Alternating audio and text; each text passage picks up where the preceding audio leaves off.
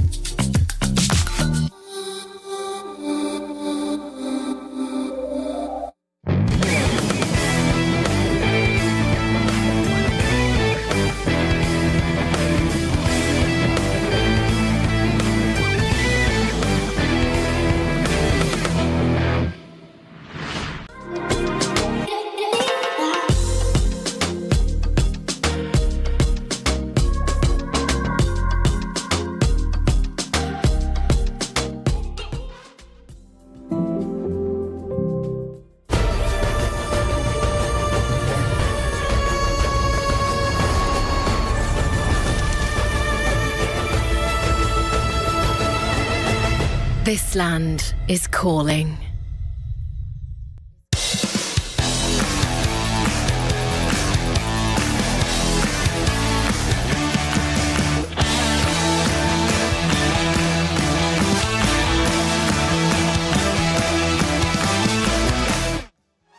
大家好，我是来自 AGL 的 DO。今天我们要玩一个小游戏，叫做第4号带。我会选择一波冲进去拿 Ace， 因为这毕竟是一个团队游戏。然后个人主义的话，在这个游戏里面虽然是有吧，但我觉得更多的还要看团队配合。黑色城镇，因为黑色城镇比较大吧，然后狙击发挥的空间比较大，直接猛冲进去。因为我觉得我们队伍毕竟有年轻人，就要有年轻人的样子，就要用雷杀吧，因为用刀杀的话有点不太尊重对手吧，还是用雷杀比较好一点，赢死对头。因为对我们来说，我们也是属于第一梯队的，没有什么所谓的强队吧，我觉得。而且死对头的话，因为我们都是有来有往，有胜有负嘛，所以还是更想干死对头吧，更喜欢速战速决吧，因为能速战速决，证明实力有差距。然后打到下日赛的话，肯定是打得有来有回嘛，差距不是很大。如果打比赛的话，我会先选择禁掉自己不喜欢的地图，不拿手地图吧，因为如果对面真选出来了这张图，自己熟练度不是很高，然后可能发挥会导致队伍输掉。我会选择先开枪，因为看见人再开枪的话就晚了。更喜欢丢烟吧，因为现在这个烟雾机制修改了，瞄不到红名了。烟雾也相当于自己一个掩体吧。一上来就猛攻吧，先气势压倒对面。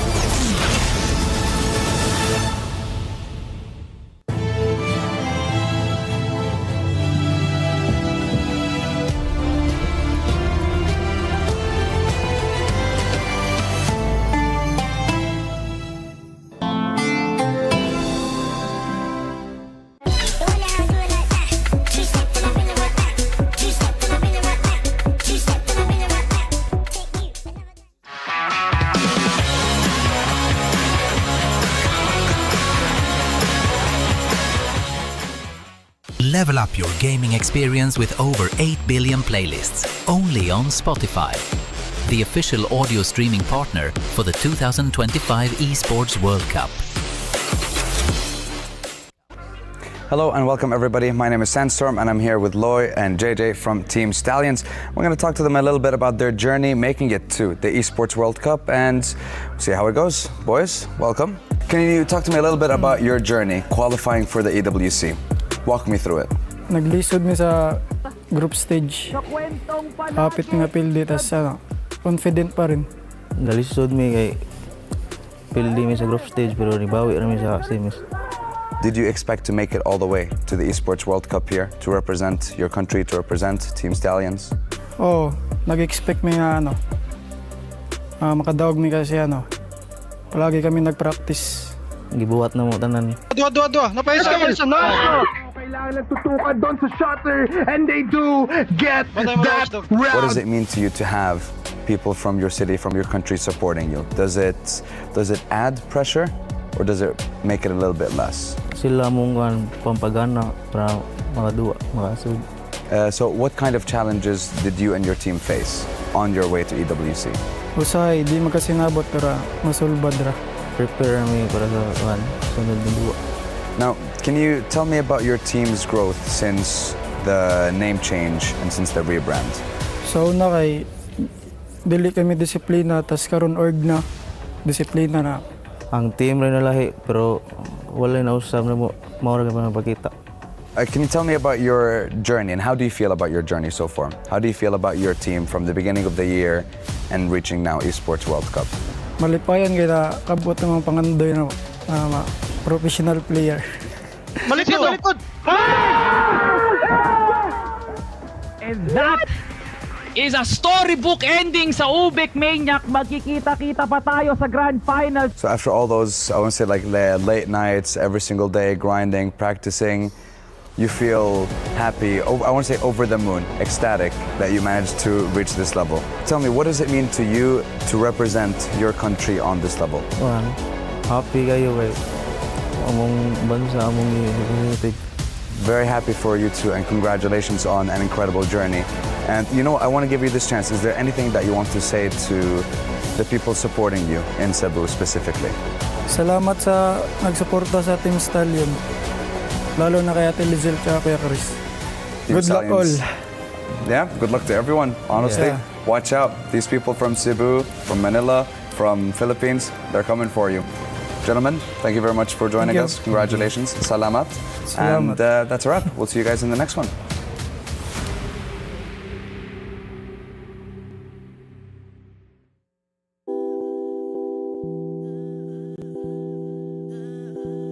If I heard that you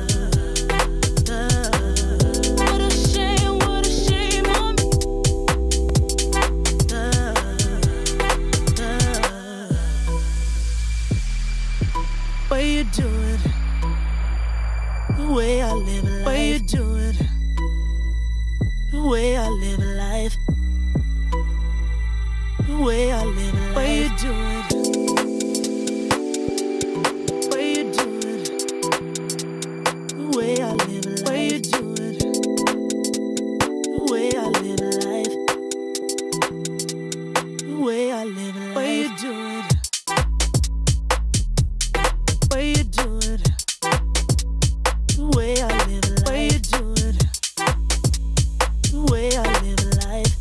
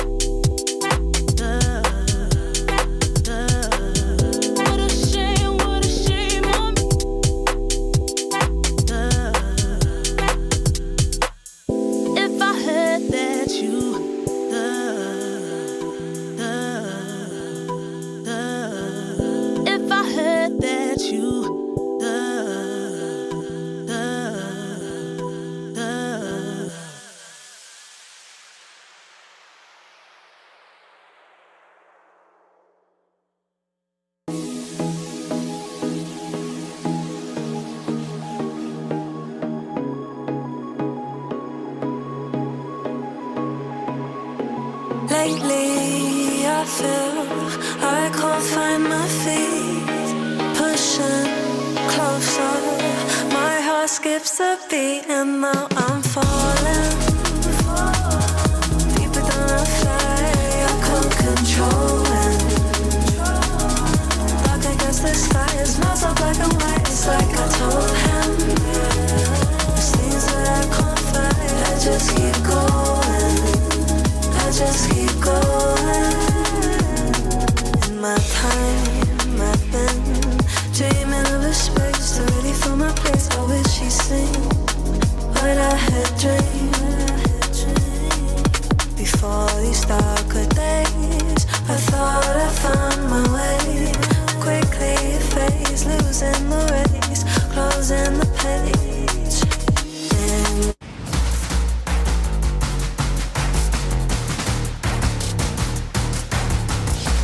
在我职业初期的时候，一直希望自己能够有机会打上首发，所以当初也是非常的努力和坚持，然后才有了机会作为一个首发成员出场。在一切不顺利的时候，是我从一打职业开始的那颗渴望冠军的心，让我能够坚持朝着这个目标一直前进，直到实现它为止。白沙，加油！曾经没有想过以 ACL 冠军和 EWC 参加到这次比赛。电竞世界杯是我职业生涯以来，打过的规模最大的比赛，然后也是代表国家的比赛，希望能够打出好成绩。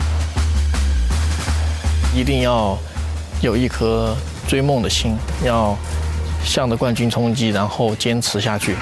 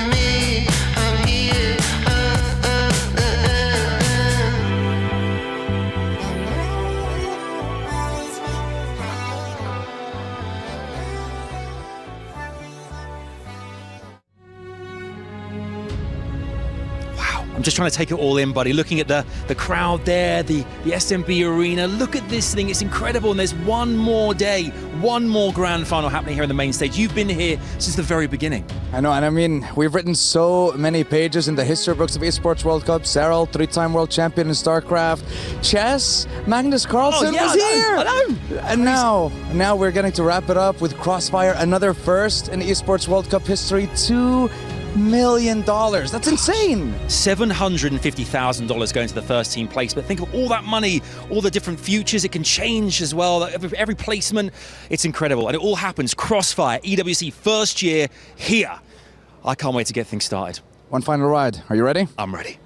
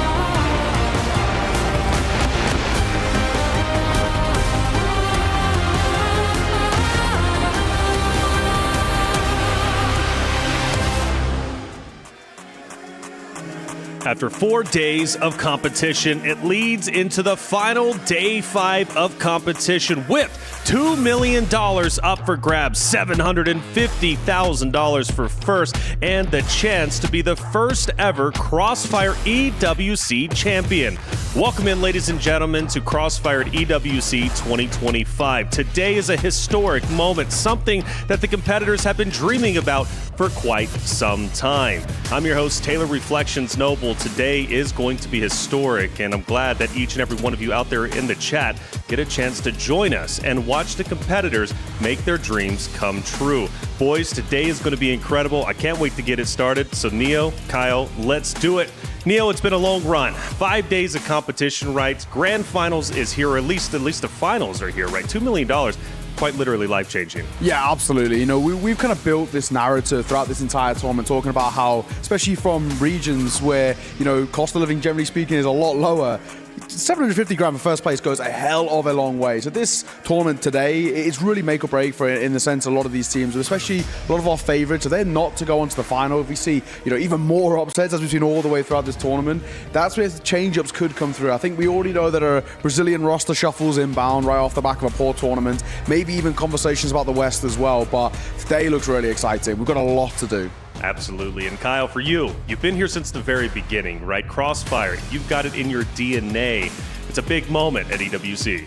It really is. This is the biggest prize pool we've ever had in the history of Crossfire, so I'm excited to see who's going to go for that crown today. And honestly, we couldn't ask for a better set of teams. You've got 3 powerhouse Chinese rosters and an amazing underdog gunning for it. Yes, the underdog is exciting, and it's Stallions, of course, representing the Philippines. 16-year-old Kano looking to make history in an epic way. It's going to be a big day for sure. A lot of matches to get through. 3 best of 3s, 1 best of 5 being that of grand finals. The players, of course, started arriving to the venue a little bit earlier. They were getting pumped up via our Jamil Motorsport player arrivals. And of course, we've got to focus in on Stallions and Baisha. Stallions, again, that underdog that Kyle mentioned, Neo, right? Looking to make history in a big way. I mean, it's one of those things now for the Stallions roster. The tournament they've already had, even if this was to be the end of the road for them, or of course this and the third place match, they can be so happy with what they've done. This is a Stallion side that we said it's sort of, you know, the plucky underdogs. They make playoffs in any fashion. We're pretty happy. That's a good run from them. It goes a long, long way for a very young roster who still have actually a lot to do in terms of proving themselves on an international level. But they've had a fantastic run. I mean, you got to look towards Tanks, the coach, right? He's sort of the father figure of this very young side, and he has been really influential in setting them up for success. So I love what I've seen from Stallions. They've been fantastic. You can see how much it means to them as well. Every time we've had Kano as well come onto the screen, 16 years of age, doing homework when he gets back to the hotel after the day of matches. So it's been fantastic. I've loved everything we've seen so far. And, oh man, if they were to go on to win it, one of the most shocking results we would have seen from any Crossfire event ever. It'd be historic, wouldn't it? 7 weeks of competition, 25 different games. We've had 3 to 4 finals taking place each and every weekend here at the Esports World Cup in 2025. And the club championship race was epic. It came down to the wire, but ultimately it was the Falcons who was able to secure a victory in a big, big way. They do it in back-to-back years. Currently at 5,000 points. Actually, they might be able to even beat their record from last year, which was just wonderful.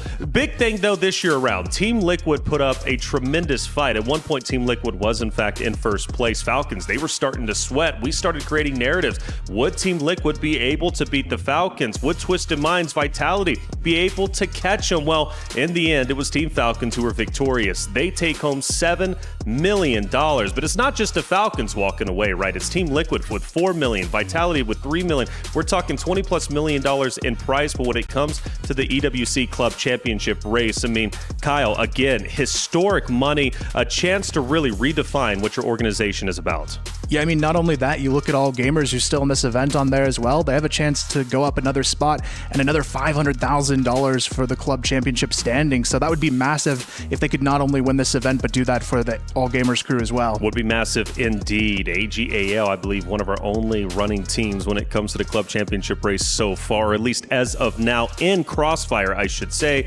A couple other events still taking place.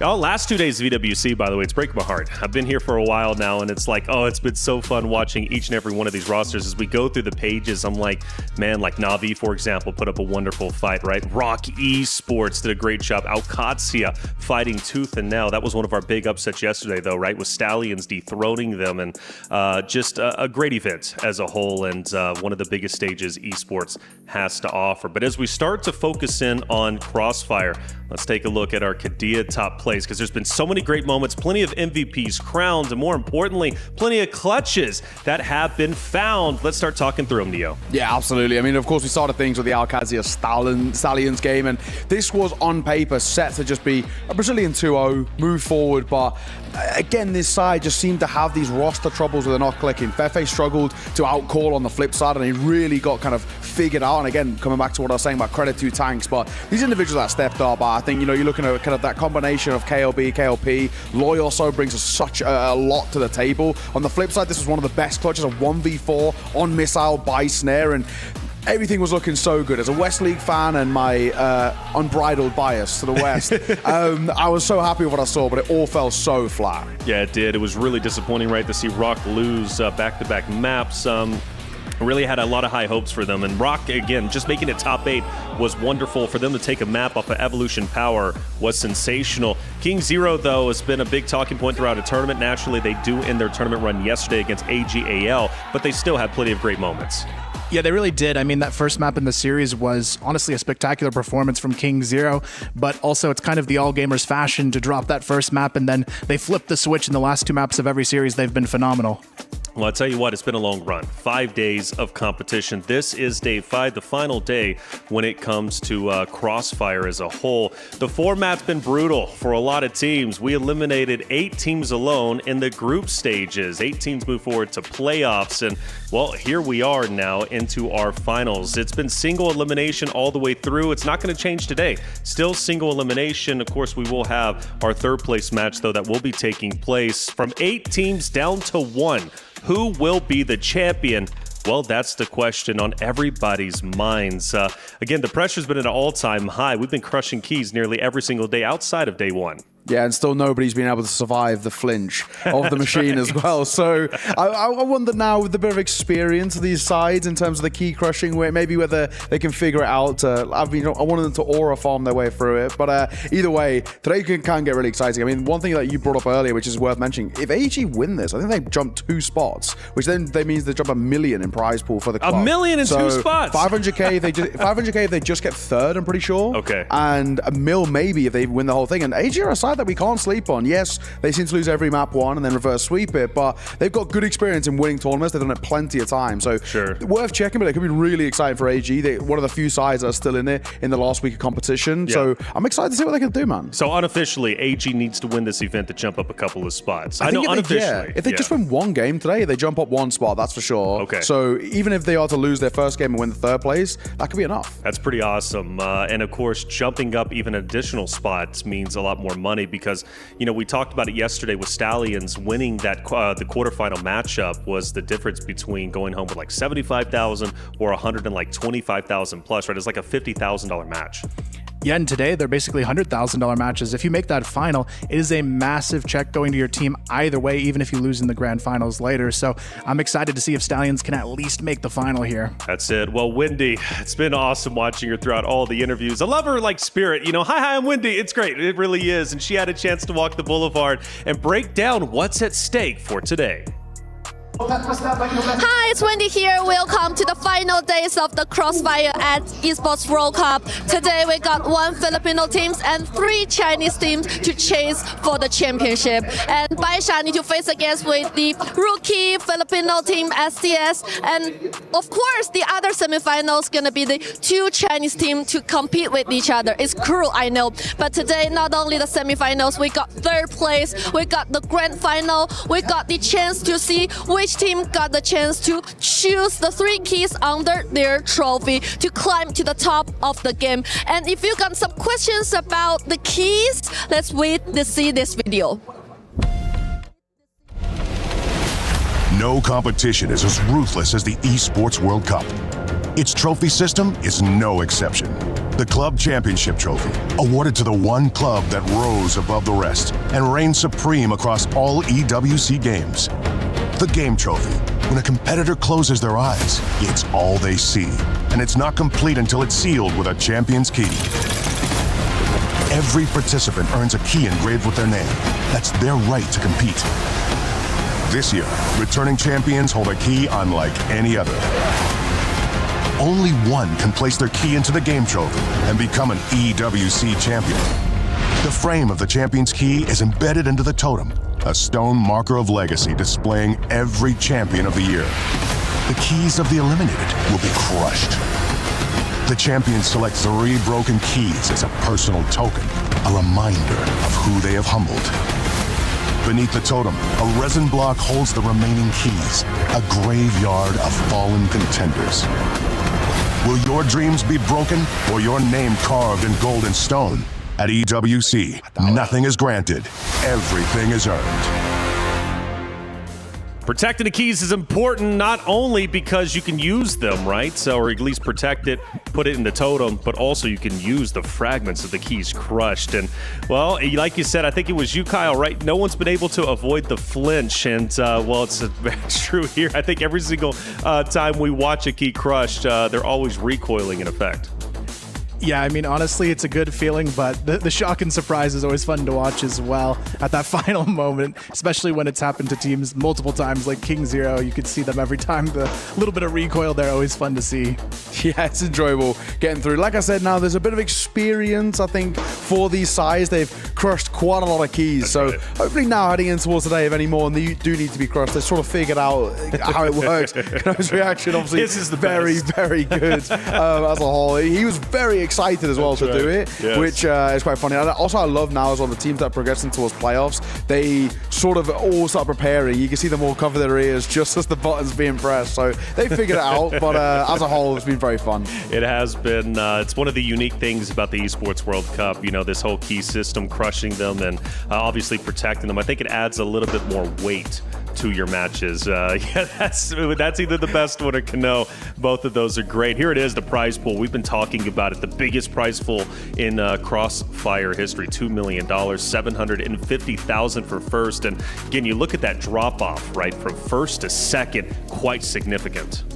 Yeah, honestly, I think even making that grand final is massive, but yeah, a huge difference, a $400,000 upgrade if you are that champion at the end of today. So definitely a lot to fight for. A lot to fight for indeed. And Neo, like Kyle said a little bit earlier, right? It's like $100,000 basically every step you go up.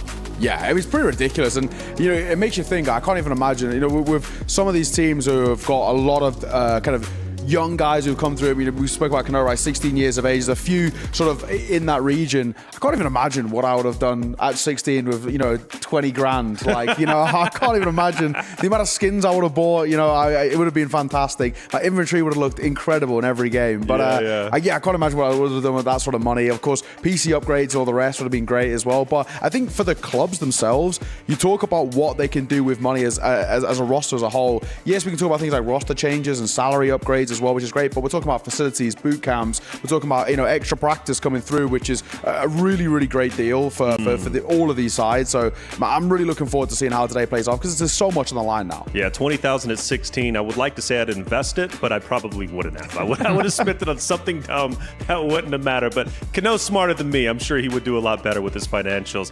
The bracket, though, is stacked. We're down to our top 4 teams. Yesterday, we lost 4 as well. We've been basically eliminating 4 teams every single day. It's been quite brutal, as Wendy said, but that's the way the competition goes. For Team Stallions, they managed to beat Alcatsia. Baisha beat Q9, Evolution Power against Rock, and while AGAL beat King Zero Esports. Still a great run from King Zero, I'll give them credit. But now we're down to our top 4. Now, for my eyes, Kyle, I see Team Stallions, Baisha. That one, obviously, Team Stallions, the underdog. It's great they made it here, but it's a question of how far they can continue to go. But Baisha has to be the heavy favorite in that matchup. Yeah, the downside with Stallions, this is really the one Chinese team I feel like they're going to have an extremely difficult time against. You think of the EPs, the AGs in the world, they've taken maps off of those in the past, but Baisha, they're a different beast to go up against. That's right. And for AGAL Evolution Power, now that is an interesting one that can go the distance to map 3. Yeah, absolutely. We're looking at Evolution Power, who, you know, reigning champs from CFS coming in towards this tournament, but also, you know, start of the year, really, really good run domestically. The second half of the year was also rough for them, so they've thankfully rekindled a bit of the flame under this side, but it's a really interesting game. AG seemed to start all this series really slow. EP started them all really fast, and then occasionally trickle down and start to lose a bit of that fire, so it's a really hard one to predict. You've got the number 2 and number 3 team in China playing off against each other, but as we've seen with both of these two sides, I think Baisha are also very, very similar. As tournaments progress, they warm further and further. They warm up, you know, continuously more. So I do worry for Stallions quite a lot, but that second game, I really don't even know what to predict. Yeah, you know, when it comes to Stallions, their run's been wonderful. Defeating Na'Vi, taking them out of the club championship race when it comes to Crossfire, and then defeating Alcatsia. That was already a big upset, Kyle. Yeah, I mean, Alcazia's got to be their biggest match we've seen from this team so far. Navi's a team, you know, on paper, you'd expect them to probably win that matchup. But for me, that Alcazia match said everything about this team's potential, because that's when they were able to crank it up to another level that we haven't seen from this team so far in the tournament. And if they can do that again today, they've got a real chance of taking this series. Yeah, and Evolution Power just cruising through this Rock series. But again, to give credit where credit is due, from the Western side of things, Rock did what they needed to do. Yeah, they just petered out so quickly, unfortunately, that Rock side, and it's definitely something which I'm sure is going to be a tough loss to get over, considering how it started, right? They were flying map number 1. Subbase looked incredible, and they really were starting to look like the Rock that we know and love. Everybody hitting their shots, everybody looking fantastic, but they petered out so quickly, 10-1 across both map 2 and 3, so it's a heartbreaking one. It's one that for damn sure keeps you up at night. Yeah. It's going to be a tough one to sleep. I'm sure last night was a rough one. You know, this was an interesting series, Kyle. King Zero started off with, I believe, a 10-1 victory. And then AGAL said enough is enough, and they came back fiercely in the next 2. Yeah, honestly, it was the ZY difference. When he turns up to play, it's just a whole different game. You look at the final map, he had, I believe, around 20 kills, and that's what they need from him in the series they're going to be facing today, because EP, a much more challenging opponent to go up against, and AG today can't afford to have those first map jitters. First map jitters is a real thing, and losing one map could very well set you back too far in order to come back. Now for AGAL, that wasn't the case. Baisha's also been down a map. They've managed to come back. Things have been great. Now the thing is, though, with 4 teams remaining, spicy takes are starting to get even spicier. Let's move into our Dr. Suleiman Al-Habib Doctor Notes and get some spicy takes from the boys on the desk. I always ask it because I don't want to choose. Who wants to go first? Kyle, Nia, which one? I'll take it. I'm happy to throw it out here. If you want a real spicy take from me, I'm going Stallions EP final, and Stallions take at least a map in that final. That's incredible. Stallions going all the way to grand finals. But when we do get to grand finals, let's get even spicier. Who wins, EP or Stallions? I think I'm going to go EP going back to back. Okay. Despite that actually technically being an upset, with them even beating AG being a bit of an upset in that sense. But yeah, I'm going to go Stallions to steal away from Baisha. I don't know if I'm fully convinced of that side just yet. That's a little bit of a hot take. I like it. Kyle, can we match the energy? For me, it's going to be, I think, EP 2-0 AG. I don't think it's going to be a close game at all. I feel like EP is played on another level. They showed it in the group stage when they beat Baisha, and I feel like all gamers, they're just not going to have a chance in that series. Not a chance at all, Kyle. I like it. So 2-0 for Evolution Power against AGAL. Stallions defeating Baisha, which would send shockwaves around the world. Stallions already done that. That would be even greater. And like I said, going to grand finals, that secures what, $350,000 guaranteed. Of course, you'd be shooting for the $750,000 for first, but still plenty of money to be earned, and all 4 have already earned it. Speaking of which, let's talk about our power rankings, the Aramco power rankings, because we've been pretty accurate so far. Our top teams, at least our favorites, have done fairly well. Yeah, 3 out of the 4 here as well. And, you know, for Arcadia, like we've been kind of saying, that them losing to Stallions, such a mammoth upset. This is an Arcadia side that everything is right on paper. They are this Brazilian super team that have been so dominant regionally. But again, where they fall short in the playoffs, it's been a bit of a consistent story for them. And sure, it's fine when we talk about this being a consistent story for like Q9, because even the making playoffs is great. But Arcadia, they should be competing for trophies. They should be lifting trophies, and it still seems to be eluding them. Well, it is a shame that they are finished off in quarterfinals. I felt that they had more gas left in the tank, but Stallions took them in the first series of the day. We look at our dark horses, Kyle, and we had some early exits from them, but we also had some contenders who did go decently far. Yeah, I mean, from this group, you had Rock and Stallions both making it to the quarterfinals. Obviously, Rock falling short in yesterday's match, but Stallions, I think they're the dark horse that continues to deliver. We've seen it all year long. They did it at ACL with the top 4 finish, and now they've got a chance to do even more in this event.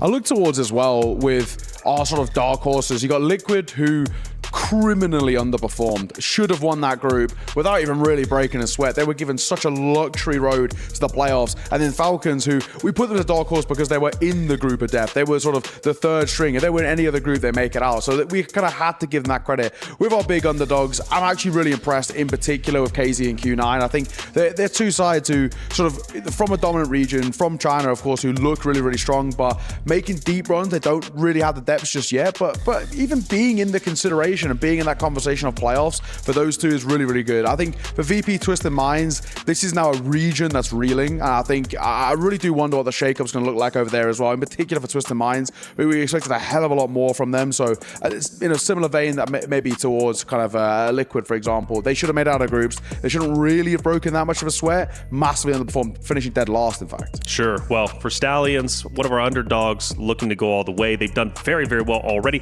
even if they're eliminated by Baisha. But that's it, isn't it? It's Baisha versus Stallions, the #1 team versus the underdog that is looking to make history in a big way. It's going to be an epic battle.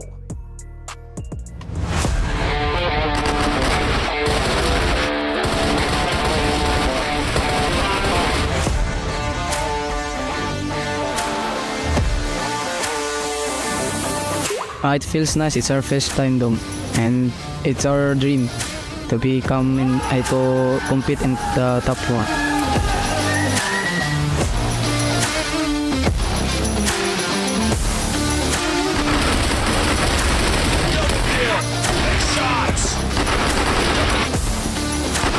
我们的目标是进入决赛，因为还需要赢得一场比赛才能进入决赛。我们会拼尽全力。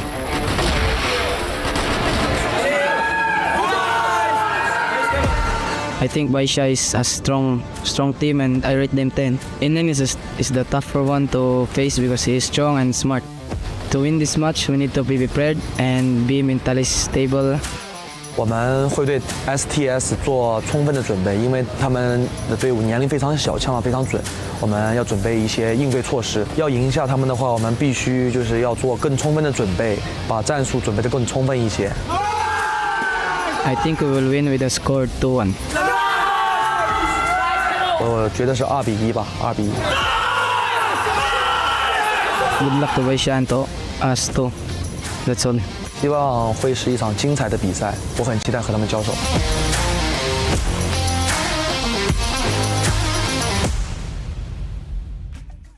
You can tell they're taking it serious. Stallions versus Baisha, the first match of our grand finals day. Who's going to take it? Well, it's up to the competitors to decide. Boys, let's start talking about Stallions, the underdog that has overperformed everyone's expectations. Young players on the roster coming from the Philippines, looking to make history, and they very well could be doing that. Yeah, the little team that could. It seems to be the Stallions narrative, right? They just keep punching up. They keep looking so good all the way through. I've been really impressed with just the level they're bringing. I think obviously No's taking a lot of the praise just because he's a relentless entry. Mechanically so unbelievably talented. But there's so many names you can throw out here. Loy's looks so consistent all the way throughout. I think he brings a lot of stability towards this side. And that is the issue, I think, with these sort of younger, really kind of mechanically orientated teams, is that they actually do need a stable factor. They need somebody who can be a bit more of a sporting element. And Loy is bringing that a lot. So I've been very, very impressed with him. And KLB's just been funny to watch all the way throughout. Getting involved with the crowd as well. He's really been fired up all the way. So this is a team that there's a lot to like. There's a lot of ways we can praise them. And I think a guy that often doesn't get in those conversations is Tanks, the coach. I think he needs to be, as he already kind of calls himself, sort of the father figure, the wise man of this team. But he needs to be able to calm them down, especially coming in towards the games like this. And his preparation, whatever he's been doing, working a treat, because they have really been counter-strategizing every big team they've played. Kyle, Stallions now find themselves opposite of Baisha. This is very well the first time they have made this deep of a run, at least from the Philippines side of things. Baisha, though, they've been here before. Talk to me about that pressure that Stallions is going to have to keep under control. Yeah, I mean, the big thing is learning how to shut down a player like Xiao. We've seen him be hot and cold throughout the event so far. On top of that, though, you've got two of the best players in the world in N9 and 577 on this team as well. Insane entry fraggers you have to deal with, and they have the young guns of YDSS and LE as well. So I feel like this is going to be a really tough team to shut down because they have one advantage no other team I think really has in this event, and that's every single player can clutch on this lineup.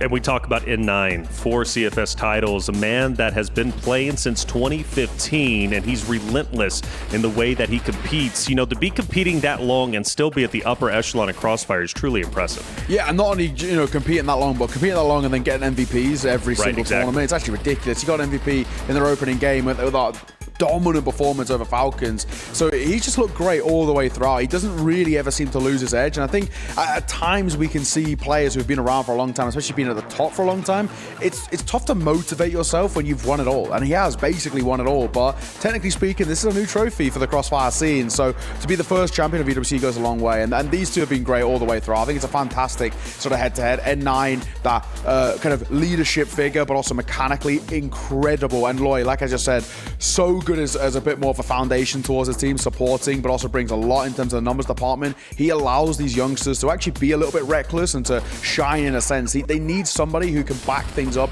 if plan A goes out the window, and that's where you look towards Loy. Kyle, why is Loy an N9? Actually, let's talk about something more impactful, because during the interview, you can see the respect that these competitors have for each other, both saying it's going to be a 2-1. For Baisha to give that respect to the Stallions means a lot. Yeah, I actually think this team was really intuitive as well. You saw it in the interview actually yesterday. Baisha expected to play Stallions as well. They've been preparing for this team. I think even looking back to ACL back in April, teams have had their eye on Stallions because this is a team that knows how to thrive under the pressure, and people are starting to take notice. They are taking notice, and so are we, the world, in fact. Again, the first ever time Crossfire is here at EWC, but won't be the last time for sure. This event has been phenomenal, and a moment moment is upon us for our first matchup. It's Stallions versus Baisha. You have one team that has won championships before. They've been there, they've done that, but they want to do it again. For Stallions, representing an entire region, the Philippines, for the first time, have a real shot to go all the way, win the money, but more importantly, cement their names in Crossfire history. Now, all that's up is, of course, to them to decide what their destiny will be. Let's send it to the stage for Stallions versus Baisha.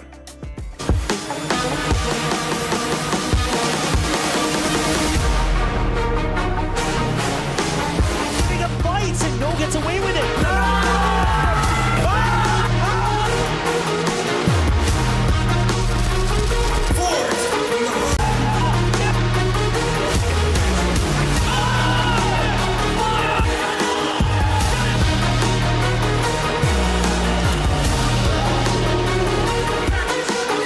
Captain of the Deuce.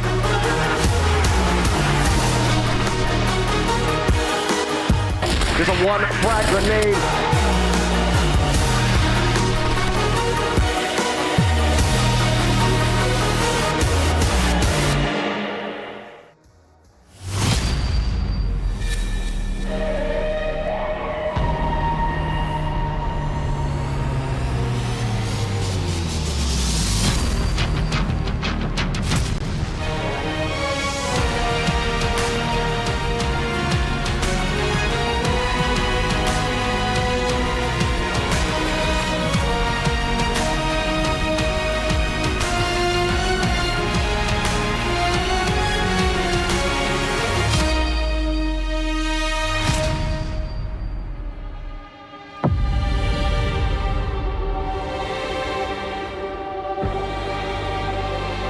"16 teams arrived in Riyadh with a dream. The 4 that remain today, the final 4, the strongest 4, fought day and night to silence every doubt and prove once and for all who truly stands as the best in the world. Witness our juggernauts one last time, for in the showdown of the year, those who rise above today will carve their triumphs into eternity, while their fallen foes will bear the weight of that memory forever." You give me chills. Woo! Welcome in to Crossfire here at the Esports World Cup 2025. It is our final day of the competition, but one of our 4 teams will raise this trophy later on. Evolution Power, Baisha Gaming, AGAL, Team Stallions, who will walk away as the victor with all that glory. $2 million on the line, $750,000 going to our champions. You have a front row seat in our theater of dreams. And remember, nothing is granted, everything is earned. And our first clash of the finals begins now. Welcome, galloping onto the stage, it's Team Stallions!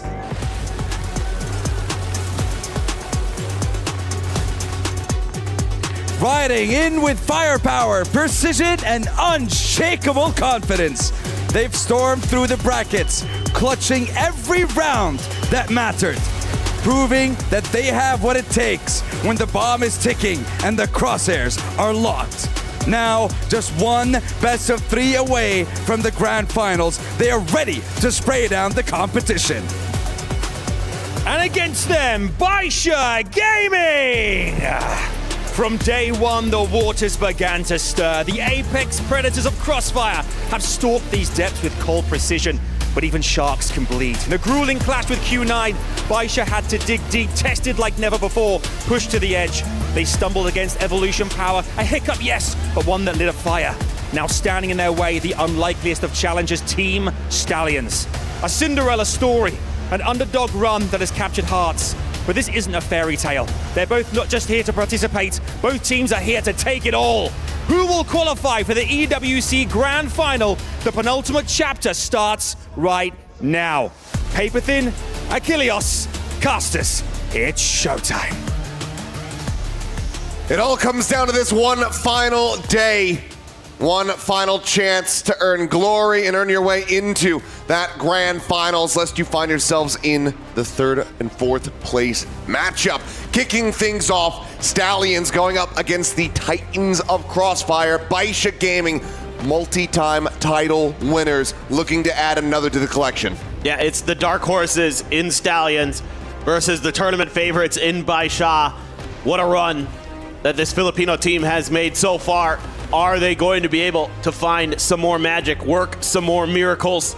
It's been a tough road for them to get here, but they looked relatively convincing against Al-Qadsia. So now you're seeing it Baisha, who was able to handle Q9 pretty cleanly in their matchup in the quarterfinals, continue on their run, continue that legacy that they have created in Crossfire. Plenty to discuss here in the team huddles as they get ready to go into this one. A chance to earn your way into that grand finals, but also at that massive prize pool at the end of it all, $750,000. To put it into context, I mean, Baisha, for all of their dominance across the years, it would basically be like adding 20% of the total earnings right on top.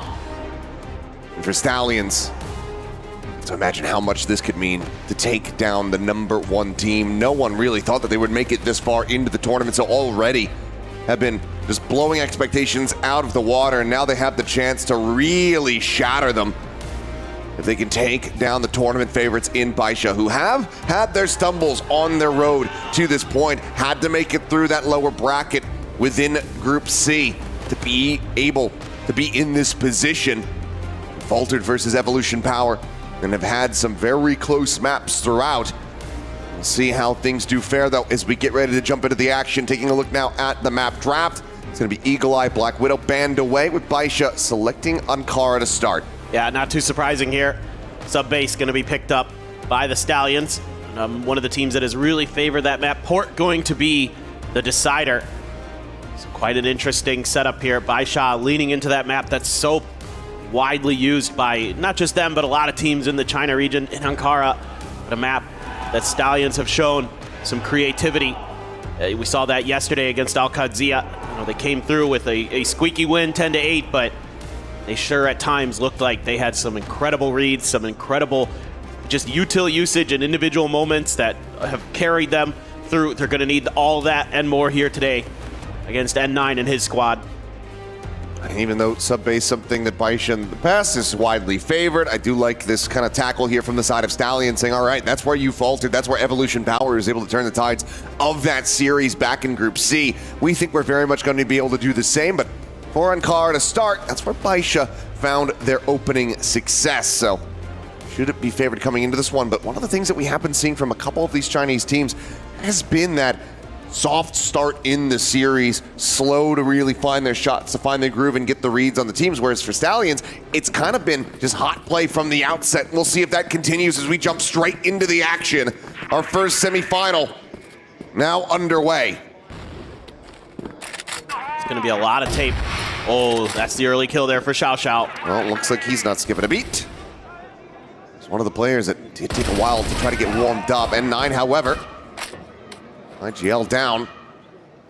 Too many targets around that corner. Is looking for the quick flick there. Xiao Xiao unable to find that one, but draws down with a pistol and will be able to find no after all.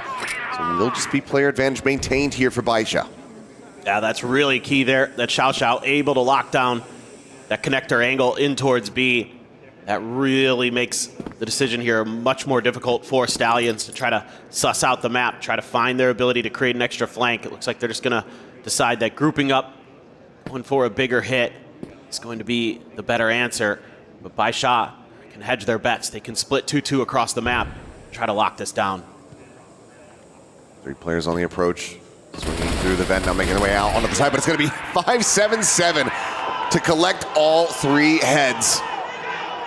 And just like that, opening round goes the way of Baisha.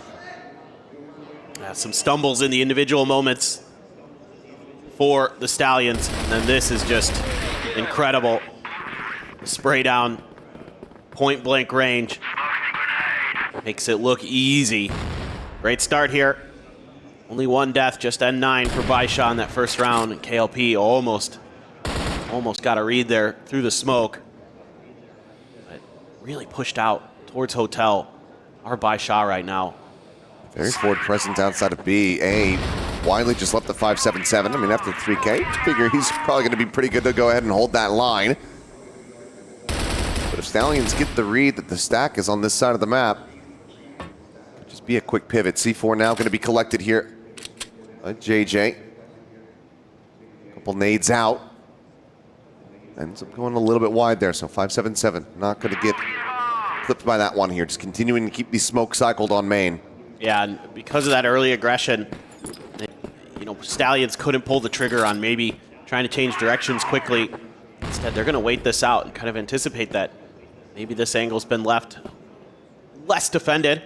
It's going to be on YDSS. Going to play his life here. Just playing off contact. Doesn't want to stick around too long. Even gets tagged up big time. That grenade was perfect. And that he does. Quickly needing the back pedals, worried about this short angle. Lai's got that covered now. TRG in hand. And it looks like with a little bit of push and pull and under a minute remaining, Stallions now going to cut back across. 4 players into mid. Scale forward up towards that A main position, but where they want to go, looks like it's going to be this B site that does have the stack from Baisha. Let's see what they can do. Lining up for a mid hit. And 9 going to be first contact. Nades now starting to fly. Works his way back over across in towards the site. Lai going to be able to find one. JJ Hay trading out 5-7-7. That opens up the A site approach. I don't think that Stallions have the read on this one quite just yet, but it might not matter as they're able to find 2 more kills. Now a 4th as N9 gets taken down. And that is going to be a very good round. They look to close it out and will be able to as they tie it up 1-1. Just a Stallion specialty. Doesn't matter what they're facing, how many players are in their faces. They're willing to challenge, and they knock it out of the park there. Just a bunch of quick kills for them as they make their way towards B. Baisha has the read. They're in the right places in terms of having their players in position to deal with the hit, but Stallion's just better. I mean, that's been... Whoa, hold on. Deep smokes out here, just trying to get Lai on a deep line. Chow as well. Stacked up for that extra little layer with the snipers, and he's going to continue to scale forward. Just be able to try to find a catch here. For now, not giving him any angles, but see if they remain cognizant of this potential here. Certainly should be aware of this as Stallions. This is a possibility. And with that frag grenade going in, info can be relayed from Lai. Nading into that connector position, he should have a good idea that there's going to be no one on that flank, but now it's going to be a target-rich environment. They're trying to spam him out. Goes for the peek, and immediately he's going to be rewarded with a kill. Needs to try to cover here the escape. He's actually going to be sticking around for a little bit longer. It's a spot there on a KLB. Can't quite line it up, and KLB wisely decides to back away, but Shao is not done quite just yet. Continuing to scale forward, looking for a little bit more, but this time the shot ends up going wide. They're still going to be duking this one out. KLB sticking around, really wanting to try to displace him. They know that they likely have him tagged up. At the same time, N9 going to be taken out, but 5-7-7 swooping in to mid is just able to massacre 3 players. And Xiao eventually has managed to find KLB. Baisha reestablishing a lead. Another big round from 5-7-7. Comes up with another triple. Just shutting down this attack before it has any hope of starting. They get caught checking the upper angle there. He's just ready to swing in. So map control and the presence that Xiao Xiao is able to establish there funnels Stallions right into 5-7-7's open arms. He is known as the Great Wall for good reason. Man is just fearsome. Those rifles up close and personal. Having that HK now as well seems to suit him just fine. Good damage on the YDSS. Frag grenade able to find some value there. Lloyd just going to be backing away. And we're taking a little bit of a breather here. Just again, YDSS, like you said, playing that quick retreat position. See it from the corner of his screen there. Playing close, needing the back away as there's the spot, and yep. Quickly is able to tuck back. Himself out to safety, tucked now into the cubby here. This isn't a committed position from the Stallions though. C4 still down, over back by spawn, so this is more of a feint, a bluff See if they could catch anybody off guard. Maybe they had a plan to try to catch YDSS, but never really came to fruition, other than just, again, taking damage with the grenade. So they at least give themselves some space to work with. We've seen that they're happy to take those fights, even on the strong side of the map. See if they can find some success, but YDSS just going to hold close outside of his smoke. Flash there, no reaction. Tough to read, 40 seconds. A good amount of util available to the Stallions. Been a big dump of it for the side of Baisha. Don't have too much to try to save this off. N9, look, they try to hold this line. Swings out a little bit wider, is able to find one, but Loy will trade him out and trade it up. As the kills come in, but HP bars right now absolutely wrecked on the side of Stallions. Frag grenade up and over the top, not going to get the connection there onto Loy, otherwise it would have been his demise. Manages to get that C4 planted. Now it's Lai in 577. No, lost. Just Loy, or just Lai now. To try to clutch this one out. Trying to scale forward, pistol in hand, clearing every which angle. Needs to try to clear out this balcony though. We'll ride it up over the top, holding close, finds the first. No now, on the opposite side.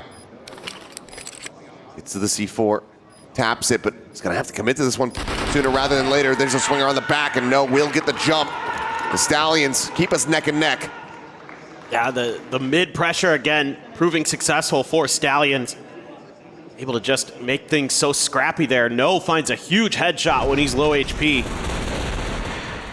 That changes the destiny of this round. Lai just trying to figure out where the hell he went. No idea that he had wrapped all the way to that back balcony. Oh, and KLP takes down Lai early. Great kills to be found here as YDSS also dead, just trying to come to the rescue, trying to trade something out, but Stallions watching their angles. Man, they just are so fearless. They'll just come at you, guns blazing. Baishad just left, trying to figure out what the heck happened to him. Got a pretty open B site. If they can figure it out, they're going to take their time here, talk things through. A couple early kills. Don't want to squander this advantage of Stallions. Still playing this very patiently. You know who's around the corner. You know who you're still up against. You talk about the Great Wall. I mean, these are the three, in all likelihood, greatest players on the side of Baisha, not to discredit the two on the floor. Just from what we've seen at this tournament alone, widely in their victories, it has been these three leading the charge. On the peak, nothing going to be spotted there. He's going to have to come up with some big kills, it feels like. It's now starting to go out. Smoke on a one angle, the approach over here towards the site. N9, pressure on the leader. Tucked away as here comes the swing. JJ's so ready for it. Instantly finds the headshot. KLP's got the cover. Xiao is going to be taken down, and just like that, it is a flawless round for Stallions to now gain the lead. God, their individual mechanics just on display. Just so fast and reading those positions so well. They have done their homework. They're looking very well suited to square up against Baisha, at least so far. This young gun upstart team showing that they've got what it takes to hang with the best of the best. Early push out again though for Baisha. This time not going to be countered initially by the Stallions. Need to wait for somebody to get out of place. So KLP can watch this mid angle. Somebody from Baisha gets a little overeager, tries to ego challenge it, but for now, patience being shown. Clearing that back door. They know they're doing their homework. They know that N9 likes to tuck in at that B door. So they're being pretty aware of some of the tendencies, at least, of their opponent. Meanwhile, 2-1-2 split. A little bit further pushed out at B, so let's see if they're ready for this A hit. 577 has been just nasty. Certainly want to get a good flash onto him or something. Trying to swoop in. Some damage, but nothing more. Loy finds the kill. Nade's now coming through. N9 having to hold his position. He's able to find one. Sets up for the flashbang. Sends it. Tries to stave them off. Lai coming in, trying to reinforce. He's able to find 2 quick kills as Loy and No both get taken down, but JJ able to trade that one back, and now we go into a 2v2. Ooh. Nade looking for that kill. JJ so very low, but still breathing for the moment. A Shao now on this flank, swooping in through the vent, getting ready to swing in. At the moment, I don't think that his position is being read at all. There's a swoop in as YDSS wins his fight out front. The fuse to come in, and that's going to be Baisha keeping it tied up. Stellar flashes from N9 there to buy a little bit of extra time for the reinforcements to arrive, but being pushed up forward into Hotel also gives you the avenues for quick rotations across the middle part of the map for Baisha. That's going to be such a difficult ask there for JJ and KLP. Surrounded on 2 sides, having to guess. So busy trying to fight from that spawn angle. Again, just that mid-check by KLP. They want to keep that part of the map open for themselves. There's N9 at that door that I was talking about in the last round. They love to try to counter your aggression there. Especially because you don't know if somebody's going to be playing from the stairs of Hotel. You can set up that crossfire. Very careful, very patient coming through these doors, and so far, Stallions have mostly done that.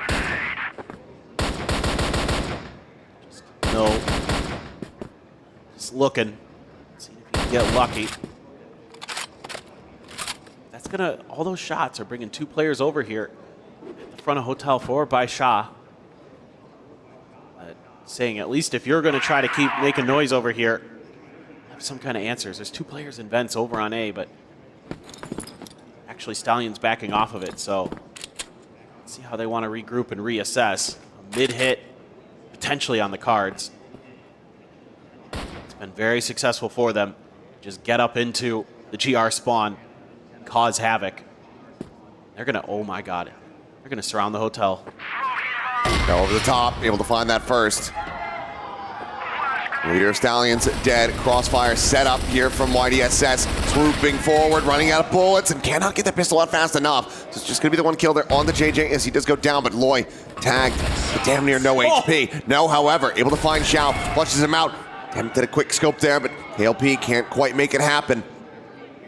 Now on the back foot is Stallions with Lai watching from the deeper angle. Loy with 4 health, C4 in hand. The time is getting away from him. A 1v3 from this position. Be absolutely miraculous, but it looks like Baisha going to be set to go ahead and move up once again into the lead. I think so. Seems like there's little hope here. Loy can do much. In fact, he's even just potentially conceded the round. Doesn't look like he's going to really try to go any further forward. And again, Baisha now starting to get their wits about them. YDSS winning a big fight over by Hotel. That's a Shao Shao as well, hitting that first shot.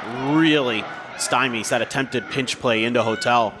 You know, it's a decent read from the Stallions, to be honest, but they just can't quite convert, can't quite execute on their mechanics, which have looked really sharp here today to start. Perhaps some encouragement there from Tanks. Well, no time, no pause. Just right back into the action. And now you've got N9 slotting forward here just outside of the door. YDSS backing him up. Xiao ready for a counter swing should things start to go awry, but looks like they will just give up this position, not finding any contact.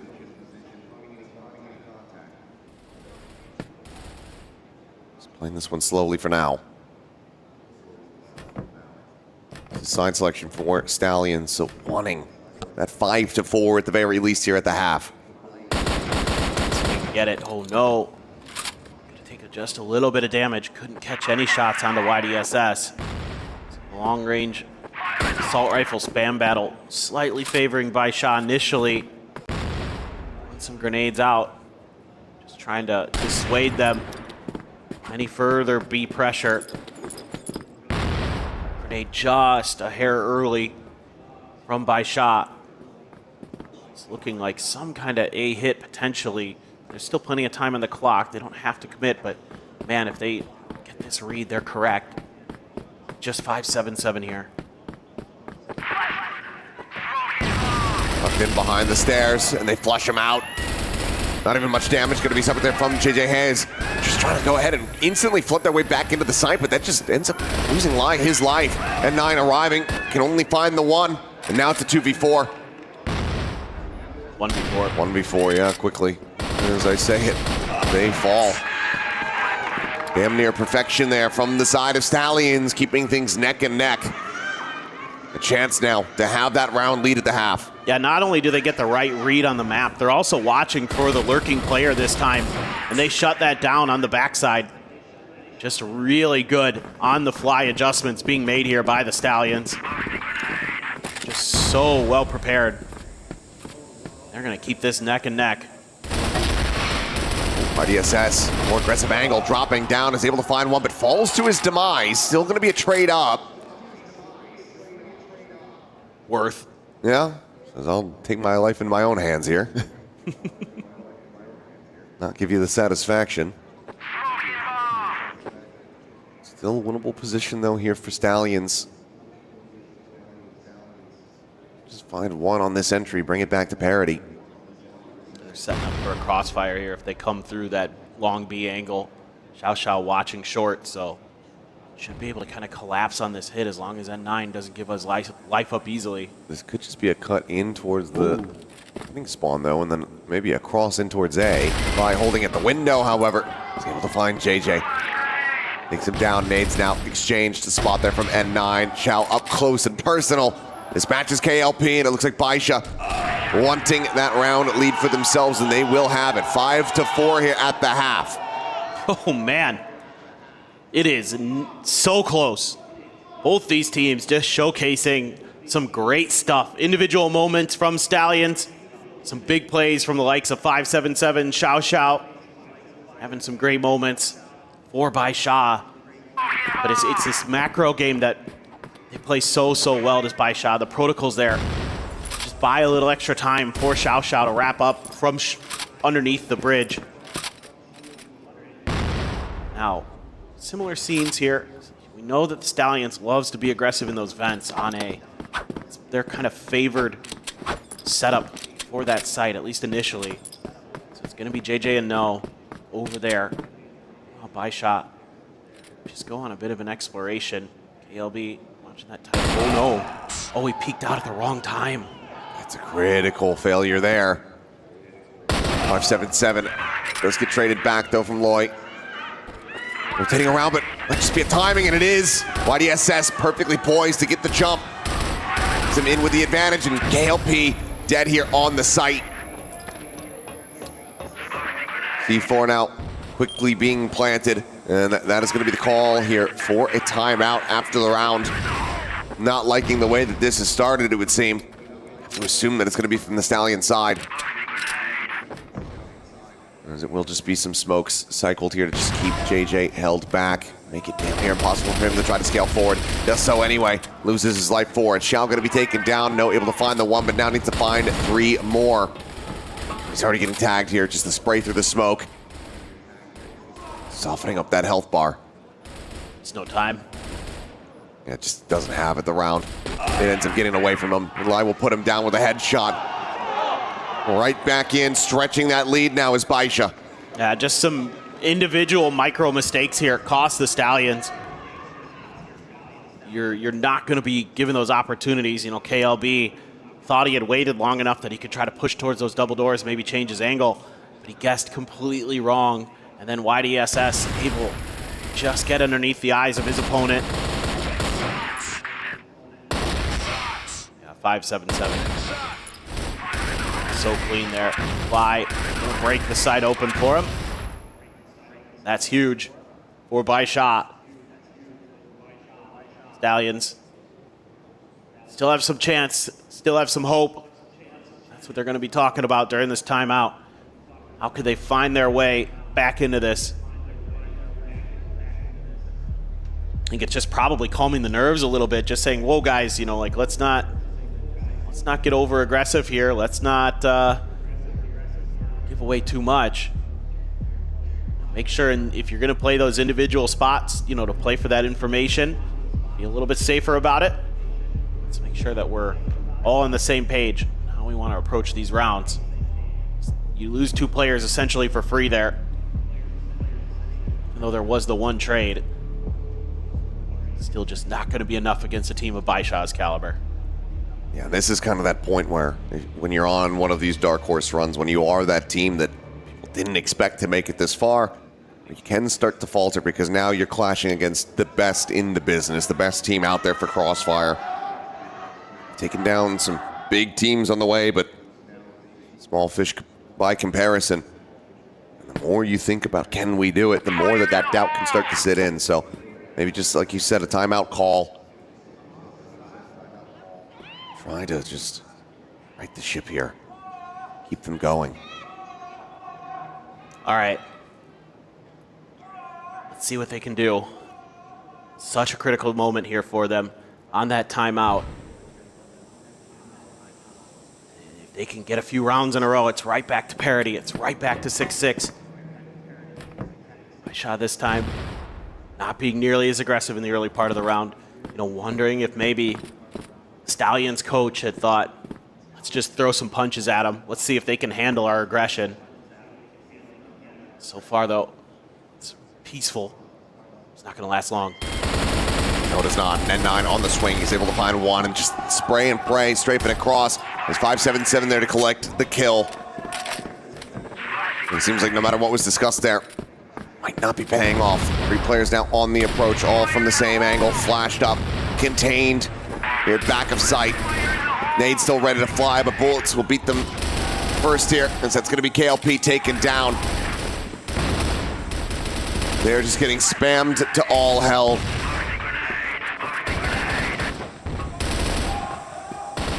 Everything in the kitchen sink going to be lobbed in. Loy eventually able to find that headshot, but there's the wall bang to take out KLB, and Loy, there's nothing more that he can do. The time is already gone. Can just back away as Baisha get even closer to closing out this opening map. Man, the entry is just so good for Baisha. Seen it a couple different times where they're just so on point, just completely smothering out whatever defense their opponents have brought. And you had 2 players there over on A that were just quickly dispatched. Made it a 5v3 with the other players a mile away on the map. Just trying to flood your way back in, and Baisha not going to give you those opportunities. They're just too good.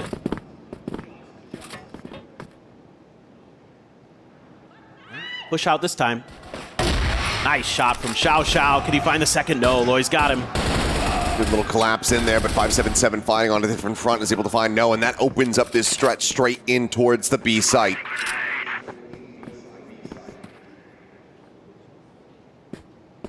Well, they've gotten here in time, but Baisha, again, has that numbers advantage, so they take their times. Want to watch for those frags. N9 super low, so careful. One stray bullet, one frag finds his mark, would have spelled his doom. Still 2 frags left for the Stallions. This is still pretty doable. Loy just got flushed out though. Trying to stay tucked into that corner, but Baisha are aware of every little angle, it would seem.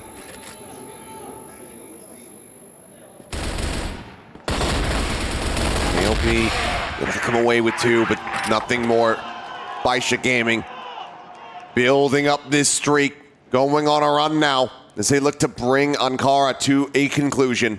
Now you're starting to feel like maybe the Stallions are a bit winded. Just can't keep up with Baisha's great macro, great coordination. Communication looks on point. They're reacting well to the aggressive play of the Stallions early in that round. Xiao Xiao just so reliable for at least one with that sniper here. It's making it so difficult because you have to commit so much extra to get the trade. And Baisha just responding. They know that they've given up map space with that aggressive push out, and they're happy to take it. I mean, I love the way that N9 calls this team. He understands push and pull so well. They're just going to try to walk in. The answer is yes. And they have. JJ's already been dealt with. As is no. KLP going to be caught. Util in hand. Sprayed down. 577 finding another.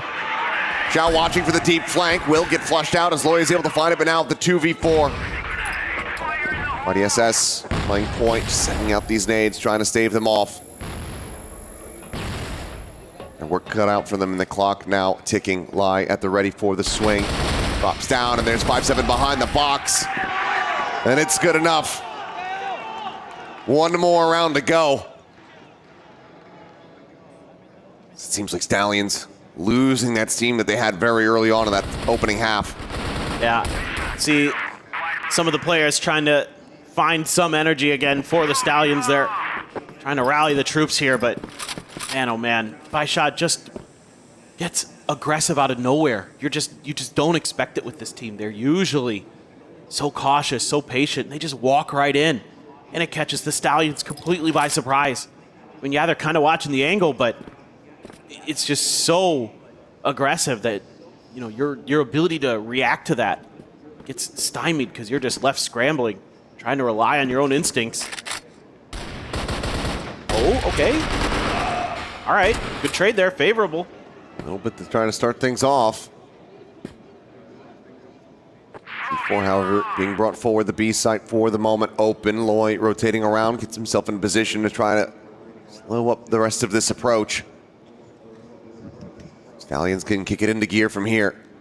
Still in with an opportunity. JJ does well to find at least another kill there. Is now, I think Baisha realizing that they are encircled.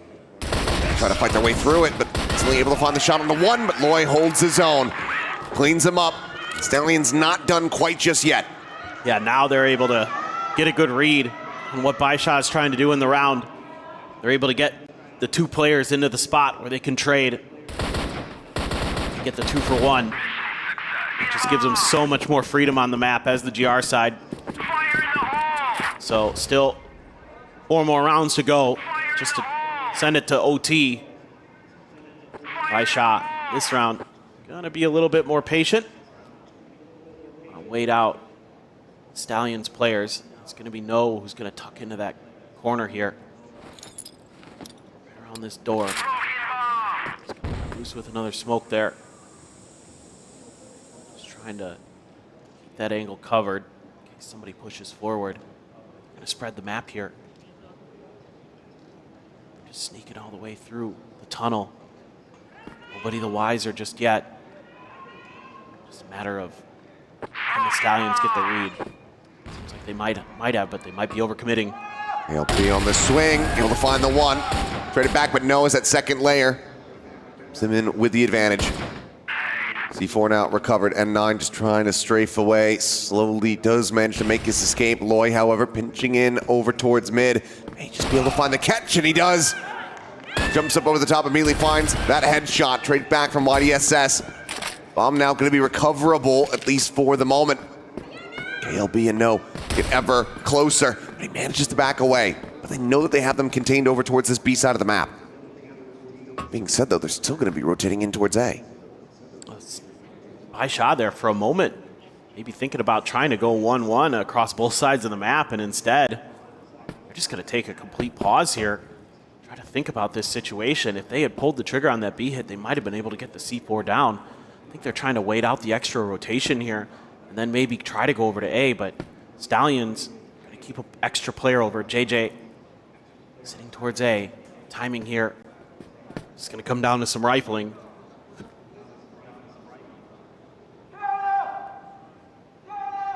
Make the call to cut over towards this A site now. It would be brilliant, but I don't think they're going to be able to really realize that one, but double face forward. And it's 5-7-7 collecting both kills. Suddenly, JJ now needing the clutch. C4 planted, 5-7-7 the healthier of the two. And they just double face, and they will gun him down. Third kill for him, and the map win goes the way of Baisha. Oh, just a little bit of a slip up there. You can't give Baishot any opportunities or they're going to capitalize. 5-7-7 didn't take any damage, and they're not able to clean out YDSS fast enough, even with 2 players shooting at him. Nicely handled here by Baishot. The favorites are going to go up 1 set to nothing, 10-5. Just can the Stallions come back on their sub-base pick, the map that they have really tried to hammer home as a favorite for themselves when it's been let through.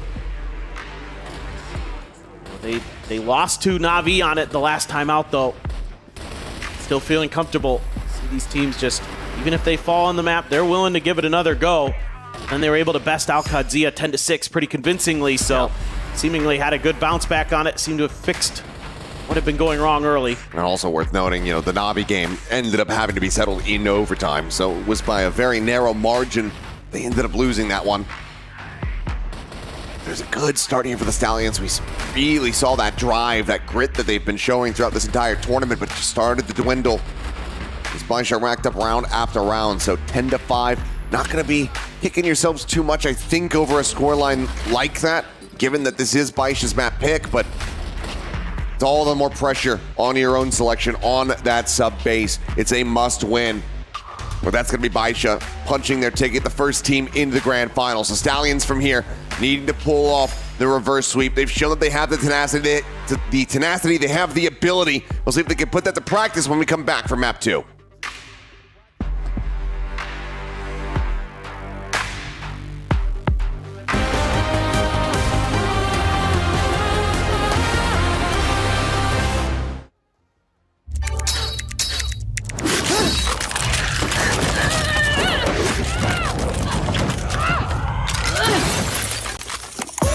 Reach your impossible, Lenovo Legion.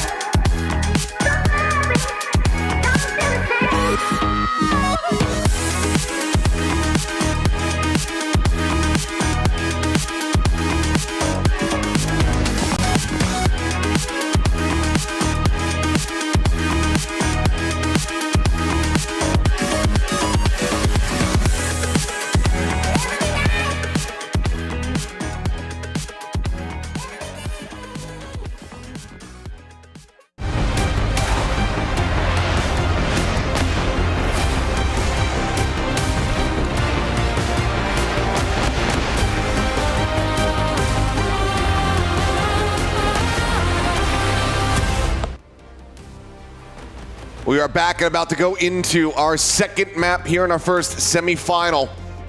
Baisha Gaming coming out strong. End up winning Ankara 10-5. Stallions now on the back foot, needing to pull off a reverse sweep if they want to make their way into that grand final. It's their map pick. They've been good to seemingly take maps off of some of the best teams in the world. They were able to do that against AGAL. Are they going to be able to find the will here, the strength to take down Baisha on sub base? That's the big question. Matt, both teams are very familiar with, but Evolution Power handled Baisha pretty cleanly on this map, 10-5. Then Baisha was able to win it in OT against Q9 yesterday in the quarterfinals. So, not going to be much that's unknown in terms of some of the strategies and tactics, and just a little bit of util being thrown there, just catching smidges of damage onto the Baisha players outside of the machine, but right back into defensive positions. They're going to be able to get a read on how Baisha wants to approach this round, starting on the BL side, of course, as it was the map pick of the Stallions. So you want to try to set the tempo early on this map, BL-sided map. Just into somewhat of a default. 2 on B, 2 on A, 1 in mid. Baisha has all the time in the world here to kind of figure things out. He's looking for any re-aggression, double checking. Make sure that no position is unaccounted for, but YDSS so far up here at the C4. Aids over towards this A side, trying to sell a little bit of a fake. 577 somehow winning this fight, but Loy just managed to take one down beforehand. KLB gets the trade up. YDSS now dead. Shao able to find one. C4 on the floor, but N9 finding the entry on the opposite side, brings it back to parity. Swoop out, gets a spot there on the KLB. Just has to back away. C4 now can be planted. Heading here to this B site. Well, perhaps no. Okay. Maybe a reposition, but the re-wrap here from Stallions puts them right exactly where they need to be. Now suddenly, he's not going to be at risk. Goes jumping across, and he just doesn't register fast enough where these players are at. N9 needing to clutch up. Finds the first. Here on the opposite side, a shot being sent through. Repositions, but it's only 30 seconds, and I just don't think that KLP is going to be giving you this opportunity at all. Just staying tucked back. You don't have enough time to try to re-wrap around. Just needs to hit the shot. As it goes ringing out. A real chance to try to get the plant in here. Has to basically just win this one out with the fight. Find the kill. The shot's flying. Gets the dink. Takes him low, but KLP finds the headshot nice and clean over the top of the box, and Stallions will take the opening round. You just have to kind of wonder here about the calling there from N9, usually so sharp with it, but the decision to rotate over towards A cost them. They just aren't expecting that that's where also the Stallions are gone. You think you're catching them off guard, and Stallions are saying, well, let's just cover A just in case, and then we have plenty of time to play retake over on B. Since we've given that up, and Baisha not going to take the free plan of the C4. And it does not pay out. I mean, it looked like N9 was going to have a chance there, did tons of damage, but KLP right over to the pistol. Good for the finisher. Good start for the Stallions. That's huge to get those GR side wins on this map. Usually. Big one. See though, can they expound upon it? Find themselves a follow-up. YDSS getting tagged up the outside of B. Maybe the team just trying to create some noise, draw some attention away from this A site. C4 still committed forward here at Woodroom. Now getting ready to swing in towards the stairs. Shout sending out a shot, unable to find that connection there. It's 577. Trying to push his way through here, get into the site, but the stack for now, pretty unmoving, but YDSS does find an opener and gets himself a second as well as JJ will get taken down. 577 up and over the top, already a bit too late as N9's collected that one. It's going to be a frag grenade right in front of Noto to put him down to 63. As Baisha are looking to respond in flawless fashion here with a round win of their own and tie things up.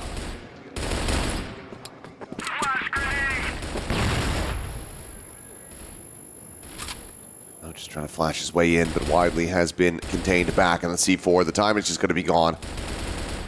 Nothing more really to do to try to hold his own. Maybe pick up some kills, get some aim training in. But otherwise, this round is gone, and that's going to be Baisha keeping things neck and neck off the rip. Spotted an N9, but cannot win that fight. Man, YDSS there just finds the perfect timing through mid. He is just good for 2. That opens that site wide open. Creating tons of pressure on both sides of the map are Baisha. Both at long A, long B. That forces the Stallions to spread their forces thin and opens up the avenue for YDSS to get in there. Just crack things open. Nicely done by Baisha. Now you're gonna see back to their kind of normal default here.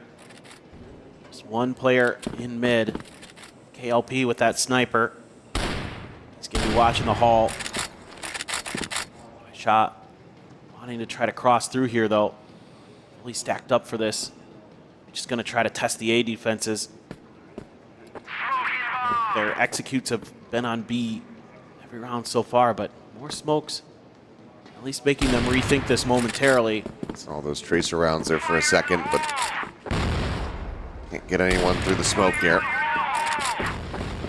Double frag grenade out though, in towards wood, and that's gonna be Lion. N9 tagged up here, top of stairs. It's a good adjustment for the Stallions. Okay. Oh. Able to find one, no with another. 577 answering back is looks for that second kill. Find it though. That does leave Stallions quite well favored for the moment, but N9, quick creep forward, finding one. Frag grenade now up and over the top into window. Gets a bit of damage there. Boy, however, scaling forward very quickly, catches him off guard. C4 is in play, but now it's down to 577, still trying to make his way through the stairs. Nades flying into his face. Turn from the flash. See if he's going to be able to cover this though, but they know exactly where he's at. And Loy has got the kill, so just like that, Stallions right back into this one. Yeah, they're just so fast. The coordination this time from the Stallions, really, really nice. Just aggressively responding to that A hit. Just trying to get ahead of any preparation that Baisha can get up in their post-plant defense, and it works a treat. It's them their second. The A hit doesn't come to fruition. This time Stallions wants to clear out some space towards the wood double doors. They've done that. Got a huge lean in this direction. This means that Baisha is going to try to re-clear that space. It's going to be that much more difficult, but they're backing off a little bit. Rewrapping back across here. Like maybe a 5-player cluster into wood. Trying to get a response. KLP is just keeps getting very close to that silhouette, but won't be able to find him. just a little bit of a change up on how they're thinking about B so far for the Stallions, but plenty of time to change up the formations on that GR side. Meanwhile, Baisha really wants to weight this down. They want to make sure that they know exactly what they're getting into as best as they can. ALB smoke there, right at the stairs. He's a lone player. Oh, KLP finds the shot. Critical 1-5-7-7. It's been such a demon here for the team. So that's going to be the tactical pause called here by Baisha. Nades out. Damage going to be avoided. The push now getting ready to come through. Holding the door there with the pistol. KLP going to be good for one. Lai able to breach through. It's going to be Shout dead on the entry. YDSS now trying to fight back. He's able to find one there. The wall bang hit, but KLB cleans it up and 3 players surviving. Stallions continuing onward as they look to send this to a map 3. Yeah, they're just doing a great job controlling that space around the double doors. And that has made it really difficult for Baisha to get their entries like they would like. So Stallions just a step ahead of Baisha here so far. They're going to take a timeout for the first time in the series, figure out exactly what they want to do. It's been rough sledding for them. And getting beat to the punch, caught in some bad situations. Stallions are capitalizing. They've still got that energy, still got that fire for sure. So Baisha is going to have to now get in there and try to match.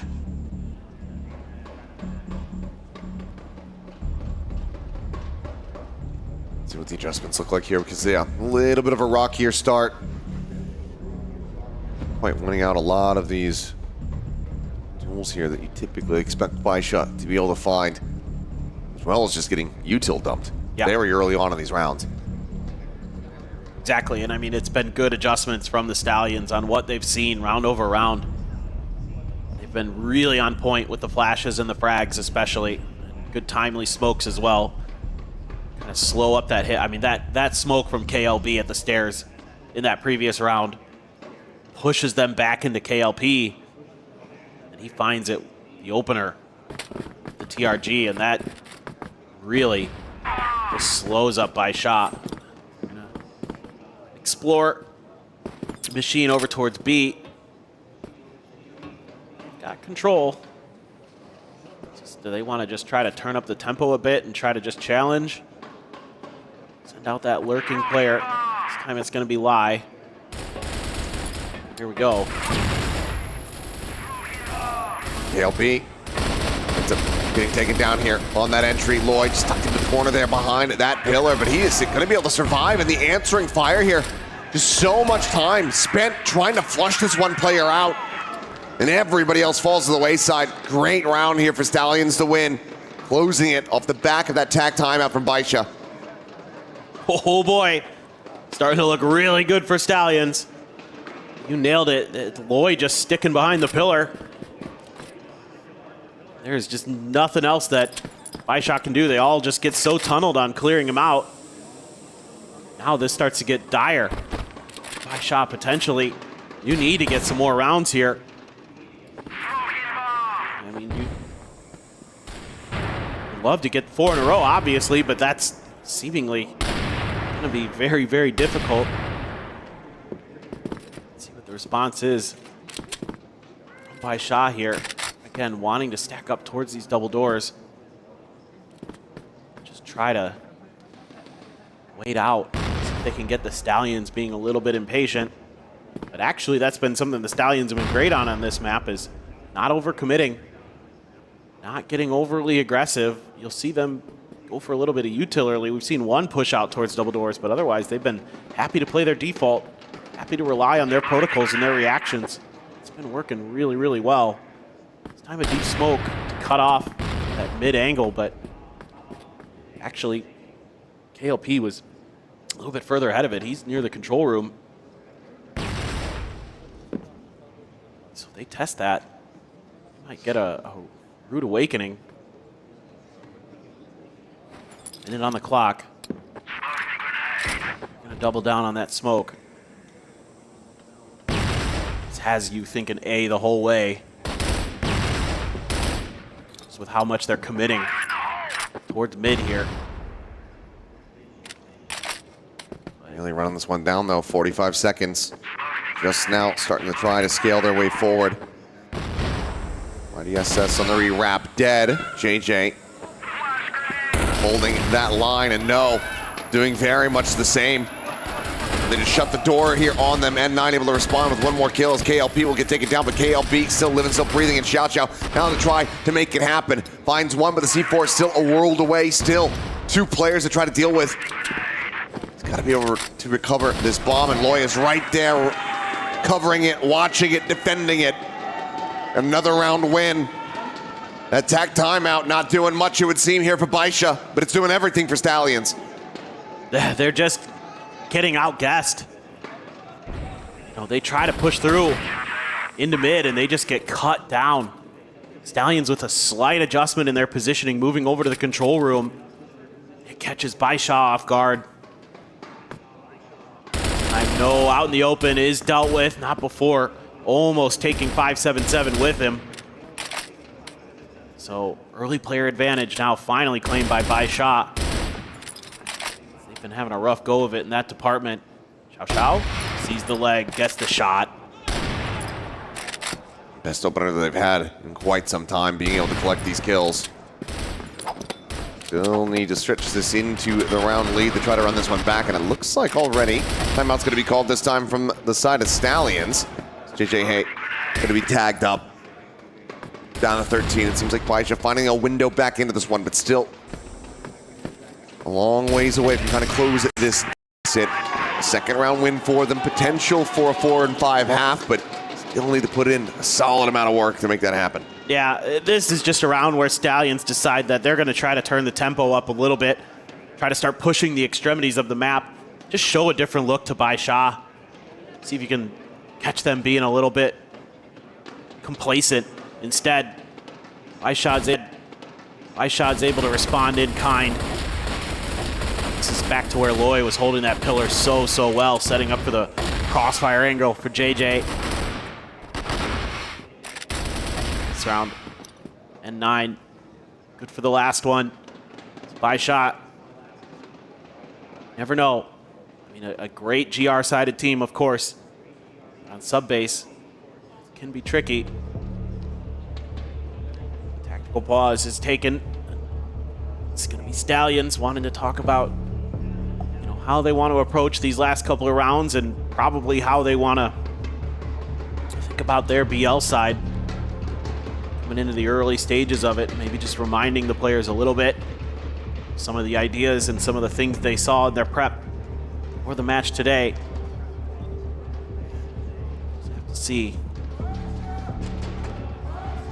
This is again a map that has been a bit polarizing for the side of Baisha. They've absolutely had, you know, some dominant performances. You think back to them playing against Falcons, that 10-3 that they were able to pull off, but then some rougher ones for themselves, not being able to get a close over Evolution Power, only gaining 5 rounds for themselves in that outing. So I think for Stallions, know that there are weaknesses here. Really want to try to exploit them. If you can get yourselves a 7-2 half, you're going to be feeling very good about extending this over towards port. Oh God, for sure.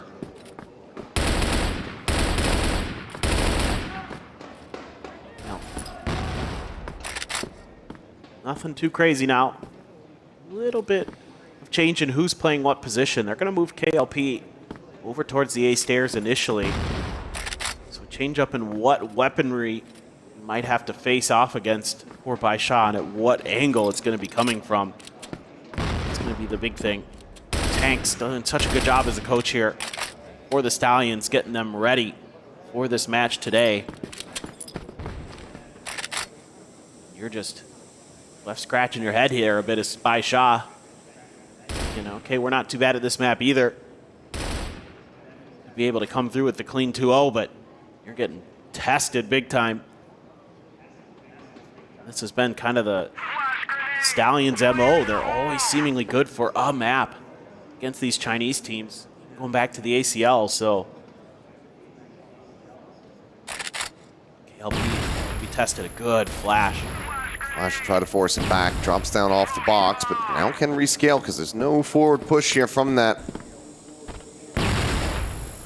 Flash is still widely contained. 50 seconds remaining. It looks like it's going to be a re-wrap back to the machine room to try to get their way in towards this B site. But you got 4 players basically ready to try to save this off. Might have waited just long enough. Now the third. A little bit of damage there from Loy. For a little bit more. YDSS able to hold his own for one. Xiao going to be taken down to JJ Hay, able to find that kill. Loy gets another from on high. Still pushing forward, the time starting to tick. Before needing to be brought forward as Live, needing to try to fight his way up into the front lines, is able to do so. Eventually, the death ball here from Baisha will be able to persevere.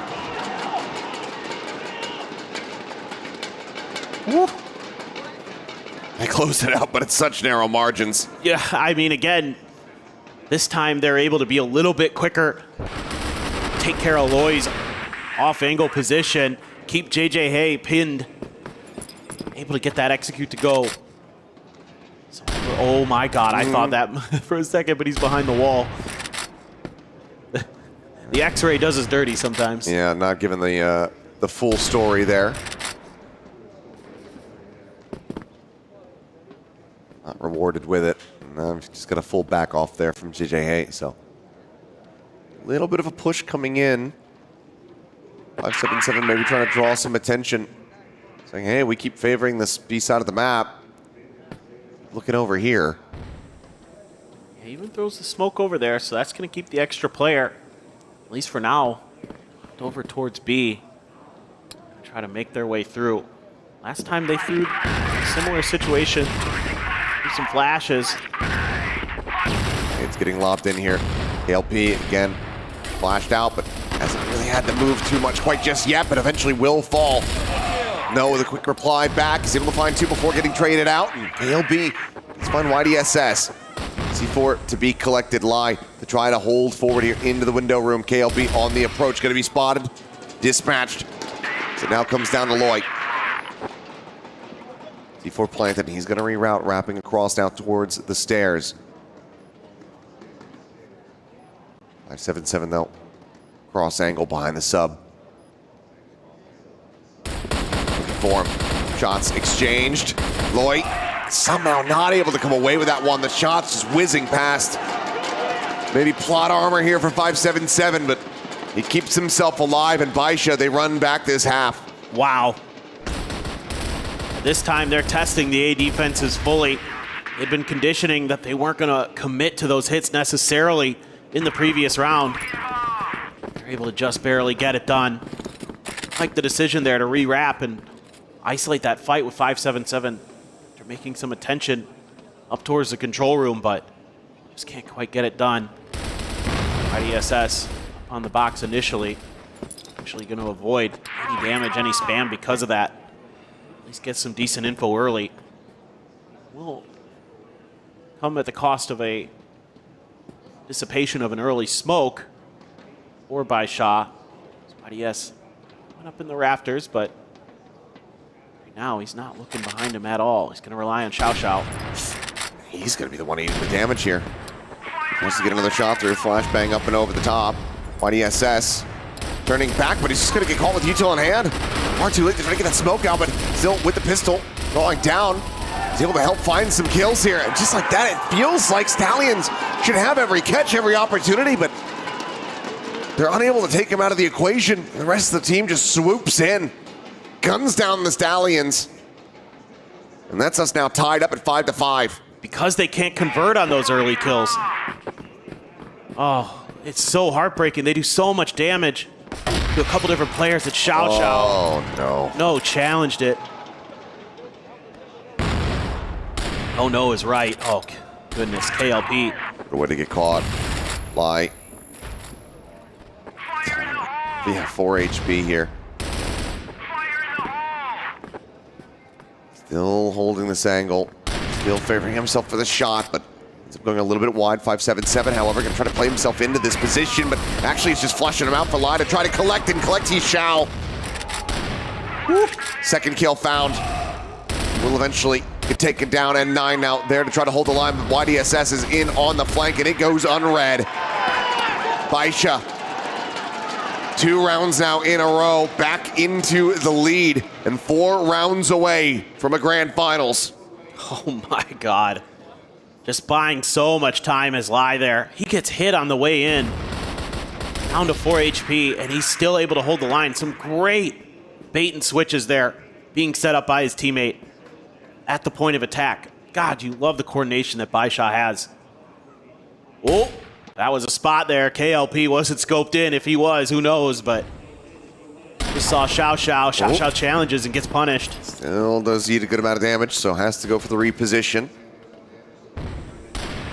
This is way onto the site proper. They're actually doing a clear a B in front of it, but this deep smoke gives them a little bit of comfort to press forward a bit. Shot trying to win this battle out in the hall. 577. He's got a bit of backup here from N9. Nade's going to be lopped in, and look at that damage. JJ and KLP both tagged up, nearly dead. Double frag there, doing wonders. 577 unable to find the spray. Strafe into him. No will be able to trade it back. KLP still going to be fighting.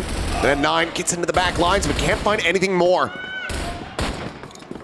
Despite the early advantages here, looks like Stallions might just be tying us up once again. Still some fight here in this squad.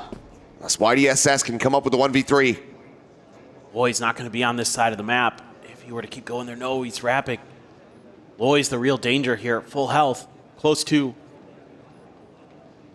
KLP and No so weak. KLP had been spotted there at that corner outside of the control room. He's reading it, but can he find the shot? No, KLP not giving him that chance. Defends his teammate there at the back, a missile. Stallions, they tie us up once again. Oh man, maybe another OT in the cards. Wait and see. KLP so banged up from those nades. Got a spot onto him, the spray just missed. Looking for these early shots, hoping that YDSS have been behind the box. YDSS has been playing on top of the box. Xiao actually finding No out through double doors. From the long angle of Halls there. That's a huge loss for the Stallions early. They're going to challenge this KLP thinking about it. He's got it. What a response.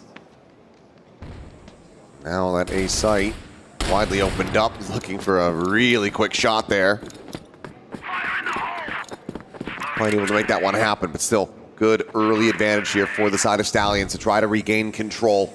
Get a foothold here on the map. Nade's going to be lobbed in here. YDSS trying to scale forward. A bit of damage going to be found, but no, ultimately has to try to back off. And as he re-wraps up into the rafters, immediately finds a headshot kill there onto KLB. Takes a bit of damage, finds him back in kind on towards Loy, but cannot collect that kill. KLP, however, going to be flushed out as 577 able to find that one, and suddenly it seems like Baisha might just be shutting the door here on this push.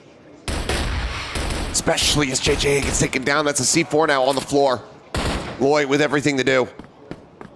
And 9 though, at 8 HP, looking to just try to get a very deep rewrap here. Big flank coming through. Does this get red? For the moment here, Loy not going for the C4 plant, just now recovering it. Being extra cautious. He might just be reading this now. Be a timing. Starting to realize this one. There's the drop down and there's the kill. Loy gets it done. Keep Stallions head above the water. It is now they're the ones favored to potentially just close this one out and send us over to that third and final map. It's this confidence that they have to just keep taking fights. Even when they're low HP, they still feel like they can win in the micro battles. They've been right. Xiao does see one player crossing. KLP already on the A site. 577 challenges it and pays the price. KLP really starting to come alive here. A couple nades out. Some tag damage down to 49, but still the player advantage there for Stallions, and Lloyd strafing in the window, and he just tears apart too.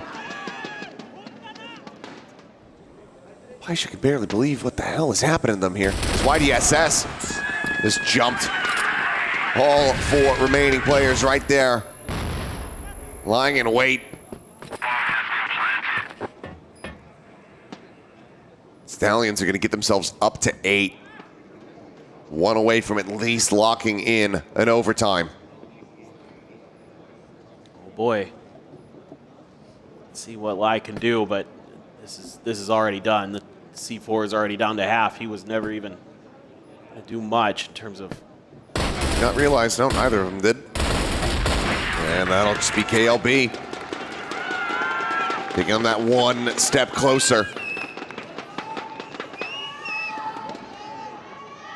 They're just starting to play together. They're catching Baisha off guard in a lot of these moments, but they're not expecting the Stallions to already be where they are. Even though Xiao Xiao sees KLP bounding past, they're not in any position to stop it. There's no one on A initially for them. That means that they have to send 577 down there to try to do something about it, but KLP's just been sharp. Xiao Xiao can't find that first shot.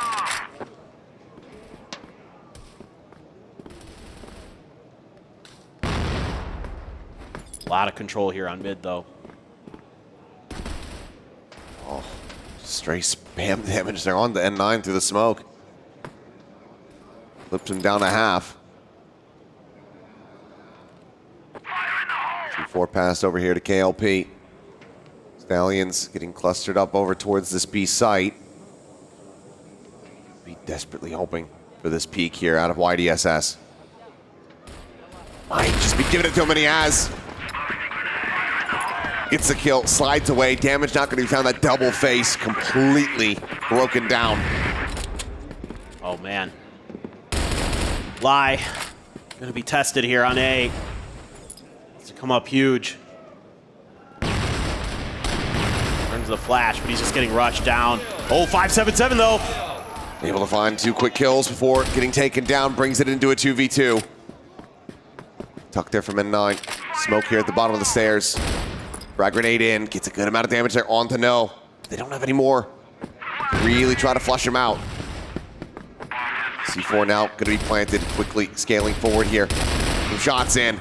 That's going to be No, eliminated. KLP, can he be the hero? Oh. He's fully flashed up on the peak, is able to find one. Swapping the weapons over to the M14, looking for Xiao to try to take him down, but Xiao will be able to find him. That map point not going to be locked in quite just yet. Baisha managing to rally back. It's 577 again with a big 3K to keep Baisha in this map. Oh, man. You need him to step up, put up the wall, and he does. Goodness gracious.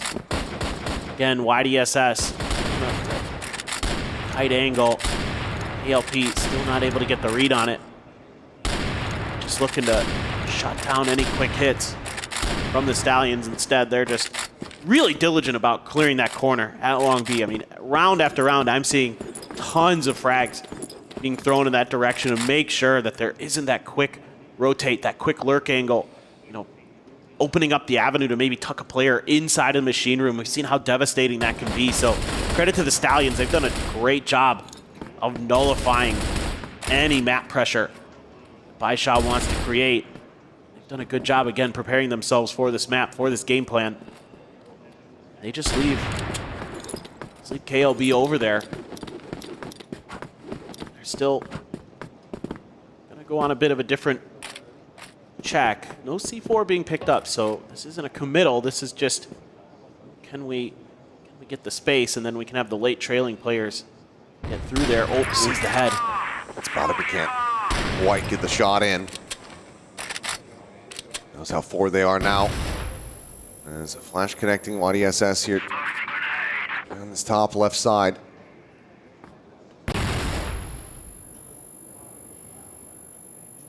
Smoke still covering. Worried about 577 there for a moment. Oh, KLP might have noted him. Takes a bit of damage there on the nade. Turns back now over towards the doors. Reposition the spot onto one. Flashbang to try to cover himself. Holds them back for the moment. It's been great time buying here. N9 is able to find one. YDSS eventually going to be taken down. The C4 now wrapped around, dropping down the stairs. 577 able to find another Loy. Eliminated. Like joining him as frag grenade a little bit too deep to really try to find some value there. That means these players from Stallions get themselves forward on to the site for the plant. N9 able to find one, trades out JJ, but not before 577 ends up getting taken down. No, dead, all down to KLB, and it's just too many targets facing him down. 8-8, we are tied. Baisha right back into this one. But the timing there for 577 couldn't have been better. He had just enough time to get out of there with those two players coming through the deep double doors. He throws that flash to buy a little bit of extra time. Not much that you can do at the end of this round. Baisha opts to group up when they have the numbers advantage. Just try to take players down one by one, and that is the right call. Let's see what happens here. Every round it's been KLP looking for this early kill. YDSS give him the angles usually. Let's see if he can suss this out. YDSS on a timing. Just gonna back off. He's been playing it about the same every single round. KLP, keep trying to push space. Been feeling so confident with the sniper rifle. Xiao Xiao on the low angle this time. Trying to catch him off guard. A little bit of a late register there, but staves him off, forces him back. Try to play into that one here, at least not yet. It's scale forward though. Stallions, big surround here on this B site. Now eating a bit of damage and now eating a death. Slide in, N9, not gonna be fast enough to be able to find that one. It's gonna be a double kill here for KLP. No, notes that flank coming through. 577. Is it a 1v5? No. Yeah, that flank, once they could take control of that control room, 577 had to back off. They had already taken control of Long B as well, and like you said, sets up the pinch. There's just nothing that Baisha can do. It's so well coordinated, so well set up by the Stallions. Okay, consolation prizes, but some padding of the stats, that's about it though. Nothing more, as he will fall. And Stallions reach map point. Baisha Gaming now, they want to close this out. It's going to have to be in overtime. They know that they're capable. But Stallions have just been looking a bit different, a bit more lively here on their own map pick. love the fight. Stallions still got that energy. KLP, that angle again, doesn't catch Xiao Xiao, just not quite able to pull the trigger fast enough. This mid control, so tenuous. Need 577, big again potentially if that angle is tested. It's been well dealt with in terms of timing and utility and numbers. So there's a lot of smokes that are gonna come through his way to try to help him out if that's where Stallions went through, but I think now it's just a pause. Try to see if you can get any extra damage done early. Just gonna be Lai over on the A site at the stairs right now. Gotta hold that control room. You gotta be quick to help through mid. So it's gonna be a big piece of the puzzle here for Baisha to send it to OT. Critical point here. Stallions, can they make it happen? Staring down this line, but not going to be rewarded with any kind of peek there. KLP reposition. 577 trying to hold window position. Base of stairs. Very aggressive hold from Lai. Doesn't really have any reinforcements. 45 seconds now remaining in the round. And 9, a check in towards mid. Nothing going to be spotted there.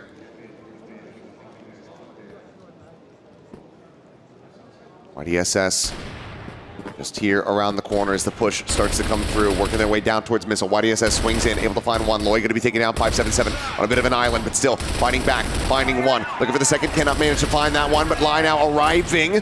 Cleans up one, but no finds two. That brings it to the 2v2. C4 collected, 15 seconds remaining. The plant now going down, but N9, that deep wrap just now arriving in Woodroom, is able to find it, and it's all down to KLP, and he finds the first shot. Xiao is dead. N9 needing to win this, and he does. The defuse will come in, and we're going to OT. Oh boy, wild stuff. Wild. The fact that N9 is able to clutch that out, unbelievable. KLP has been so good. But N9 there, even changing directions, gets that kill at double doors. And then just gets the timing right as KLP's checking his direction. So into OT we go. Switch of the sides, both teams with 5 on their GR, 4 on their BL. Chance here for either Baisha to close the series or for Stallions to extend it to that map of port. Baisha is very cautious as usual. It's that same setup, 2-1-2. What is JJ Hay in mid here this time? Usually it had been one of the snipers, either KLB or KLP. They're going to set them up on the flanks this time. A different look. Some smokes are out. This is making it look like they're thinking about A.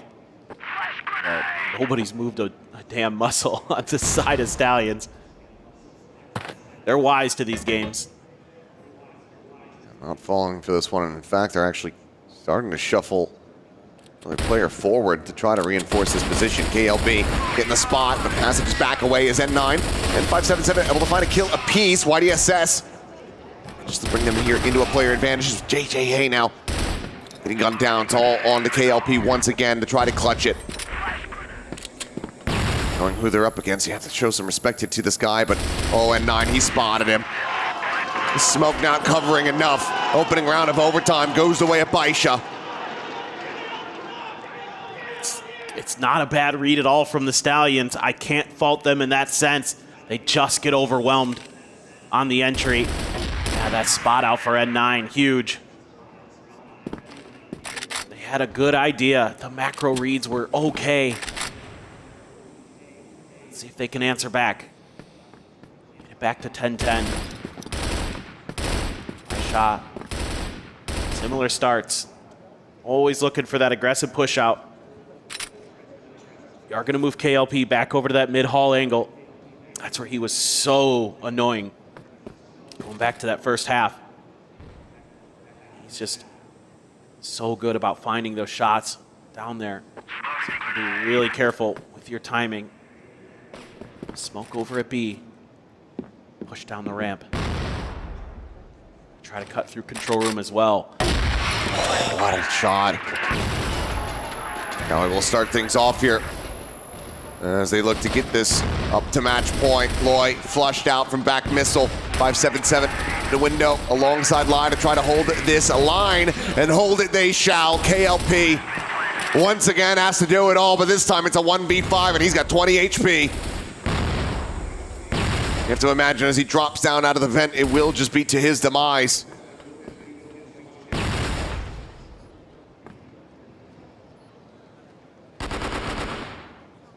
Time was already gone. Nothing more. Just sit here in this position. Move out to your death. 11-9. Baisha looking to punch their ticket into the grand finals. The first team to do so here at EWC. Just great setups there. Finding that first kill at the bottom of the stairs, taking control room control, just smothering the defensive setups out. I think they're starting to get a read on these defaults. You're gonna have to try something different as the Stallions, and they do. This time they're getting aggressive at the machine shop. They are pushed pretty far out. Oh boy, no. Trying to lob that one in. Turns back, is able to find the kill there on a 577, but N9 quickly trades it out. Into a 4v4 now. JJ Hay behind missile. He's trying to keep himself alive, but you've got Lai approaching here on this flank, but it's N9 to be able to find it, and it looks like this might just be it. KLP again. Always the last one standing. Always the one trying to get the clutch. But the closeout is there. 12-9, Baisha Gaming just looking immaculate. Oh, what a BL side. And that's a stunner. That has the Stallions speechless. How do they respond now? They have to match. They have to do 3 in a row themselves. Both teams were better on their GR sides. Look at N9, 23 kills here, 19 for 577. Like you were saying, you're looking at the bottom three in terms of the positioning. 3, 4, 5 on the map for Baisha to be the difference makers, and they have been. I mean, it's just the definition of lead by example. Seeing your captain play like that, it's always a good sign. Like you said, though, for Stallions now needing to get 3 in a row, take us into a golden round to try to get this over to port. It's going to be tough. Some pretty good defensive setups. That mid control is so important for both teams. They were on these sides. Some smokes are going to come down. Trying to flirt with an A hit. Trying to at least sell a little bit that they're going that direction, but Baisha not really fooled here mostly. This is their stronger side, but still not convinced. And 9 just ready to try to play off this information, give it him by Xiao. Patience. Just keeping it nice and quiet. So many players here. There's the swing, but it's going to be KLB able to hold his own. Xiao kills back a singular kill there, but YDSS similarly going to be eliminated. Xiao gives himself a second, gives his team another kill before he finally gets traded out. Player advantage here at the moment as Loy will end up falling. Pinch coming in. JJ tagged up. Everybody dangerously low here. There's still 2 frags. They need to try to keep themselves in this, but no, again, taking a bit of damage there through the corner. Falls to a sliver and now falls to the hands of 577. Lai's got JJ Hay, and that's it, it's over. Baisha Gaming continue their reign of terror here in Crossfire as they punch their ticket into the grand finals. Oh man, what a match, what a step up in OT for Baisha.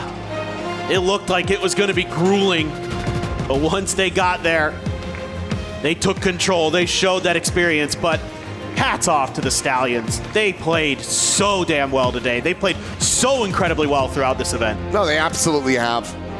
A huge performance from a team that wasn't given that much credit coming into this one.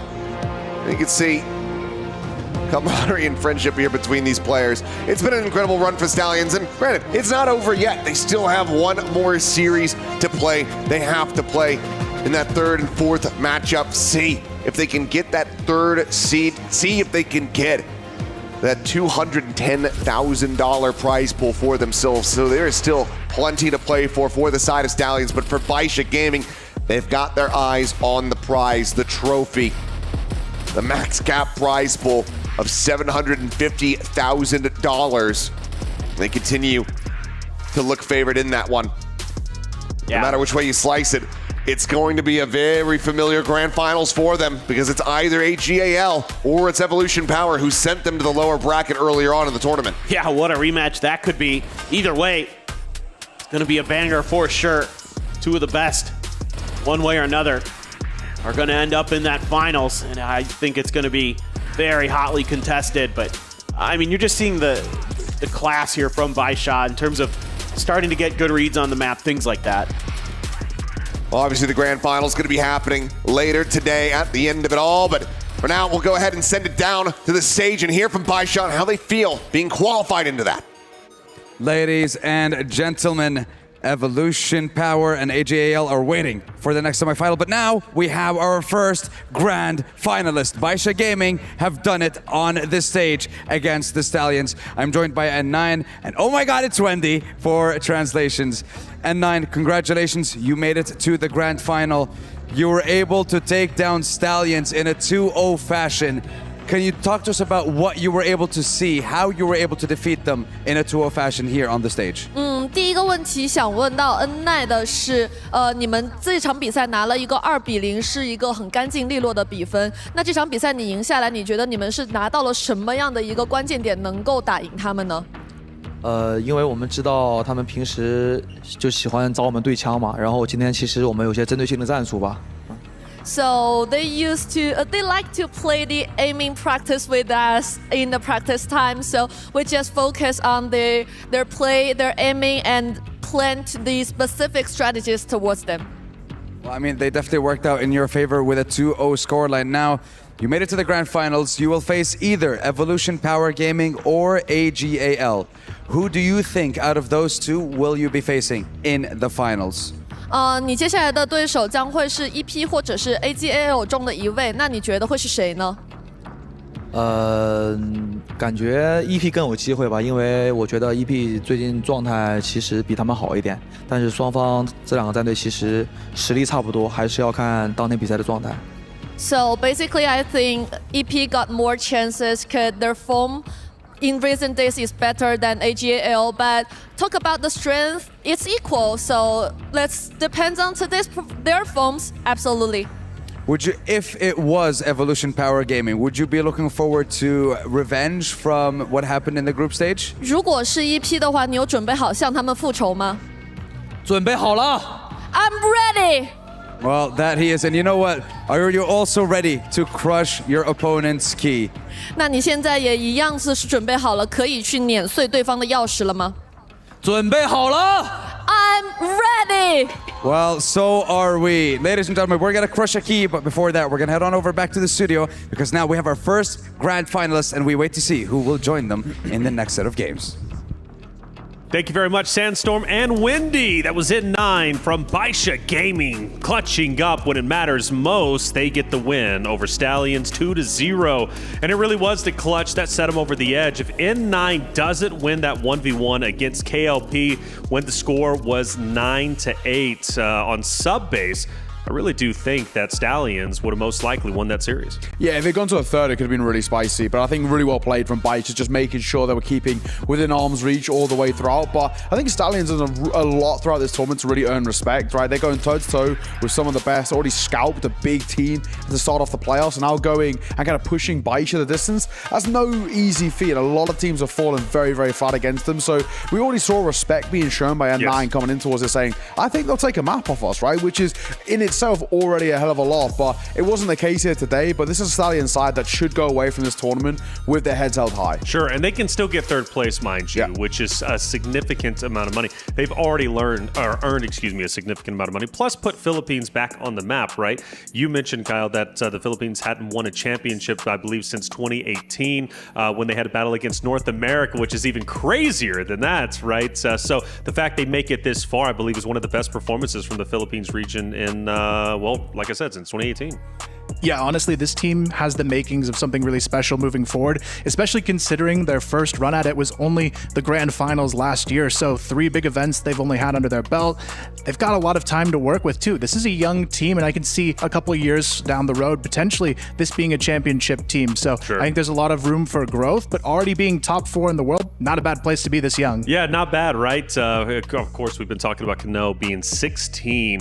So much longevity in life left in him as a competitor. I really hope this roster stays together. Yeah, absolutely. I think this is a side that this is only the infancy stages of this team. They've got really high prospects going forward. And of course, from a slightly smaller, slightly weaker region as a whole, I'm really excited to see what they can bring going forward. You know, in a similar vein to Rock, they've got a bit more of an unorthodox style. They're very quick in terms of their pace. They're quite relentless in the aggression, and a lot of teams do struggle against that. So I'm really looking forward to what they can bring. If they can kind of use this as a catalyst to success going forward, heading towards CFS at the end of the year, and really once again go back-to-back in playoff performances, this is a Stallion side that have a really bright future. Yeah, I was talking with one of our production assistants while that game was actually going on, and she said, of course, Baisha just cold-blooded killers. You know, when you look at them on the stage, the way they stare through your soul is incredibly, incredibly different from anybody else, really. They've got that fighting spirit, and, well, of course, so does this player here, 577, who's always making impactful plays.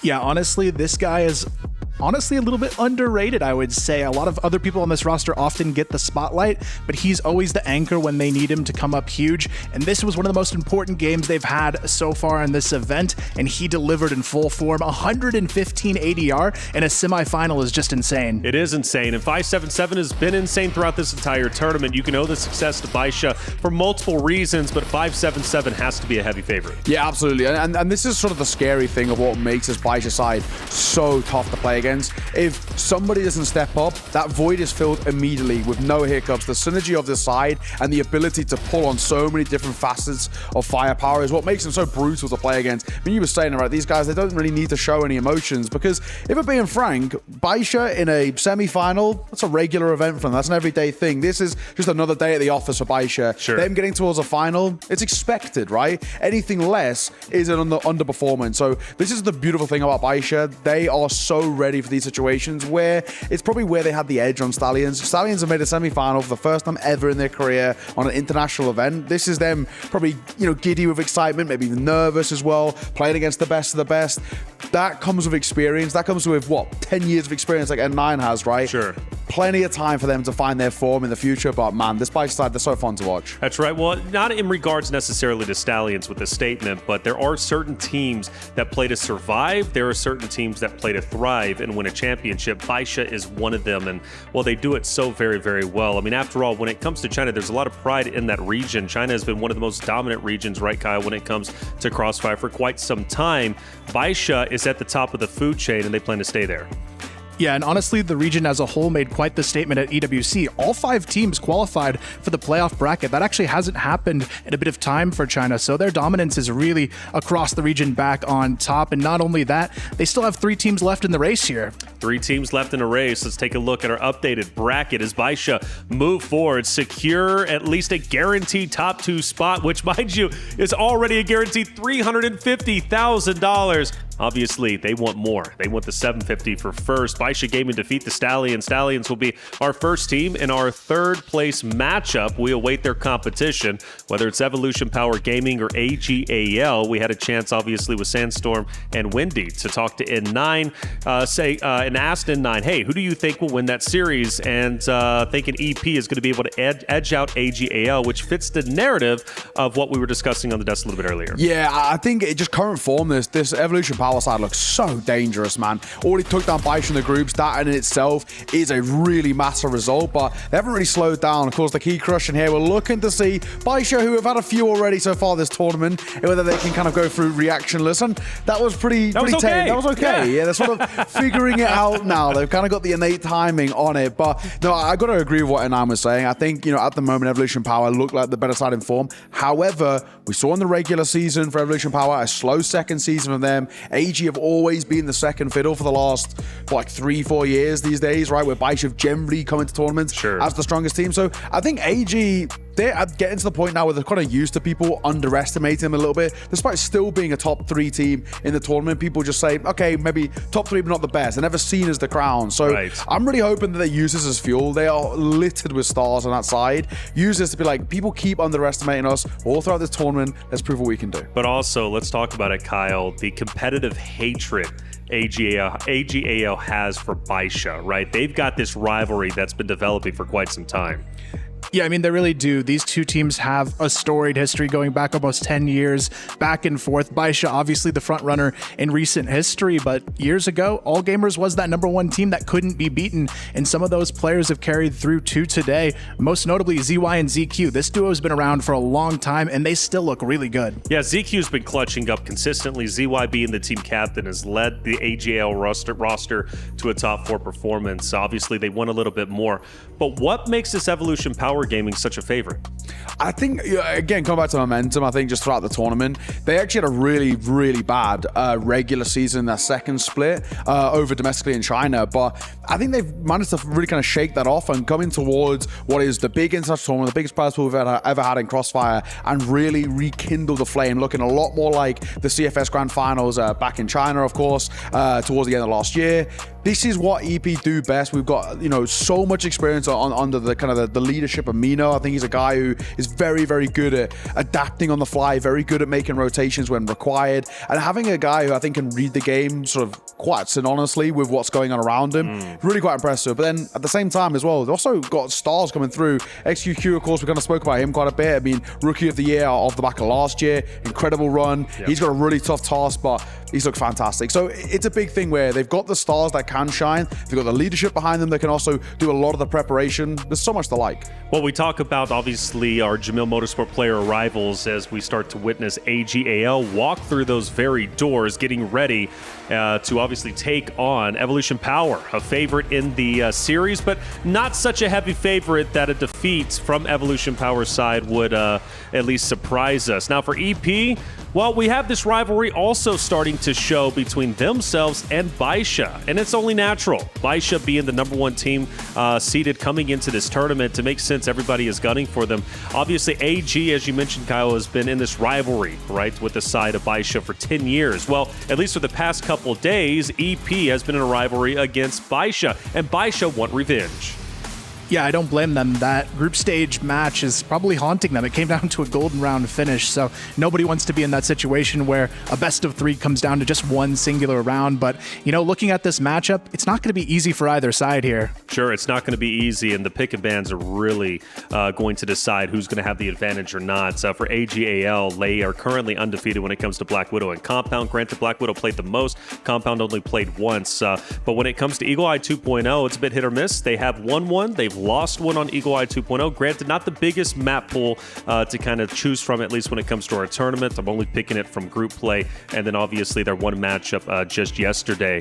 But I do appreciate AJL having a deep map pool, but Evolution Power does too. I think you don't make it the top 3 without not having a deep map pool. Yeah, I mean, even, you know, we look towards that previous series, like Baisha floating sub-base shouldn't really happen. It's their weakest map in the pool right now, but they still win it. So this is sort of where we're at with these top 3, where we're talking about how they can actually play to a very high level every map. And sure, there's strengths over weaknesses. Obviously, look with Baisha, you look towards Ankara all the time.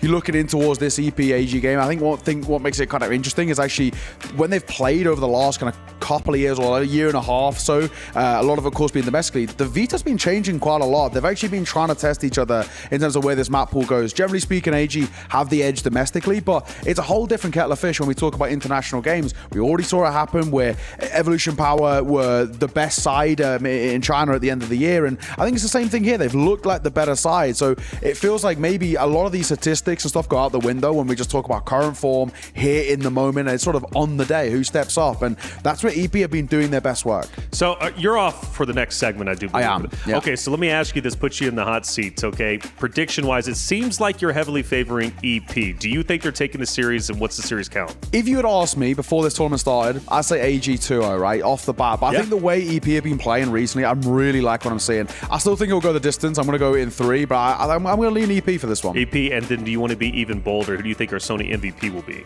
Do you know what? I'll throw Zay out there. Okay. I really like what I saw out from him. I always throw out Mino. I think maybe even not numbers-wise, but I think he does so much for the side. But yesterday he looks fantastic. So, yeah, I'll throw him out there. Okay, Zay, and then maybe Mino as a close second. Obviously, you have to put him in contention. This is going to be a wonderful matchup. And again, the winner moves forward to play against Baisha in the grand finals.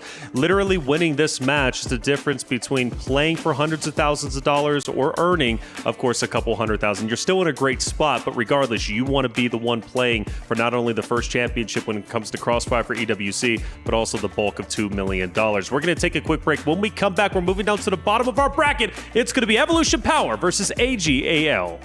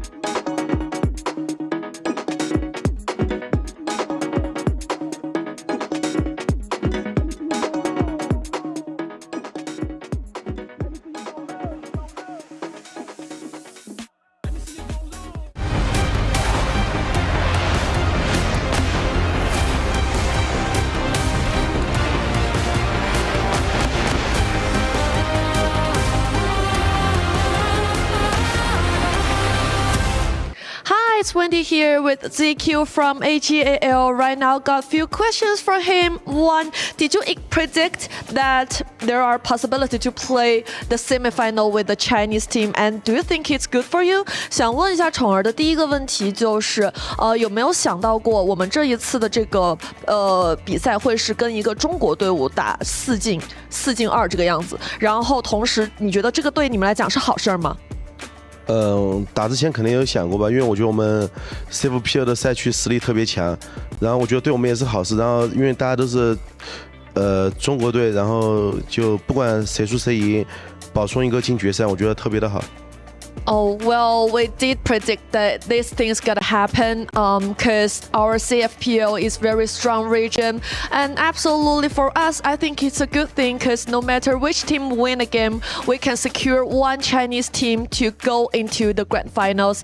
So the second question is, as the IGL of the team, anything you wanna say to your teammates before the match? 想问一下宠儿，在比赛开始之前，作为队内的指挥，有什么话想对自己的队员说的吗？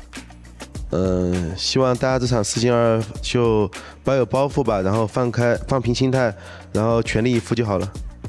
Don't carry a lot of stress on that and try your best to play the game. So last things, anything you want to say to your fans? 有什么话想对支持你们的粉丝说的呢？谢谢你们一直以来的支持吧，然后这场比赛我们也会尽全力打的。Thanks for your supporting, and we'll try our best to do that. And thank you for joining us with the pre-match interview. And that's all from us. Bye-bye. Thank you as always for the interview, Wendy. Getting the stage set up. AGAL looking confident despite everyone seemingly putting them as the underdogs in the series. I'm Taylor Reflections Noble, joined by Kyle and Sneaky. Welcome back to the desk. Unfortunately for Stallions, obviously, they go down. They have to play for third place, but they put up a valiant effort. Honestly, not a bad result for the Stallions. I mean, we expected the team to actually just get into playoffs and maybe edge it out in the quarterfinals, but making it into top 4, being competitive against in a sub-based map where Bice has also experienced, I think Stallions can look back at their run in EWC and still stand proud. Sure, without a doubt, and we're proud of them, without question. We'll be seeing them in the next series that's going to be coming up. But now let's focus on the series before us. A chance to go to grand finals is here. All it takes is to win 2 out of the 3 maps that are about to be just upon us. Let's go ahead and talk about it. Evolution Power going against AGAL. Evolution Power is one of those dominant teams. In fact, one of the only teams to beat Baisha Gaming in the tournament. Yeah, honestly, EP, they've looked really strong throughout the year. I know a lot of people had AG as the favorite coming into this event just because they looked better in the most recent season of the CFPL. But if you look at the last year, EP has actually been the stronger team overall. They're the defending world champions from 2024. They were second place at ACL. So honestly, still a very strong roster, and AG has their work cut out for them. Yeah, when we talk about Mino being the IGL, he's led this team this far. I have no doubt he's going to continue to lead the team even further. Evolution Power Gaming, a dominant roster, and could very well go back-to-back in championships. Oh, for sure. I think one of the scariest things about Evolution Power is every time they enter international competition, they're probably the team that could beat the #1 seed, just like how we said, the only team to beat Baisha Gaming in groups, which I didn't really expect because, you know, I was expecting Evolution Power to kind of show more of their stride going into playoffs, but it seems like they want the better seeding going into this tournament, and it actually benefited them. This game against Rock wasn't even close in map 2 and 3. Yeah, and Zay getting a lot of attention, at least earlier, right before Neo ended up exiting the stage. Why is Zay so good, and why is he potentially in a Sony MVP running for MVP?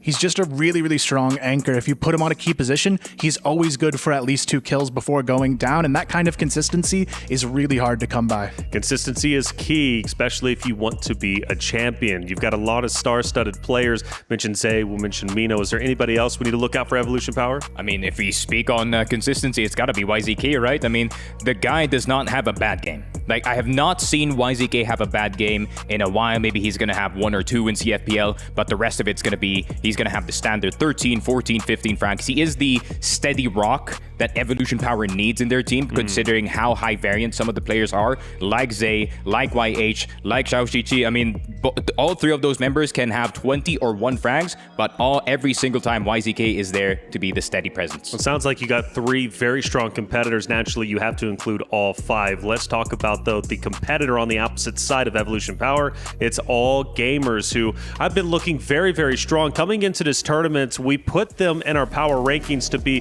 one of the teams to move forward to grand finals. But throughout the competition, though, they probably haven't looked as strong as we were expecting, Kyle. Yeah, I feel like a lot of it just comes down to that inconsistency we've seen in a lot of their series. Their first map in almost every series has been very shaky, losing a 10-1 earlier in the group stage, then also dropping a 10-3 to Stallions. They've had some tough goes of it in that first round, and that's where I want to see them really come out strong here. If they can have a confident first map, there's no doubt they could win this series. Yeah, big fan of this roster, though. I mean, Do, for example, I believe has been Sony MVP at least once, I think during the group stages, if I'm not mistaken, but ZQ and ZY, the deadly duo, right? Team captain as well as the clutch master himself of ZQ. Yeah, I mean, ZY, once again, generational performance for him in order to qualify for this semi-final, and ZQ being the brains of the operation, the man who came back for replacing Bao, and this team just looks entirely different. You can really feel the impact of Uncle ZQ on this team, imposing his knowledge with some of the younger players here, especially 1222, man. Oh my God, that kid's so good. Yeah, I was just about to point him out because we were talking about him a couple days ago. 1222, a dominant player in his own right. When we were discussing him, I think he was pulling like a 15-20 elimination game. For sure. I mean, one of the academy players, if I'm not mistaken, here for the side of AG.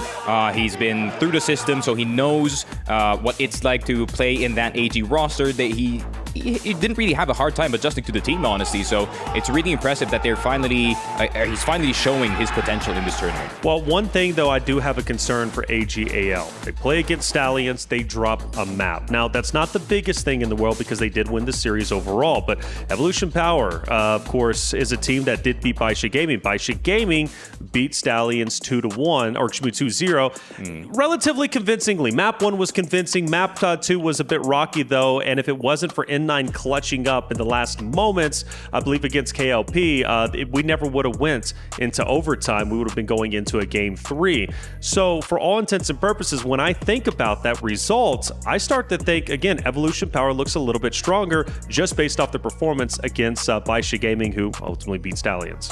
Yeah, I mean, the big difference in this semifinal is both of these teams come in undefeated. It wasn't the case in our previous semifinal. Both of them took an early loss and had to bounce back. So I actually think these are probably the 2 stronger teams if we look at the stronger between the 2 semifinals. So I'm expecting a lot more out of this matchup and maybe a bit closer one as well. Sure. Well, we've taken a lot of time talking about Mino as the IGL. We've also talked about ZY on the opposite side. Let's go ahead and take a look at their stats in our head-to-head graphic and start to hone in on why this matchup is so impactful. Yeah, for sure. I mean, judging from the head-to-head, right, it's ZY and Mino. Mino obviously being the brains of the operation here for the Evolution Power side, but can also output the exact same number of frags as his teammates. But at the same time, ZY, I feel like the KD is a bit clickbaity because, you know, the headshot's good, ADR is good, but at the same time, I feel like he could have an explosive performance despite his KD. Yeah, for me, Mino is not really the one who's going to have issues in it. It's the other 3 you mentioned, those hot and cold players. Mino, he's always there with YZK. They're the anchors of this team. But if one of them doesn't perform, this could be a crazy opportunity for someone like ZY to lead the charge for AG. Yeah, for sure. I mean, especially for AG, right? You're going to have all 5 players working at the same time. I mean, we've seen it time and time again where Do or ZY, ZQ just dominating the competition, and you have 1222 to back him up as well. I mean, it's going to have to be all hands on deck for the side of Evolution Power, and if any player from their side even just slightly tapers off, I mean, AG, that's the opportunity to strike. Yeah, I think we're at that point in the tournament, right, where anybody starts to underperform, the other team is going to capitalize. You can get away with it in group play. You know, you can kind of like have a person who's maybe slacking off a little bit in weaker competition, maybe from a weaker region like the Western region or so. Granted, all respect respects to Rock, but when you think about now where you're currently at, everybody has to be fired on all cylinders. If they're not, you're simply not going to become a champion. It's going to be our second matchup of the day in our semifinals. Winner moves forward to grand finals. What are we talking about? Again, the first ever Crossfire champion on top of $750,000 for first place, but even second place is $350,000, quite literally life-changing money and a great result going into the future competition. As we're about to head to the stage very quickly, predictions. I know, Kyle, you're going with EP. You already said that earlier. Sneaky, I haven't heard yours. Yeah, I'm going EP as well. I feel like the magic of EP going into playoffs, and it's happened every single time, right? CFS 2024, they have actually made a run somewhat in some of the other tournaments in CFPL as well. They also have a really good playoff form. So I feel like they're just going to replicate what they did in those prior tournaments, and we're going to see that playoff EP. Okay, well, let's find out if it's going to be EP or AGAL. Chat, let us know. Get active out there in the stadium as well. Support your favorite team. If I'm not mistaken, AGAL's got a big fan base out there, and they're going to be cheering their crew on as loud as they possibly can. A big matchup. Who's going to grand finals? Who's playing for third? Well, let's find out. Evolution Power, they advance forward into the semifinals, eliminating Rock Esports. AGAL advance forward, taking the final position in the semifinals. 如果下场对战上 AG 的话，我觉得我们还是要做好准备吧，因为他们毕竟非常的强嘛，然后就一步一步打。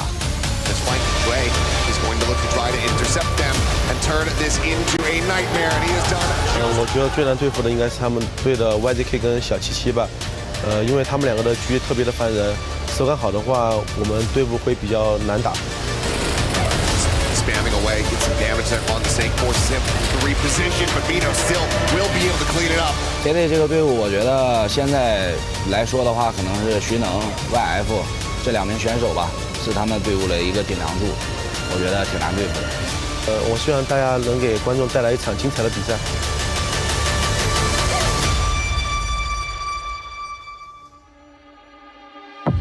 At the beginning of this competition, we were saying how much we craved excitement, drama, action, and we've had it all in abundance. That last match up there from Baisha Gaming, making sure they saw it through in overtime in a second map, but it wasn't easy. Speaking of the rest of the competition as well, they've had some hiccups along the way. Evolution Power causing them problems, but they've been seeded first in this competition for a reason. They find a way. They will make sure they get to a grand final. They've done that, but who will they face? Which team will qualify against them head-to-head for glory?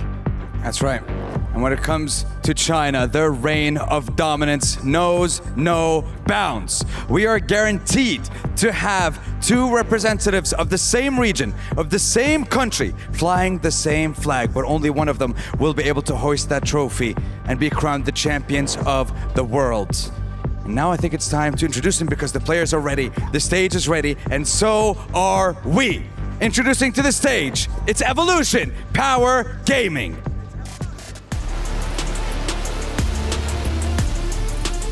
From the very first whistle, they have evolved with every challenge.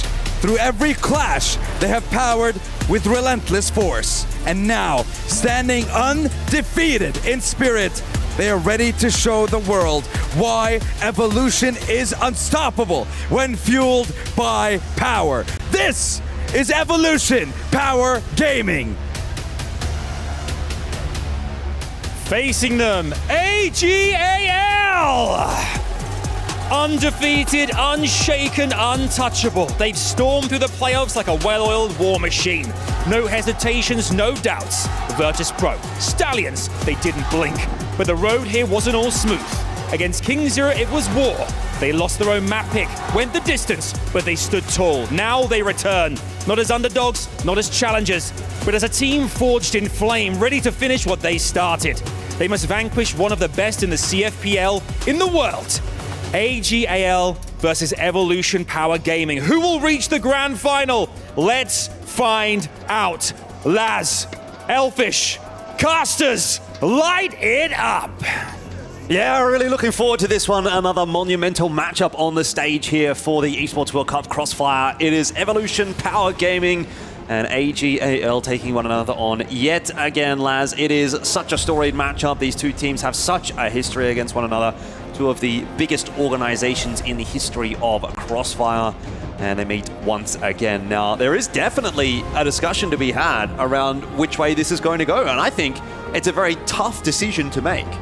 It really is. Yeah, again, like just, the good point of this is both teams within their respected region, and the fact that they played each other countless times, internationally and in their own leagues, but there's so much that they know, and again, playing each other, but it just feels like it's tough because it's more of a coin toss in this kind of a situation, because you can argue one thing for AGAL is that a team historically on top of the rankings, the best team in the world, never took a defeat, feels like they've kind of slowed down, but on the other side of the coin, it feels like Evolution Power, they've been kind of on the upward trend where they've been playing well. Yeah, definitely. I mean, I feel like All Gamers definitely are a team that, has had a little bit more success domestically this year than Evolution Power, but then we look at the international results and that has favored Evolution Power. So it may be a format dependent thing. Obviously, in CFPL, there is different maps and, those kinds of changes to what we get here on the more international stages. You go back and look at the matchup that they played in the playoffs of CFPL Season 26, which was back in July, so that's only about a month ago. That was a 3-1 win for AG, but there's a couple of maps in that pool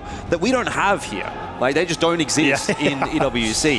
Exactly. So I don't know that necessarily you can read too much into that. They were able to beat them on Gusu City and Power Supply, and it's like, well, you don't get to play those maps here at EWC. So, you go back to the tried and true. Obviously, there's a lot of All Gamers fans in the crowd. Shout out to those guys. You can see you all here supporting All Gamers, but yeah, my 2 cents is that I think Evolution Power have been a little bit better when it comes to these kinds of international competitions of late. Obviously, the desk, reiterating that they were able to win it or go into the grand final at ACL, and they were able to win at the CFS grand finals last year in 2024. So that's a bit of a better record lately than All Gamers.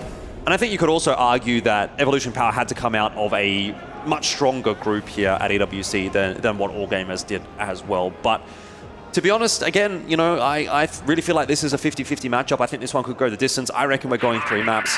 Let's find out. That's really all that we have to say at this point. I think it doesn't matter what our prediction is. Let's just wait and see what we're going to get. And XQQ has already spotted out one of those defenders. He has got an incredibly tight angle there to try to find a pick, but not going to be given one by the defenders of AG.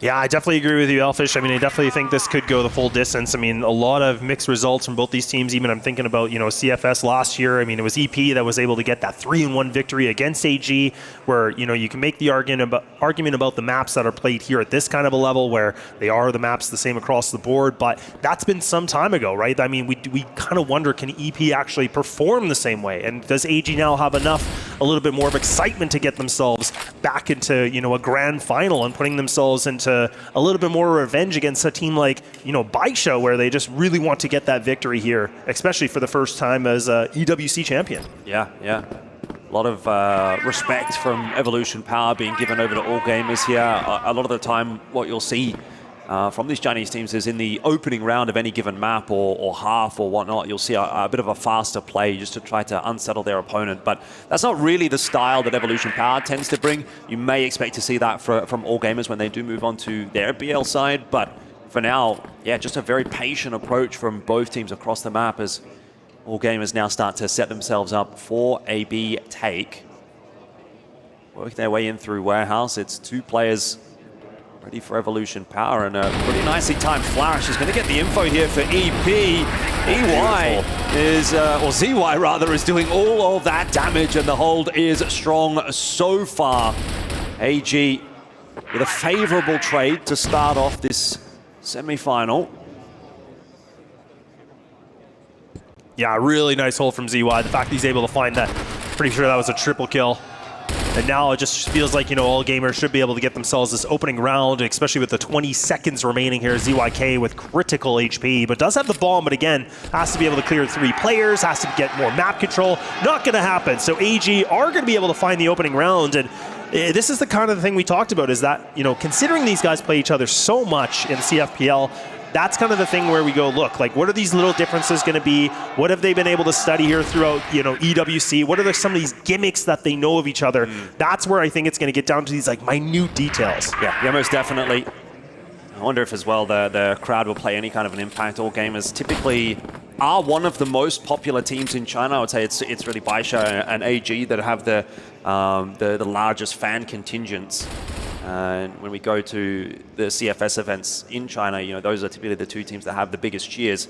And as you can see, you know, there's a lot of AG fans in the crowd as well. So I think we can call it a home crowd advantage almost for AG, even though we're not in China. 1 minute and 50 on the clock here. The pause called immediately, so it's a very, very early pause out. Yeah. Does make me kind of wonder a little bit if there's something critical or just some frustration early on, but it just seems a bit too early, so I kind of wonder why they would want to do that, but we'll find out if there's any info on this. But let's get EP together here, kind of just waiting things out. See why they're playing a very dangerous game here. That smoke's about to dissipate, it's about to go away, so now he is going to run. Get himself a bit of a field day with the double kill earlier on in the first round, but he is that single person to hold this defense, and now EP, they're just going to send it in. Yeah, and that's going to work. Contact play, and the timing's perfect. All gamers need to find an answer, and ZY is not going to be the one to do it. 1-2-2-2, also low as Do and ZQ try to come across to render some assistance on this B side. Do just a bit of a whiff there with the USP, might have been able to make the difference. Look at how low YZK and YH are, but EP will get it done this time. Absolutely, again, magnificent that we're seeing here from EP. Like, it just feels like they're really winning a lot of these gunfights, and that's kind of the thing that I've always kind of been wondering for a team like All Gamers is that, you know, when I first joined Crossfire, like, again, they were the big dogs, they were the best team, and you know, you could not, you know, get past somebody like, you know, Do or somebody like that. But now it feels like it's kind of really slowing down, and some of these other teams across the world have been able to cause a lot of upsets. They've been able to compete against them, and now AG are kind of figuring out a way of getting back to that identity of just, you know, getting rounds and getting victories. But nonetheless, EP proving a lot of history between these two teams playing each other and doing a great job already on a little bit of the offense on this so far.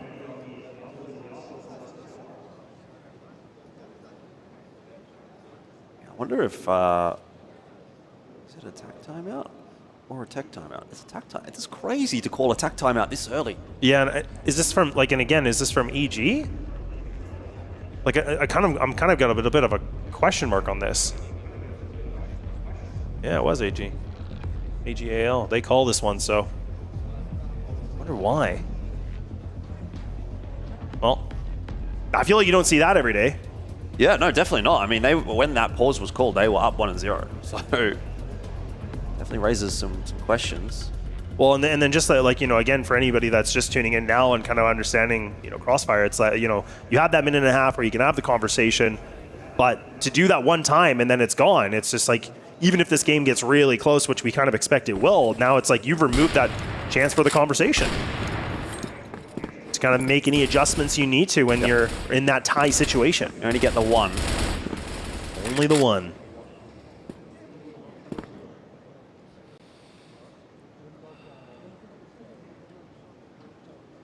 Well, smoke's down for the moment here.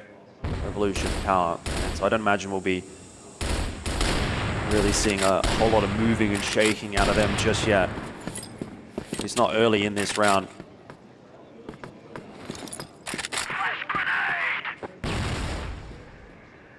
To just wait out some of that util.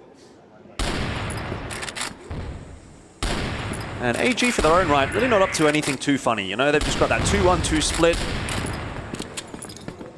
Quite confident in their defense at the moment.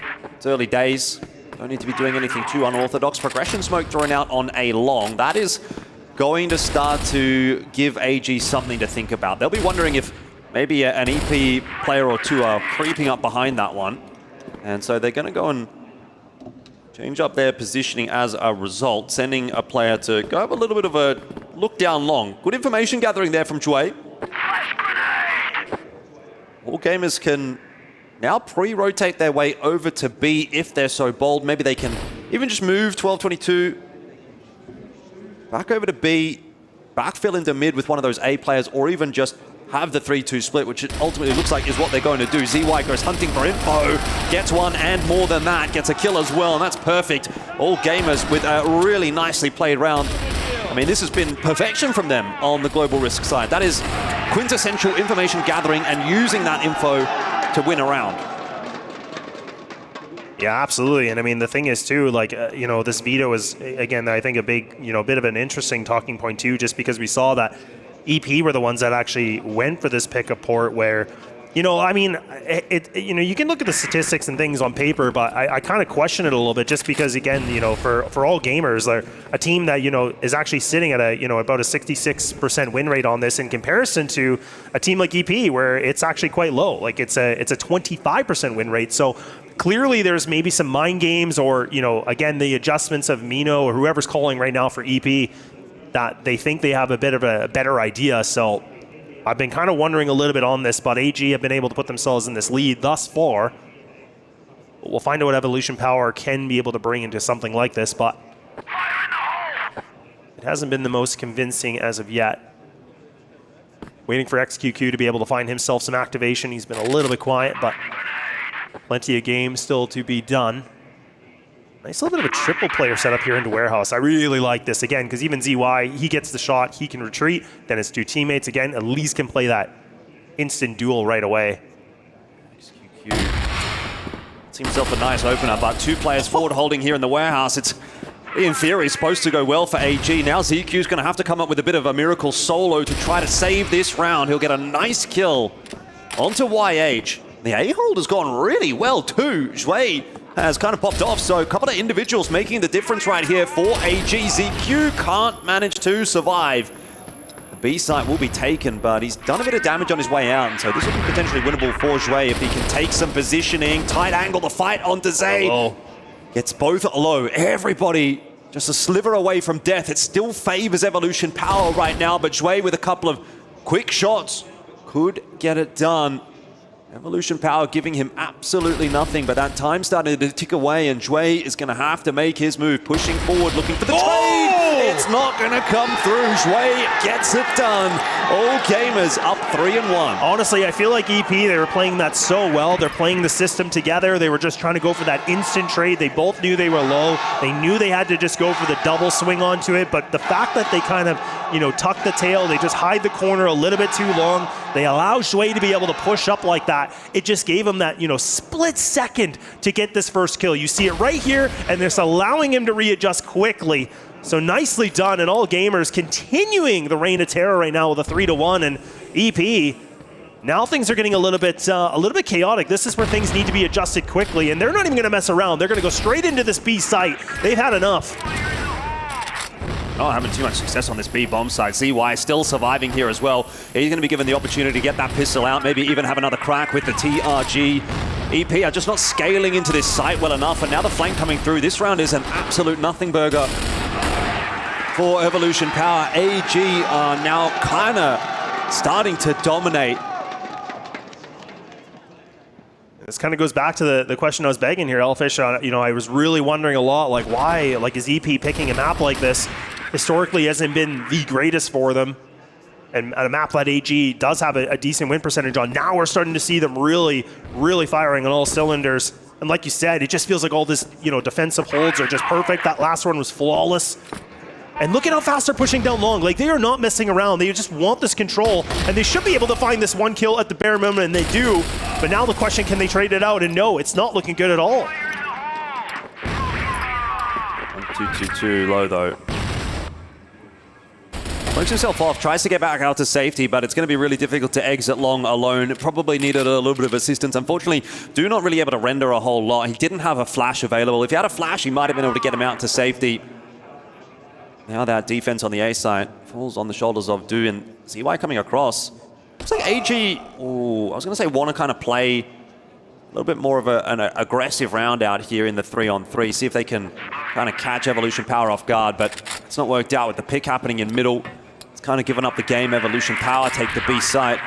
Now it'll be a two-pronged retake from Du and ZY. I don't like this though. I don't mind it. It depends on the timing of Du's activation. See if he can win this duel against XQQ. That'll really open this up. He's been able to cross. The shot was missed by XQQ. And this is where things start to get a bit awkward. Du with the spam through the wall is going to catch Zay. Time a factor here. Du needs to get through and get this kill, and he can't do it. There was a moment of hope But Evolution Power will hold on this time around. Yeah, that was a decent attempt. I mean, that's the thing. Like you said, the two-pronged attack from the front and the back. If he would have been able to find that second kill, that really could have just turned things around here for AG. But nonetheless, a job well done for EP, despite even that player getting spammed. I mean, I think that was by accident. That was a bit of a mishap. Well, I mean, obviously he's spamming on purpose. You're not expecting necessarily to get a kill there, exactly. though. Like it was a lucky kill for sure. But it's the kind of thing that could have led to a retake for AG. They're doing it again. EP feeling confident. It's going to be a quick hit in onto the B site, and ZQ can't get out of there. ZY was unable to hit himself a shot, and that's where this site is just going to falter. Yeah, they've really just put a lot of emphasis for this B site. They really just have not entertained A at all. And now they're able to find some double kills, and Zay's just been able to push through this perfectly, and now do by himself a 1-on-4. It's not looking good. Yeah, I think EP's kind of reading into the fact that AG is running the double sniper setup, and they're deciding that they're not going to let AG play the game that they want to play, right? When you have the double sniper, you want a slow game, you want a pick-based kind of style. You don't want your opponent rushing into your face. You could see ZY was just completely caught off guard there, trying to set up at warehouse. Couldn't really even get a shot off. So I wonder what the response will be from AG here. Do they just put a rifle back in the hands of ZY instead of the TRG? Let's wait and see. Well, the one thing we do see from them is the fact that, like, at A, they're getting, 3 players committed down long every time. They've been really trying to fight for that map control. But yeah, I agree with you. I think this is a moment where we have to see what they're going to do a little bit differently at the B site. Do they want to play a bit more aggro? Do they want to triple it? Well, they have played a bit more aggro, and they have put the rifle back in the hands of ZY. So it's a different setup from AG. They've recognized that Evolution Power is getting a lot of success working quickly through this area of the map. So they've dedicated an extra player over here. They've forward smoked as well. And again, Evolution Power now has to sort of sit back on their haunches and kind of wait for this round to play out. And these slower kinds of rounds, the ones where the take attempt has come through late, have been the ones where all gamers have actually had a little bit more success. So I like this from AG. They've slowed the pace of the game down. It is good. Yeah, just kind of putting a bit more of a guessing game here for EP. And like you said, they're going to have to wait things out. But AG putting a little bit more pressure on the point. Not bad at all. XQQ still looking to find himself maybe this opener against ZY. He's just on the other side of the smoke. Decent nade that could land. Well, that actually only catches 8 damage. I was thinking that could have been a little bit better, but EP once again just sitting back, waiting things out. A little bit of a push from Sway though. This could be interesting because if the Paul Flash comes in from Do, he could go for a swing. It's a little bit risky, but instead he's going to play the drop position a bit more safe. I don't know if I love it with this rifle in my opinion, but oh, he's going to commit now. This is good. This is a big play. You can already see the rotate starting to come through. You see 1-2-2-2. He's getting himself in the better position. So now you have a triple player set up as a defense at that B site. I mean, it's a good push from Shui, but he's got to make sure he doesn't run into XQQ. Timing here will be a huge factor. Flash coming across now, though. ZY can't see anything, and this is where Shui has to activate. He does catch XQQ as he tries to reinforce the offense on the B bomb site. ZQ holding strong, and there's no more attempts here for Evolution Power as AG holds strong again. There's no one to back up that initial entry, and AG find themselves their 5th. 1 round left in the half here. They're feeling pretty good about their proceedings, but I think they do need the 6th here, Laz. I mean, you know, 5-4 is actually not bad as far as Evolution Power is concerned. AG will definitely want 6. Yeah, they definitely need that 6. Just making it a little bit better of a situation getting the BL side, I agree, but I have been impressed how well AG have been playing on the GR side. Like, you know, pushing down at the right moments, and these microaggressions is exactly what you need to do. You can't just sit back and wait. You need to make the play as well. And it's been very calculated. It's been very smart. It's panned out pretty much nicely. I feel like almost, 90% of the time here for AG, all things considered. A couple little mishaps, and now you can see the triple player at B is going to be a little bit more pushback. You still have ZY that's committed, again, up close and personal. But AG are kind of hesitating. They're thinking this might be the final chance that they maybe go A for the first time ever in this half. Kind of crazy to think that.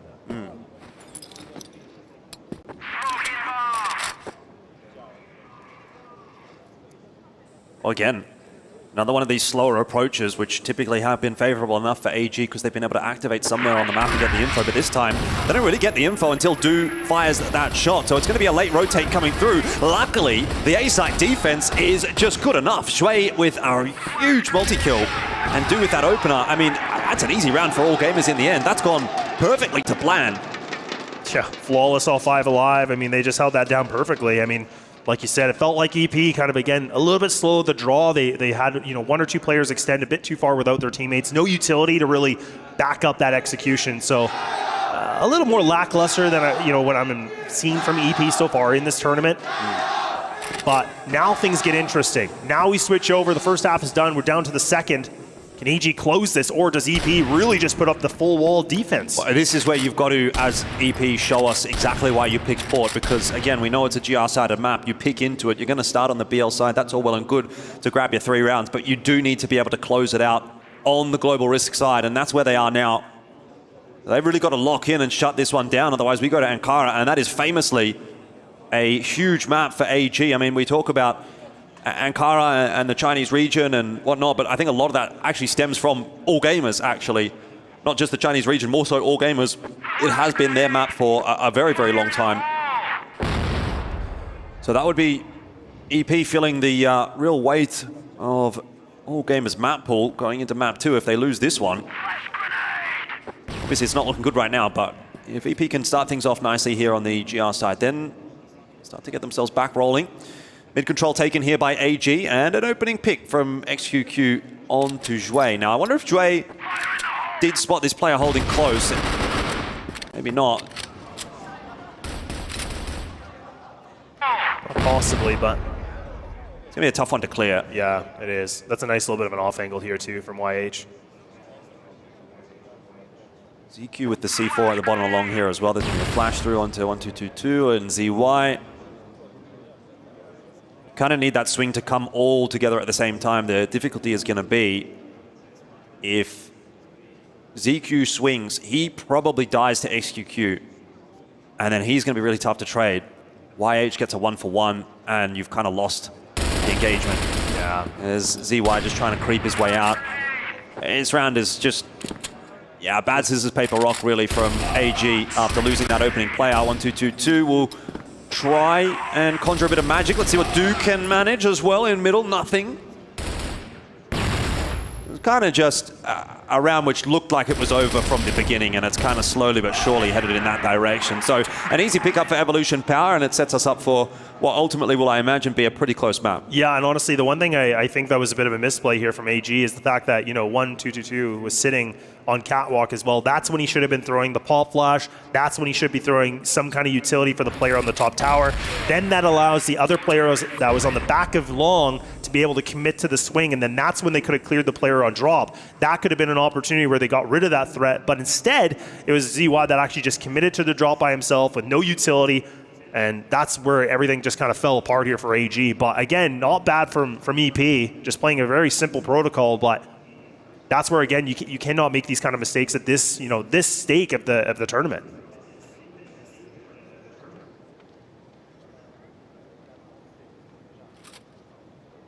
Yeah, AG happy to set up and wait and see whether or not Evolution Power are going to push into them.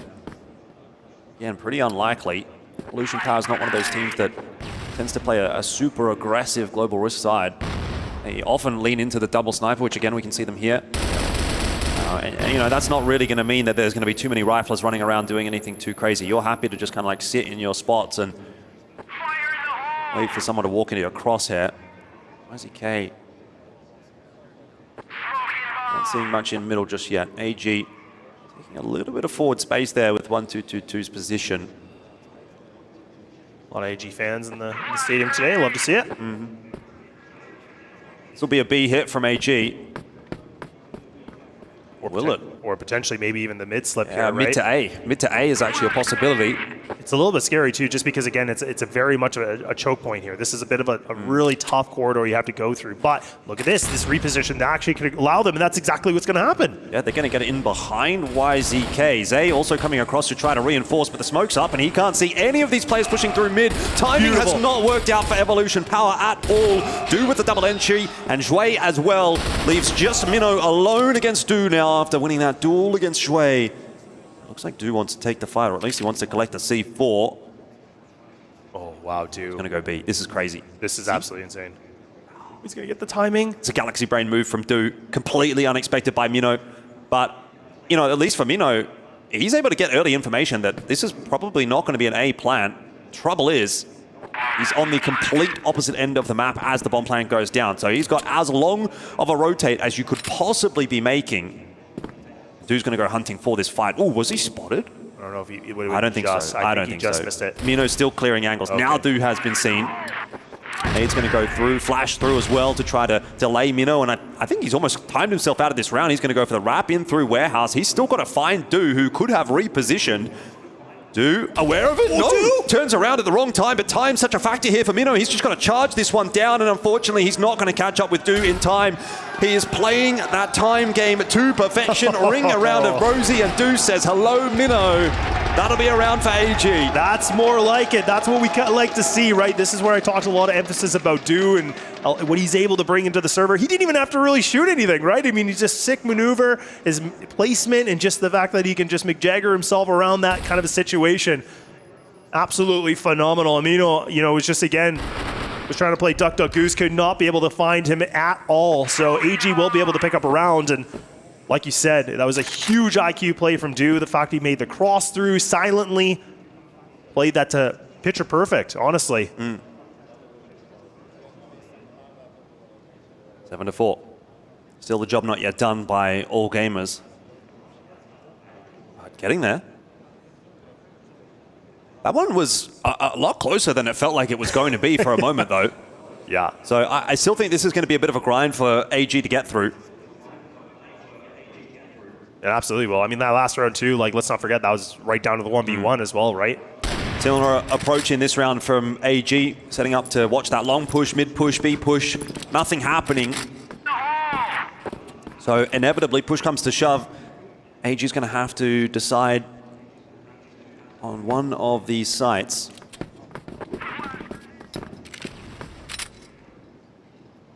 They really don't seem to play like a, you know, they don't call out a spawn, right? They really do like to mid-round AG. Exactly. Just getting a feel. Take the time to clear every single angle as well, and again, similar approach. So I don't even mind this. Take the warehouse control. You have someone in mid. You have someone at bottom along. They're gonna slip away too. It's gonna be another mid to A. That's perfect distraction. So 1-2-2 right now, making the bit of a bait. ZY should be able to catch that rotate maybe, but ZYK needs to pull up something big. He can't. Now it's Mino sitting in the big pit. Does so much work. He's able to find that double kill, and now his teammates, they're here. They're ready to assist on this, and AG, they crumble quickly. I'm not sure why it took so long for those players to get out warehouse. It really felt like the timing was a little bit off there for AG. You know, you need to be taking the fights at the same time, but it was kind of like one after the other. So a little bit mistimed from AG, and they do get punished by EP. Fast on the rotate there as well. Back into round number 13 here as we get underway with yet another. I do like the idea of this, you know, going through the mid-quarter like that. I don't even think that's a bad idea. I think it's just, again, some of these like little decisions that right when they get through it, that's been the problem. Like, it would have been nice if they could have cleared out the GR spawn a little bit faster, but EP did a good job just reacting to it because XQQ was playing that top, you know, corner position on the bridge, so they kind of knew that they were giving it up, and again, their setups were able to respond nicely to that threat.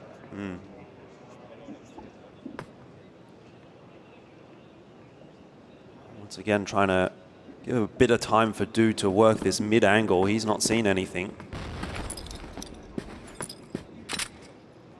EP have gone back to 4 rifles rather than the double sniper setup, which I actually think is a good choice given the way that AG are playing. Like, AG are playing a bit of a more like kind of chaotic Wolfpacky style here.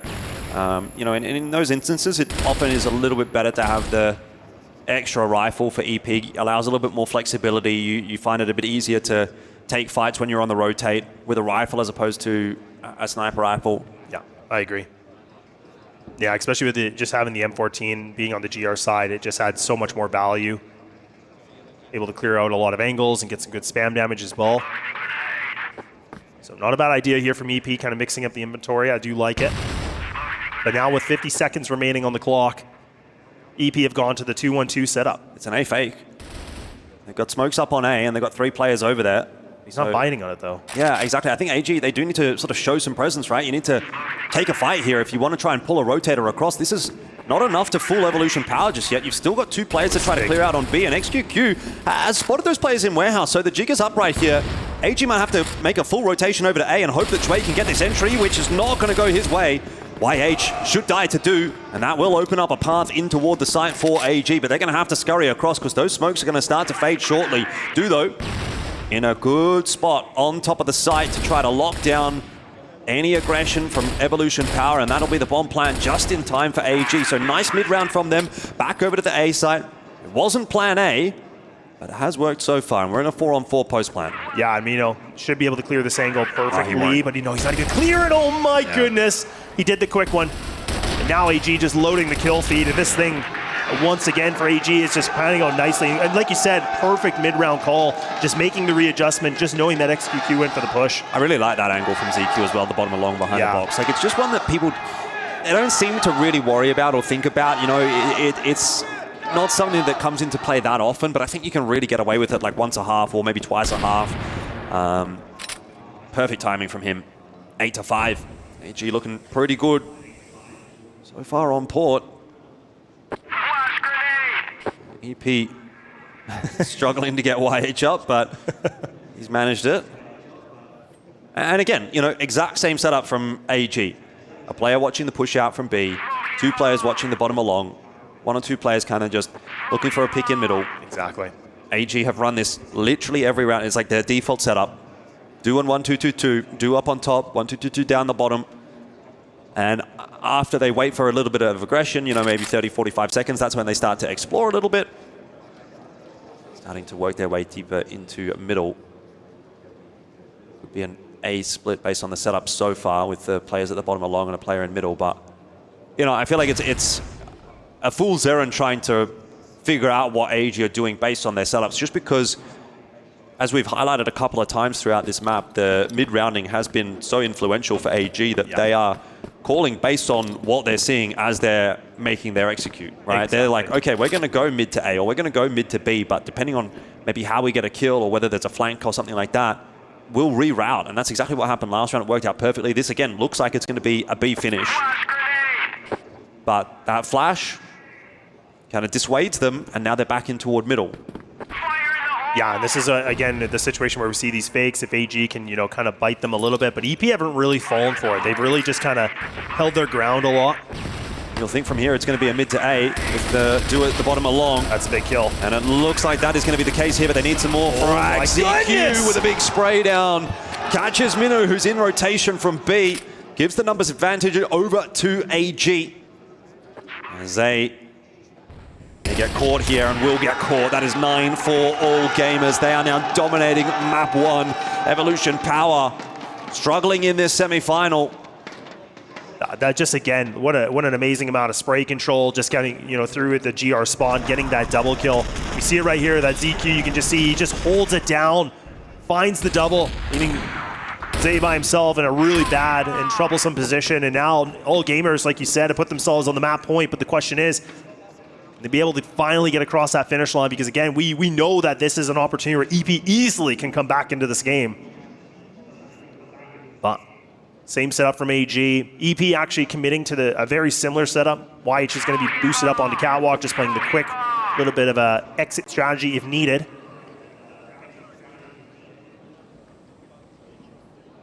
No aggressive picks here with the snipers. They're actually going to put a lot of respect here for round number 15.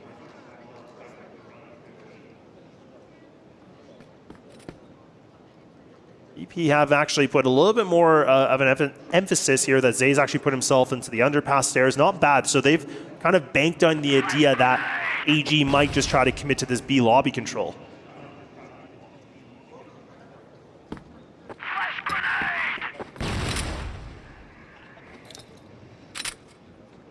Yeah, this is a bit of a different setup for EP, that's for sure.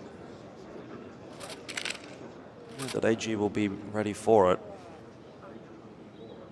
Their way forward, contact play style. XQQ has got 1-2-2 in middle, and ZY has to get the trade for Zhui. It's not quite gone to plan here for AG unless they can get YZK, which is not going to happen. Yeah, a change in approach from Evolution Power. Much more forward hold, and AG this time just kind of walk into it. They haven't been given the opportunity to do whatever they want around the map for a minute and a half. Evolution Power actually making them fight for territory this time around. Yeah, and I think it's the fact of the readjustment, like we said, right? The triple player in B main is perfect because it's a small little bit of an adjustment, but it's huge just because now they've removed an aspect of the map that, AG was getting control for pretty much for free. So the fact they put that little bit of a defense on it, you can see how fast, everything just fell apart. Now, EP mixing things up just a little bit more again, so you actually have the triple player in the A setup. Double here for B main. You don't have anybody close into underpass or like close into that mid corridor, so they're kind of giving it up essentially. And now Finding Zay is going to get himself back into position on bridge, but AG staying true to the game plan. They have not mixed things up. They've gone right back to what they do every single round we've seen, playing it safe. And just more like you said, Elfish is just kind of reacting to the situation of the specific round. They're not really having a specific idea of what they want to do necessarily. But this is going to be important to find the skill. Good trade back. It's still 1 minute and 30. They don't have to commit to this B site, though. Yeah, that's really good for AG, actually. Map control taken. The one question mark will be YH. He's going to be the X factor here. If he's going to be cleared out or not.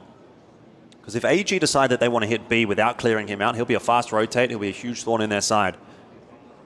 Same can be said if they try to rotate through mid to A, which we've seen them do a couple of times. But, it would be very easy for YH to go down for free here. If 1222 checks him, or if ZQ checks him, he just goes down for free. And that's 4v3, so advantage gained for AG. Couple of isolated setups this time around for EP. I don't like that setup as much as what they had in the previous round where they were kind of fighting for warehouse control together. In this instance, Minnow was fighting warehouse control solo and YH was holding mid solo, and that's been dealt with so far by AG, but they line up and ZQ doesn't get the memo, can't find the trade onto Zay. So all of a sudden this round just kind of falls apart for AG. Do will not get the timing onto YZK, and that round is over and done with. That was probably the round that AG would have felt they could close, and we'll go one more. Yeah, the fact they were able to take Mino out pretty quickly and get that little bit of a nice start here for the 5-on-4. And then it just really the insult to injury, just losing this bomb right here that Zay's able to find that double kill, dropping the C4 and just putting it again in a problematic spot. AG, they're starting to get a little bit of that pressure against them, but they have some room to work with. But this is where I feel like, for me, I'd love to see like the tempo change. I'd love to see AG just doing something a little bit differently, just enough, right? I mean, again, they're still playing the same way. EP have been the ones that have really adjusted their game plans throughout this entire second half, in my opinion. Like, we see the triple B, now we're seeing this setup at A that they have specifically. Like, they are really just trying to maneuver around the map.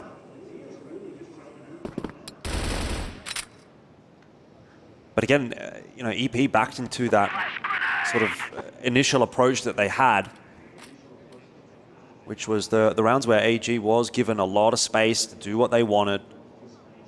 Those were the ones that AG were able to convert on. 2-round buffer here for AG, but they'd love to get it done nice and clean, 10-7. This time working their way forward into warehouse.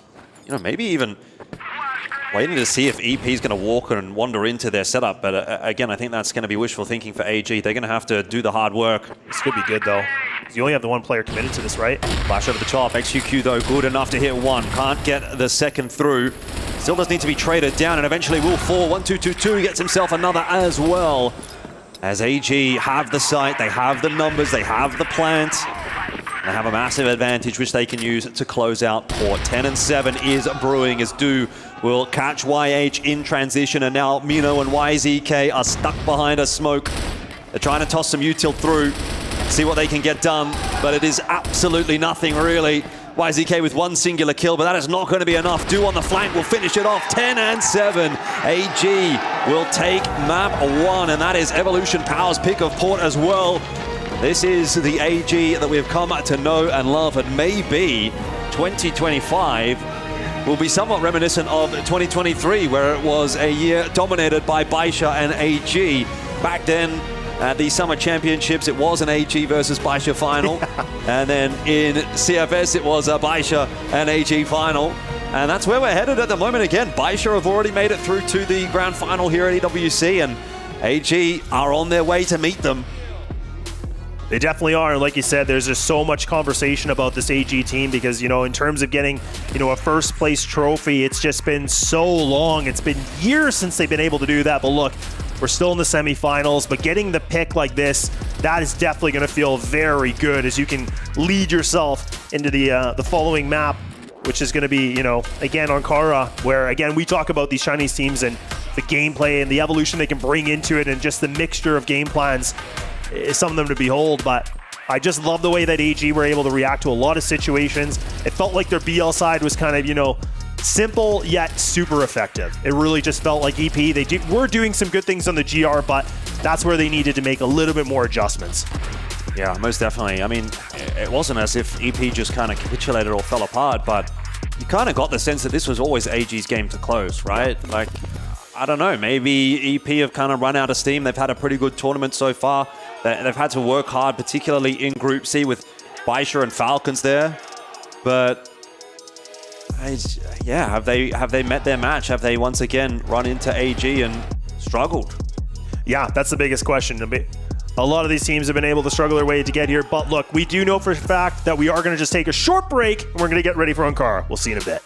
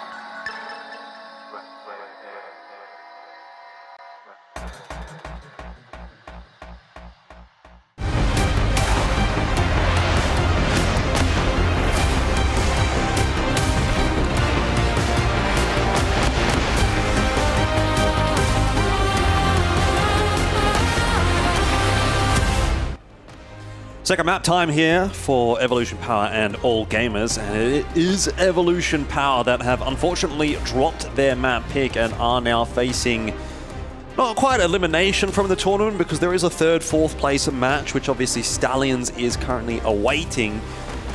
But yeah, as far as they're concerned, it would probably be elimination, because they would be a team that has high expectations for themselves, and they'll be thinking we should be a grand finalist, particularly after how the year, or at least the last 6 months, have gone for them. AG has other ideas though, as we do move on to Ankara. It is AG's map pick, and as I gotta say, I think AG is looking pretty committed today. Yeah, they really are. I mean, I've been really, really impressed with their gameplay. I feel like we're seeing a bit more of a revitalized AG. This is the kind of the vintage AG that I remember, you know, kind of getting in Crossfire with, and this is the thing where now they win the map pick against, you know, EP. Now they get to go on their map of Ankara. This is a map where, you know, they've been able to best like 10-6 against Baisha. They've been able to beat these guys before. You know, I think when you're beating teams like Baisha on a map like this and everybody else in the CFPL and sitting at a dominant record of like 11-3 solely just in the CFPL, you're going to feel really good about this going into the second map. Yeah, absolutely. This is AG's map after all, but let's find out how it plays out. AG starting off on GR side once again. Evolution Power going to try and take it to them on BL side with quite a bit of presence being shown outside of A already.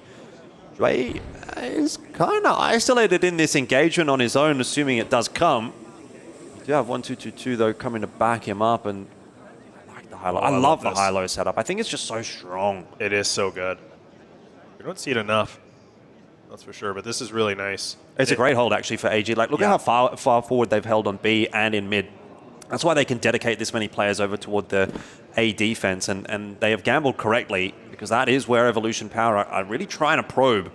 But no engagement just yet. You've also got Do in the vent, ready to take a swing with the TRG, and that is the power of the high-low setup. Too many targets to fire out for XQQQ, and Do will also get onto the line here and try and take that fight to Evolution Power. Nice quick scope in onto Mino. Will get the job done pretty much. That's the perfect setup for AG. You talk about scissors, paper, rock. Well, in this case, AG was scissors and Evolution Power was paper. Yeah, definitely. It was wet paper too, because that was an easy round, and I love everything about that. We talked about the high-low setup. We talked about, you know, Do playing in the vents, and the fact that Do actually commits to a swing like that. He's just like, you know what, guys? It's all good. I'm going to go for a swing. I'm going to find the double kill. He almost essentially got 2.5 kills. He got the wall spam as well right at the end. So honestly, best execution here on the GR side I think we've seen so far in this series, in my opinion. That worked out as best as it could have. And, you know, for EP, they were actually getting a decent read to check that high-low setup, but really it was the fact that, you know, 1-2-2 could be able to get that initial kill. Yeah, I think there was a bit of a read on both sides. You know, like there was something there that AG were prepared for, and Evolution Power also were kind of like, spider senses tingling. Yes. Good hold from AG. Again, 3 players dedicated onto the A site. This is not normally what you would see. Normally you would see a 2-1-2 or a 2-3 split even, with just the 2 players over toward A. So again, a little bit of an unorthodox setup for AG. Definitely expecting some kind of aggression over on that A side of the map, and again, they probably be proven true in that assumption. Evolution Power are not showing any interest in B at all. The only difference in this round is that AG haven't got the mid and B control that they had in the previous round, so they don't actually have that information. Last round they knew that there was nothing going on elsewhere, so they could maintain that 3-stack on A. This time, they've got to start to be thinking, not seeing much on A. At what point do we rotate this third player off? Exactly. You can kind of hold on to it for a little bit longer, but that's where, hopefully they can have, someone like, ZQ to be able to get the rotate back through. I can't even believe that Dre's able to find that. XQQ's just not expecting him to re-swing on, 25 HP, but he does it anyway. Exactly. And now this is where EP, they have to get going. Oh, but ZQ a little bit of an overextension on this one, so now it actually has created a little bit more space. But let's not forget, there's 30 seconds remaining. You can see that Joey's actually pushed all the way through A main. This is still a decent position. He's picked up the TRG. This could actually allow him to get this kill, but no, YH gets the better of it. Now this is a rotate game. AG might get caught here with the timing. Yeah, 1-2-2-2 in a horrible position. And he's going to have to try and dig himself out of it. I don't know how he gets away with 2 there. He's just caught in no man's land, and he's still finding the fights that he wants. It's 2 now in the 1v1. He just has to live. That's all he has to do. YZK cannot win this round. No, it's impossible. The round is over. Okay. Do once again, man. He doesn't even have to shoot a gun. He doesn't have to do anything. He just plays the timer. We saw it before in the first map. He was able to just, dance around, get the bomb timer all the way low. Does it here, just plays the time perfectly. So, man, again, we talked about AG. They left that little bit of an opening. I felt like the hole was going to just, start to sink the ship a little bit, but instead it's actually 1-2-2. Despite being in a bit of a bad position, finding that double kill. It was a little bit of a lifeline that they get. So you got to thank this guy too. And let's not forget, 1-2-2-2 is definitely the player on this team with the most MVPs. Like, he's got himself, I think he had like 15 or 16, this last season here for CFPL. So just madness. Yeah, I mean, he's the one that really turns that round back on its head. Evolution Power trying to make inroads and just not having any success so far. Again, heavy stack on the A site here from AG. Heavy presence outside of the A site for Evolution Power. It's kind of like a handshake agreement that only 50% of the map is to be played. Isn't that the truth? What was it, one time we saw, I think it was EP that went for the commit, yeah. Just cut a line down the middle of the map from GR spawn to BL spawn, and it's like, we're only going to be on the left side of that. It definitely felt like that. No doubt about it. Maybe EP can kind of like work through the left side of mid, but other than that, they don't really seem to be interested in B. This round, though, that's changing. A little rotation happening. And, for both these teams, I mean, we talk a lot about this map being more BL-sided. Definitely the same case for both these teams statistically. A lot better on the BL side. Like, even for a team like, AG, it's only about a 52% win rate on their GR side. So as many rounds as they can build up, it's going to be nice. But, right now for EP, they got to make sure this lead doesn't get too big.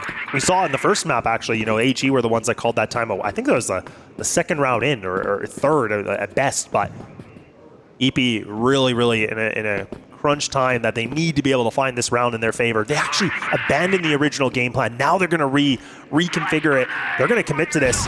This could be problematic. Jue, though, is able to find that opener, still hunting for a little bit more. Look at the repositions. This is perfect. EP are slow to the draw here, Alfish. This is not good at all.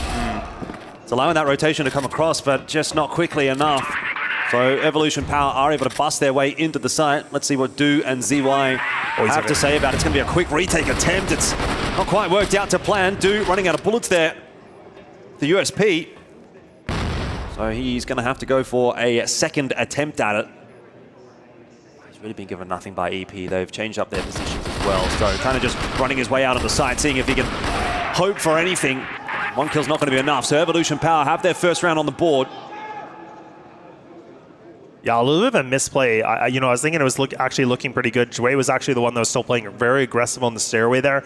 I liked the idea that he went for that first fight, but the fact that he kind of overextended it right there, I felt like if he played the green box or just kind of bait the time just a little bit more, that kind of allowed AG to get that rotate through. That's kind of the one thing about this map, when you're on the GR, that's really difficult, is the fact that when you're going at B, you have such a long rotate, and as soon as those smokes get thrown onto fence, you really just have to sit around and wait. So again, you have to be really critical on the placements and buy as much time as you can.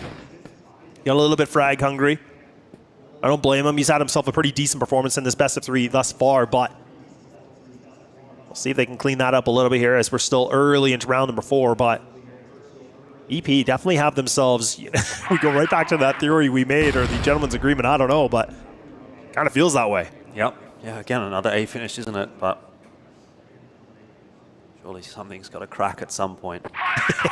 AG have cracked in the sense that they've changed up their defensive setups in the last couple of rounds, no longer having the heavy stack over on A. It's a pretty nice grenade. Soften up YZK and Mino.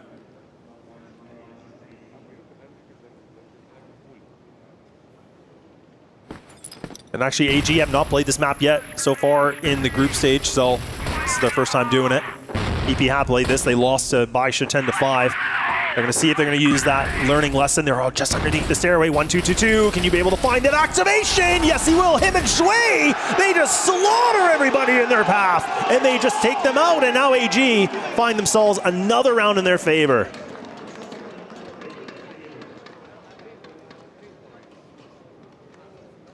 All going to plan. It's a nice pre-rotate from AG. You have 4 players essentially there to defend the site. And now there's 5. Okay, all 5 AG players. They're going to play aggressive out of A right here. They're going to take that fight to Evolution Power, who do seem to be pretty prepared for it, but maybe not prepared enough. They have walked into the blender. The blender's name is AGAL. It really is. And yeah, okay, the timeout going to get called. EP, definitely a required time here. Yep. I love this. Like, again, AG, like you said, the last round is a perfect rotate. They have the, you know, the really good setup, the double player left and the right side. This time they put a lot of aggression onto it. They hit the NOS. They just go full into it. I mean, even if, you know, YZK is able to get this plant, that's fine. You know, AG, they're going to take it any day of the week. They have the number advantage. Do has still some utility available with 1, 2, 2, 2. So this should be a decent position. But again, they just have to make sure they play this as the unit. If they start to go single-handedly 1 by 1, that is a problem. Oh, YZK is going to get a nice open plan. Oh, he almost goes down to ZY. Yeah, this is bad, though. He doesn't have a lot of room for the post plant. Good job from AG. Again, just adding that extra pressure. That's what they need to do, because YZK, sorry, would have been in the position where he had to get the plant, get in a post position where he has to go for constant different fights and different angles. But thankfully for them, they're able to pounce onto that pretty quickly. So we have an Evolution Power attack timeout, which of course feels pretty necessary at this point. Yeah, they have to. I mean, I agree. I mean, this is where, you know, AG are starting to play their game. This is where I talked a lot about, you know, I thought the relevant stat of this is like, you know, for CFPL, where again, all these guys are playing the same competition. And the fact that, you know, AGAL have, you know, an 11-3 record, you know, just in the league, that's really impressive. Like the fact that you've only taken 3 losses, and okay, let's just talk about that quickly, is it was King 0. You lost to EP 1 time. That was in playoffs, I think. Then that was playoffs, that's right, yeah, very good. And then again, Baisha, where they did actually get stomped pretty hard, like a 10-2, and that was in the grand finals. So, you know, but considering the fact that you have yourself like dominant wins against Baisha, Q9, King 0, everybody in the league essentially. I think they've almost played everybody and beaten them on it, and pretty decent score lines. That's a great thing, and that's where EP, like, I think they knew they had to win that first map. I agree. Got a lot of work to do to come back into this series. But EP is also one of those teams that is no strangers to really long, drawn-out series. I mean, again, you can go back to the CFS Grand Final last year. All maps, all the way in the best of 5, went pretty much 13-10 in the final map. They were able to close it out there. You look at their game against Baisha in this tournament, 3 maps, golden point on compound to close it out. So no strangers to working hard to find these victories. But it is going to be a huge uphill battle now for Evolution Power, as AG work their way into another round here. Round number 6 on Ankara. Already having a little bit of a look outside of B and not really spotting too much. So I dare say we're going to see an extra player start to make their way over toward A. Doesn't feel necessary yet for AG. They've got that smoke at main. They're not expecting the pop from AG or from EP until that smoke fades. Yeah, they're playing very defensive, so they don't have a lot of way to just get that intel. Flashes now, so Jouet's got the little bit of an inkling on it. But now he's got the HK in hand. He's still, again, this is where he's trying to re-aggress. I don't know if this is the right idea. Oh, I can't believe he got the opening. I can't believe Du is able to find a triple in that kind of a position. There's no way that should be able to happen in AG. They just stomped the grounds. Yeah, I think it's a really good play actually from Jouet, because he knows that he's got players backfilling his position. If you're watching the mini-map there, as he's trying to get aggressive down the stairs, he's got players, 2 of them coming through from GR Spawn. So even if he does go down, there's still going to be multiple members on this site to defend. And there's ZY coming back out through that smoke. Obviously, Du was charging down the opposite stairs, and it was just a nice pincer strike, really, from AG. The rotate was quick, and Evolution Power just don't seem to have anything at the moment on Ankara. We get closer and closer to the Baisha AG Grand Final that I think we all want. Yeah. Run it back, 2025. Yeah, like I said, Summer Championships 2023, AG and Baisha were clearly the two best teams there. And this is the equivalent event of 2025. And I think we can say that AG is clearly the best team right now in this matchup. EP are folding like a wet noodle. Yeah, and I think the one thing, you know, I'm glad you brought it up in the first map, but it's a good thing to remind people too, is that, you know, we've been able to see a lot of the crowd shots here in the arena where, you know, there is a lot of AG fans. And that's the thing, is when you have a crowd that's cheering for you and not, or against you, I should say, like in the sense for EP, that does get to you, right? Like you're kind of playing in this position that you're the villain. You're not the team that they want to keep moving on. So you have to kind of, again, work with these external factors. And AG, they're riding on the high right now, right? I mean, we're talking about a 6-1 as we're in round number 8. That's exactly, you know, what, you know, they're working the crowd. We get to see these little signs. Everybody's excited. We'll see if they can keep riding on it to close this thing out. But this is an amazing scoreline from AG. And their game plan has really been mixed well. It feels like EP, they're just kind of, you know, not really having much in the chamber. Yeah, I mean, I think they've run out of ideas, really, at this point. You could see that the strategy for Evolution Power was to try to exploit the A site. They put a lot of presence there. That's where they've tried to finish, you know, multiple times, and it just hasn't worked out for them. So now they're going to try and explore over towards B, which is not gone too badly for them. See what YZK can do in this duel. He'll eventually be pushed away. 1-2-2-2 coming back for the fight. YZK will fall, so just all over the map, Laz. Like, it's not even really close at this point. AG are kind of just death matching.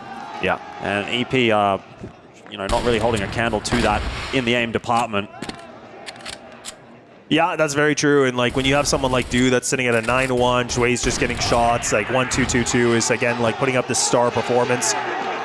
You know, he was definitely a player that I was really expecting to see a lot out of him. Just again, like his last, you know, CFPL season, like just able to get so many different MVPs and so much impact in the server. That's what I wanted. And I think the other thing that, you know, the desk talked about that was really important is that we got to see a lot of the highs here for Du, but we got to see a lot of the lows. And right now, like, he has just been playing the best game we've been able to see from him in quite some time, in my opinion. But like the fact that he's just going for these swings, he's trying to mix up his style a little bit with some passive, you know, plays, but also the aggression.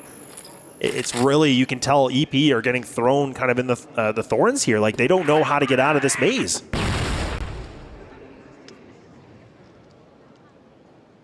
Oh, this is the first opener that EP have had. So maybe there's a second round in here for them. Still got 3 players on the A side to try to get through, but wisely electing not to try to contest that. I think here's where AG do have to kind of take a bit of a risk somewhere, and I'd be hoping that it would be a push out from the A site, but it doesn't look like they're really going to go up to much shenanigans. 1-2-2-2.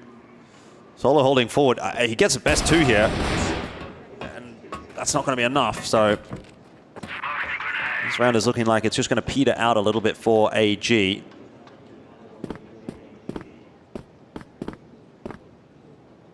I don't know why EP have stalled here. Are they waiting for the push to come through elsewhere? Shui could potentially isolate a duel onto Mino. Obviously, this is a favorable duel for Mino, but you know, this is where, like, if you would have just accelerated as 5, as EP, you'd have a plan and you'd have time pressure. But now they're kind of giving AG a chance to sort of brawl their way back into this round. The rotates come through, the kills come out. They're taking too long. Yeah. Like, they could theoretically pull back on this if they want. Like, there's still 40 seconds, but again, it just feels like they're really hesitant on taking the site control. Joey will go down, but it's a lot of second guessing and really just trying to, again, evaluate everything. And now ZQ, does he clear it? He does. Yeah, lack of confidence from Evolution Power being displayed. So absolutely. It's 2 on 3. Looking pretty shaky at best. ZQ, the one that's not even clearing really dictating this game at the moment. Not clearing him. He should not be allowed to get that done. Now it's a 2-on-1, and Zay is cowering on the side. He's been spotted behind the boxes. ZQ missed his jump up. That could be awkward. That could win the round for Evolution Power. ZQ trying to win the duel. Bomb not planted for Zay, and ZQ will win the duel as well. Just nothing going right for Evolution Power today. That is an illegal round to lose. I can't believe in that situation too. Like EP, you could see all the different positions they're playing with the X-ray on. Nobody was paying attention to him. Everybody put all the focus onto ZY, and this allowed him to find a double kill like that, and then there was just such an awkward encounter for them to go for the trade. Such a misplay from EP, but AG will take it any day of the week, and now we talk about an 8-1 scoreline. Yep. Yeah, I mean, this is going to be a confidence batterer for Evolution Power as well, unless they can stabilize something here in the second half, which they may be able to do. Mino, nice little bit of work from him. 2 for 2 still, but a lot of tagged up AG players. And my concern for EP is if they just get absolutely battered here by AG, they go into that game against Stallions, who, man, that's a hungry team. Like, who knows what could happen? Yeah, and it is a good point you bring up. You know, there's been so much competition, and you know, in the fact of the group stage of how everybody got here, it's a lot of games, and today especially is a big day where we're talking about many different best of threes, and then the grand final for a BO5. You know, we always talk about the gas tank, right? We talk about, you know, keeping strategies preserved as much as possible, and that's what I kind of wonder if, like you said, maybe EP's just running on fumes. Like, this does not feel like themselves. It feels like they're kind of watching themselves from like a third-person perspective and just kind of going like, what are we doing? Yeah, I mean, if they end up in that game against Stallions, that'll be a rematch of one of the semifinals that we had at Asian Champions League. Ubek did actually ultimately lose to Evolution Power there, but it was a pretty close game. I'm sure they'd like to have a second bite at that cherry. See if they can cause another upset here at EWC. Obviously, we're not quite there yet. There is still a world where Evolution Power could come back and win this game, but that's a monumental task at this stage.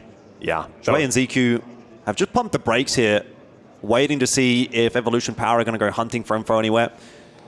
They're not going to be given a 1v1, which is what they've been looking for, so now they have to make their own move, and Zay's in the position to shut this down, but equally ZQ, if he just hits one shot, with the end of Zay, timing will work out for Zay though, as he does catch that second player with a grenade in hand, and so Evolution Power will get themselves a second round at least. Yeah, that was really nice from Zay. Just again, you know, perfect timing on it, and that's really what it came down to, because you could see the utility was getting thrown. AG were trying to do the right things. They even had that player kind of pushing up as well just to potentially clear it.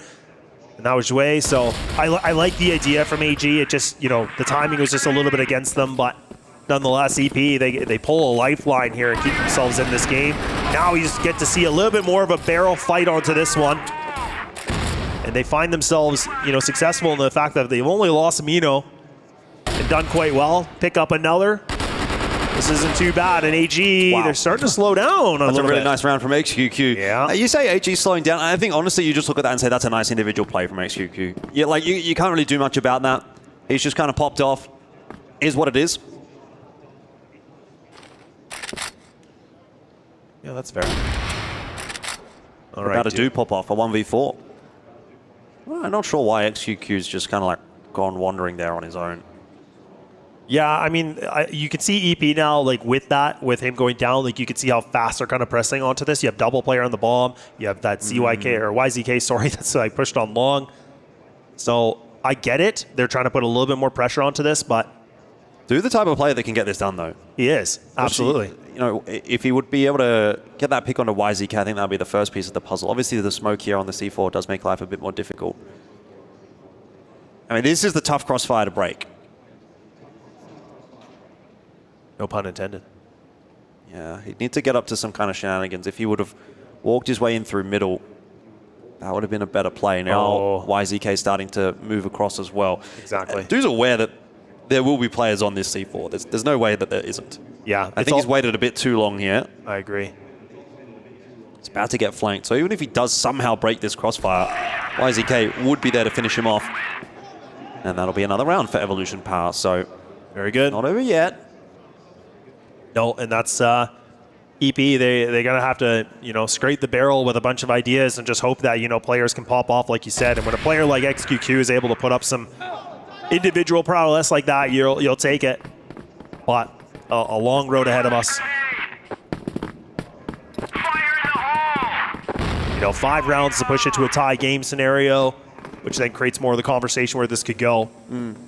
Mino, unfortunately, has not been able to have himself the performance that we have seen so far at EWC. I feel like he's actually played quite well.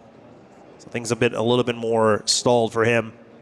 AG now going to get a bit more aggro into this mid control. A double player setup on B here from EP. The triple onto A. And AG is taking it nice and slow. Evaluate all their options. Not invest in anything too quickly. Oh. Where's Dew? He's underpass if I'm not mistaken. Okay. I mean, this is an opening. It's a walk into B for sure. Heavy stack on A. Saw a lot of that from AG on their defensive side, but this is the reason why it tends not to be the case, because there is a hole in the defense over toward B. And XQQ's missed his opening shot. He's been punished for that one. Now AG have the sight, and Zhui is cutting off the rotates, or maybe not. Maybe he's being cut off. YH is going to get the freebie. Doesn't take him too much time at all, so 4-on-4 for the retake. Very doable for Evolution Power, but maybe slightly all gamers favored here as the smokes are up and denying any entry into that site. That's burning a lot of time off the clock here from EP. 1-2-2-2, close. Wants to put that M14 to good use, and he's helped out by Do as well. ZQ up above, chimes in with one more, and that is pretty much going to be that. That's 9 for AG. One more round, and they secure another match against Baisha in another grand final. You know, again, I just love seeing like this macro detail in the sense of you know, the AG keeping the utility in their pockets, like keeping the smokes like that, allowing it for the post plant. You could see that EP, they just kind of were like, they hit a stop sign. They just didn't know when to go. The light wasn't going to turn green. You know, there's nothing they could do. So that timer for the bomb just went down so low, making it so problematic. So keeping that utility available has just allowed AG to be on map and series point now. And EP, 6 needed for an overtime. I don't even know if it's likely at this point. We just feel like all gamers have just been able to get all the rounds. Yeah. Yeah, very tough ask for Evolution Power. AG have just come in and delivered today, as they tend to do in these high-profile matches. And there is a reason that they are held in such reverence, even though, you know, sometimes their group stages look a little bit slow. Yeah, that's just their thing. Might be another good read here for AG if they're going to push their way into A. It's just the 2 players defending this time. Smoke over to B. YH having already gone down is a real problem. Zay needs to be traded. So far has not been. That's incredible. Zay gets 3. And he might have just won the round here for Evolution Power, but he still needs to hold on. Unfortunately, he can't. And so Mino is a solo. It's a 1v2. And the veteran of this roster has to save the day one more time. ZQ spotted out. Headshot comes through, but he's got no idea where Do is coming from. No, this is a full guessing game right now, and Do, he's got the information exactly where Mino could be. He's thread the needle as well. He's behind him. Oh, he's been spotted out. Now information given over to both players. Do confidently wants to take that swing, but he'll go down, and Mino saves the day. It's not done yet. Yeah, that's great from Mino. I just made the comment about him being very quiet so far, but look, he pulls up the clutch factor when they need to. That keeps them alive. And AG were almost able to find themselves the victors in that kind of a situation. But this right here from Zay, just the 1, 2, and 3. Yes, please.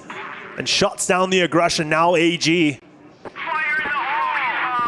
might have to consider different options here, but that was still a very close affair. That was it on a silver platter. I mean, shout out to Zay one time as well. If he doesn't get the kills that he does, he can't even set it up for Mino. But AG still have so many opportunities to close this one out that I don't think they're going to be too concerned about that. No, these rounds have just been way too close.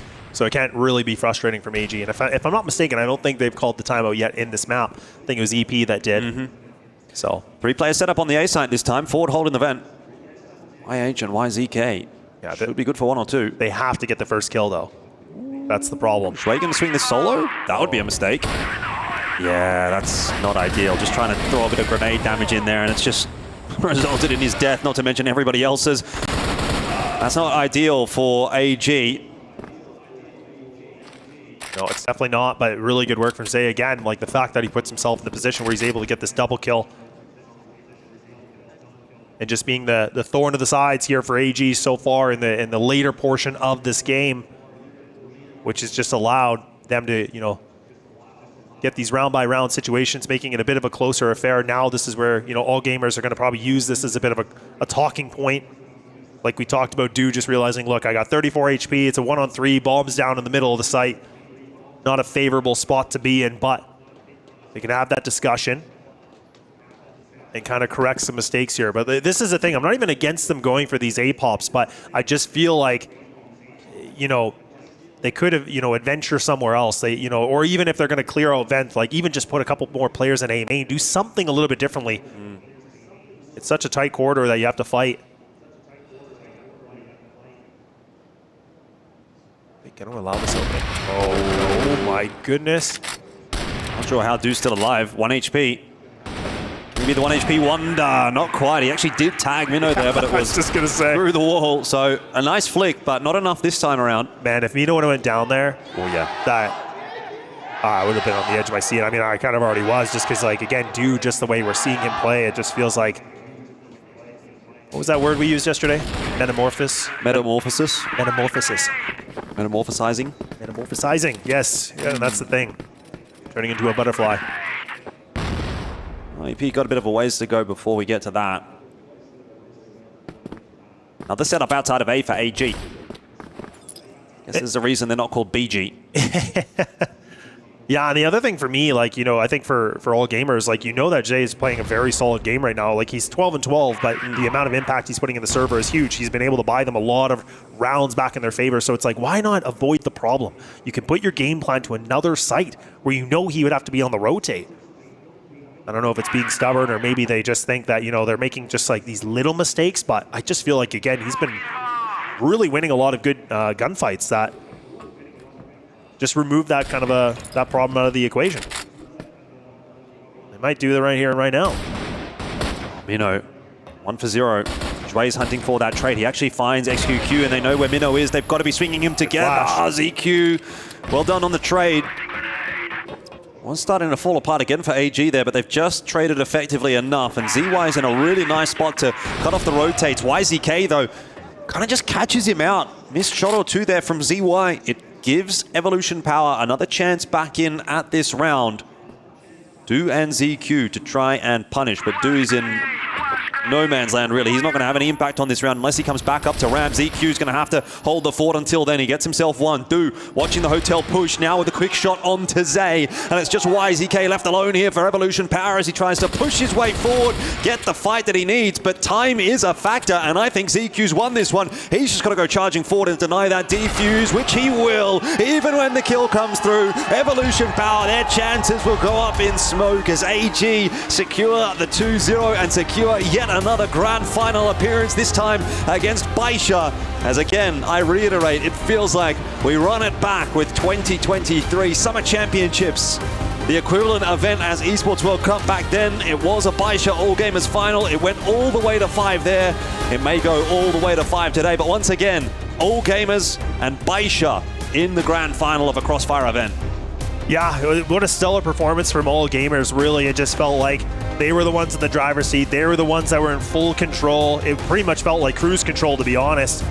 The fact that they were able to get the map, you know, poured in their favor the way they did, that's when it really felt like, you know, to me, that's when the knife just went a little bit deeper against EP. And this is where EP were trying to keep themselves alive, but it was just too much. They were in deep waters, those hot waters that they couldn't get out of. Yeah, certainly. And obviously still another game for Evolution Power. They've got to start to think about the third place match against Stallions. Obviously, you know, we don't normally run third, fourth place matches in Crossfire. It's normally, you don't make the grand final, you just get equal third, fourth. But here at Esports World Cup, although the club championship has finished, there is implications there. The US dollars obviously on the line as well. 210,000 for third place.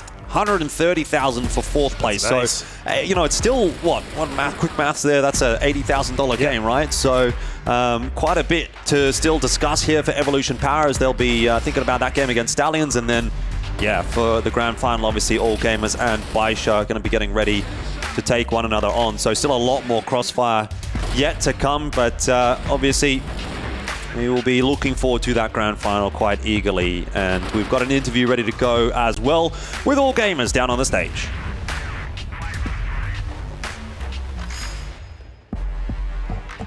Thank you so much. Yes, AGAL progressed through to the grand final. I'm joined now by ZQ and the wonderful Wendy. Hi, Wendy. Hi, Wendy. Hi. ZQ, congratulations. Firstly, you are into the Esports World Cup Crossfire grand final. How do you feel right now? 想问一下你，你们终于是打赢了EP，能够进入到我们的总决赛了，现在心情如何呢？还是比较开心吧。I'm so happy right now. Yeah, you can see the fans as well, incredibly happy too, and obviously, rightly so, being in the grand final. Talk to us about the matchup against Evolution Power. You guys were very effective, quite dominant. What was it you had to do to ensure that you had the victory? 来想一下今天这场比赛吧。你们在对阵EP 的过程当中，非常高效、非常碾压性的拿下了整场比赛的一个对局。那有什么东西是你们一定来做到了，才能够有了现在这样一个结果呢？今天主要我们进了4强，没有包袱了吧身上，然后今天大家放得比较开，然后也没有特慢热，所以就今天比较顺利。Since we are at the top 4 now, so we don't have the stress. So actually we just enjoy the game and we do not need to enough warm up and we just enjoy this match right now. So that's the point. Excellent. And I must ask you as well, of course, the grand final. Let's look ahead to that. Baisha Gaming are waiting. You have a track record against Baisha of becoming runner-up many times. How do you make sure that at the Esports World Cup, you get that victory and you become the champions and lift this trophy? 那下一场比赛你们将要对战到的是白沙，在以往你们和他们的对战记录当中，你们很多次都是屈居于亚军的位置。那来到了这次 EWC 的舞台之上，什么东西会让你们能够拿到冠军呢？就不怕输吧，我觉得。Not afraid to lose. That's the key. Not afraid to lose. Lastly, behind us, we can see the key crusher as well. Here, you now get the chance to crush the Evolution Power Key. Are you going to relish and enjoy that opportunity? 接下来你也看到了，在我们的身后有那个碾碎钥匙的液压机。那你现在有机会可以去做这个，你准备好了吗？准备好了。I'm ready for this. Of course you are. Once again, massive thanks to ZQ. Congratulations, AGAL. Thanks, Wendy. Appreciate it. Yay, thanks. And let's head back to the studio. Fellas, we have ourselves a grand final. Let's go. Thank you so much, Adam Savage and Wendy, for a wonderful interview. AGAL with the most dominant win we have seen yet. Just powerhousing through Evolution Power. That crowd buff goes hard. Yeah, honestly, just an impressive win too. And it didn't even come from the hands of the star players here. We had Jue step up, his biggest game of the event so far. Du popping off in excellent fashion as well. It was great to see this whole roster really coming together for this one. Without a doubt, I am so pleased, and the emotions in the crowd were high, especially that map number 1, which went to 10-7 on port. Yeah, I mean, we were all kind of expecting more of a closer kind of game, but now with AG, with the crowd behind them, it kind of feels like home being in this arena, man. It definitely does, and man, I was out there in the crowd. I know we were all 3 sitting out there. We wanted to experience the energy. AGAL bringing out their mascot, bringing out the panda, which was super cool. This the cutest mascot, by the way, I just want to say, and the way they've treated us is quite nice, but really, the energy out there was incredible. Only matched by that of Falcons, right? And here we are, even some of the players throwing out some gifts to the crowd. Everyone was having fun. But for real, though, when it comes to Evolution Power, they take a heavy loss. They weren't expecting to lose in the fashion they did. Yeah, honestly, it even caught me by surprise. I mean, we look at every other series All Gamers has played so far. They usually came out with a really bad first map. This time, clearly not the case. They were ready to go from the very start here. Yeah, and the thing is, it's all about locking in for grand finals. You know, we can talk about group play. We can talk about clearly, you know, the performances yesterday. Grand finals is where it matters. Locking in when it matters for AGAL. And you gotta say, man, that win proves to me, and they needed a win like that to prove that they are ready to to go toe-to-toe once again with the Baisha Gaming roster. Yeah, especially as of recent, right? I mean, Evolution Power has gotten more of the spotlight compared to AGAL because, you know, they have gotten farther in international play. And yeah, it seems like everyone kind of forgot about AGAL for a bit. But now, with them beating EP in this dominating fashion, I feel like the spotlight is back on them. Sure. But at the same time, the pressure is on it to be locked in for this final. So Zhui has so much success. The entry fragger, he pushes through, gets some of the most top fragging games that we've seen. Why do we think he just now starts to show up? Because for him in this series, he was truly instrumental in the success against Evolution Power. Yeah, I feel like a lot of it just comes down to that regional comfort. You can tell he knows this EP team very well. He was able to exploit a lot of their strategies, and he was just ready to go. And it must just be that CFPL matchup where he's able to shine. And I gotta say, I really do think the added benefit of knowing Baisha's already in grand finals, we talked about that competitive hatred, that rivalry that they had, the rematch from 2023. They wanted it once again, and now we have it. AGAL fueled by fire. Oh my God, this has got to be a story written in fiction, man. I mean, ZY versus N9, one day born apart. I don't know, maybe in the same hospital. You did I have set no that idea. up, yes. But hey, here's the storyline, man. Yin versus Yang in the grand finals. And as a fan of Crossfire itself, I feel like a lot of fans are going to be like, oh, it's another AG versus Baisha final. But as someone who has been following Crossfire for the longest time, I'm not really that... I don't subscribe to the belief that matchups can be boring. In my opinion, this could be the most exciting final we could ever watch, because the last time that we had a AG versus Baisha matchup, which was the 10th anniversary for Crossfire, that was one of the most exciting finals ever in terms of mechanical ceiling and excitement, man. Yeah, there's nothing normal about this final, and the reason why? It's Esports World Cup. This is the first time Crossfire has been featured here. This is the biggest prize pool. Yeah, it's Baisha versus AGAL. You've seen it, but you haven't seen it in the fashion and with the stakes as high as they currently are. Let's take a look at our Sony MVP of the game. I'm wondering if it's Zhui. Obviously, he performed incredibly well as he did, but it's going to be ZQ, and this is just as fair. ZQ, such a talented player with this duo, of course, of ZY, they can accomplish anything.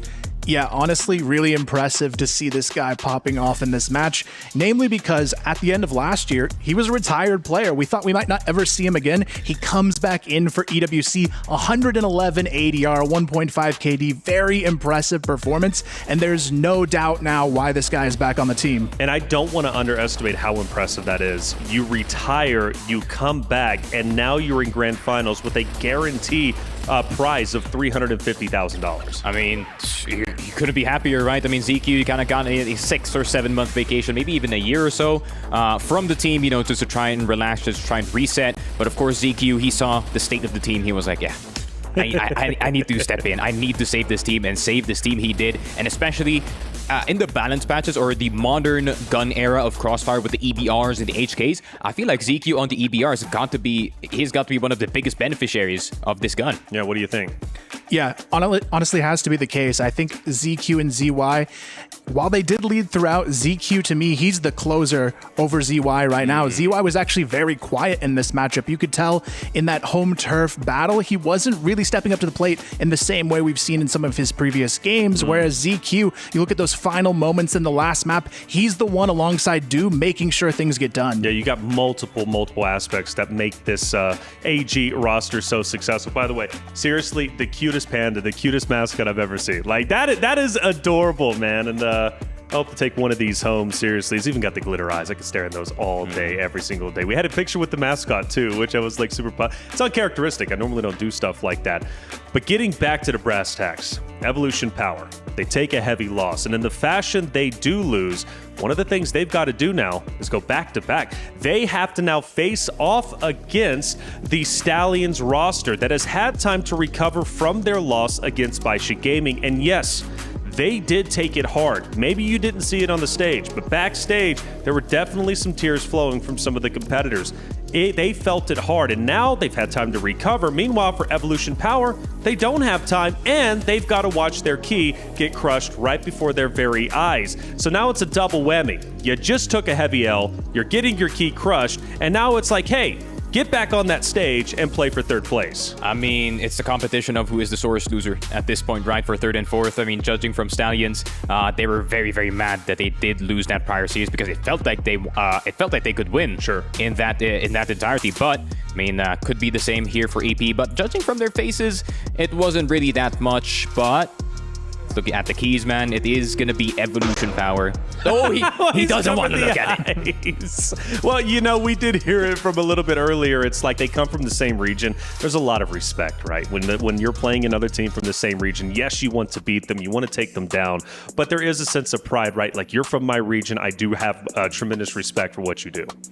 Yeah, honestly, it's tough to see any Chinese team go, especially after EP looked so phenomenal in the group stage. I mean, they took down Baisha. I was hoping maybe they would make it back to meet them again in the finals, but all gamers, this was just the best performance we've seen from this team all tournament long. So I'm excited to see what they'll do up against Baisha now. Yeah, that was a championship performance. Let's face it, right? They have a best of 5 in grand finals. Naturally, though, we have to shift our attention into the third place matchup because there's still plenty of money to be earned just by winning yet an additional series. You're no longer protecting your key, right? You're not going for grand finals, but you're going for a lot of money. We're talking Evolution Power Gaming versus Team Stallions.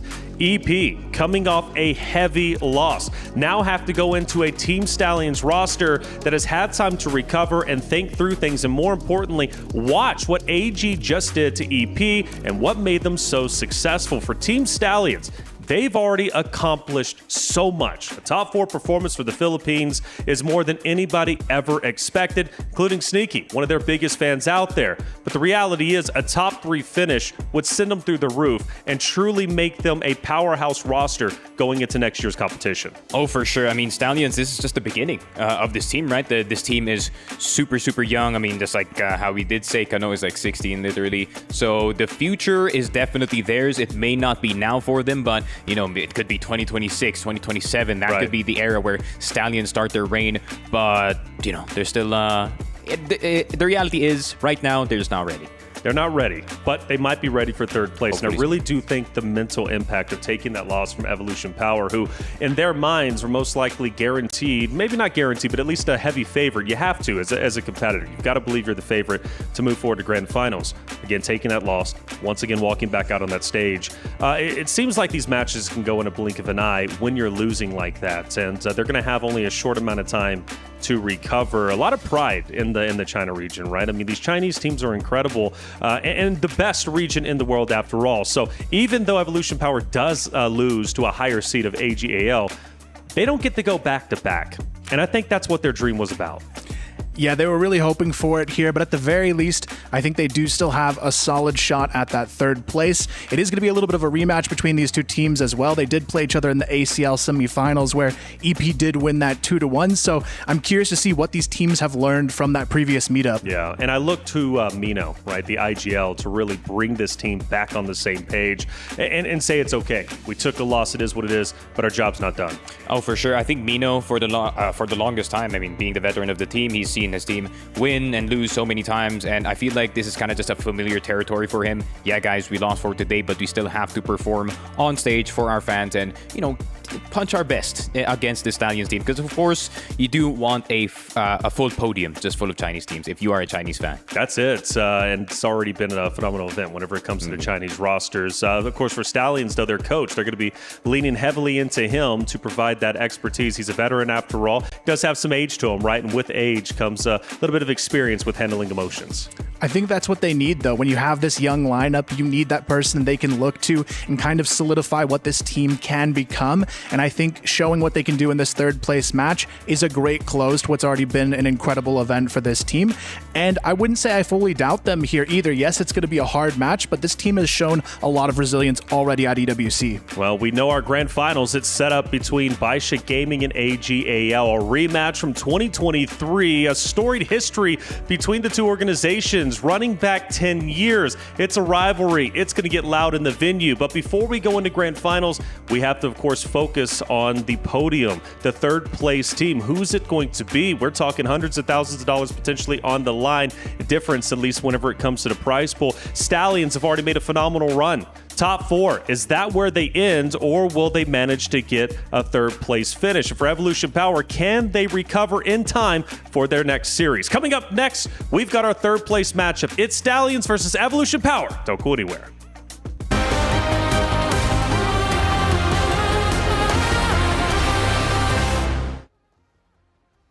When the world of business is constantly changing, you need to stay ahead. So what about AI to generate new possibilities? Machine learning to predict what customers will like. Or expand your business by forecasting delivery routes with real-time data. With the power of the cloud, imagine how AWS can transform your business.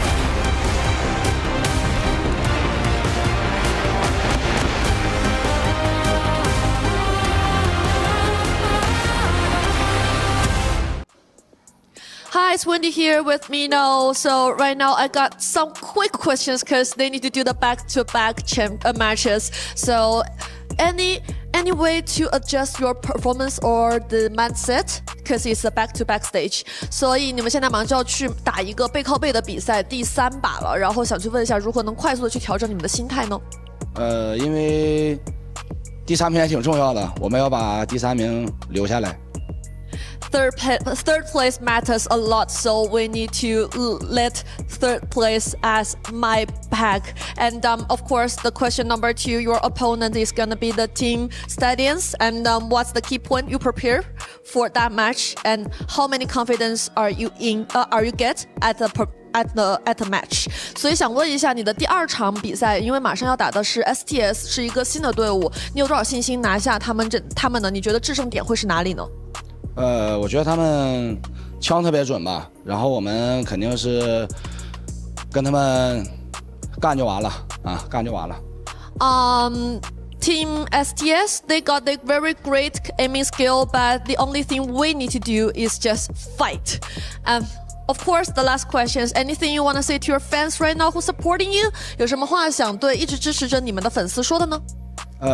很抱歉没拿下这场比赛吧，没进到决赛嘛，然后后面这场比赛我们会拼尽全力拿下。I'm so sorry that we are not managed to go into the grand finals to get the victory about this match, but we'll try our best to do our next matchup to get the 3rd place. And thank you for all, and thank you. That's all from us. Bye bye. Thank you very much, Wendy, for the interview. That's Mino, of course, coming out from the side of Evolution Power. Looking a lot better than I was expecting them to look, quite honestly. They're still feeling great. 3rd place matters. Look, 3rd, or the difference between 4th place and 3rd place. Obviously, being top 3 means a lot more than being 4th. But also, there's an $80,000 difference going from 4th to 3rd place. That's a lot of money, and even 80,000 is quite literally life-changing. I'm Taylor Reflections Noble, of course, joined by Neo, and Sneaky's back on the desk. Welcome back in. This is a consolation match for 3rd place, but a heavy one indeed. Of course, we have Stallions returning back to the stage to go against Evolution Power. Yeah, I mean, Stallions, despite their loss earlier, right? I mean, despite all the emotions still running high, they got a bit more time compared to Evolution Power here in recovering after their last series. And in my opinion, I feel like Stallions had a more impressive showing than AG in these semifinals. Oh, AG.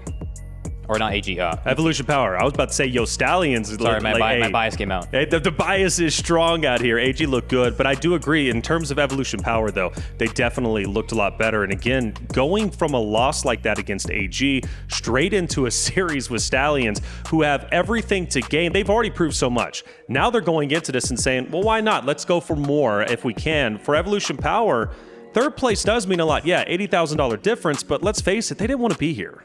Yes and no. I mean, they still are the 3rd best team at this event. So ultimately, it's sort of where we expect of them. AG and Baisha have for a while been head and shoulders above EP. I mean, well, they basically always have been, right? So the fact that EP won CFS in December, that was a shock, but we can never expect them to win events. They're not at that level yet. They're not at that caliber yet. So honestly, them fighting for 3rd, I think is ultimately fair. That's sort of where we predicted them coming in towards this event as the 3rd best team, or at least between them and Alcadzia. But as a whole, it's a very interesting thing when you talk about kind kind of, is it better to be the side that has just played a game and come straight in towards another one, or is it better to be the team that's had a bit of a break, a bit of a time to rest, reset, but also kind of maybe do a bit of information checking, what sort of map pool they like to have, what kind of strats. And normally I'd always think it'd be option 2, right? More time to prepare, more time to get ready. But from when I've been testing this over the last sort of 6 months and really honing in on this, every single time the side who has just played going straight into another game, because they're warm, they do just play better. And I think actually that might help EP here. I was going to go against what you were saying, but then again, you apparently did testing over 6. I can't argue with testing, bro. If you got the stats, it's a lot better than what I got, which is just theory crafting. But we're going to have to put it to the test one more time because Stallions return to the stage. A great roster, again, doing so very well and mixing up really the top domination teams, right, when it comes from China. I mean, after all, we had 3 Chinese teams out of our top 4. Now, all of a sudden, you mix in a Filipino team. They come in and they look great. And let's face it, they very well could have sent Baisha to a map number 3. It came down to a 9-8 scoreline on Subbase. It was KLP versus N9. KLP did not get the job done. He loses the 1v1. We go into overtime. Baisha wins the series 2-0, but it just comes to show you how good Stallions was against the top dog. Yeah, I mean, with this kind of roster, with this kind of youth on the roster as well, it's like they're already placing pretty high in these international tournaments and also owning some of these Chinese teams. I'm like, oh my God, this is only the beginning. And the fact that, you know, there's still so much of this roster that can offer, I cannot even see a ceiling for this roster just yet. I feel like they could get better and better and better as soon as the more that they play this event. Right. But with Evolution Power, you know, they're a bit more stable of a team, but at the same time, EP does have some sort of a weak spot for Stallions because, you know, the owner Emzin, he loves the young players, of course. He loves his academy players, so he kind of saw his academy players with Stallions. But, of course, being the enemy, you're going to have to see them as not friends. I promise you there'll be no weak spot when they're in the server. They are going to come all guns blazing. They don't give a damn about that. They can throw that out the window. This is a point to prove. They do not want to lose the Stallions here. Same way that Alcazia fell to them and it was a big upset. EP can't let this slide, right? This is a Stallion side that have done very well in this tournament, but there's no way that Evolution Power will be happy. If they lose here and finish 4th overall, that is a big upset for them. But also, I think just statistically, they shouldn't be losing to Stallions any day of the week. Well, Stallions took a heavy loss, and again, the emotions were high. Wendy had a chance to catch up with the Stallions after their loss to Baisha. Let's see what they had to say. Hi, it's Wendy here with No from Team Stallions, and I got several questions for him because they need to prepare for the third place match. And question 1, absolutely no time to upset because the third place match is on its way. So how could you guys adjust your mindset before the match 1? Reset and fix our problems, what we did earlier, and yeah, just reset, that's all. Okay, got it. Just reset. And so basically you are the rookie and the young team of Crossfire. Now, I believe so many people know you guys so well according to this Esports World Cup. So anything you want to say to your supporter? Thank you to support us, even though back in the days we were not able to compete here. I compete the best and now we compete the best. I know that you guys are proud. Thank you. We're all looking for your match. We're all looking for a matchup, really. And that's all from us. Bye-bye. The young GOAT himself, Kano, coming back onto the stage, only 16 years old and accomplished more than many competitors in Crossfire have able to accomplish. Think about that. That's pretty spectacular, but it takes 2 to tango. We've talked Stallions. Let's talk now, once again, Evolution Power coming back to the stage that they just lost on. They will no longer have a chance to go to Grand Finals, but it doesn't mean this matchup is for nothing. A top 3 performance not only cements where you were, like you were saying, Neo, right? Came in as the 3rd seed. They'll finish potentially as the 3rd seed.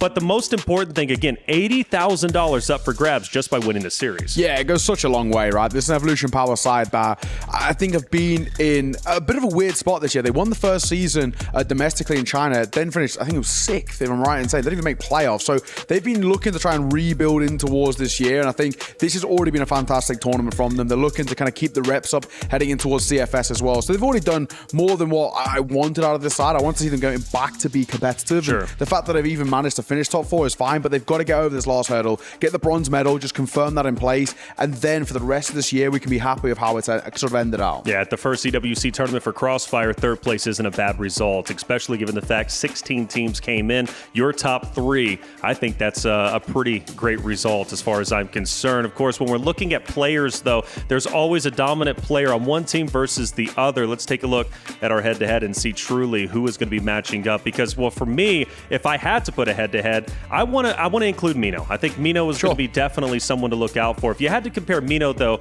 on their side for Evolution Power, who would you put for Stallions? It's got to be KLB, right? I mean, it's the brains behind the operation. The fact that he's very also similar to Mino, where he is also leading and fragging at the same time. So there's a lot of similarities, actually. I did notice between Evolution Power and this Stallion squad. So I feel like the head-to-head between those two, despite the age gap, still pretty good. Still pretty good indeed. Well, KLP, I hope he doesn't beat himself up too much for losing the 1v1 against Baisha. Let it go. Short-term memory. You're going into a matchup that means so much for your region. Like I said, for Stallions, you've already accomplished what many thought you couldn't. A top 4 performance amongst the Titans of Crossfire.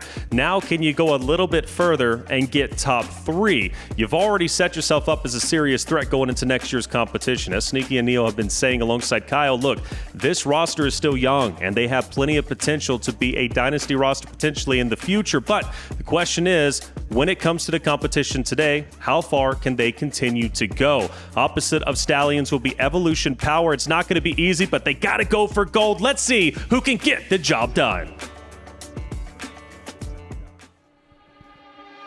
Ladies and gentlemen, one match stands before us in the grand finals, but still an opportunity to leave this competition and this tournament with your heads held high.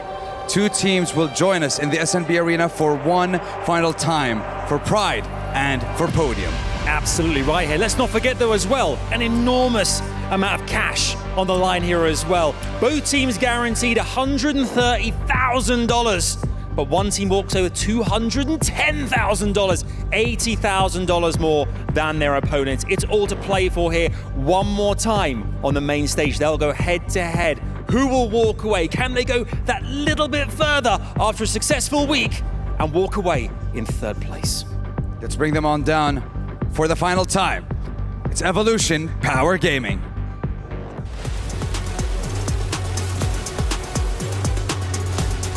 The road to the grand stage may have been cut short, but Evolution Power Gaming has never stopped moving forward.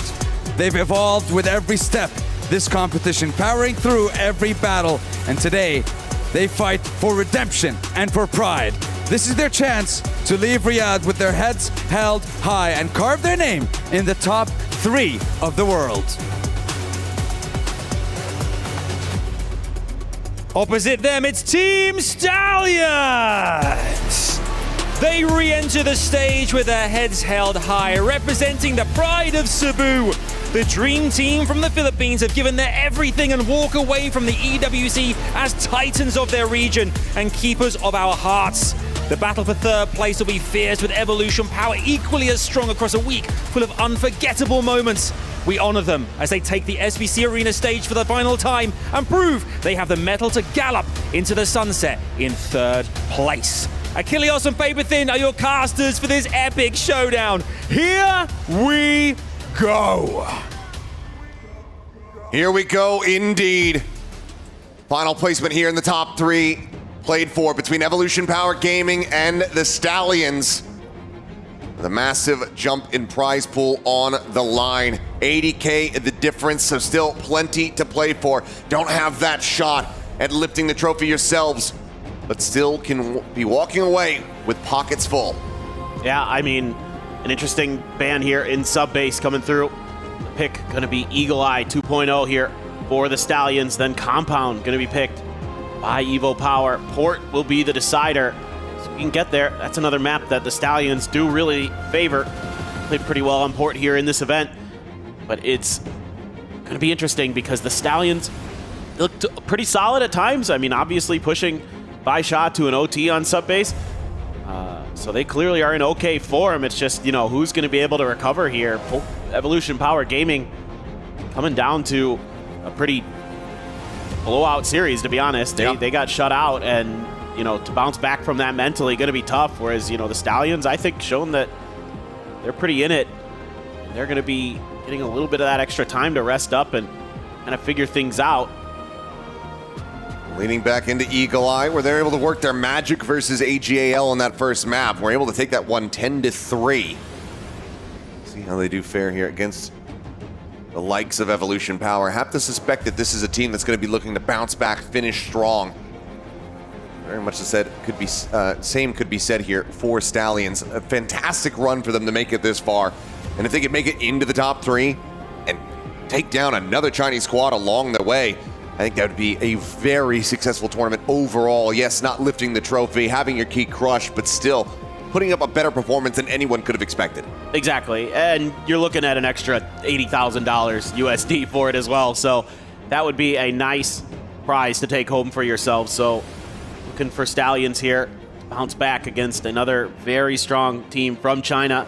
Obviously, Evolution Power has shown that they had what it takes to take down Baisha earlier in the event, but the form here today didn't seem quite there, but trying to get the troops rallied, trying to get themselves engaged as we get ready for Eagle Eye 2.0 to kick off this third place decider match. Find out who's going to be taking home that extra prize pool. Smiles all around for the Stallions. So everybody looking like they've got a good mentality going into it, looking like they're ready to get the job done. And I think you could see that the Stallions had some really good anti-strats, especially on sub-base, prepared for Baisha. So you're going to need some more good ideas to continue here. Looking to get it started on the right foot on their map pick of Eagle Eye.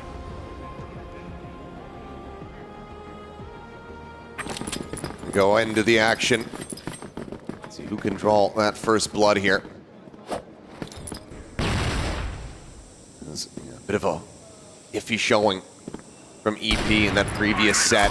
AGAL, clearly the stronger team of the two, but now going to be looking for that rebound. But already, it's going to be JJ Hay finding Mino off the rip. Yeah, Mino likes to hover around that bridge area. That's a great pick to find here. Can open up a lot of space on the map for you as the Stallions can take their time. This is all just a show of force over at B so far. Let's see if they opt to grab the C4 and make a change of direction or not, but right now being held back at A by a deep smoke.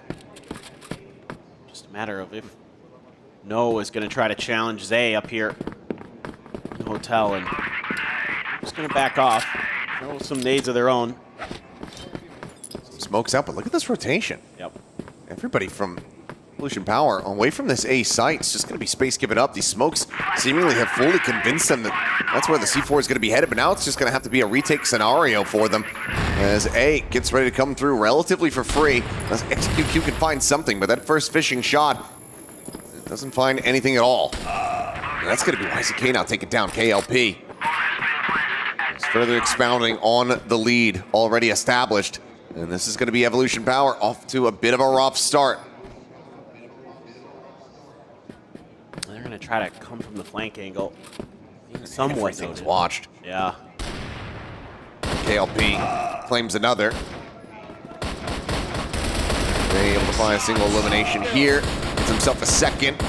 Now needing 3 more would have to be an ace clutch. Gets his way to the third, but cannot make a full go of this. So opening round here on their pick goes the way of Stallions. Yeah, just a really good fake sell. Something they didn't do a ton of against Baisha. So you can see here, they've got a lot of patience early in the round, saving those smokes for critical moments, using 2 to sell the fake, and then having another one delay the post plant. Make sure that the retake was going to be that much more difficult for the side of Evolution Power. YH way out front here. First swing here. Trying to get that timing, but will end up falling. Gets a good amount of damage on the Lloyd, but can't quite confirm that kill. Zay will still be able to come up with the goods, holding down this hotel angle for now. Oh, grenade actually catches Lloyd there. Nice work here by Evolution Power. Counter. Oh no, finds the headshot onto Zay. Evens it up 3-3. Critical One to come through, XQ as well, down low on HP. 30 some odd health. As C4 going to be scooped up here. Quick pick, able to get away from that shot. KLP does not take him down. Explore towards mid. XQQ right around the corner here. The sniper already tagged up. Finds the first, finds a second. Finds a second, looking for that third. Can't make it happen, but he's done wonders here for the squad. Mino there around the corner, looking for that quick scope, but the spray out. Mino will be able to find him with the AR, and that is going to be us tied up now 1-1. Yeah, Coach Nice letting them know that was a nice one. Good job. See if they can keep it going. Early pick. Not quite there, but they did so much damage. They're able to find the grenades. They're able to hold the line at Hotel for the initial kill. Solid defensive protocols for Evolution Power Gaming. Zay gonna change angles as soon as he sees No there. I'm sure No is aware. He's probably tucked in behind the desk. So couldn't find an early pick. Just waiting out these smokes a little bit. Seeing if No is gonna try to back on that angle quickly. Re-smoke of that. Zay's just being patient. This out for that quick flank potentially. This time around, looks like they're going to go for the big hit. Fake being sold, but one flank angle being created by JJ. Decision, no, what a repeat here from XQQ. A bold one, but comes away with that elimination, and now Loy going to be taken down as well. Flank still coming in, Zay wrapping around the back. They'll be able to intercept them in case they try to rotate out. Still 1 minute and 15 seconds. 4 down on the ground here for now. Looks like trying to explore in towards mid in this connector. Right now, Evolution Power, they've got very solid coverage here on the map. No and Zay about the clash, and there you have it. Zay gets the jump. Now it's 5-2, and about to be 2-1.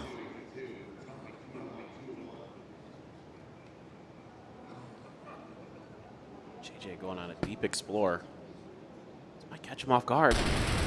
Just a bit, but yeah, kind of needed KLP with that distraction to buy a little bit more time. Finds the first, but YH, yep, plants his feet, finds the kill, and that's going to be EP finding the lead. I mean, JJ there in mid just couldn't find his moment to try to cut through the link towards the site. Just never felt comfortable. It just got shut down so quickly with those sniper rifles. This time around, no util there to try to set up the hit. They try to catch him a little bit off guard, but timing and patience good. This time they're gonna try to check this angle again. No, often on that early job of trying to contain Zay. Zay eventually found his way around their backside. So it's a big problem, something that they want to address here early. Keep those flanks a little bit more clear. Oh. There it is, there's the spot, and XQQ. It's good for the opener once again. Loy on the floor, No trying to scale forward here towards the hotel. Zay again, just keeping himself saddled behind this desk.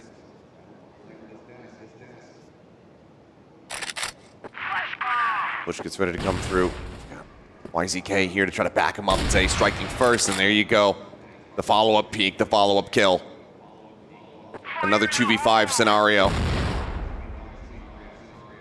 C4 in hands here for JJ Hay, needing to try to breach this position. He'll be good for one shot there on Mino, but now bomb is down on the ground. KLB in around the back, going to be spotted out. He's surrounded. Swing coming in, and XQQ will be able to take it down 3-1. Evolution Power looking a bit more jazzed up, maybe treating that previous series as a little bit of a warm-up here as they try to lock up a third-place finish. For sure. They're just doing a great job of holding their angles, being in the right places at the right times. Good backup for Zay. Having a tough time are the Stallions. Some of those early snappy kills. I think it's going to be a quick hit. Yeah. Zay kind of sensing this, plays back a little bit further, but he's going to be spotted, shoulder peeking out, and that headshot is able to come through. So Loy this time not going to be the first death, will be the first killer. YZK pivots across, and Loy is out for blood. Maybe looking for a little bit more, almost gets timing there with the util in hand, but draws back down and finds himself a third elimination. Boy's going crazy here. Really helps get them back into this round. Still going to be a 2v3, however. As Stallions wrap around here in towards the B site. It's one way to deal. Flank being watched for no on the swoop. That's going to be a leg spotted out. Headshot found. XQQ now having to do it all. Finds the first. Sees where the nade's coming from. Finds the second. KLP dead. Smoke going to be lobbed in. No, spotted. Gets an immense amount of damage through. QQ should have known that he's crossed. He doesn't read it though. But no, will be able to find him from up over the top. Yeah, just turn up the tempo here. Stallions, something they're really good at. Just running and gunning. This time around, they read the positions early, and Loy coming up huge on these entries. Smashing doors in for his team, giving them a huge advantage in the round. SQQ still almost good for one. Oh, nade. One's a little bit shallow. ICK on the peak. Someone will find the kill there despite all the grenade pressure up and over the top. Amino trying to come to the rescue. He ends up falling to the wayside, as will YH. Zay is now trying to get involved, but oh, this is the moment there as KLB turns back. And just like that, yep, attack pause is going to be coming through. Wheels starting to come off a little bit here, so wanting to try to right the ship, as that will be us tied up once again at 3-3. Yeah, I got to talk about how you can shore up this B defense a little bit more. Look good early. This time, you know, it's hard when the pace is so strong from the Stallions, when initially they were actually a little bit slow. They turned up the tempo. That's where Evil Power is having a tough time keeping up. Gonna see if they can figure things out a little bit. Maybe get those more steady crossfire positions. Be a little bit more careful about those bridge timings. That is where all eyes and attention are consistently for the Stallions. They've done their homework. Something that Evo Power showcased last time they played this map. They love to sit on this bridge, try to set up these crossfires. If your opponents are a step ahead, a little bit more aware of it, you can actually counteract it by getting on both sides of it. Making it pretty difficult. We'll be talking a little bit about how they want to position it. Make sure that these kind of things don't keep happening. But pretty even start. Good couple of rounds, though, on the BL side. Giving you some hope here as the Stallions. You can absolutely get this done today. Certainly can. I mean, did see them firing, at least in that first map versus Baisha Gaming. We know that they are capable of it. We know that they could certainly pull this one off. Especially after the weaknesses exposed in the previous series. Keyless are these frames. Third place still could fill that void here for either of these teams. So 3-3, we go back into the action. KLP, XQQ is going to be able to find a headshot. At the read. He's looking for that angle through the crack in the wall. It's out. Gonna get some attention on the other side of the map. Evo Power actually playing pretty far back now in terms of where they're at over on B, but on A, that's where the heavy stack is. That's where the lean is. Boy, somehow, some way, just gets another. Moving forward. They got a pretty good idea of his position now, so just kind of trying to be dialed in on this as much as possible, trying to flush him out. Swoop coming through. YH is going to be able to find the one, but No is there to trade it back. Forward, just going to be repositioning, finds himself alone here on the site. C4 still disconnected position for the moment. It's not necessarily sold on this one quite just yet. Because my God, if he hit that through the smoke off the jiggle peaks, it would have been monstrous. He's going to wait for a timing here. Either come back through the link or wrap all the way around through mid. Damage can be found there. No. Falling low. This frag grenade just could be his demise, but no. He fights back, finds the headshot. Catching the re-wrapping XQQ. Now suddenly on the back foot here are the players of Stallions. But Zay arriving on the flank is able to find the first. KLB getting tagged up, trading back some damage here alongside Mina, who eventually gets flushed out by JJ.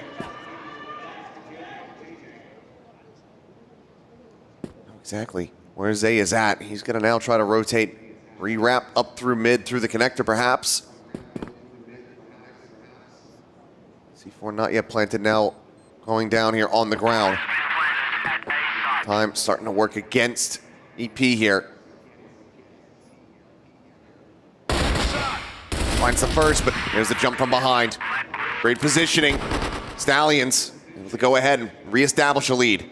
Yeah, even after that early pick found, it's Loy again, who is just doing a phenomenal job on the entries.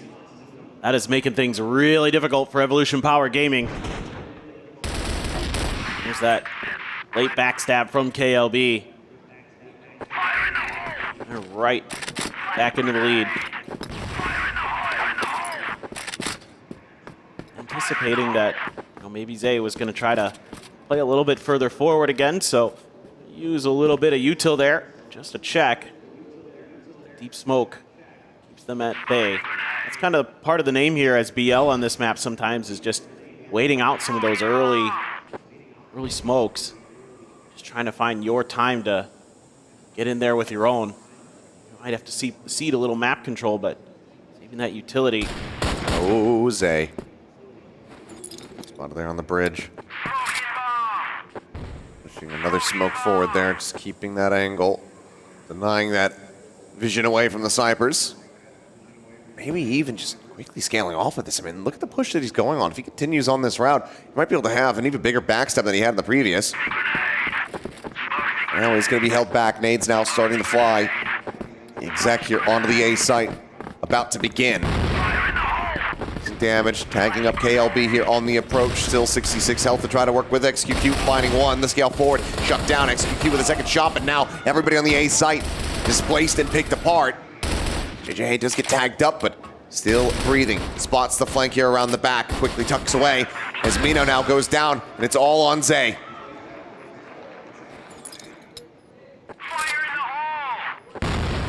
Frag grenade not going to be finding the damage that he was looking for. Shots flying through. JJ's position now confirmed. Finds it, turns up towards the site itself, and no. Down to 30. Pretty even health amongst the two, and he misses the head. Doesn't spot him through the window. And without that registration, no, it gets the upper hand, finds the kill, and that's the lead now stretched. Yeah, and it's going to be at least a positive half for the Stallions. Could even take this up to 6. They're looking so good on these entries. Everybody just so on point. That time throwing a ton of util. Zay just can't get there in time. XQQ finds that opener again. This time against KLB. Zay's tucked in. He's in the stairs. I don't think they have any idea that he got here. This is crazy. It's so hard to do this. Oh, and just over the top. They peek down. Got him dead to rights, but Loy again. Huge kill. It's XQQ gone. Gets rid of the top frag, but they still have to worry about this flank. Little ratty lurk here from Zay. Looking for his opportunity. Pounds up onto the half wall. Hasn't turned back though. And Loy, he's actually spotted him out. They've actually avoided catastrophe, and now they're swarming. Look at this, trying to get us around here on this player. So Zay now has to play defensively. Smoke down to try to cover him. Loy up close and personal, just barrel stuffs it for the kill and finds himself a third before getting taken down. Loy's just doing wonders at the moment here for the Stallions. As now the slow creep forward. No, just scouting things out. Says, yep, all clear on the B site front. C4 to be planted and EP to get the bad news. I mean, Zay there. Oh, you're going to be kicking yourself for leaving that when you did. He could have found the C4. He just didn't check around that mid position long enough.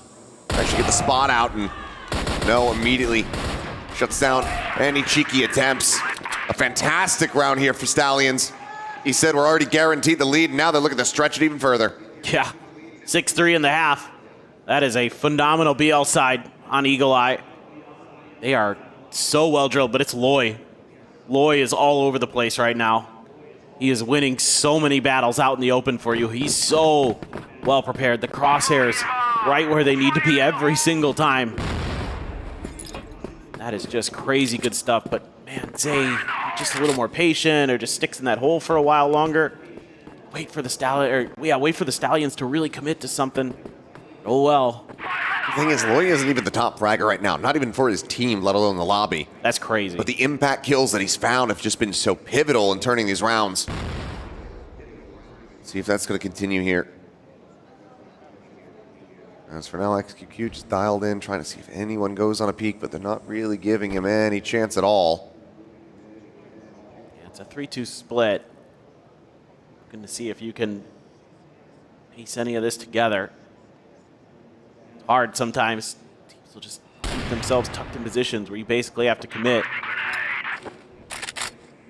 YZK. Checking the push out. There's a smoke still there. Maybe after that, Stallions will think about going somewhere. Up in the tower goes XQQ. Good for that rooftop player. LP watching it as well, so the team's kind of at least respecting some of that high angle. Sniper, oh, XQQ again. Does get rewarded for it. Fall damage. Coming down here. Frag grenade over towards that connector while YH tries to scale forward. Loy, however, still fighting. KLB finding himself a kill as well, looking for a second here potentially. Places himself in with a flashbang, swings the corner. Mino now going to be taken down as there's the finisher on to XQQ. And Stallions continue onward here in this second half. KLB there, just holding the line. What a nice flash. Gets it so it lands at his back so he doesn't get caught by the bad side of it. And he's just willing to swing out, take the fight, and take the fight he does. Knocks a bunch of them down. Beautiful. 3 kills in the round for him. Puts him up to 6. Oh. A chance to really fire off the shot there. Early damage suffered. Repositioned, checking that no one's lurked their way up behind this box. Nothing spotted, but it just feels like right now Evolution Power are widely relying on XQQ to try to find some kind of opening. Even when he does find those opening picks, they can't seem to collect themselves afterwards. Start getting out fragged. Oh God. Spot on the 1. Just drifting back across to the opposite side, just fully re-swinging over to try to reinforce a B. But Loy again. Finding Zay. YH starting to try to creep his way forward, is able to find one. Mino gets another, no, going to be taken down. A 4v3 with YH low on HP, but now here comes the backstab. Loy around the back, finds himself another couple of kills. JJ Hate gets involved, and it's just XQQ to try to clutch it out. To try to close this gap. This is the first shot, draws back down to the pistol. KLP just kind of trying to draw attention here. As all the shots are just going wide. He cannot hold his own. And Stallions are 2 rounds away from running away with this opening map. A timely backstab there, right as they're trying to retreat and regroup, reset, try to rethink their strategy. And Loy comes up with the goods. Gets 2 there, absolutely devastating flank. What more can you do? Well, that's not great. No, it's not. Stallions are hungry for it. Gotta suspect that even having surpassed a lot of expectations, still gonna be feeling a bit down and out after the earlier performance, not being able to really draw blood against Baisha. Seemed pretty fired up overall, but at the moment, struggling a little bit here as XQQ wins that fight out against No. JJ Hay trying to drop down, trying to be the hero, but eventually will fall, and it seems like there's still yet a bit more fight here on the side of Evolution. KLB, what more can he do? Boss is gonna come through. Stallions wanting to be able to pump the brakes a little bit and ensure that they close out these final 2 rounds. I think just getting a little over-eager there, going for some big plays. They could maybe just fall back a little bit, try to bait Evolution Power into some crossfires or something like that. Zay out here. He'll be not quite ready enough. Headshot does come through. Zay brings it up to 4th, and yeah, it is indeed a timeout for the Stallions. They want to reassess things a little bit. I really like this timeout. You were in cruise control for a while. This round looked really sloppy. So just tighten the screws a little bit. Make sure you're aware of the tower angle there as well. But just kind of everybody getting caught out in transition, trying to rotate back over to the A sites. A bit of a timing issue there as well. JJ here goes for the big spray, jumping down. It didn't work out. And still got a lot of rounds to wiggle. Still some room.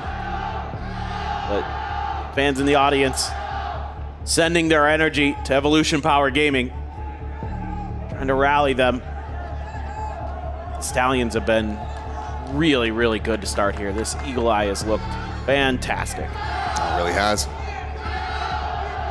On that stride, but we're starting to falter a little bit here, so call of the timeout. Make sure that the game plans are sound. Make sure that everyone's on the same page. 2 rounds away from drawing first blood. Taking that first step towards that 3rd place finish and getting that big jump up in the prize pool of $80,000. So far, so good. Tell the pressure's starting to mount, but exactly. Trying to shrug that off here. Stay focused in on the game. Exactly. It's tough.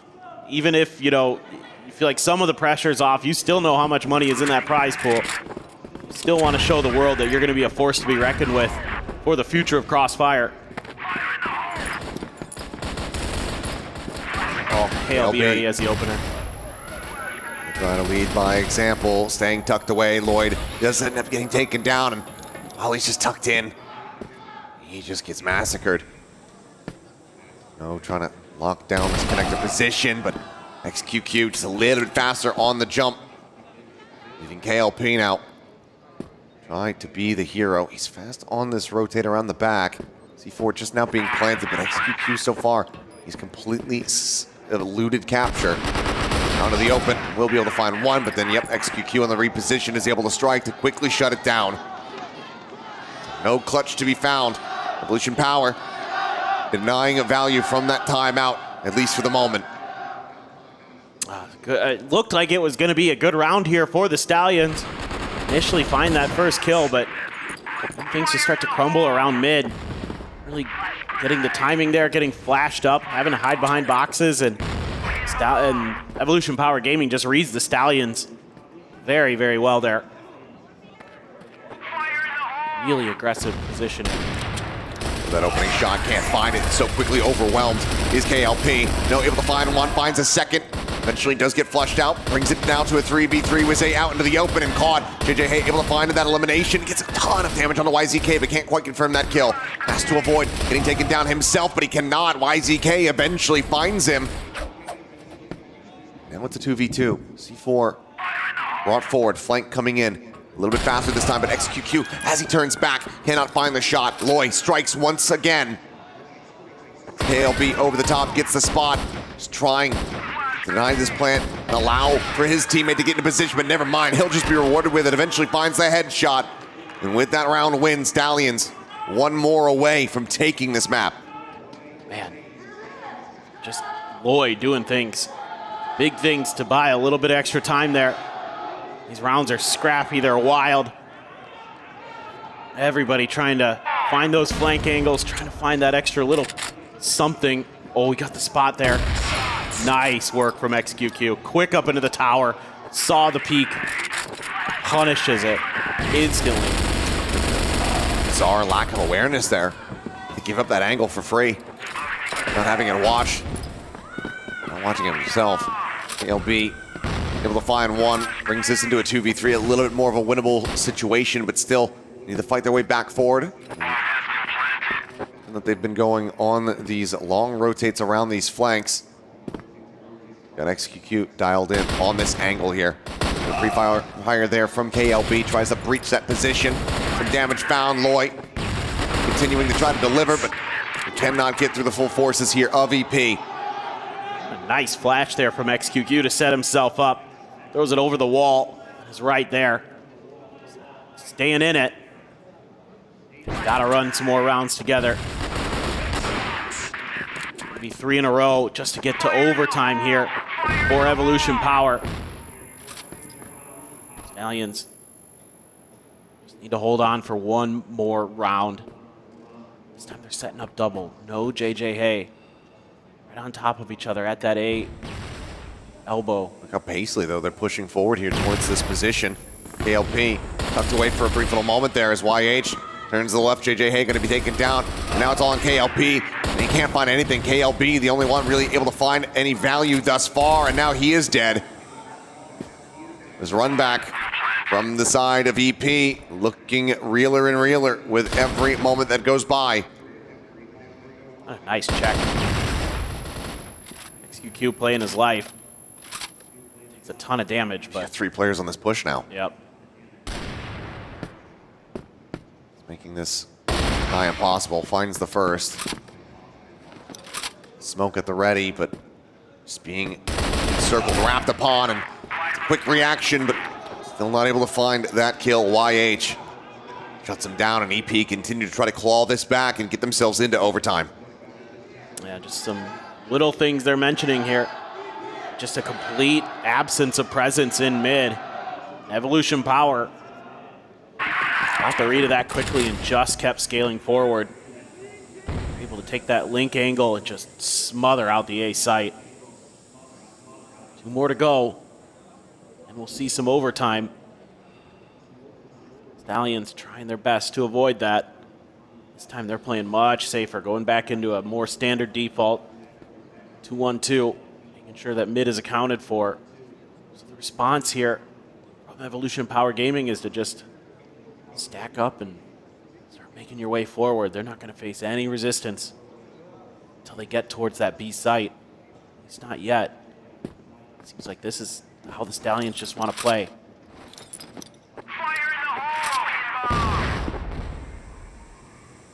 Seeing Util here. He's stalling things up momentarily. Boy, can get a decent bounce on that frag. You might have been able to find a good amount of value, but a couple players now shifting out of the corner. It'll just be a light little touch there onto YH. These players still flustered up. Boy, with no vision. Oh, they just got a couple players there, potentially in his line of sight. Zay does manage to take him down. No shutting down the entry, finds XQQ. Rather out into mid. KLB now trying to hold his own, but YH just a bit faster on the trigger.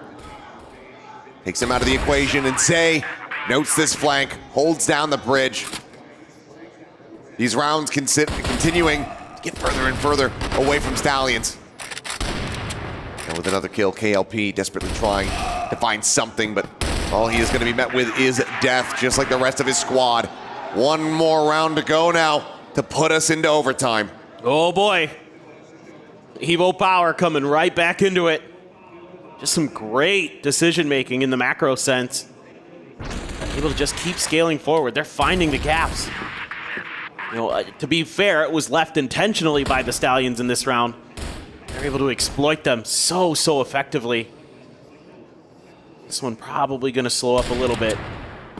I think Evolution Power Gaming knows that there isn't much fear inside of this young Stallions roster. They would be want to maybe just come at them early in the round, so just slow things up a little bit.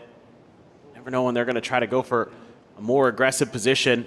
You know, maybe they're going to try to push Hotel a little bit deeper because they're not expecting another B hit 2 times in a row, seeing if you can get away with that. Stuff like that is in your mind. They're just going to throw smoke over on the B side, but everybody playing pretty cautiously. Another smoke over at B. It's going to pull maybe JJ a little bit away. No. He's remaining in mid, and this is 100% the right call. Solid enough read. 2 players about to take immediate contact out. No, holding close. Trying to swing back. But Mino able to chase in, finds the headshot, shuts him down immediately. And just like that, it's just an absolute death ball as the kill feed explodes. And it is all EP all day long. What a run back now completed. They send us into overtime here. Looking to take this map away. Oh, not like this. The Stallions just couldn't hold it together. Where's Sneaky? Get him out of the building. Yeah, Sneaky, if you're in there Off watching, the property. Get out. You're banned. Yeah. 200 yards away.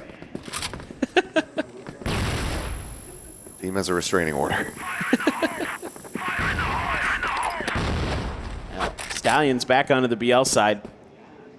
Team's going 6-3. So these are big grounds to get on GR for EP if possible. LP up at the tower. And again, but just a hair off being able to spot these. Jump peek there, but I don't know if he saw it. Would have been one hell of a flick had he been able to.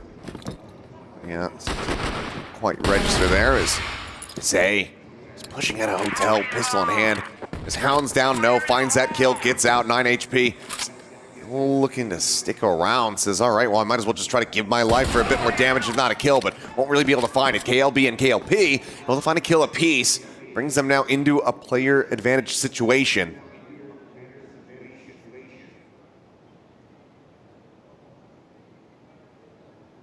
What a reaction from the Stallions there.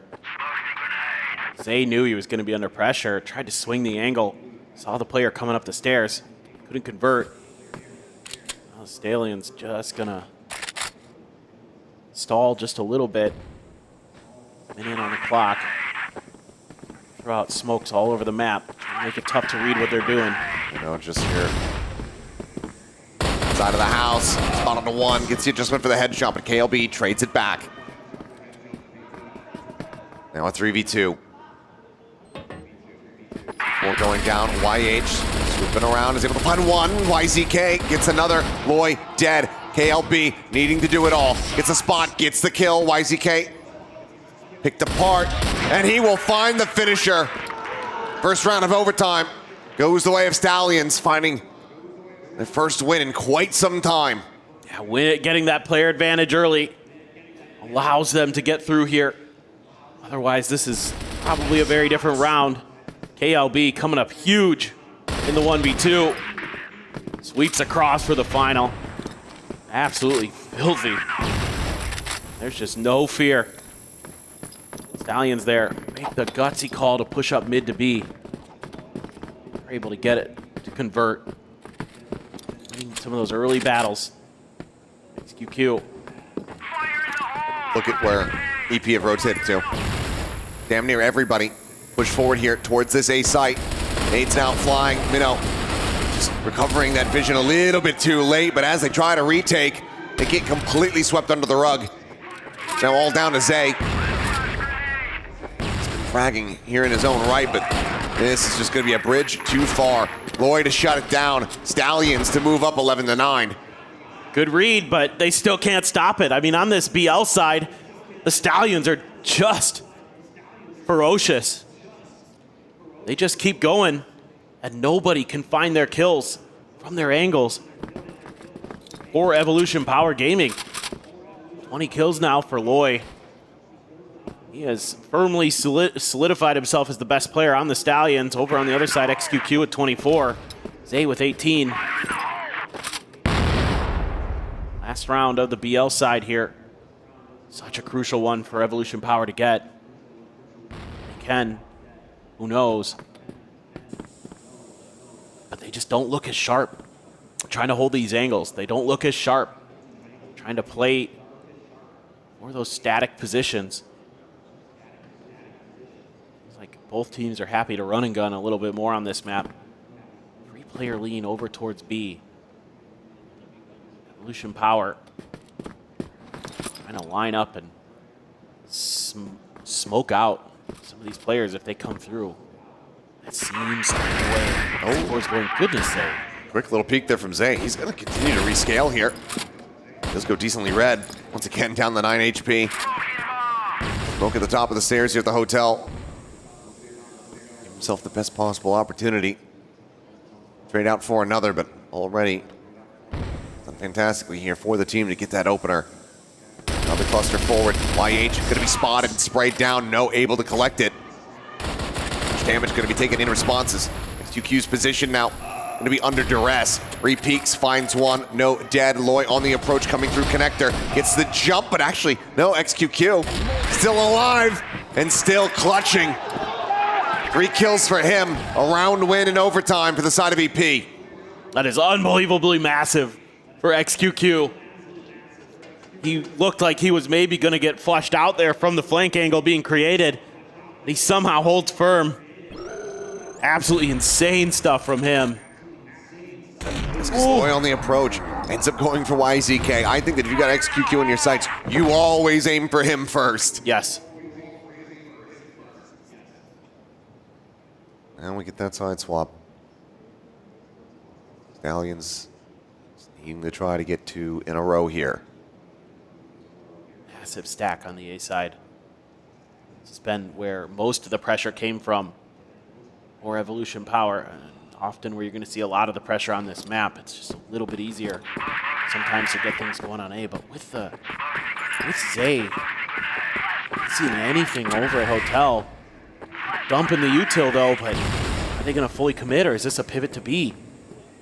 Ooh, YH might have caught a glimpse there. ALP back around the corner, the push now coming through, and YH is able to breach that. JJA now trying to hold his own, but Mino able to drag across, finds the kill. Loy fighting back for 1. But now a 2v4. They make their way in through top mid. Push into the window, the spray and pray, and YH will be able to find it, tied up 11-11. Evolution Power not looking to let Stallions get away with this. Love the play call here, just a little bit of a fake.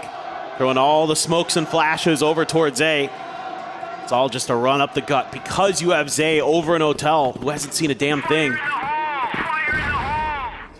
They felt a lot more comfortable going in that direction, and that's a great read for Evolution Power. Zay doing a tremendous job there for them in so many different regards. Obviously, he's having a whale of a time with the frags, but it's the way that he's been able to hold down this Hotel area. This time around, though, they're actually going to smoke off inside of there. Zay takes a bit of damage from a follow-up HE grenade. You come back over. This one going to be a little bit tougher. Seemingly, it just depends. How does No react?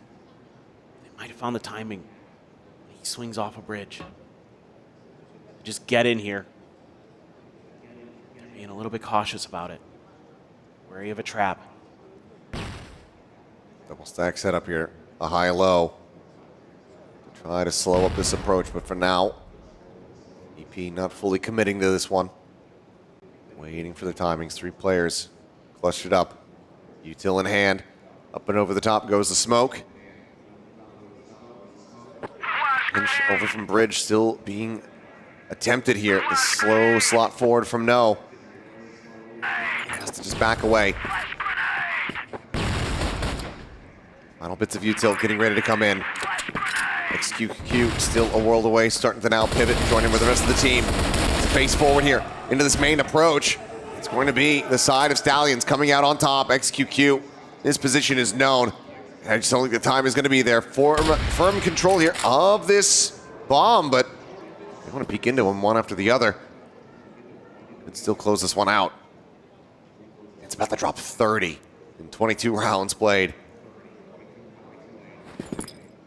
23 as this one gets ready to expire.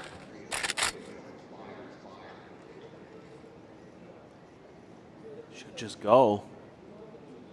Just gonna have to hit crazy shots here. Not gonna have the time to plant. Slowly creeping up. And just go for it right here. Opposite side of the gondola. Wow, they did have time to plant. Comes through. Nails the first shot, and suddenly there's an opportunity. Sees No's position. And he gets the hit. What a clutch from XQQ. Absolutely unbelievable. And you saw it right there. That one finger raised, because they know that that's all they need to close out this map now. One more round. And this guy is just on a different level at the moment here versus Stallions. The 30 bomb. Oh my God. I thought he was just not gonna quite have enough time, but KLP answers right back. He does, but it's a hell of a lot more than that. Needs to take this into that golden round.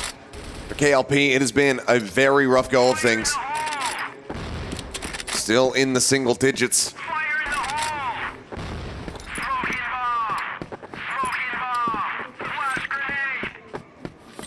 It's good first step here for Stallions. How much more can they find is the question. XQQ dialed in, trying to see if anyone peeks out here at A, but as JJ Hay goes jumping across that window, not going to be able to find anything there. A little bit of information given away there. Bit of spam. XQQ trying to lead the charge here. There's just too many players that are going to be here. There's the jump peek, and how much info JJ Hay got? Hard to say, but XQQ, he's just ready for that angle. But he's the only one. That's tough to read. A lot of times he plays on his own. Or Evo Power. So they actually send players back over towards B. Nade to the corner. ALB. Backside, no. Trying to hold down connector, but counter spammed through the wall. Bank shot is there from YH, and Mino is able to find JJ Hay. This might just be it, as Loy will fall. Evolution Power. They run it to OT. They run it back. And they take this map for themselves. Eagle Eye is claimed, as they are now one more map win away from locking up third place. What a game. What an absolute banger to start our third place matchup. And XQQ shows us, I think it's the biggest kill count we've had in the tournament so far. I believe so. Yeah. Unless we had something larger over on the B stream. Didn't quite get to see all of the statistics from there, but you'd have to think that that's the biggest fragging performance that we've had so far. And to see it this late into the tournament as well. Impressive from XQQ. Significantly hotter start here for the side of Evolution Power. Still, granted, was a bit of a struggle, but they take Stallions' map pick away from them. As we now get ready to go over to Compound, I do believe, where all of this could be settled. Stallions still clearly with some fight in them, but struggling to get over that finish line, struggling to close it out, having it go to OT, getting that lead, struggling to get up to 12. The experience here of Evolution Power just shining through a little bit more, but we know that Stallions have that raw talent. We know that they have that ability to still be able to come back into this one. Be looking for a bit more aggression, a bit more decisiveness from them on Compound. We'll see if they're going to be able to deliver on those expectations as we come back after a quick little break.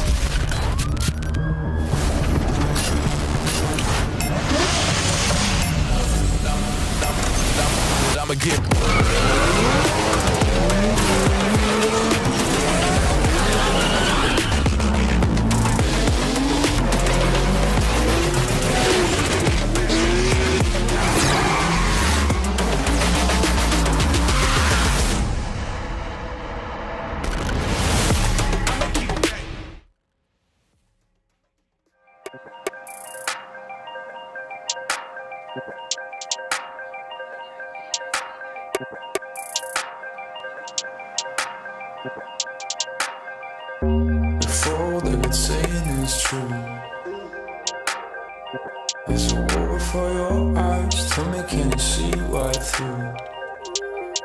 Right through, right through. Down through the wires and the pipelines. We go disconnecting from the city and the skyline.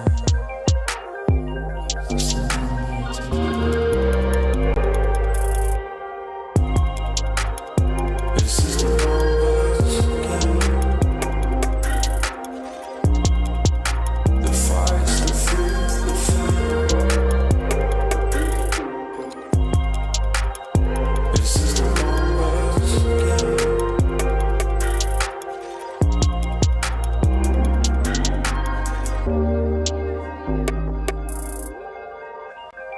counting up coins for a soda can. And there's nothing going on, no game plan, no plans. So I'm jumping out the fire, back into the frying pan. I'm trying to disconnect from the stats and the spray tan.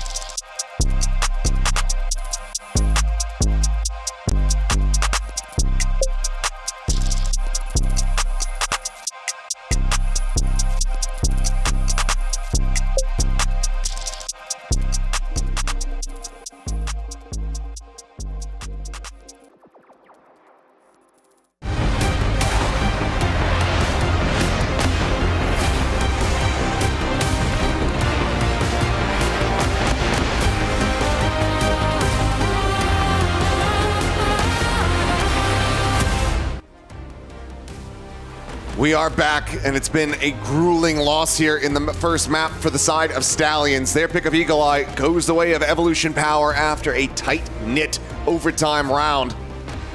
It's going to be the Chinese squad holding their heads a little bit higher now, having match point under their belts. So we look to our next map here to see if this is going to be a 2-0 fair and get third place locked up nice and quickly, or if Stallions will be able to extend this to a third and final. This is a map that the Stallions struggled on against AGAL. It was the decider there. They lost 10-5. Had a tough time finding their footing. It's, I believe, the only time we've seen it from them this tournament. So and we didn't get to it in their match against Al Qadsia. So they clearly feel somewhat comfortable on it, but it isn't their first choice of maps. We've seen that plenty of times throughout the tournament where teams feel comfortable on it, but it doesn't necessarily go their way.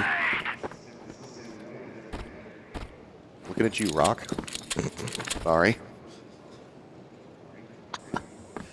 Just a brutal port to watch. Yeah, dude, that's just kicking a man while he's down there, my friend. Hey, dude, walking away from this with more money than I got. So that's true. Doing all right. But first to defend here for the side of Stallions is Evolution Power, just quickly looking to try to take some control over mid. Playing pretty static here early. Nothing too crazy being shown by the Stallions in their GR setup. So player out front a little bit, but on both sides of the map, but that's it. Still hanging on to a ton of their util as well. So they're waiting to try to find some timings with their smokes and their flashes. AJ Hay let loose it a little bit. KLP finds the first one. Good start for him after a rough map one. Let's see if he can keep it going. It's right down long A, and he follows up with a smoke there to cut off that angle. Now they can lean mid. Really rocky first map for him. Only played on the team for the longest time. It wasn't in double-digit kills, so getting off to a hot start. Trying to shut down this momentum from EP. Going to be critical. It's KLB for the moment, just bouncing back and forth, and still will be able to find one. Nice little shots there. Repeaks to get himself a second. Big moves here from the IGL is look to try to push their way back into this one. XQQ still standing for a brief little moment. Gives him a bit of hope, but quickly does get snuffed out. As that is going to be Stallions finding the opening round. Yeah, it's one of those rounds where that opening pick is such a difference maker because you're able to follow it up with a smoke right away and then just sit back towards mid and towards B. Make those quick rotations. Great job by KLB. Holding the line. Huge stuff from the IGL for the Stallions. Comes through with just massive impact in that round. The leap down with the USP into the repeak. Disgusting stuff. KLP this time, they're going to tuck JJ Hay in behind this box. So they're anticipating that there's going to be a play here from Evolution Power to try to flush him out of this angle. Needs to be a damn good flashbang. Swing out. Okay, first shot not going to connect JJ Hay now. Going to try to get played in, but Zay does manage to hound him down. Finds KLP at the same time. So while it is an opening kill going the side of Stallions, the trade up is there. C4 now being brought forward, continuing on this A main route. Flank attempt going to be coming through. XQQ here in mid. I don't think he's going to be able to see this one. He's missed it, and Loy can just slot right through the window. Turn back from Minnow. Bit of damage exchange there. Still not being granted this line of sight, though, and now XQQ, he's re-wrapped in to join in with the rest of the team, so completely misses the chance to get the jump there on Loy. Great recognition by Mino that that would be possible. He just can't punish it. Trying to get through onto the site. Loy's here. Got some backup from No. Try to smother out this choke. XQQ going to try to create that extra angle. They're going to need him to go big. Crossfire set up here. No, able to find Zay. As he gets himself another, that's going to be YZK taken down. Minnow and XQQ, however, joining in together. Their forces combined, looking strong, but KLB, quick peek out. Cut down onto one. Flashbang sent through. Before on the floor, gets the spot out. And oh! What a one tap from XQQ, lightning fast. Dude is just feeling it today. Every clutch he's in, it just seems like he's winning it time after time. Unreal stuff from XQQ. Gets the spot. Woo! Takes a second to think about it as well. Good Lord. That's going to be a brutal one. Stallions likely feeling like they were going to be very well favored in that round. Yeah, the Crossfire setup was brilliant. No was holding the line really nicely, but it's XQQ. Just took his time coming up through his own smoke there. They're going to keep putting some pressure down. It's JJ Hay on his own this time. Shifting the sniper positions around a little bit are the Stallions. He's going to know there's some shots ringing through. They're trying to pre-fire this angle just in case, but just gives them a little bit of mid-control. Leave a player behind to watch. Flank just in case. Very, very quiet about this initially. Double setup. Bit of a high-low of their own. Just peeking in behind his teammate. In case this push ends up coming through, but if they smoke it off, might just have to be some fishing attempts through. Let's see if we can find a kill. Nope, never mind. Just going to be an unassisted peek as YH loses his life. Boy, flashed up, refaces in, is able to find one more before getting taken down to KLB. Quick scope finds Zay. 2v4 now. A 1v4. As a swoop in. XQQ still deadly, still demanding respect, and still in with a shout to potentially try to win this one out, but it's not looking good for his odds. Spots one. Both. Finds it, draws the pistol out. Ooh, and JJ Hay narrowly gets that kill. 4 health surviving. It's Stallions back into the lead. Oh my God. I thought for a second he was going to do it. Thought the 1v4 was going to happen. But man, oh man. Just a quick enough reaction from JJA. And it is going to be one round up for the Stallions. flash out here right in front of KLP, so he has to respond with a flash of his own just to make sure he's safe. But it's a little bit of a pause here to talk for the Stallions. Figure out how they want to start getting through some of these rounds. Mino going to take some damage there. JJ at the other end of things here at Long A. They're going to keep their way forward. It's been part of the game plan for them. Try and keep these players in a busy. Free fire, just spamming that angle. JJ Hay going to be good for one. Some damage dealt to the others, but a 4v4.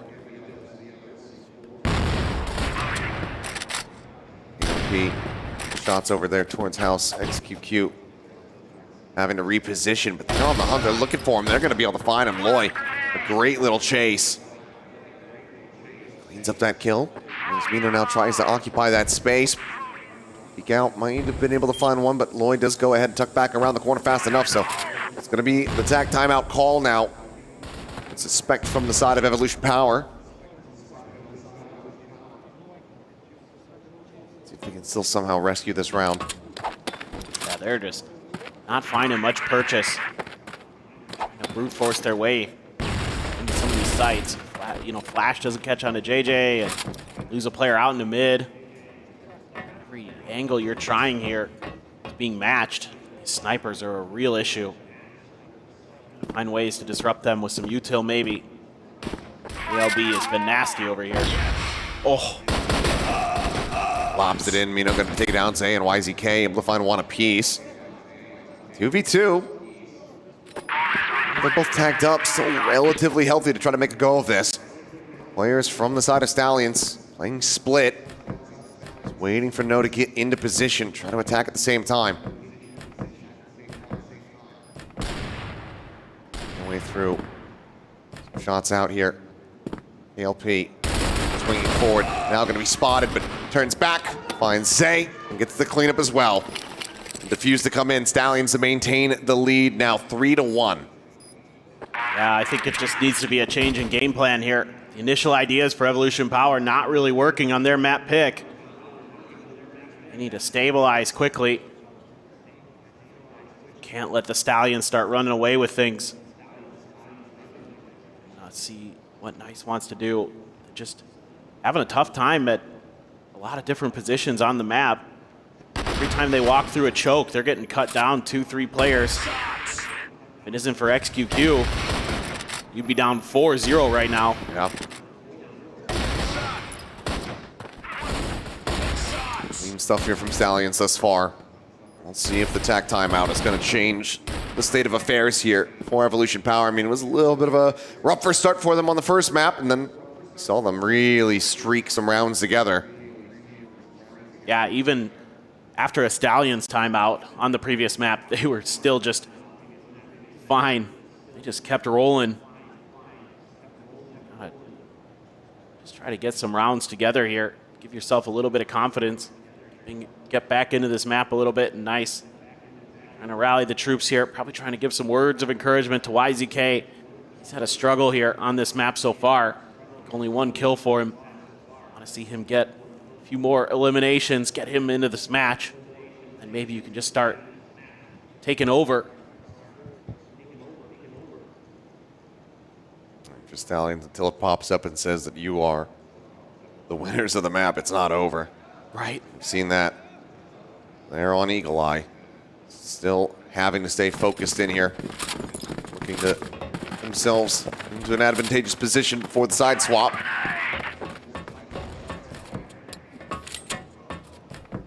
Decent frag. It's YH up a bit. Oh, what a shot from XQQ. He's at it again. 6th kill here for him. Considering a peek of the window, and oh, that's going to be a spot out there onto Loy. Question is, has Loy seen him? Well, maybe not, because he drops down right into the crosshair, and that's XQQ in with another. To go on the peak, but actually looks at the call back. Rotating back through this position, playing this safely, and I really like this little push and pull here from the side of EP. Not looking to overextend, and because of the silence, Stallions come searching. And they are only finding death. KLP going to be able to find one. Take Zay there out of house and mid.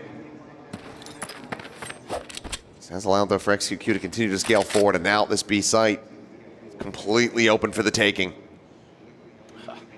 Well, that's one way to deal with it. I mean, you've been putting so much pressure at long A. Go the other direction at long B and just put your best player forward and let him just open up the round for you. KLP gonna go for the long flank. JJ Hay just trying to buy a little bit of time from the door. Double nade over towards JJ Hay, tags him up a bit. XQQ sending his as well, turns back, notes the flank, clears that out. And this round is all XQQ all day long. JJ Hay just hightailing it out of there. The C4 will detonate. That's going to be Evolution Power. Bring the gap now to just one round between these two teams. Give the man the fifth. He's earned it.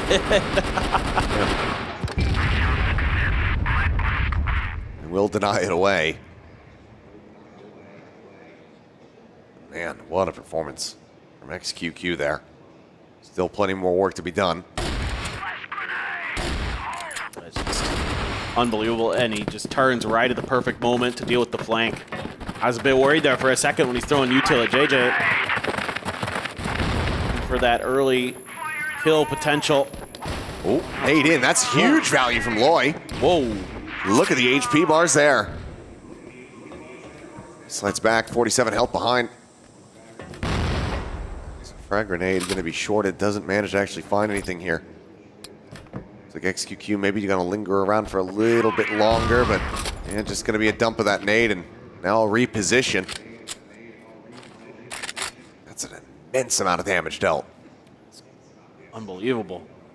Everybody tagged up at least a little bit.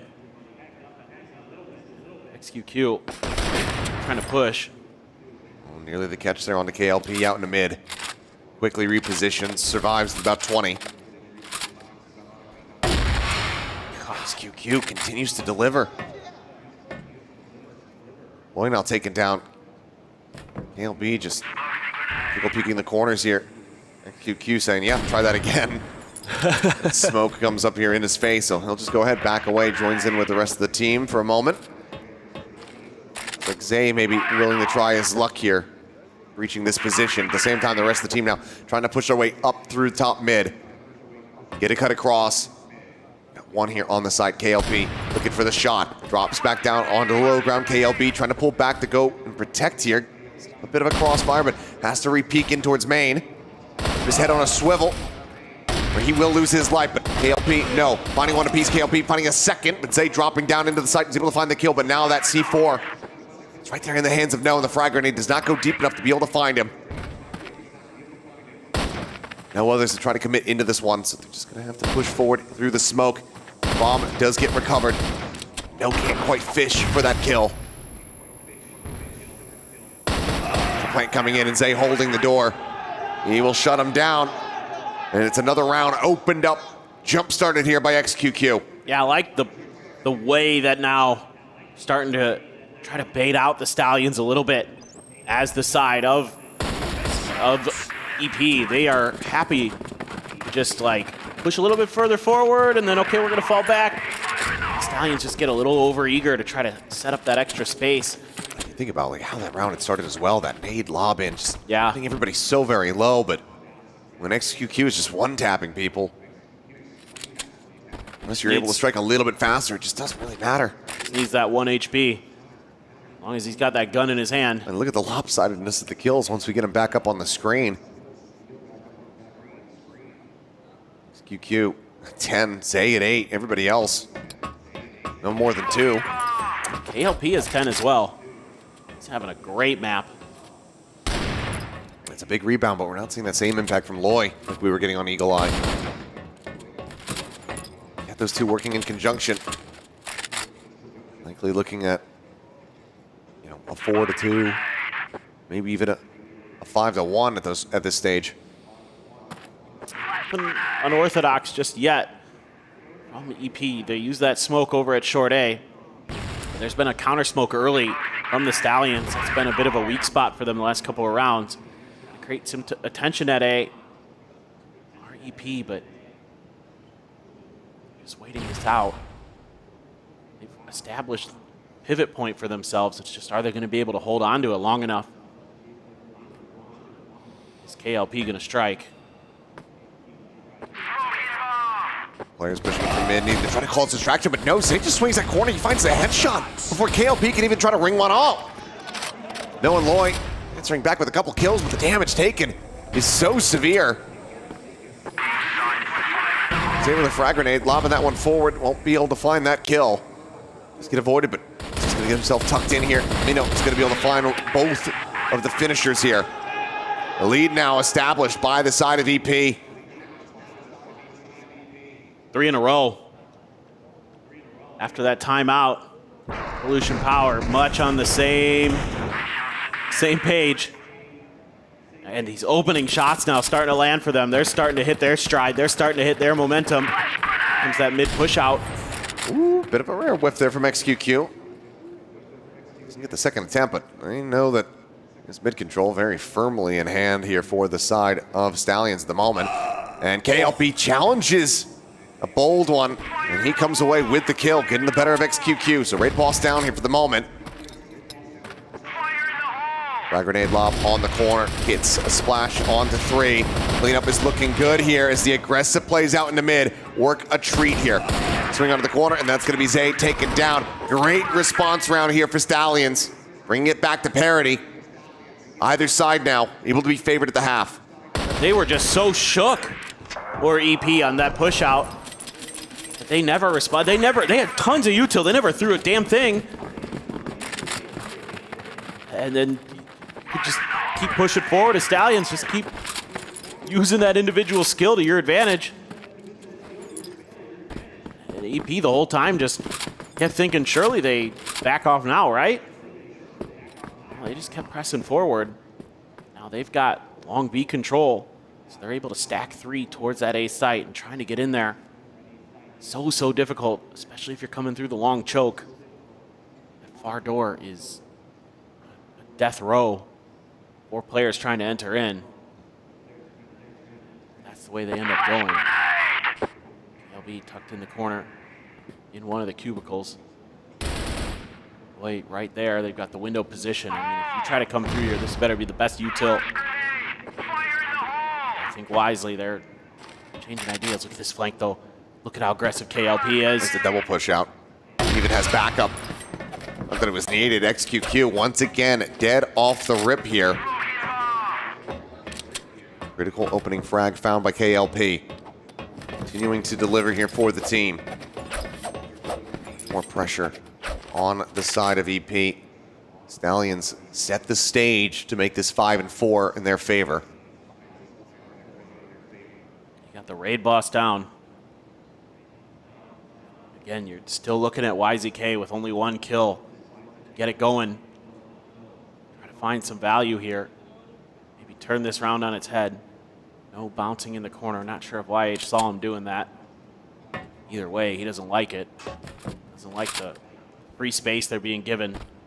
Just trying to decide if he can suss out which side is actually weaker. Going to be tough to do. Stallions haven't given you much info. It's going to be raw contact here from the side of Loy. Just managed to find 2. KLP spamming away, able to find 1 more there, and JJ Hay will have the finisher. So 5-4. Stallions, once again, narrowly favored here at the half as we get ready to swap sides. Now let's see how good this GR side is for EP. Coach trying to get into YZK's head, get him fired up. Correct some of the mistakes that he's seeing. Get him involved. I feel like XQQ is still going to be good for some damage. Zay has caught him in the kill count. Okay, coming down this angle. Worried that somebody's going to be tucked in behind that box. As you can see, it's actually a pretty aggressive posture that EP is taking on the map right now. Both of the mains outside of the sites.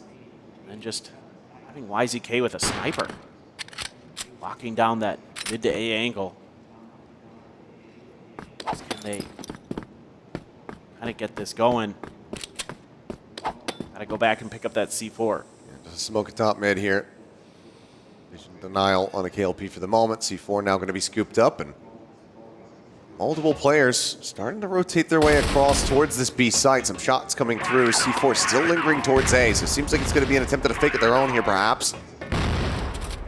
What kind of attention they can pull towards this side of the map, but now the pivot back through. So 3 players, though, from EP, situated on A. He's looking for an angle through the vents. Can't find what he likes. Try to get an extra angle created here for EP. They've got a decent read on this so far. Saw that they struggled whenever they tried to come through these A doors. It's A in an awkward position. It's not going to have much cover. Yeah. Now sights start turning over here towards this position. Flash grenade catching on all 5. As they turn from it, but still not making a peep. Frag grenades starting to fly. And there's just the opening volley of kills coming through. As in the blink of an eye, they all just get mowed down. And that's the first round of the half going the way here of EP, tying it up.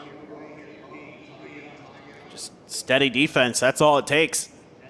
Nothing flashy, nothing special.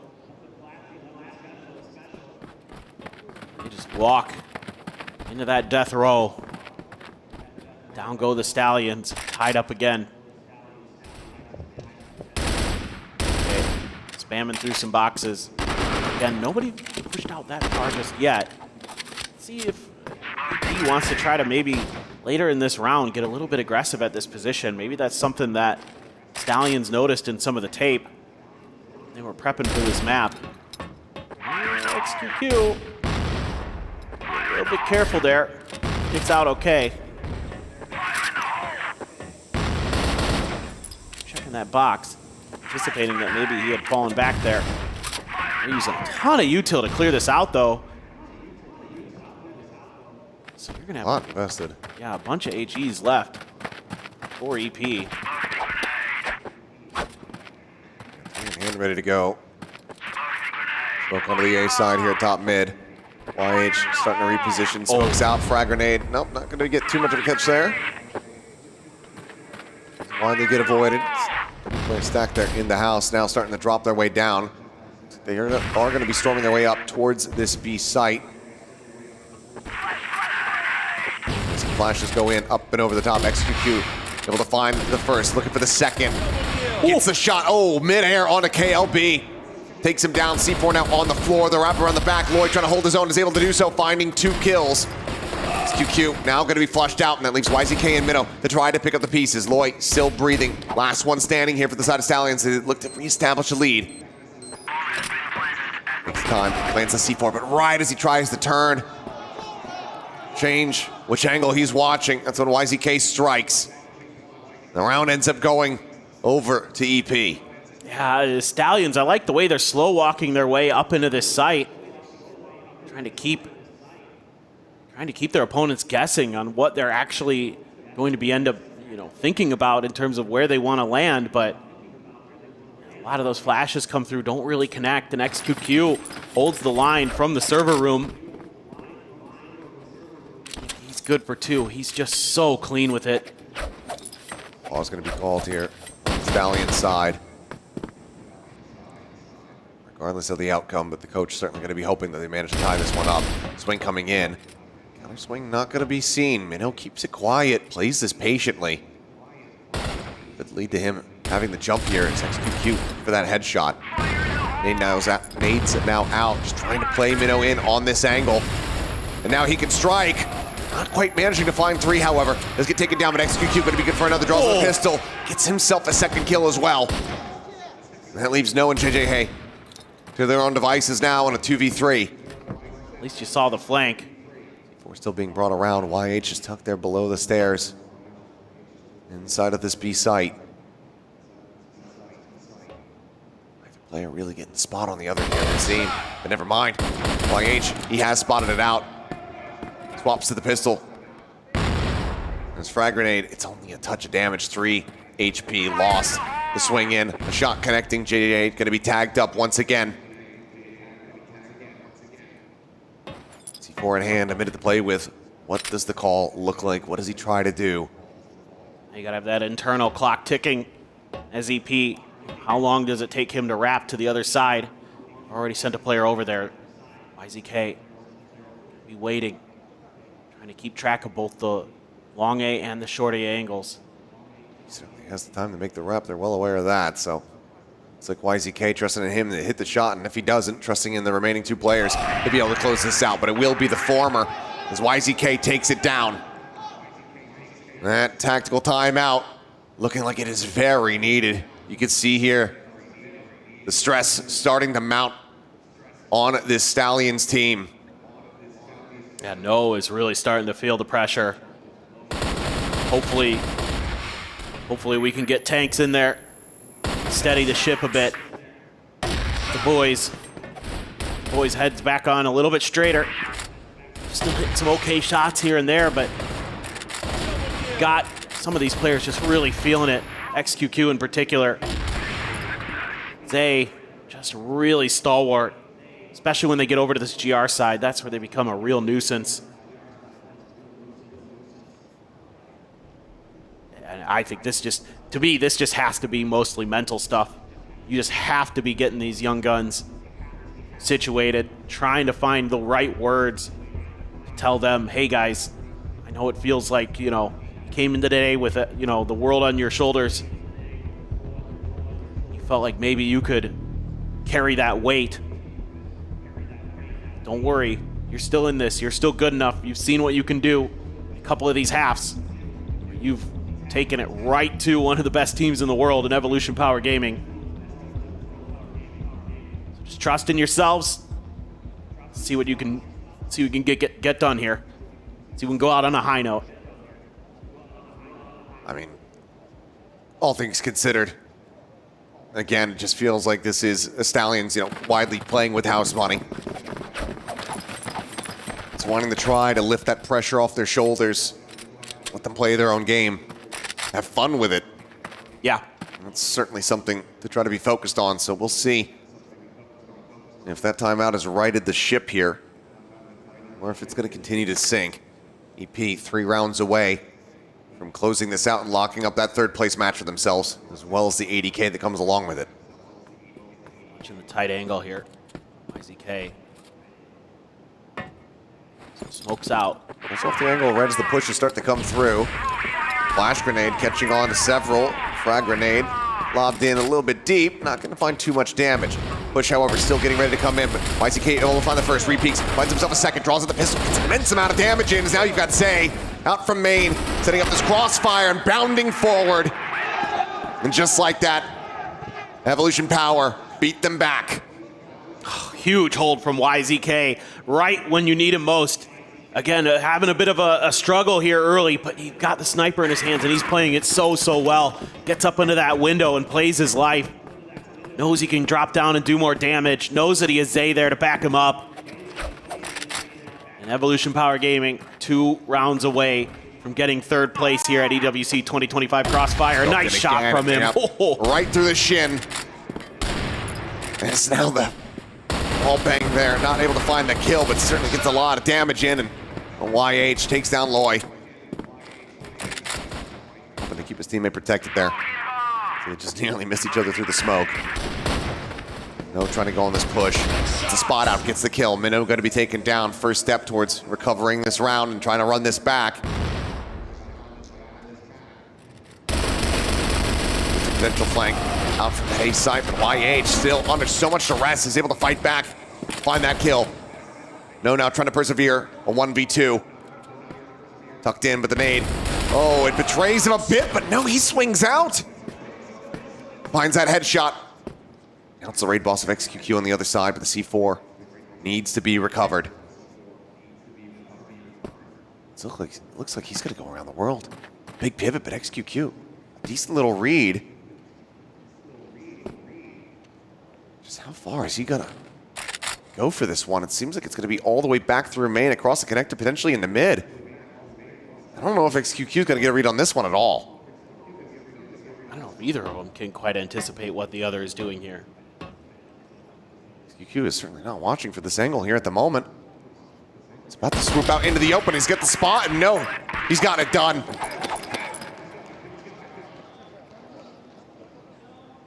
Player's been wearing the stress there on his sleeve for all to see, but still managing to persevere to try to keep them alive here in this series. Some players rise up even when they're stressed. Seems to be a focusing factor, and certainly was for Noah in that round. What a great maneuver there to get into the spawn as well. They knew they needed to break open that chokehold on the A site. A lot of damage done to KLP though. It's again, QQ just trying to play in this angle for Minnow. Try to keep him disguised on the other side of this wall. Nades do still come through, tags him up a bit. QQ on the repeak. A lot of it going to be coming down to this rifle just around the corner should this push continue, but it looks like Stallion's going to be rethinking this, at least pumping the brakes for a moment. C4 to be recovered. Rotation to come through. They're not going to be falling into this trap, at least not the lion's share of the team. A couple players still going to be lingering around. They want to keep them away from this as much as they can. Grenade there, not going to catch. Counter grenade doesn't either. It's just trying to make yourself look stronger than you are here on the B side. Really trying to almost double bluff as XQQ, that he's so nervous about being under pressure that that he's trying to just spam through the door with the pistols. Try to keep them completely unaware that there's a player here. Gives up the spot. Takes one down with him for his troubles. As XQQ instantaneously able to find the kill there on to No, and YZK now set with a long angle with the sniper. Eventually going to be flushed out as KLP is able to find him, but KLP himself has fallen as EP close out the round, denying this run back. Now just need the one more. Stallions, do they have it in them? They play that well, even though the timing gave a little bit of opportunity for the Stallions there, trying to make their move. The rotations were so fast over from YZK in particular, getting there with that sniper. They're able to close it down. 16 for Zay, 15 for XQQ. She's going to be close to putting up 50, depending on how many more rounds we play between just 2 sets. What's he at now? 47. Yeah. Masterful performance from him. One that I'm sure in hindsight he's going to be wishing that he could have had in the previous series to try to qualify into the grand finals, but third place, certainly nothing to shake a stick at on this tournament. No. Not with the opposition that's been here as well.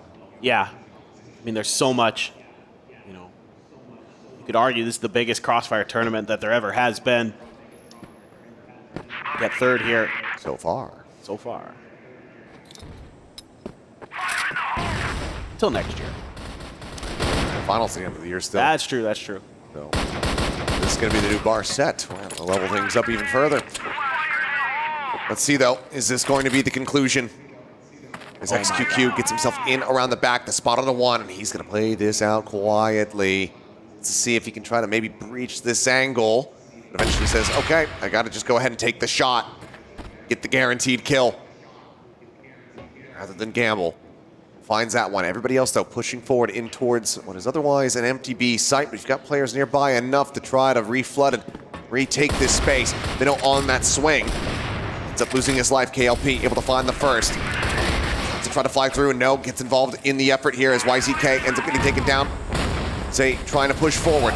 Ends up falling to the wayside. It seems like that opening kill, that sneaky beaky play from the side of XQQ, it's not going to matter too much. Unless they can pull off this massive clutch, but they're taking the right steps. YH, he's been able to find 2 quick kills, but now he has to find the remainders. Spots on the both.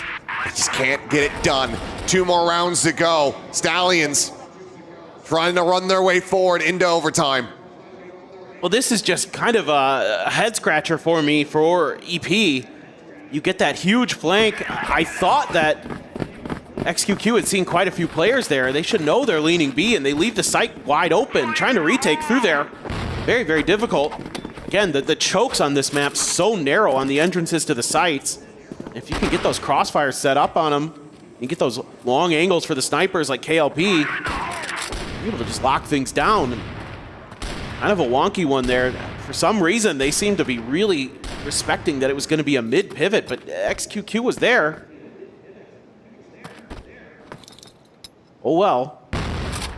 Still 2 rounds to play with, potentially.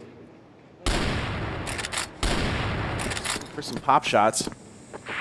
Smoke is out, so usually it's been pretty quick off the back of that smoke that Stallions wants to make their move, but they're pausing a little bit this time. Hit on the YH. Not actually going to find contact. Must have gone a little bit deeper there. It's up from no. Super suspicious about that house position. C4 now in hand, being brought back across into mid. I think you just fall back here now as EP. Just play to smother whatever execute that Stallions come up with. Stallions need to, I think, show a bit of a fake here. See if they can pull the rotations. Get into those post plants. That's where you can really just shut these rounds down. Right up here in front, immediately dealt with. No, able to find that one. Loy going to be taken out at the same time by XQQ as YZK tries to fight for a little bit more, but cannot find anything. Zay now needing to try to be the hero here on the site. Finds a first, finds himself a second, turns back, gets himself a third, and brings it now into a 2v1. The players close by. The flashbang not going deep enough to actually get a connection here onto JJ Hayes. Go for a quick little peek back through the window. C4 now commits to the plant. Tries to separate, gets the spot here on the one, but eats some damage on that entry. And from above, Minnow will strike him down. 10-7, 2-0 in the series. Evolution Power lock up third place here at EWC. What a bounce back today. A rough start for them today, but ending on a high note. Getting into that third place position. Evolution Power Gaming certainly had higher hopes in this event, but they are going to come through with a nice third place finish. Some extra money in the pocket, but the Stallions, man, what a valiant effort they put up in this event. Getting into this fourth place position, defying expectations, defying the odds. Should have a lot to be proud of. I think they should definitely hold their heads high. Stallions have put on one hell of a show. Fourth place. Still walking home, certainly not empty-handed. $130,000 going to be locked up there for the Filipino org, as it's 210 here for Evolution Power. Solid efforts from all of the teams throughout the run here across these last several days. It has been a grueling event, and for them to have made it this far certainly proves that they are amongst the best in the world. But to determine who the best in the world is, of course, we're going to be having that grand finals coming up next. AGAL versus Baisha. A tale as old as time. I cannot wait to see how that one is going to transpire. But for XQQ, look, couldn't quite jumpstart the engine in that previous series to try to make your way into the grand final, but this certainly made up for it. This was a phenomenal performance from him, as well as Zay in particular. Yeah, those two really were the shining stars for Evolution Power Gaming. They were absolutely just incredible. Zay right here in the final round gets the massive 3K from inside the cubicle. Phenomenal stuff. Hard to do it better than that. And they are going to be taking that third place prize. That they certainly will. And I'm sure probably a bit higher spirits compared to the last time that we heard from them. So we'll send it down now to get an interview with Evolution Power, this time off the back of a win. Thank you very much, gentlemen. Evolution Power Gaming take third place and manage a podium finish here at the Crossfire tournament at the Esports World Cup. I'm joined by the entire roster and, of course, Wendy for translations. I'm going to be starting over from that side. Wendy, and of course, translate for the team. Biggest takeaway, what have you gentlemen learned throughout your journey here at the Esports World Cup at the Crossfire competition? 你们来到 EWC 整个的旅程里面，你们最大的收获是什么呢？你收获就是跟国外队伍交手吧，然后他们枪法比较刚，然后人性格都很友好吧。The biggest takeaway from us is that to got the chances to face against with the foreign teams, because they are all good at aiming. So we learned a lot from that. Mino。收获是什么？ Yes， 是的。收获了个第3名。I got the 3rd place。YH， 你的收获是什么？首先第一次来到沙特吧，然后跟国外队伍就交手，就感受下来就都枪法都很强，然后回去还得加强自己枪法。So this is my first time to go to Saudi Arabia to play the game, and I faced against so many strong aiming foreign teams, and that makes me wanna practice more when I go back. Zay， 你最大的收获是什么？可能就是多了一些大赛经验吧。I get more experience on the global events. YZK， 你最大的收获是什么？我觉得学习了更多一些国外战术的一些打法，然后见识到了国外的这些很优秀的枪手们这些比赛赛场上这些表现吧。I learned a lot from the well-aiming players and learned a lot the strategies they got, and that's all. Well, gentlemen, definitely a learning experience, and it's been a heck of a journey for you all here. Now, I'd like to invite the Keymaster to present you with your 3rd place finish key. Of course, presented to our incredible players. 这是你们的第3名的这个钥匙。Thank you very much, gentlemen. It's been a pleasure to have you here in Riyadh, and it's been an absolute sight to behold to see you guys perform on this stage, in this arena. Thank you very much, Wendy, for the translations. We're going to head on over back to the studio, because, ladies and gentlemen, we have a grand final waiting. Thank you very much. Windy and Sandstorm, Evolution Power, get the job done. They secure the 3rd place. Stallions will stay in 4th. Again, an $80,000 matchup with Evolution Power securing 3rd place. That's $210,000 going to them. And with Stallions staying in 4th, well, that's still $130,000. A great effort.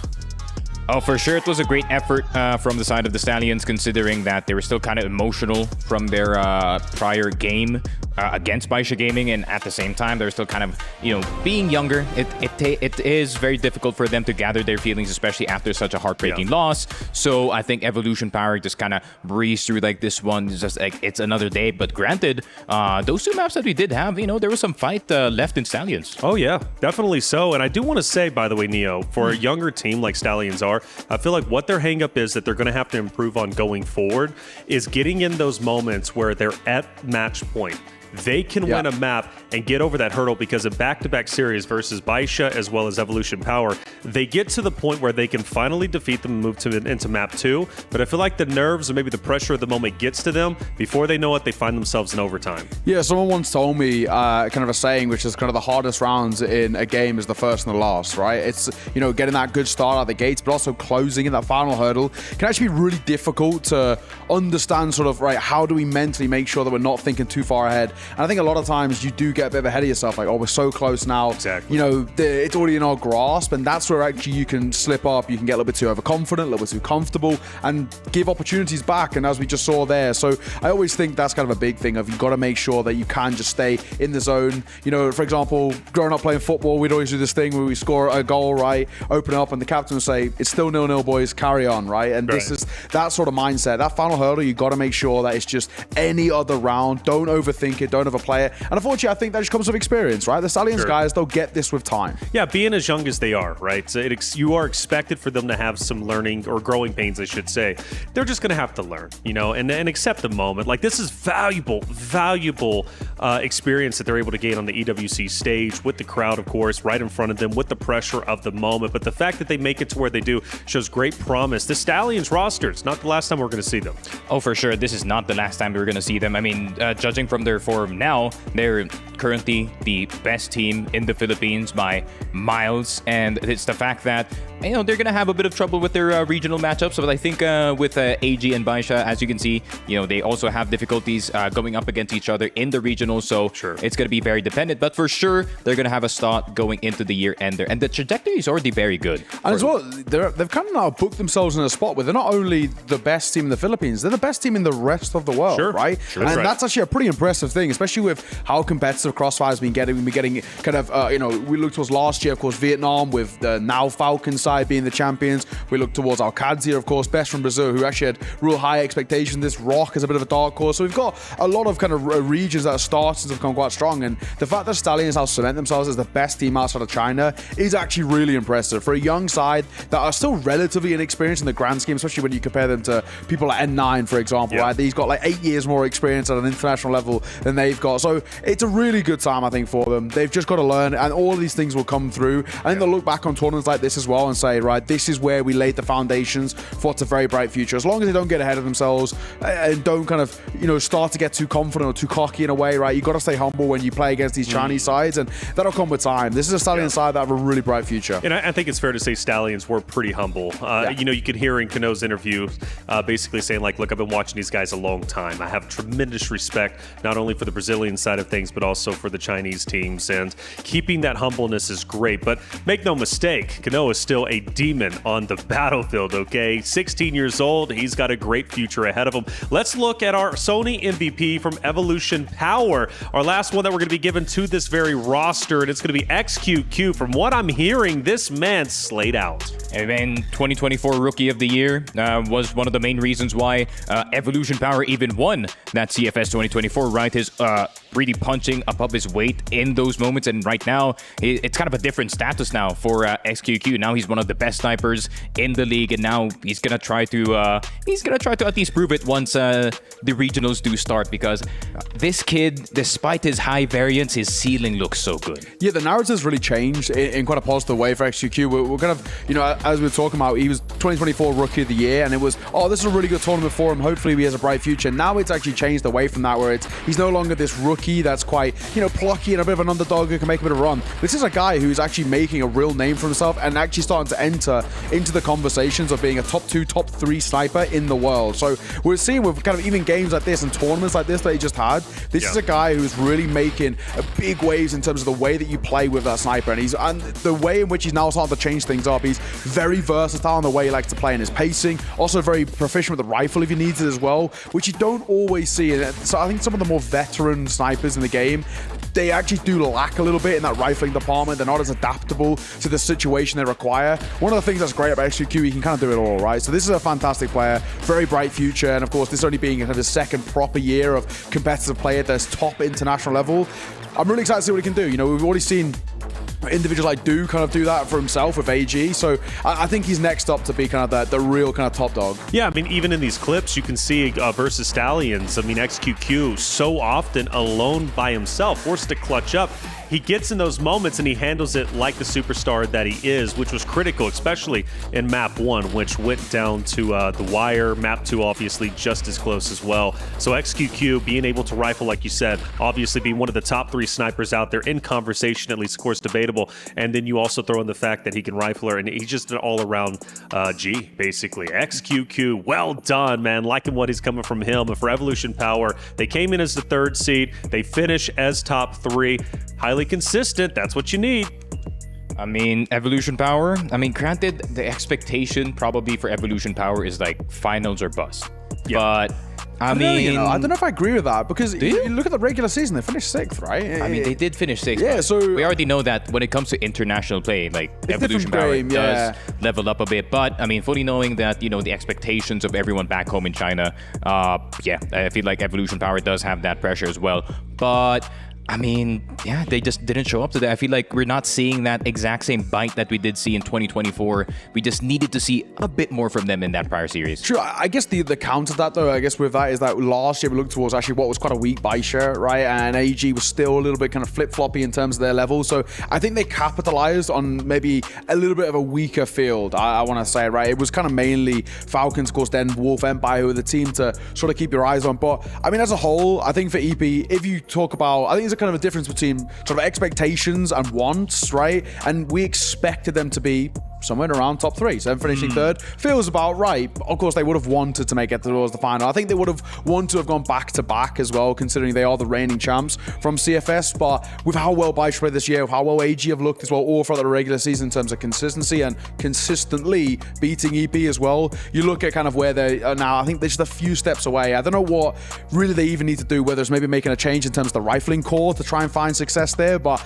I think EP are just a few notches below the 2 top dogs at the moment, and that's sort of a third place overall. I still think they should walk away pretty happy with this. Yeah, I was going to ask you guys, what changes need to happen for EP, because I do think third place, you shake your head, Sneaky, but I do think, third place, they're happy with it. And I do agree with your point. But potentially a change needs to be made for them to defeat the likes of like AGAL, for them to defeat Baisha twice, right? They did it once, but they don't have a chance to do it again. Either way, they're in a great spot, and they can rest their head easy tonight because $210,000 is going to their bank account. That is a tremendous achievement. Top 3 at the first EWC Crossfire event is a tremendous accomplishment. Of course, for Stallions, though, got to give them their flowers. Top 4, when no one was expecting them to make it here, they did justice to the Filipino region. Well done from them. And of course, we have Wendy on site to talk to them as they exit the venue. Hi, I'm Wendy. I'm here with KLP from Team Stallions, and I got questions for him. You guys showed a lot of strength, not only to this match, but also the whole tournament. Although the result is a little bit disappointing, but is there any moments you really appreciate in a few days? Napatunayan naman namin na kaya namin sa kahit anong region, pero sa last kinapos talaga kami. Kulang pa talaga. KLP said that we are happy that we have proven to the world that we can par with the best regions in NCF. But today, maybe it's not our day, and we take the L today. Got it. So, what's your takeaway from today's match, in which may well help you in the future? Gigilan na lang namin sa susunod. Na to na parang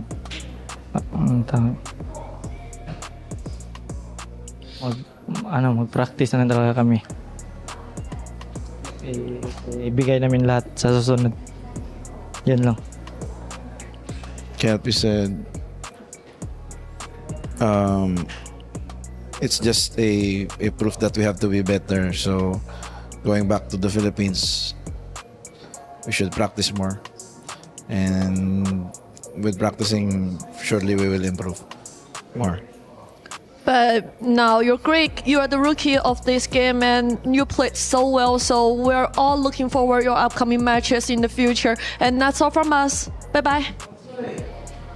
Hey, thank you very much, Wendy, for the exit interview. KLP looks a bit distraught and disappointed, but I do want to say, and I mean this, hold your head up high, brother, because again, what you all achieved is tremendous. You were going against some of the top Chinese teams out there who have been dominating the scene for quite some time. Coming into this, you were the underdogs, but you performed so very, very well. And the fact that you get to the point where you can nearly take a map off, and I honestly think if you do take one of those maps, you go into map 2 and potentially 3 even stronger. But again, young roster, hold your heads up high. You achieved so incredibly much. Top 4 plus $130,000. No reason to be upset with yourselves. Hey, let's keep it going, man. Stallions, a great roster, a team that, again, achieved so incredibly much for the 5 members, of course, on the roster. Now, obviously, Kano, we talked about him so many times as 16s, but who else, right, was the shining star on this roster throughout the entirety of EWC? Not gonna lie, I feel like KLP has kind of made a comeback going into form, because I feel like his 2024 run wasn't really that good compared to his run at the start of the year here in CFSPH and now going into EWC. I feel like his sniping ability has gotten a lot more, a lot higher. I feel like maybe the balance changes with the guns have really kind of helped him a nudge to be a lot more aggressive and incentivize him to peek more into opponents. So I'm very happy with KLP's improvement going into this tournament. So I feel like he's a easy number 2 right behind Kano. Like I said, another guy for me that I've been actually really impressed with this tournament, that I probably wasn't as much looking to the last 2 tournaments as Loy. I think for me he's been such a stable factor of this side. I think he plays a lot of hard rolls as well. A lot of times actually gets left alone, and I think he really is able to kind of overcome some tough situations. So for me, I think Loy was somebody I think throughout this tournament who is a name that kept cropping up for me. So I'm really impressed with what I saw from him. I don't think he was massively impactful last year, but I don't think the Stallion side or Ubek when they were back then, they weren't fantastic then. They've obviously improved tenfold since then. A lot of credit, of course, has to go to Tanks for that. I think he's kind of really found what makes this team tick and of course how they can play internationally, and it's working really, really well. But whatever he's done to sort of help Loy improve, whether it's a confidence play, whether he's kind of changing up his roles or positions a bit, he looks a lot more influential in terms of how this side likes to play, their pace, their impact as well. So for me, he's somebody that throughout this entire tournament, alongside Kanoa, I think has been great all the way throughout, especially mechanically. Loy, just a really good head for the game. Yeah, I would have to agree with that point as well. I feel like Loy was kind of the first prospect that we have had that has this kind of mechanical ceiling that he can go up toe-to-toe against the best Chinese teams or the best Brazilian teams. He was basically Kano before Kano. Exactly. Kano before Kano was a thing, basically. So it's nice to see that kind of old form, and especially with them kind of playing similar roles back in the day with him on matches, Kano on Ubek. So it's nice to see that Loy gets a lot more comfortable in his role now. But I feel like the support role is actually very good for him because it's basically you have two entries. Yeah, one of the things I want to say, by the way, and I was talking with one of our other staff about this, the reason why I've genuinely enjoyed this Crossfire event is the fact that the players on stage show emotion. That's not uniform across all esports. I feel like the passion here is greater than a lot of other esports out there. Yeah, and I think one of the big things as well is that Crossfire is still an esport that, generally speaking, despite actually being around for a while, in terms of the big leagues as it is now with kind of EWC, for example, it's really in its infancy stages. This is an esports scene that continues to kind of grow and grow, and I think become a little bit more of kind of a worldwide thing. For a long time, it has been quite sort of region locked in a way, you know, predominantly over towards Asia, bit in Brazil as well, and then very few and far between in the West. And we're now starting to see a lot more people pick it up. Of course, there's a lot of kind of origins or very similarities to a lot of older games as well, and I think that's what makes it quite easy to pick up in a way as well. So for a lot of these guys as well, coming from smaller regions, when we talk about prize pool like this, it goes such a long way. You can really see just the passion and the difference between, despite finishing top fourth and third, huge, right, for them. So I mean, it's been an awesome tournament. You can see how much it means to them, and also the fact that we're going to get 2 a year, right? We kind of have our regional leagues, and we maybe have a couple of qualifiers where there's a few different regions, but to get a fully international tournament, only get 2 a year. Now EWC in the grand finals, so it's few and far between, so they make the most of what they got. Yeah, so how did the other regions catch up? You know, if there's 2 major events, right? You've got your regional competitions that end up taking place. You know, how does the Philippines catch up? How does, dare I say, North America start to catch up, right? I mean, at the end of the day, right, what is EWC about? It's about putting this game on a more global scale, bringing it to audiences that didn't know what Crossfire was. Now they do. Now players start to get interested. Maybe new competitors start to rise up. Kano only being 16. How many others are out there that are undiscovered, right? So that's what I do wonder is, like, how do you improve? Well, they're going to have to figure that out because obviously for them, they're competitors and they've got fire in their hearts and they want to be at the very, very top. Now, as far as our club championship goes, it's been a wonderful race. Obviously, Falcons ended up taking everything, but there's still competitions ongoing. Jenny, what's going on?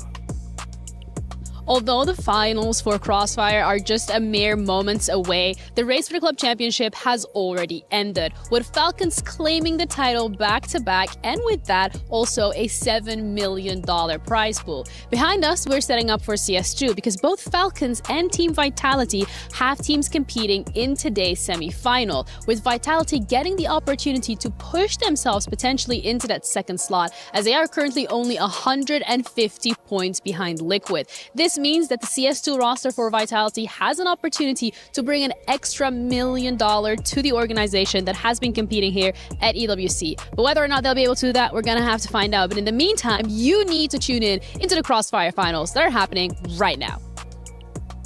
That's right, Jenny. The Crossfire finals are about to take place. The grand finals for first and second for $750,000 in first, and for second, already a guaranteed $350,000. Of course, you can't be satisfied with that if you've made it to this stage. You've gone this far, you might as well go all the way. You can only be an EWC 2025 Crossfire champion once, and this is where you claim that very prize. It's going to be incredible. We've got 2 of the best teams with a decade-long rivalry about to face off against each other. A matchup that we witnessed in 2023 about to take place in 2025. Of course, I'm talking AGAL versus Baisha Gaming coming up after the break.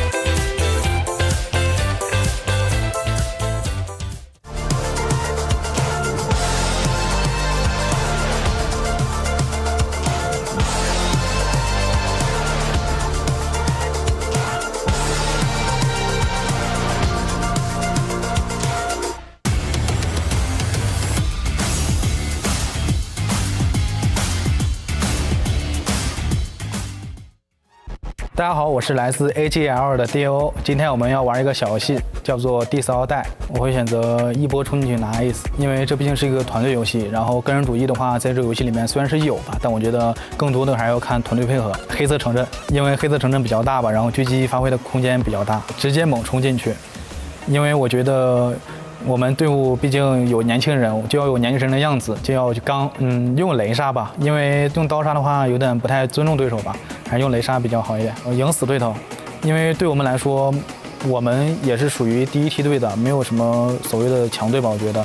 而且死对头的话，因为我们都是有来有往，有胜有负嘛，所以还是更想干死对头吧，更喜欢速战速决吧，因为能速战速决，证明实力有差距。然后打到下日赛的话，肯定是打得有来有回嘛，差距不是很大。如果打比赛的话，我会先选择禁掉自己不喜欢的地图，不拿手地图吧，因为如果对面真选出来了这张图，自己熟练度不是很高，然后可能发挥会导致队伍输掉。我会选择先开枪，因为看见人再开枪的话就晚了。更喜欢丢烟吧，因为现在这个烟雾机制修改了，瞄不到红名了。烟雾也相当于自己一个掩体吧。一上来就猛攻吧，先气势压倒对面。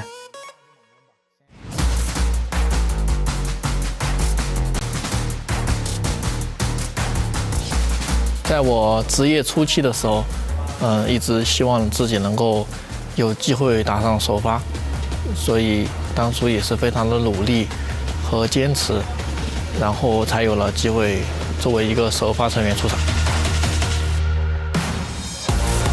在一切不顺利的时候，是我从一打职业开始的那颗渴望冠军的心，让我能够坚持朝着这个目标一直前进，直到实现它为止。白沙，加油！曾经没有想过以 ACL 冠军和 EWC 参与者参加到这次比赛。电竞世界杯是我职业生涯以来，打过的规模最大的比赛，然后也是代表国家的比赛，希望能够打出好成绩。一定要有一颗追梦的心，要向着冠军冲击，然后坚持下去。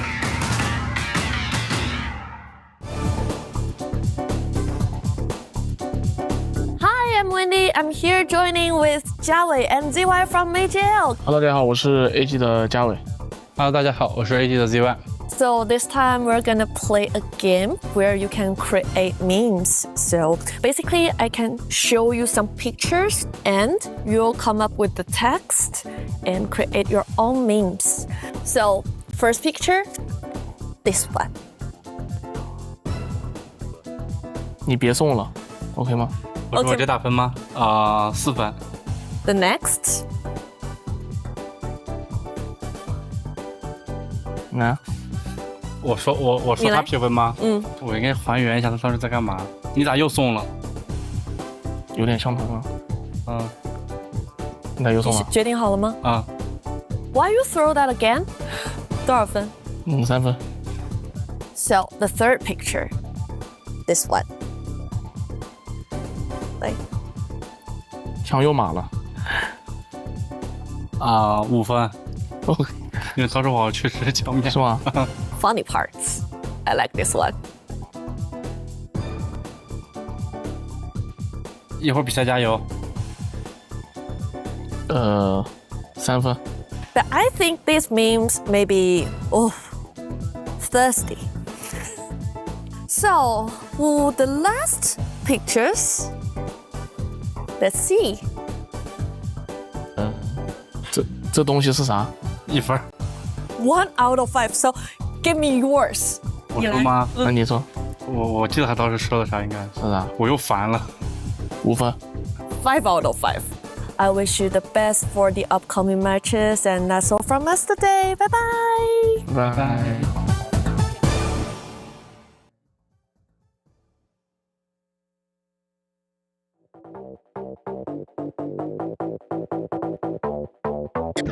Everybody know we gon' do it like this, do it like this, do it like this. Everybody know we gon' do it like this. Straight from the underground.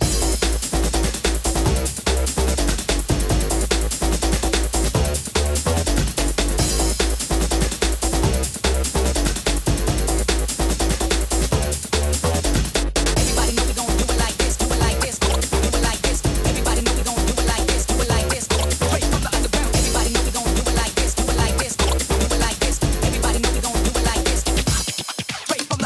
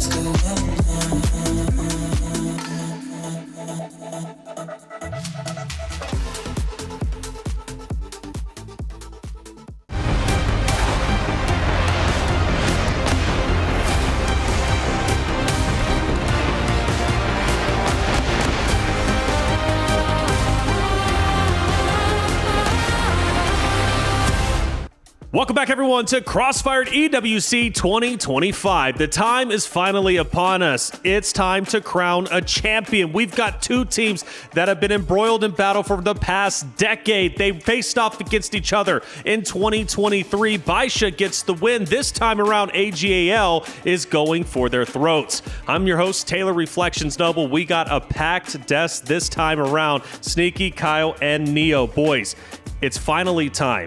$2 million prize pool, $750,000 for first. Literally life-changing money. We've got two Chinese teams that have been battling hard to get to this point. A lot of doubts on AGAL from certain points, but they made it through and they showed up when it matters most during grand finals. Of course, for Baisha, highly consistent, but they have taken a stumble, especially during the group play. But whoever beat them, well, they're now out. That was Evolution Power. So as they meet against each other again, how historic is this matchup?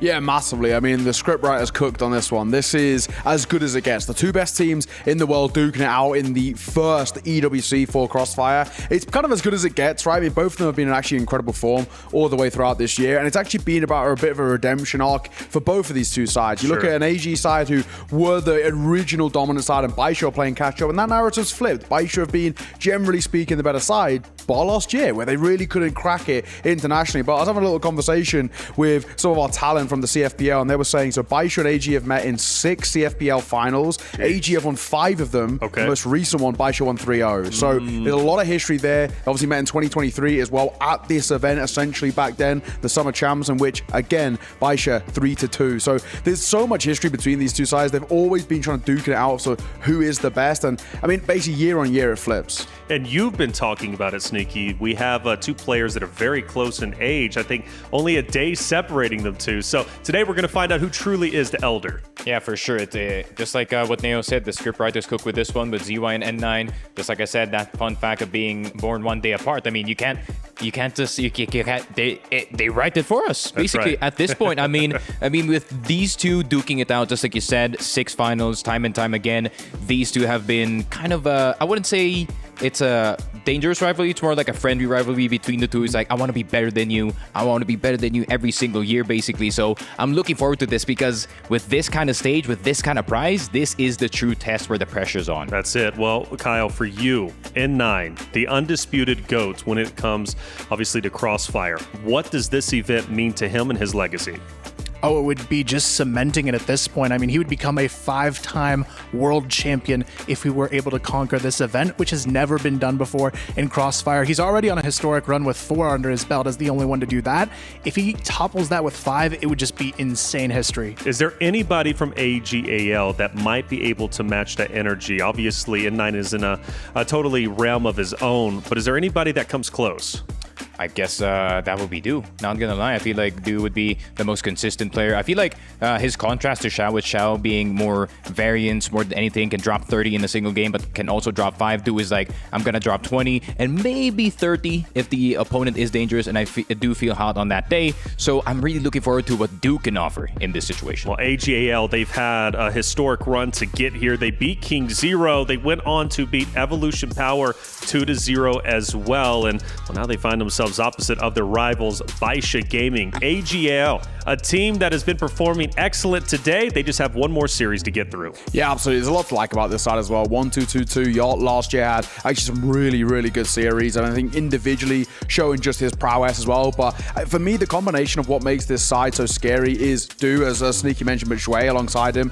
They like to work in tandem with each other a hell of a lot as well, and they create a lot of space together. They're very, very impactful. A lot of firepower brought to the table by those two. And under the tenureship and the leadership of the experience of ZY, it's what makes this AG side all click together and why they've continued to put so much pressure on Baisha and on the best of the rest of the world. So it's such a sick team. And I think one of the best things about this rivalry more than anything is because of how good each other are, it sharpens the stone, and why this rivalries continue to get better and better because they continue to improve alongside each other. So it's why they've kind of bridge such a big gap against the rest of the world. What do you think ZY is telling his team right now? You know, as the team captain leading his cavalry on the full send straight into Baisha Gaming, what's the game plan? Honestly, in a matchup like this, where you know the other team so well, you've got to take it one round at a time. That's really the key here. Don't overthink it. Don't let CFPL thoughts of, losing 0-3 get in your head. Take this match like it's a brand new slate and bring your A game. Bring the A game indeed, and that's what 1222 is going to do. I feel like all day today he's been on fire.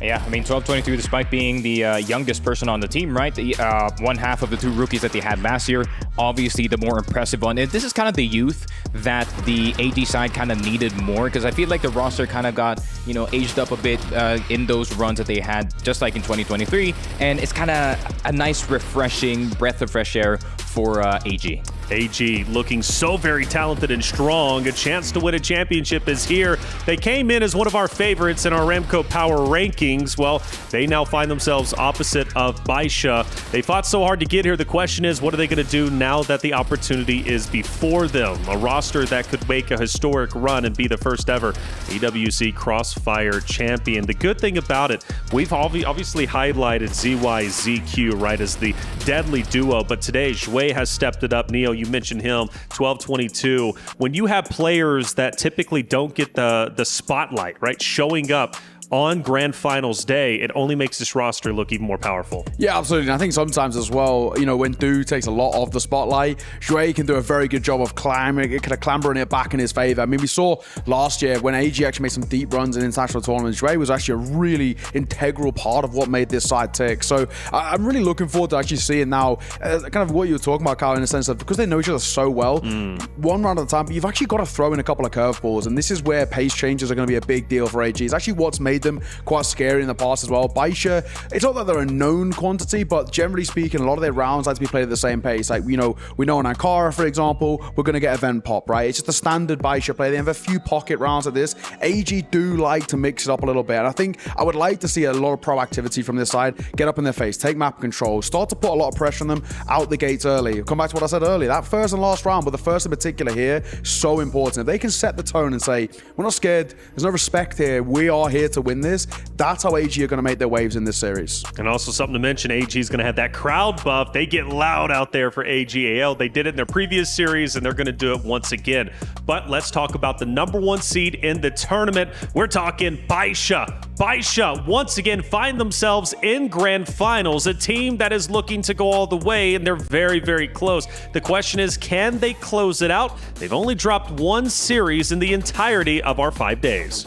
Yeah, honestly, Baisha has looked hands down like the strongest team coming into this event. They had a little bit of a hiccup, obviously, in the group stage, but since then, especially when we look at their semifinal, this team has been unstoppable. And I think a lot of that is from an elevated performance in Xiao. In the group stage, he was a little bit quiet, but Xiao in playoffs has been an absolute monster. Xiao has been, man. And N9, again, we talk about his legacy, but we've also had some other players from, of course, this Baisha roster, Sneaky, starting to perform well.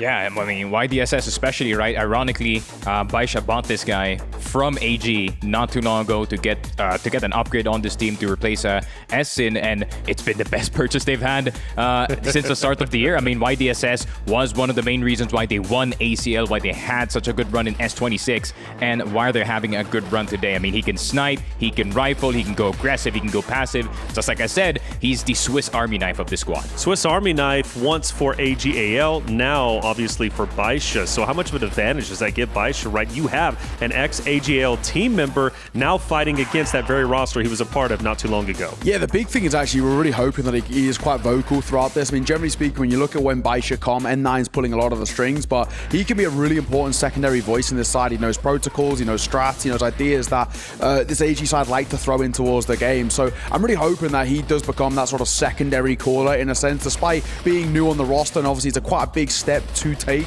as a whole, especially for him relatively early in his career. But I really hope that being that known quantity and knowing what exactly they like to do, he has to get very vocal to get this side across the line and really to give Baisha a lot of advantages here. I mean, N9, he'll know these guys like the back of his hand because they play against each other so often, but any little 1% can go such a long way in a series like this. What about Lai, Kyle? You know, Lai obviously an integral part to this team, but let's face it, he doesn't necessarily have the most eliminations compared to the other roster.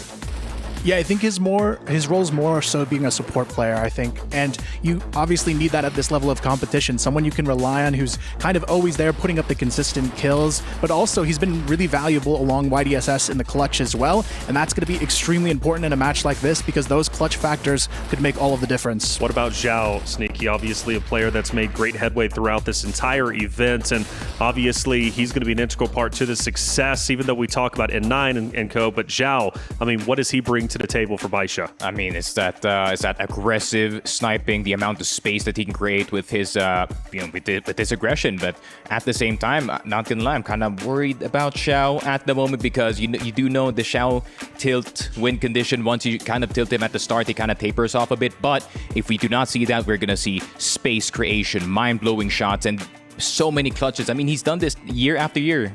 Yeah, I think one of the big differences as well, when you actually compare the two Oppas, I think we were touching on it, he's that a consistent factor. Numbers are relatively similar, has these pop-off maps, but he never really goes completely missing. Xiao started the tournament very, very slow, but one of the big things is, and one of the reasons I think why Baisha love him, is because you get him on that game at the right day, the right time. This is a guy that can push 30. This is the guy that can really completely take over, and it's actually stylistically very different in the way they like to snipe. Do is more than happy to turret. He can sit back, invite in a lot of pressure, soak it up and punish, whereas Zhao creates opportunities for himself and for the team. So they're vastly different in how they play, and I think it's also how the rifling core support them too. But I think, generally speaking, in a game like this where they know each other very well, I'm probably banking more on a Zhao to step up here than a Do. Do is a known quantity in where he likes to play and how he likes to play, the timing of his peaks, the timing of his shots, where Zhao, he's such a wild card. You know, sure, sometimes he can drop 6 kills a map and we're wondering where he is. Other times he can give you 30. So I think in a game like this where both of them know each other so well, you need that wild card up your sleeve, and that's what I think Zhao brings to the table. Well, there's a total of 10 players that will enter the battlefield. Let's hone in our attention on 2 of those very players, one from AGAL and then the other coming out from this side, of course, Baisha Gaming. YDSS, we highlighted them going opposite of Do. Sneaky, these 2 players looking to be the highlights for their rosters. Oh, for sure. And the fact that YDSS is also capable of pulling out the sniper, I mean, Do is going to have to deal with not just YDSS, not just Xiao, but also Lai at the same time. So it's going to be very interesting how Do is going to try to operate around all of the scopes around him. Well, I got to say, Kyle, I mean, if I'm looking at these stats, though, YDSS wins in some regards, but Do, I mean, he's got that KD that I think is going to hurt, of course, the other side quite a bit.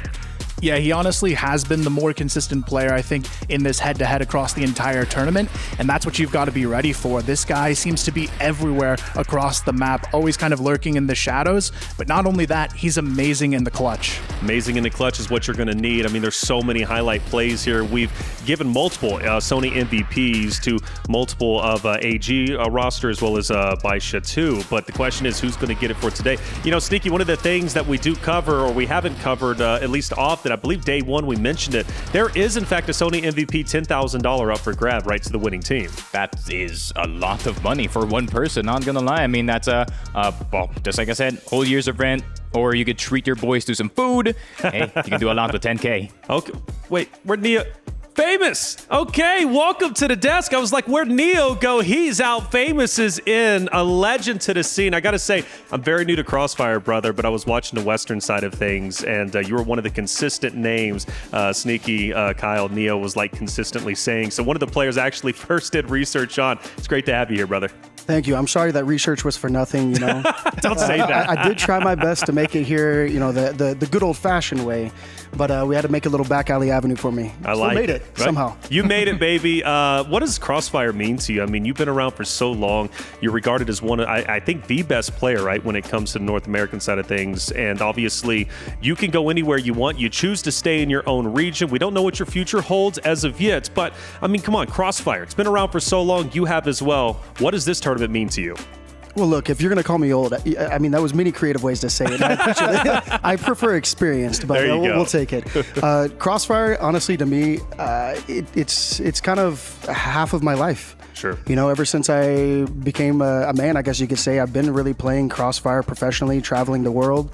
It's been probably the ultimate source of fun for me, and I love this game. I love everything about it. I think it's one of the most competitive and fun to watch and fun to play games, that FPS games that exist. I've tried them all, and I've always come back to Crossfire. So, I mean, honestly, going to the real main thing, though, for me is I love visiting these foreign countries. I love going to China. I love going to Saudi. Sure. The people everywhere, you just get to see the genuine people there and the fans of the game and just experience the love for the game that all these people have. The love for the game indeed. And speaking of the love, man, AGAL, Baisha. Is it any surprise that these two teams meet in grand finals? A little bit. So, Baisha, no surprise at all. I think all the pro, I talk to the pro players all the time, whether it be West or the international ones. I'm cool with all of them. Baisha is no surprise, but I think the majority of teams thought that Al Qudsiya or maybe one of the other foreign teams might surprise was kind of on a similar level to AG and EP, and I think AG was kind of like a third, fourth pick there. But you know what I do love? It is an absolute classic matchup of the ages. Oh yeah, I'm gonna have to agree, right? I mean, before the tournament, Alcat looked so good in CFBL. I mean, they were so perfect. Their sub base especially was squeaky clean, and all of a sudden, I feel like there's something that ticked wrong in the quarterfinals, especially against Stallions. I was just surprised that they played that bad. Well, I mean, Stallions, though, played that good. I was really happy with the way that they performed. And Kyle, obviously, you've known Famous for quite some time. Yeah, honestly, and I'm curious from your perspective as well, because the one thing we talk about on the desk all the time is who's going to be that key player in this matchup. I know N9's talked about a lot, but who would you say is maybe the most underrated player coming into this matchup?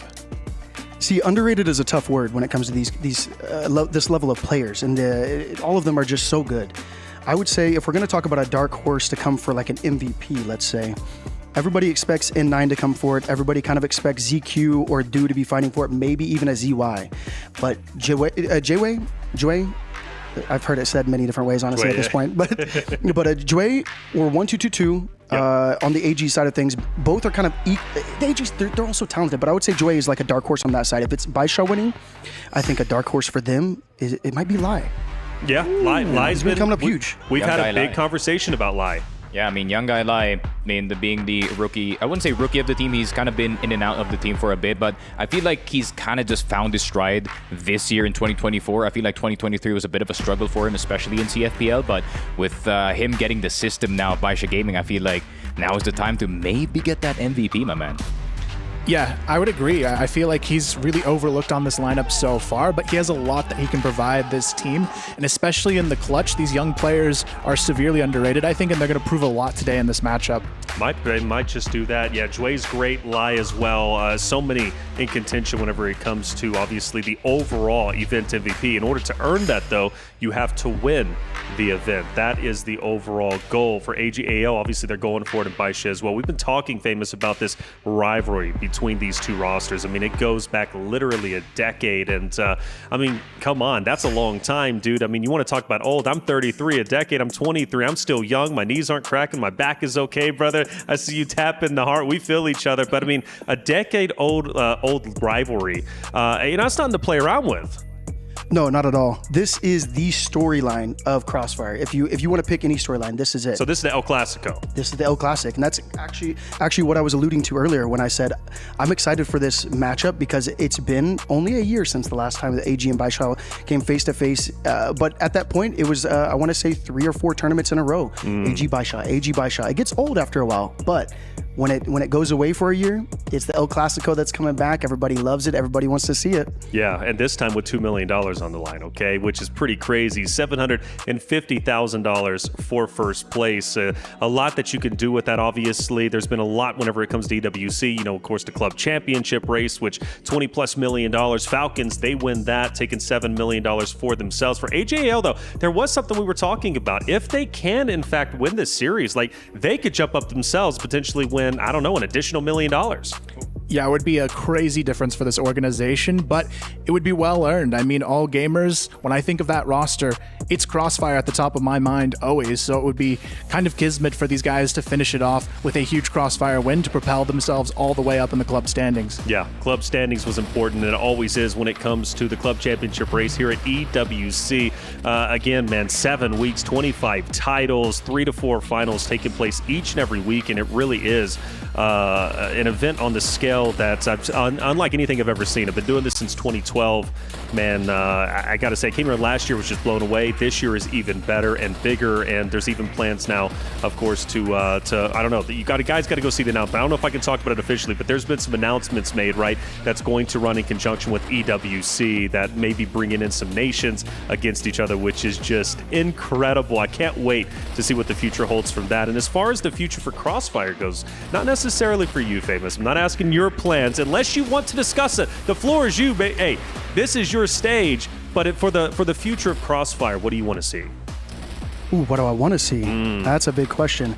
So all throughout the years, one thing I've always wished for, and there's only 1 year where this came true, I want tournaments to be so dense that it's back to back to back, and you're not home for at least a month or two all in a row. LAN events, yes, sorry, LAN events.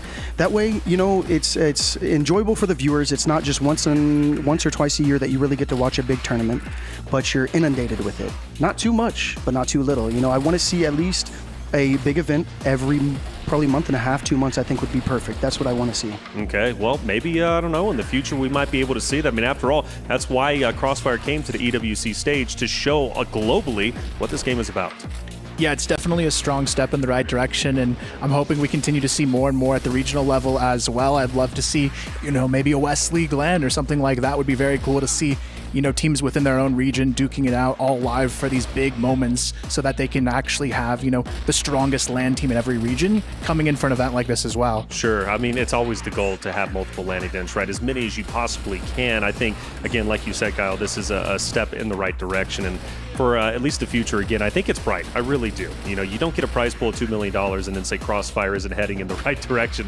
I think it very much so is. And I do wonder what region is going to be dominant in the future. I mean, you look at Stallions, right? The Philippines, okay? I mean, the performance from them is just wild. We've been waiting for the Western side of things to kind of reach that energy too. Okay, I will say, first of all, about the Stallions. I really got to sit down during their last match, the one that they just played and the one before that, the semifinals. And I got to kind of study their team and just see how they operate and see what it is that just makes them as good as they are. Sure. And I will say, they, to me, play style-wise, play very similar to a Chinese team. Okay. Chinese style.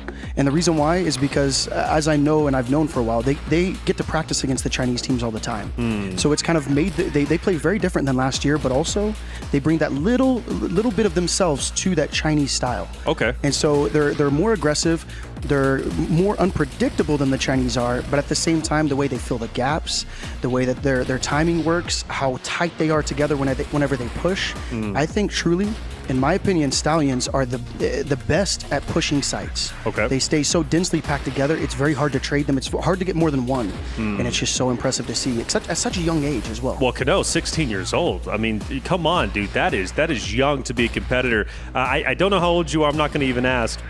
32. 32? And you're still competing at this high of a level. How do you do it? Hey, to my credit, at 32, somehow, some way, I've gotten the top kills per round at the last 2 CFSs. No way. Didn't matter too much though, because we placed like bottom 4 in both. But I can still brag some way, somehow. Don't worry, we remember the Mexico game, man.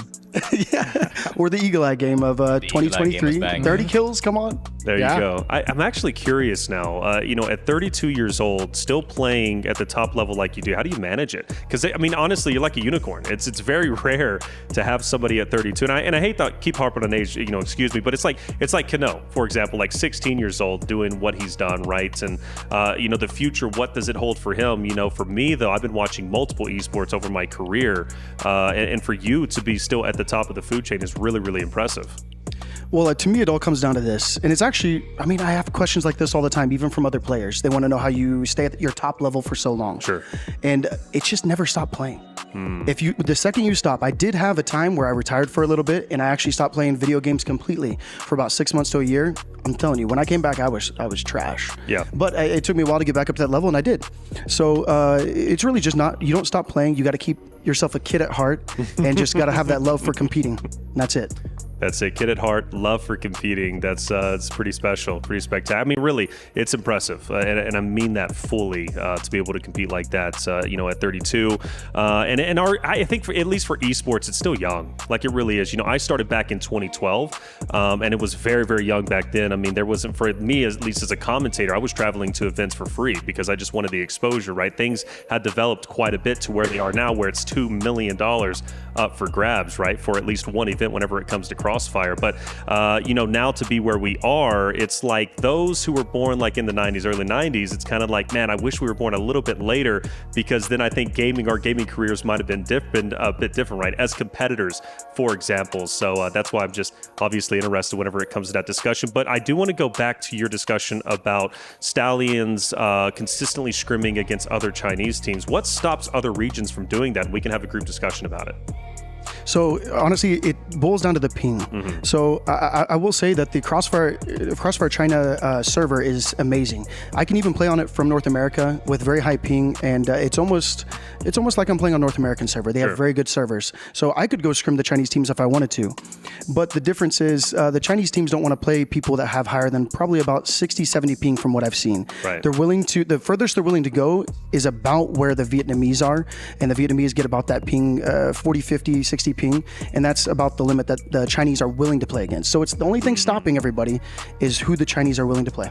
Yeah, I mean, I do understand the perspective from them, because 60 ping from any other game would feel all right. 60 ping in Crossfire doesn't feel good. That's for sure. Your shot's got to be, maybe just slightly off, but I do see that perspective coming in from them. But playing 200 ping in EU does sound fun, not gonna lie. But let me ask it, well, about like relocation though? Like, is that a thing? Because I know that happens in other esports. Players will travel and leave like with their country to go and compete in a different country just because they're passionate and they want to be at the top level of Crossfire or other games. Yeah, I think one thing that, has been really helpful to see over the years is there has been a number of teams that have been invited out to CFPL, and I have noticed a lot of those players from other regions that get a chance in the Chinese Pro League do come out a lot stronger. And actually, I know, Famous, you actually had a run with Q9 for a little bit, and I even noticed in your gameplay as well, you definitely came back stronger and learned a lot. So what was that experience like for you, playing with the Chinese roster for a little bit? So that is one of my story times that I always go. I'm not going to give you guys the whole spiel. Don't worry. I'm not going to take up all the time. But that is one of my favorite times of my life. I look back on that very fondly because of the memories I had there. And to go back to your point, though, about the improvement you make, I will tell you this. It's hard to get a stat in your head of how much improvement you made or anybody made. But I want to say I was at least 2 or 3 times better when I left Q9 and came back home to the USA and played there. I was dominating.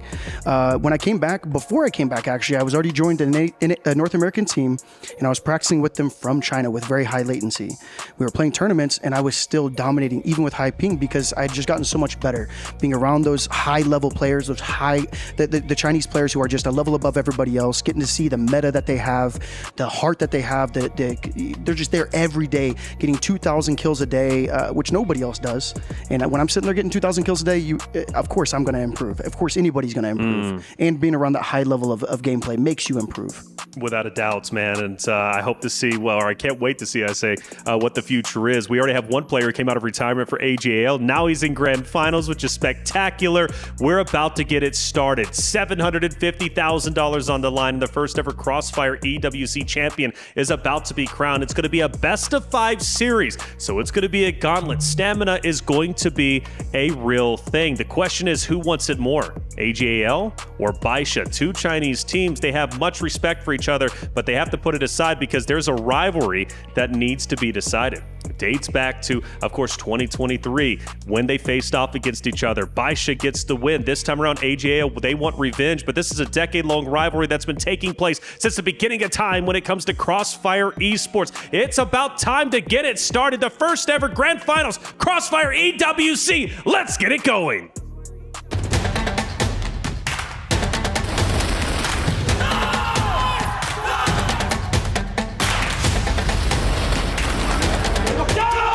我们的目标就是进入决赛嘛，现在目标已经达成了，我们非常的开心，希望总决赛继续努力。我觉得打进总决赛对我们队伍来说特别重要吧，因为第一我们俱乐部参加的项目也比较多，然后第二也是这个比赛也是第一次举办，我觉得打进决赛能去享受决赛的舞台是特别爽的一件事情。进入总决赛的队伍应该是实力都是特别强的，然后大家也应该会打得比分比较焦灼，希望我们把那个残局还是给打好吧，然后少点失误，我觉得就够了。不管遇到什么样的挑战，我们都会打出我们自己的风采，打好每一回合。我觉得我们队到总决赛最能爆发的点应该是个人爆发吧。我觉得会打到3比2，会很纠结。因为我们队的人都打过很多次总决赛了，我觉得其实也还好，不会压力特别大。我们大家一起享受这个舞台就很爽了。我觉得大家都发挥出自己的实力，然后来一场精彩的比赛，打出一场精彩的总决赛。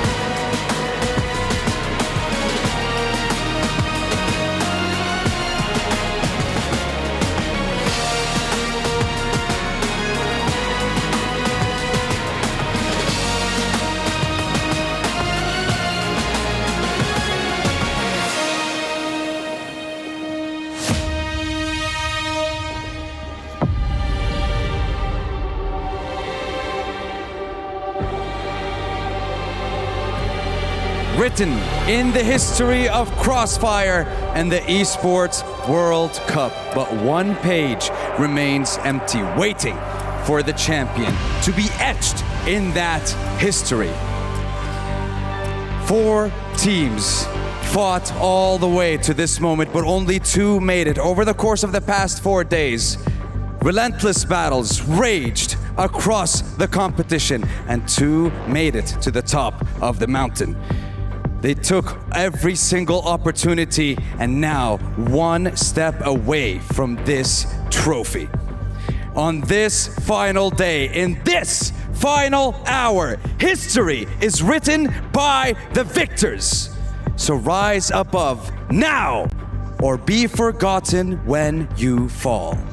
Yeah, 16 teams began this competition, all with hopes and dreams of reaching this moment, the grand final of the first ever Crossfire Esports World Cup competition. All of them desperate to make it a sniff of that $2 million prize pool, $750,000 going to the first place, but also the trophy, the glory as well.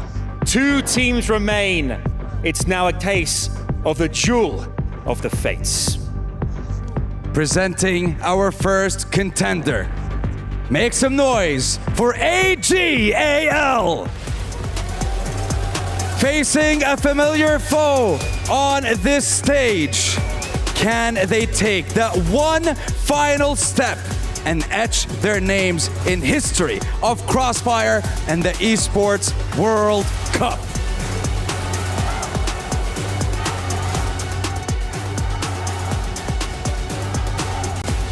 And their opponents, Baisha Gaming!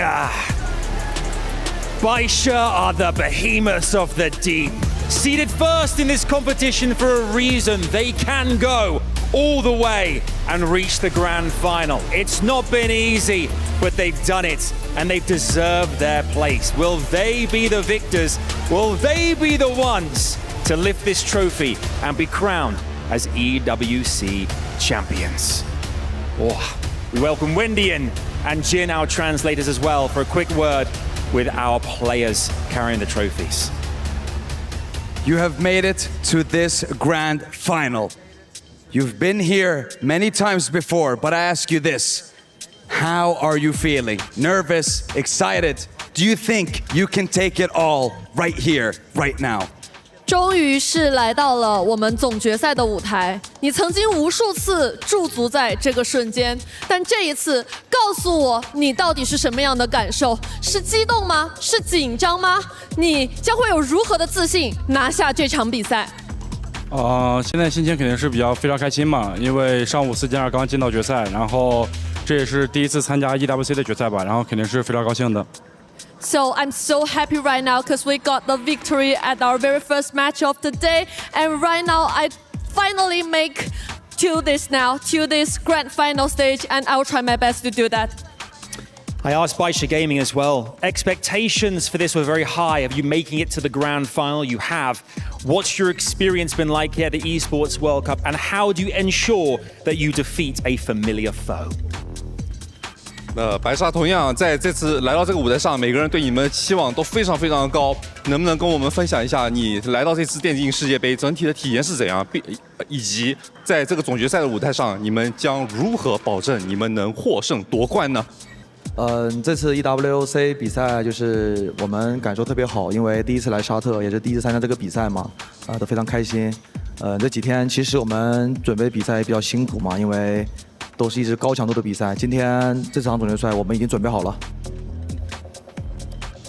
Coming to Riyadh for the first time ever on the Esports World Cup stage, I mean, this has been an absolute amazing journey. It has been very exciting, and we are all very jubilant. That being said, we are very, very tired because it has been, because, you know, we have spent so much effort into preparing for this tournament, preparing for this grand finals, and I'm sure that our preparation will pay off right here.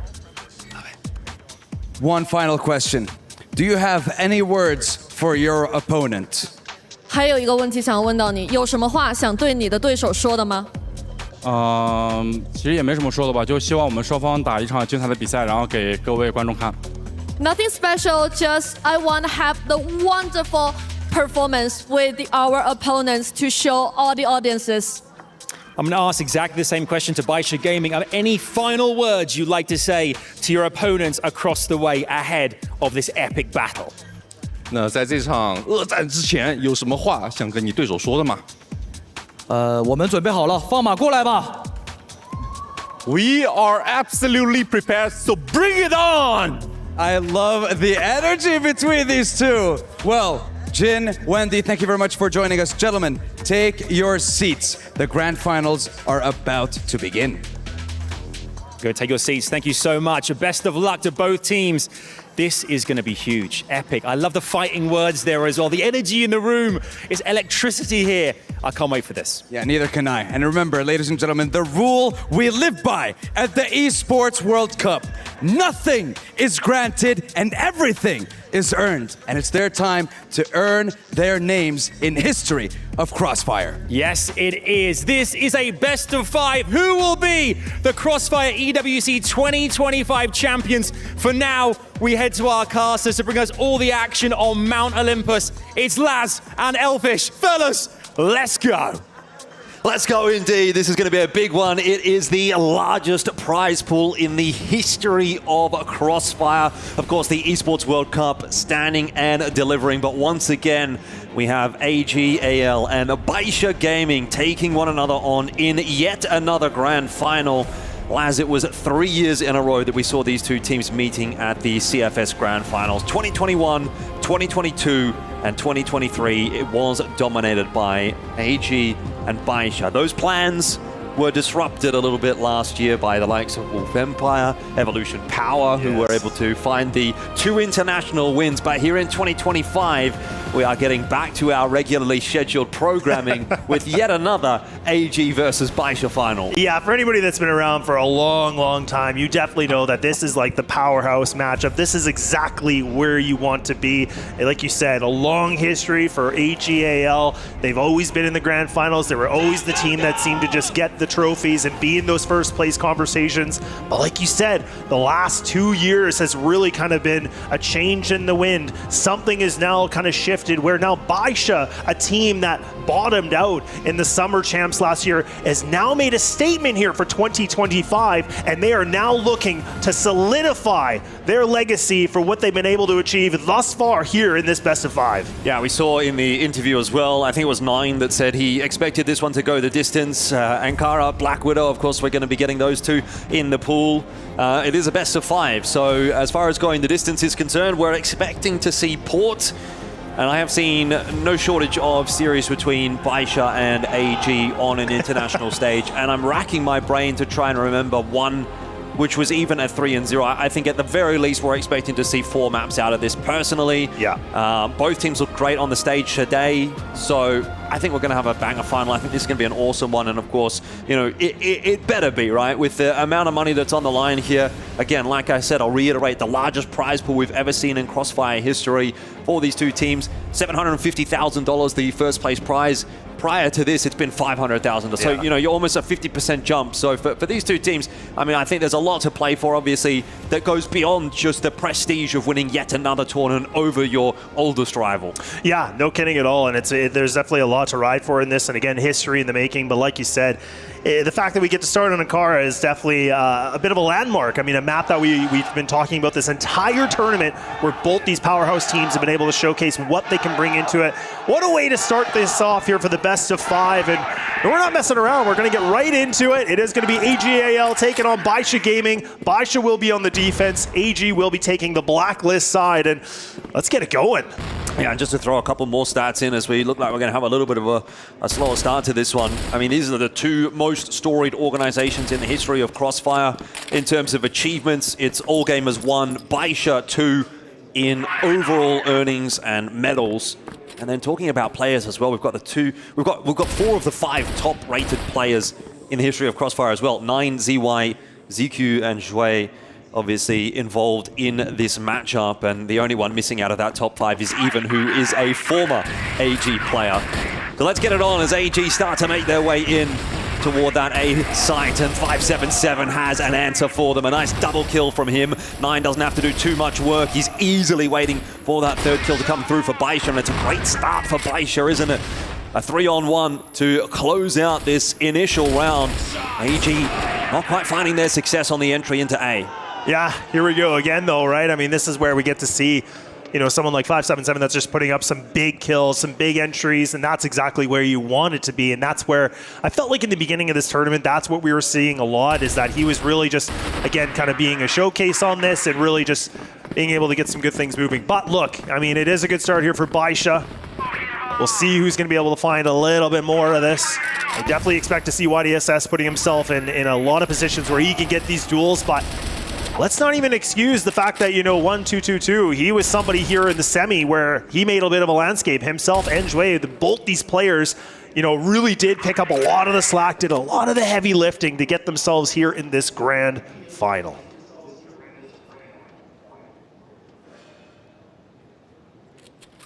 Well, it slows down for round 2. Winning kill going the way of AG, and now they're trying to figure out how they're going to negotiate the rest of this round to close it out. Kara, choice of Baisha, so throwing AG's map pick back at them.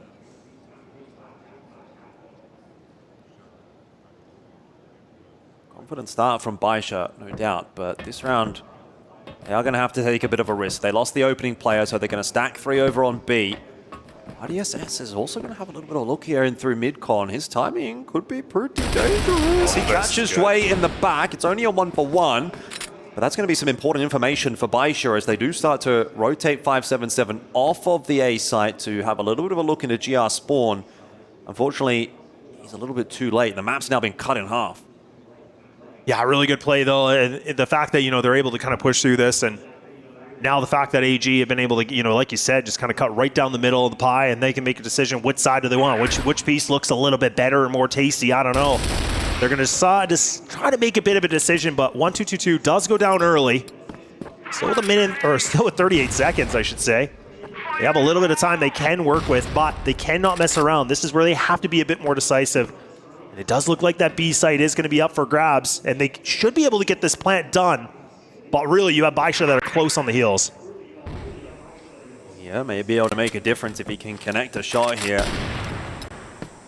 You're not going to give him that chance. That smoke keeping ZQ safe on the cross. Plant's gone down.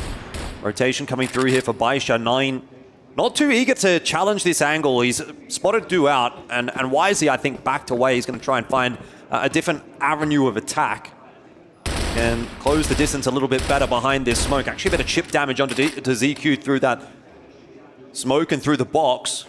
Time is slipping away here from Baisha. That's an important kill to start to get the back into the mix. CY also going to fall. Baisha on for 2, and it's Du that will go down to secure it for Baisha. 2-0 the lead. This is exactly what I was talking about, is the fact that, someone like 577, he's been just instrumental this entire tournament. It feels like any game, any person he plays, he's going to put up these big, big numbers. A situation like this, now he's putting himself at a 5-1 scoreline this early on. This is exactly what Baisha need. We said that, they had a little bit of a hiccup earlier in the group stage. It's been full steam ahead since they had that little bit of a loss, but that's where we expect to see everything at the full effects here from both these teams. But Baisha really are just coming out the gate quickly on this, and they're trying to make a statement on this GR side. I mean, it's wild that Baisha was able to win that round. That was definitely a favorable one for AG at multiple points in the round. The opening pick, the post plan as well. I mean, a 3-on-3 post plan, that should be your round most of the time. So we're already getting bit of an idea that maybe Baisha are bringing the heat a little bit more here on Ankara than what AG have been able to so far. Nade's going to go over the top, and Shui and 1-2-2-2, a little bit of a tickle. Re-smoke in for A main as well. This is a decent hold thus far for Baisha. The util usage has been good, but they've only got 2 players over on A to defend. So if the pop comes through now from AG, 9 will be a dead man. Then open. And he backs off. The re-smoke again for A main. Nade over the top from AG. And they just contact playing their way out onto the site. 9's got no idea. He's not seeing anything. He's flashing middle. And 577's gone down in the meanwhile. Now it's on to 9, who needs to double down and can't. And that will be the A site taken. So now the question becomes, will Du survive? And of course he does. He goes one better. He does one even better. Looking for a little bit more. He will be able to find that secondary kill here for the back lines of the attempted flank. And now Joao is the only one left. And Du's got a bit of an inkling, and there you go. Lands the utility, gets himself the triple in this round, and my oh my. Yeah, it doesn't take very long to get back into the game here for AG. It probably should have happened a round earlier, but 2-1 at round 3 is a good spot to be in. And historically speaking, I know, I sort of continue to allude to the Summer Champs final of 2023, but that was just such a historic match between these two teams. That was probably my favorite match of these two teams because it started off so well for Baisha. It was 10-2 and I think 10-3, something like that over the first 2 maps. Both going the way of Baisha, and I thought, okay, AG's out of this. Yeah. But then AG won that series 3-2. And that's very much been the mentality I feel that we've got between these two teams time and time and time again. Even if it's not going all the way to 5 maps, you very often see a really highly competitive game between these two lineups, regardless of which iteration of each lineup we're talking about as well. Obviously, these two teams vastly different, even despite the fact that they've still both got core rosters from that 2023 match. So I don't think we can expect to see one team just come out here, dominate, run away with a quick 3-0. That's not going to happen. Exactly. No, you're exactly right, Elfish. And I mean, that's the thing. And we talked a lot about the storylines of both these teams. And now Baisha goes for a massive swing from YDSS and finds that stubble already. So now AG, more problems awry here. You have Du and 1-2-2-2, the last 2 remaining players. And a 2v5 with 1:15 is not great. You still have to pick up the bomb in the back and middle. this is clearly a favorable situation here for Baisha. This is looking very good for them already on the GR side. Yeah.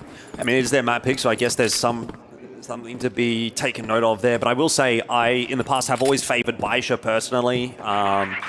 You know, I'm someone that's kind of like looked at the cores of the roster, and I've always been a little bit more keen on Nine and Xiao as a duo, as opposed to, you know, maybe the core roster of AG being ZQ, ZY, and Do. Yeah.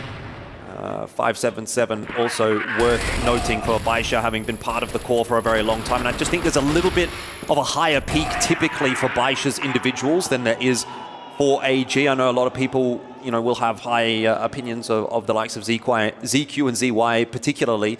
But yeah, I've always been a fan of Nine. He's my GOAT, and I think Xiao definitely inspires me a little bit more than Do does as well on that sniper rifle. So if anyone is going to do it, and I've been waiting for it for a multiple number of years, for Baisha to like kind of claim a solid first place in the world kind of position. It's never really happened. It's always been quite back and forth between these two teams. But yeah, again, my take is Baisha edged slightly. We'll see if that proves to be true today. So far it is. But it is very, very early days here. 3-1 start. There's nothing to really get too excited about. You're not going to be writing home about this one just yet. Resmoke into main. It's the same kind of setup for Baisha. 2-2-1 or 2-1-2. Constant resmokes on A main, trying to keep AG at bay. And, you know, we've been seeing the A bomb site be a really priority position for both teams on Ankara throughout this tournament. Absolutely. And that's the thing, too, is that, you know, Baisha, they were the ones that were able to kind of sit back and watch a little bit more, because the last semifinal was with AG, right? I mean, that's where they were able to get that victory, like we said, about over EP. So, you know, for Baisha's sake, they were able to kind of, you know, make some very quick notes and just kind of realizing, okay, look, this is some of the things that we're noticing that AG are doing on this map. That's probably even why that Baisha went for this pick regardless. So that's a little bit of a favorable situation, and N9 just finds himself, why not a quad, and shuts down the door. They are not allowed to enter. Yeah, that is a dangerous look now for AG as Baisha start to pull ahead with a great degree of significance. This will have to be timeout time soon for AG. And that is why, like I said, I'm a fan of Nine. He is the guy that can step up in those big moments. I think he's the best rifler in the world, or at least in the past has been the best rifler in the world. I think now there is probably a bit more of a conversation around a couple of other players, but certainly at points in his career, Nine has been unstoppable. And if he can find that form again, this will be a very hard grand final to get through for AG. And that is the quintessential Nine round. Exactly. No, I'm definitely on the same page with you. I think there's a lot of really good points you bring up. Nine definitely, you know, I think that Kyle mentioned this at the desk and saying, you know, one of the first people that could have you know, five championships under his belt, you know, and if they could be able to find themselves in an EWC, you know, the first time champions, that's just adding another notch to his belt of what he's been able to accomplish in the game of Crossfire. Wait and see. AG do have a lot of work cut out for them, though.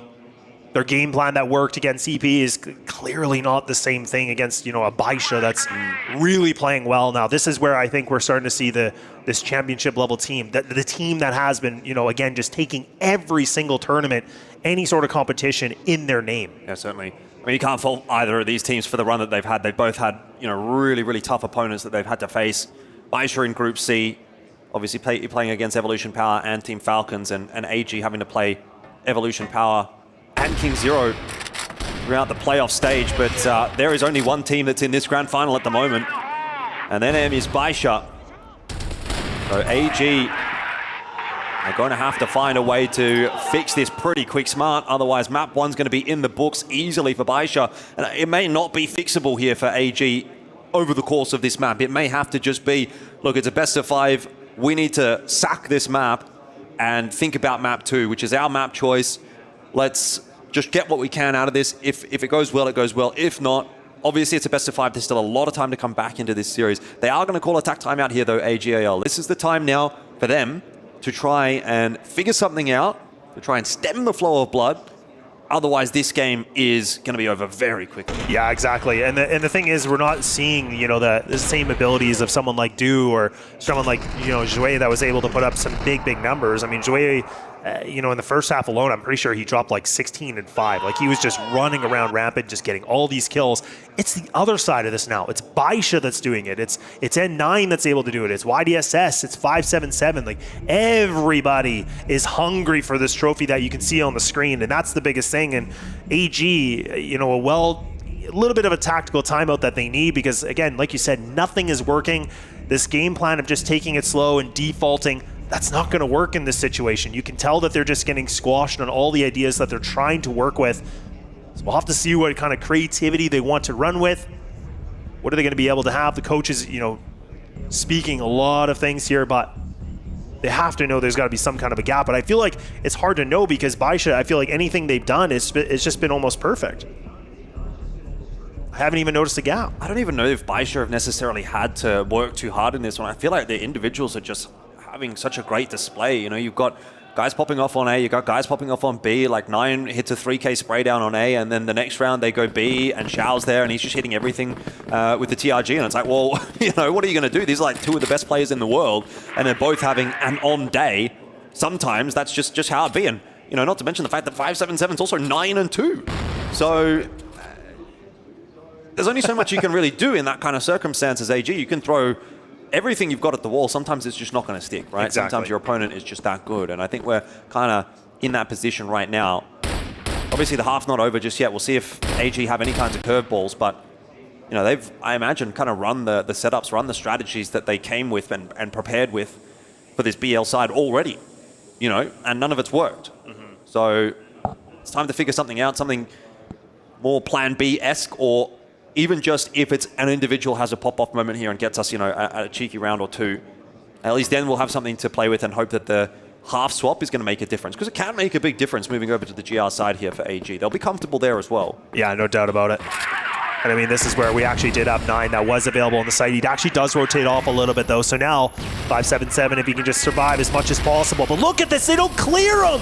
Oh, he just gets away with murder and takes down 3, sitting himself at the 12 and 2.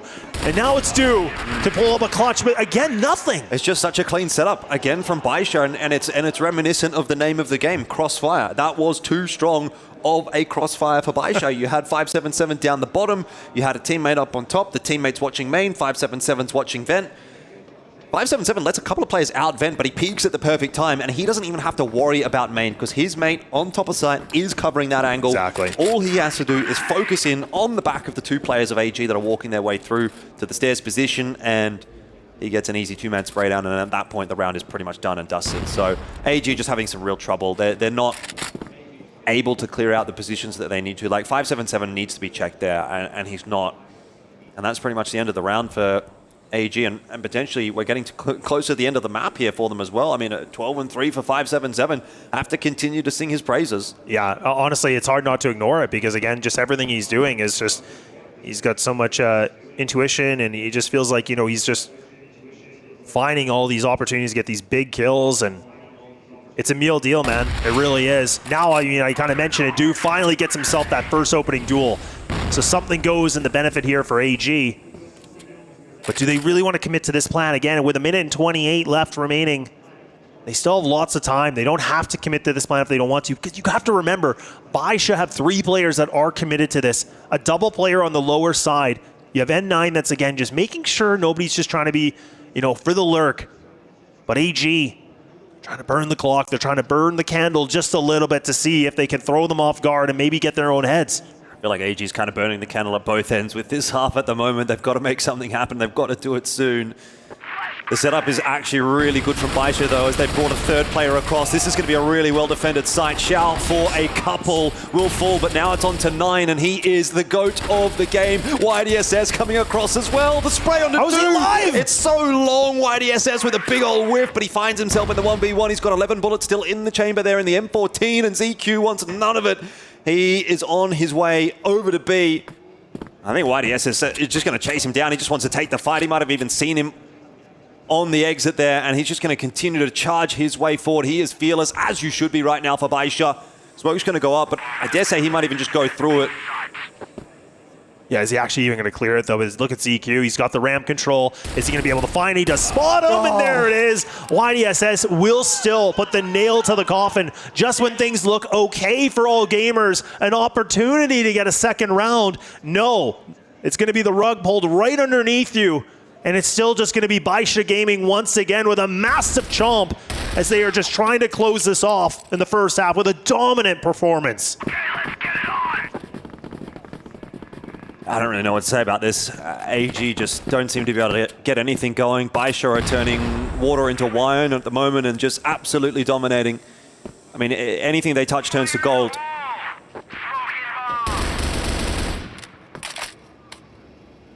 Seven and 1. And AG cannot find an answer right now. Even a second round in this half, Laz, it's just not going to be good enough. It just feels like, again, Baisha, like an amazing amount of counter strats that they've been able to make on this, right? I mean, they've really just taken the advantage when they finished the first semifinal and really have just made it so much of a difficulty here for AG. 5-7-10 only gets the one and done meal. Maybe now Lai might be able to find something. No, AG finally get themselves a bit of a pry open moment here with a 4-on-2 advantage. You have Zhao and now YDSS, the last two players here from Baisha for this last round of the first half to see if they can get themselves an 8. And it's a full aggression, but how does he get away with that kind of shot? And again, he finds a second kill. No. This cannot be happening. AG, let it slip away.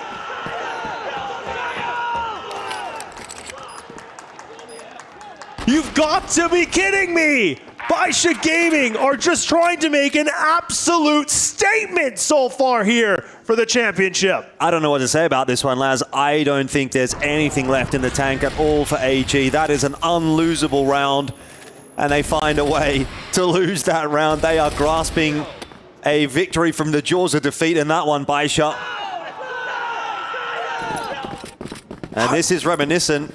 Again, need I remind you of that match that I've been referring to so many times where Baisha won the first couple of maps, something like 10-2, 10-2, at the Summer Championship of 2023, and then proceeded to go on to lose the series. Let's not get too far ahead of ourselves just yet. This is fantastic for Baisha, but it's a best of 5. It is. And that's a really good point because you have to bring that back up in the fact that this isn't just a best of 3. This is a BO5 where you have to make sure you can have enough gas in the tank that you can be able to withstand going the full distance and preserving your energy as much as possible. But man, don't want to come out the gates too strong. Dump it all on Ankara and Black Widow and then come into Eagle Eye and just fall flat. Exactly. And that's the thing where, you know, but for a team like AG, like, I don't know if you're at the point now where maybe Ankara is just, it's not a write-off necessarily, but maybe just you're mentally kind of getting prepared for Black Widow to go, you know what, it's fine. We don't need to be able to get this win right here. We have that other opportunity. Nine's just cracked open a couple of heads in this round as well, so it's started very nicely for Baisha. It doesn't seem as though the half swap's going to make much of a difference. With a bit of an aggressive maneuver into mid, he's managed to set himself up in pit and try and catch any rotations if Baisha made the decision to go back over towards A, but I don't really see why they would make that choice. It does eat a bit of nade damage, and Xiao also kind of watching, see whether or not AG are up to any funny business. I mean, Baisha have a good setup outside of B right now. They just have to wait for this smoke to fade, and then they can make their way in, and I think they will do that. I think they'll just back themselves here. I mean, they're just taking fights and pretty much winning them all over the map. They've smoked off mid, they've smoked off GR spawn. Now it's time to start to make their way into the B side as the smoke outside of Hotel does fade. Nine's on his way forward, 1-2-2-2 behind the box, copying a bit of spam. Wasn't actually properly checked there, but easily traded down. Now we're into a 2v1, and this is where ZQ is going to have to show his veterancy. AG needs something, and they need something big, and they need it now. That's a nice shot, but ZQ down to a one shot, and Xiao will be well aware of that. He's going to go for the swing with the XM and gets it done. Well, I mean, all gamers really just getting a taste of their own medicine. We talked about this in the semifinal that you and I were covering, where it was all gamers that were able to get that 8-1 when they were on the GR side, and that's where we were just talking about the dominant performance. But now Baisha getting themselves in the map point here, which is their pick, of course, but this last round means this could be a 10-1, and maybe, like you said, you know, Elfish, like, could be going back to that situation where Baisha were able to get a 10-2, a 10-2, but in this kind of a experience in 2025, Baisha really just trying to rewrite something, maybe getting this 10-1. Yep, 10-2, 10-2 on Subbase and then Ankara. And then they lost 10-8, 10-7, 10-8 for the next 3 maps. So, hey, Ankara, once again, not working out for AG in this matchup against Baisha. 1 round away. This would be one of the most dominant maps of the tournament. We did have a 10-0, so I can't really say it's the most dominant map, but it certainly has been one of the most dominant. There hasn't really been much in this one for AG at all, though ZQ will give them an opener in this round as 577 just kind of tries to poke his way through A main. Yeah, that's definitely going to be a nice little bit of a kickstart here for all gamers, but can it be enough? I mean, we've seen that position where it was a 4-on-2 and it just falls away from them. And they know that. They have to make sure, again, that they just play this in the normal circumstances. And now YDSS just trying everything to clear all the angles, just spamming the boxes. And now it's going to be Live that's able to find that first spot. AG here on the rotates. But look at, they're just getting dominated again. They can't seem to win the frag department. Whoa. It's just Baisha that's able to do it. Baisha are just deathmatching at this point, and they are running through AG. That's the end of map 1. Blink and you'll miss it. A 10-1, and Baisha have thrown that glove down in front of AG and said, pick that up and bring the fight to us, because that was certainly nothing from AG and everything from Baisha. But of course, it is a best of 5, so there's still a long way to go before we can crown Baisha as the Esports World Cup champions here for Crossfire. In saying that, though, those 5 players on the stage there may be, in a couple of hours' time, quite a bit richer and quite a bit happier, because it's certainly heading in that direction at the moment. It really is. And I mean, it's just like I said, that's a real tough pill to swallow here for all gamers. Yes, I mean, it's a 10-1. That's just a domination. That's just an absolute massacre. But now for all gamers, are going to have to reset this, with the few minutes that they're going to have. But the thing that just makes it interesting to me as well, Elfish, is that, like just kind of going back even for the CFPL and, the earlier summer portion where these guys did go to a 3-2 circumstance in the upper bracket final, and it actually still was Baisha that was able to get a 10-6 victory on Black Widows. So, like, again, does AG have something new that we don't know? Have they been able to readjust their game plan? Have they figured out that Baisha doesn't have the perfect, execution? I'm not sure, because this just felt like they weren't even here. It just felt like it was a totally different weight class. Jue, I don't think, got a single kill that game until the very last round. Literally the very last round, and pretty much an irrelevant kill as he was about to die. You're basically playing 4v5 at that point. That's really, really rough for AG. I just think everyone on Baisha was on, and no one on AG was. So they've got to figure that out here before we head into map number 2.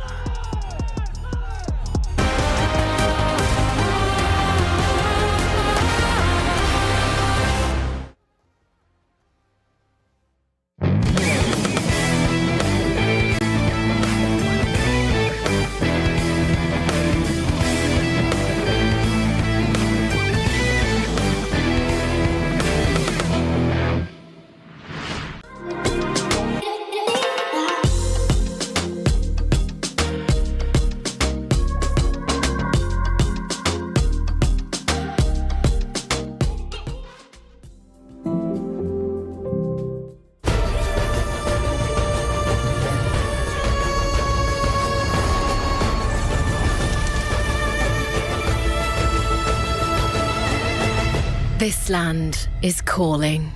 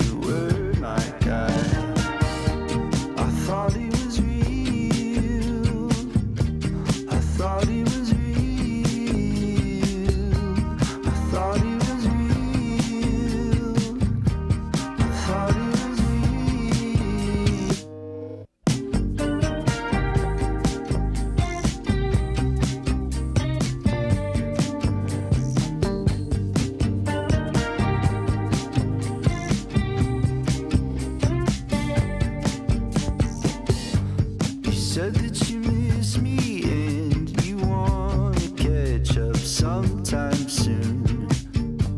It might be a trick, but now I know that I meant something to you. I thought it was real. I thought it was real. I thought it was real. I thought it was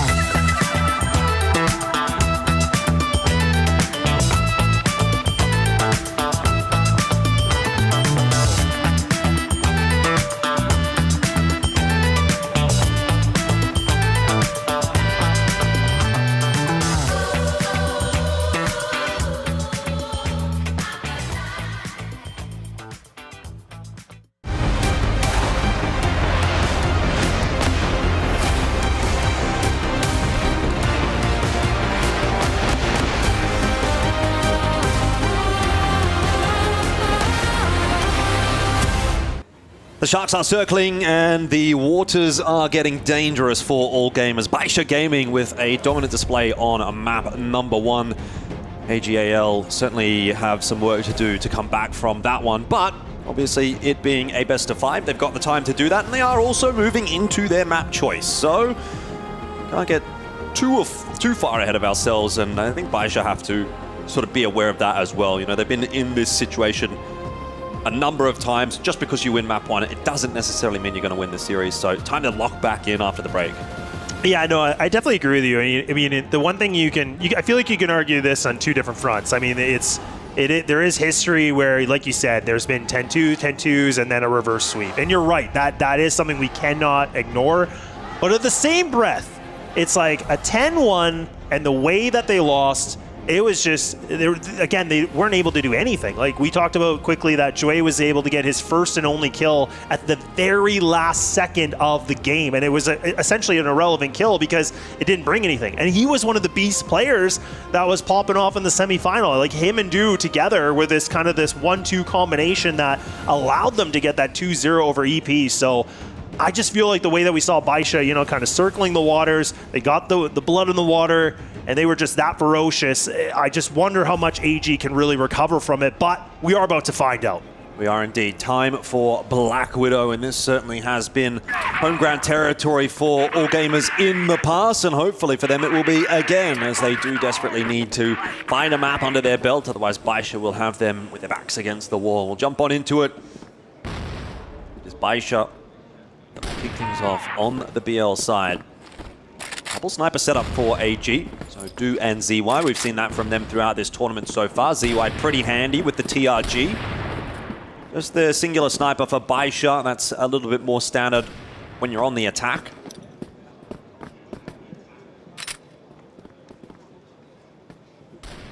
Yeah, this is really just kind of hit a bit of a slower approach on this, especially just how fast, you know, the first game really did go, but I actually don't mind that though. I love that, you know, Baisha don't like get in their own heads. They're not just trying to, you know, repeat it and maybe getting a little bit careless on this. I love that they're coming in focused with this game plan.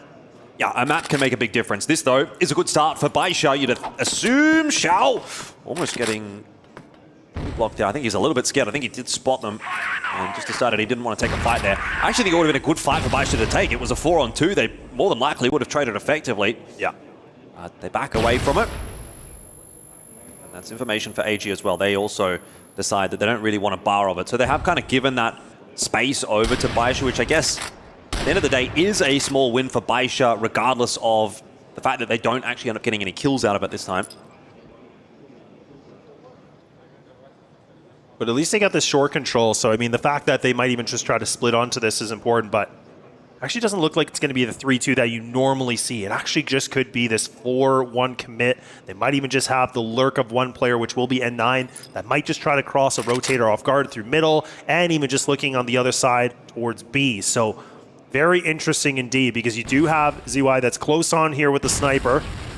He's going to be the first one to get the shot off, but he's not able to. 1-2-2-2 is able to get the double entry now after finally getting Zhao to be able to activate the sniper, but is it a little too late? It's a bit of a dry hit from Baisha, really, isn't it? Now Xiao looking for a trade in the middle as well. He's going to end up being the one that will, in fact, actually be traded. This is still winnable for Baisha if they would have found a couple of quick kills there, but not going to happen.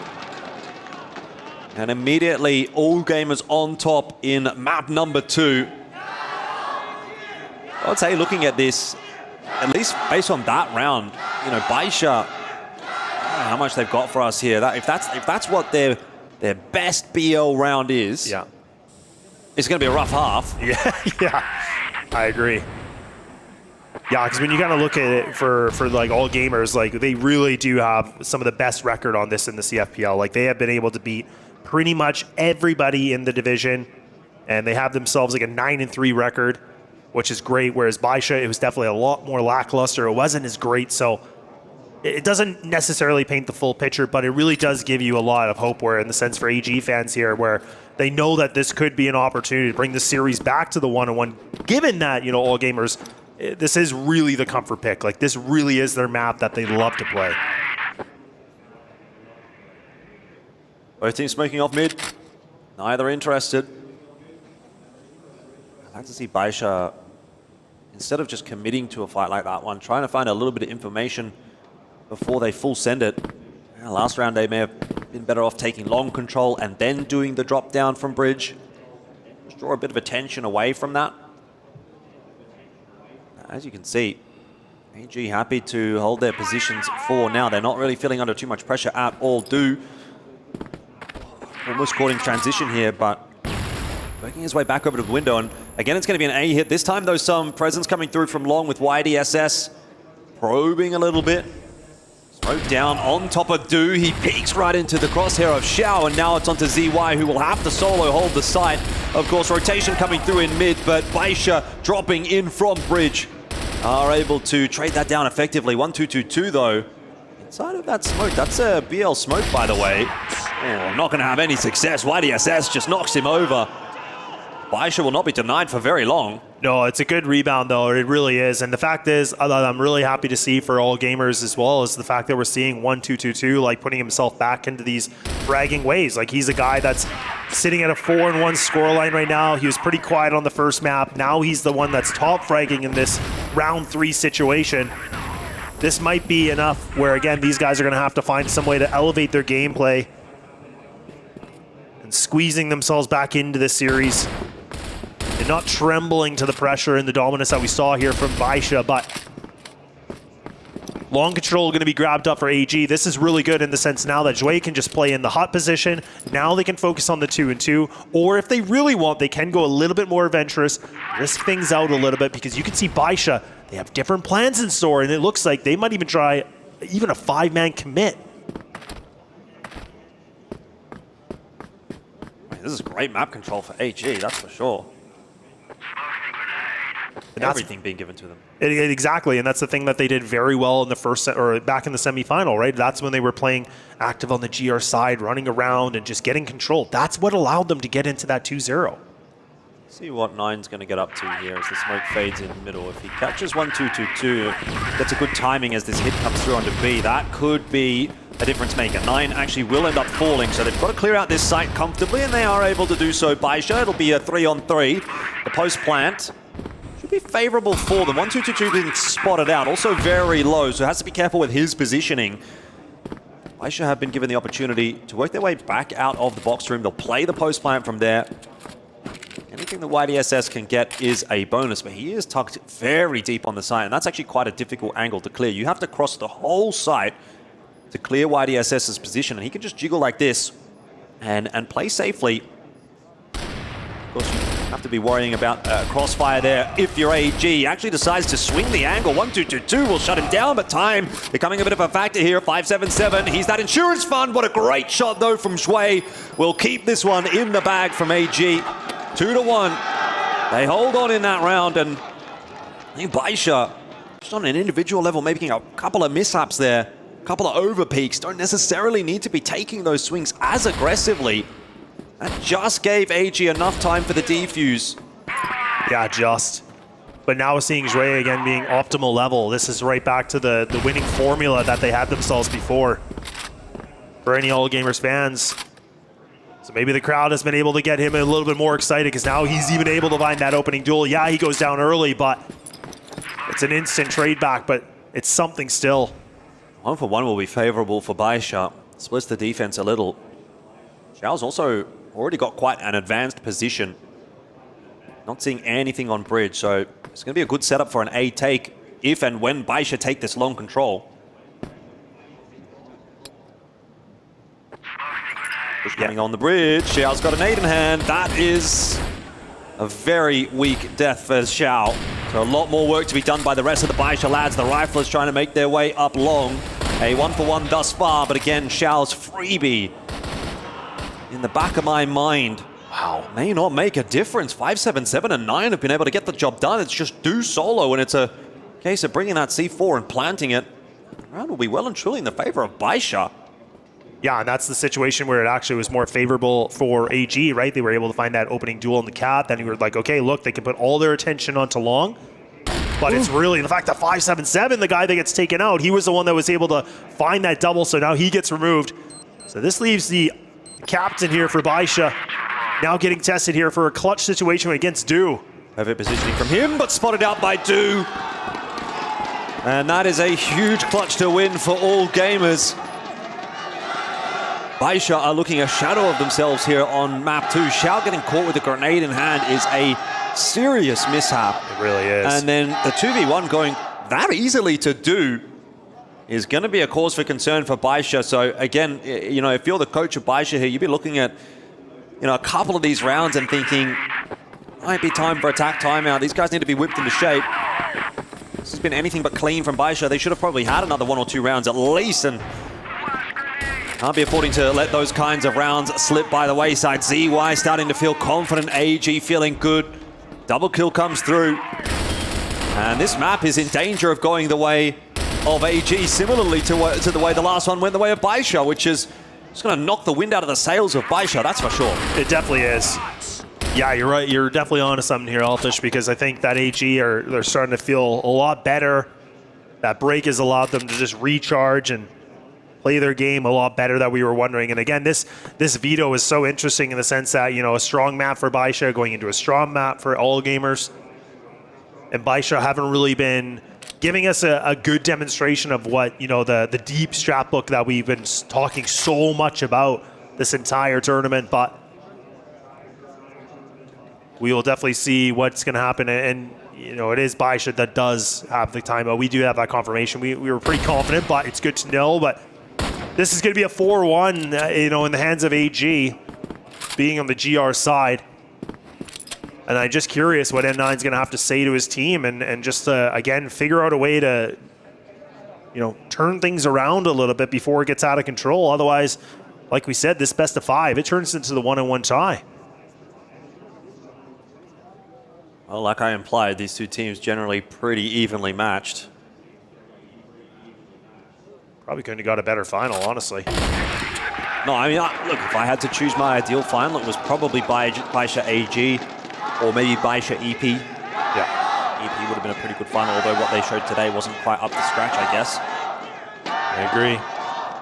And that's what makes this like such an exciting storyline. Like, again, it's just like this team on the screen, you know, of all gamers, a team just so dominant for such a long time has kind of a little bit fallen behind and have tried to reinvent themselves and tried to, you know, get back to the glory of what they've been able to do. But Baisha, like, the fact that they were a team that had us all wondering what was going on in Summer Champs, and now they've turned it around and just any tournament finding a win left, right, and center.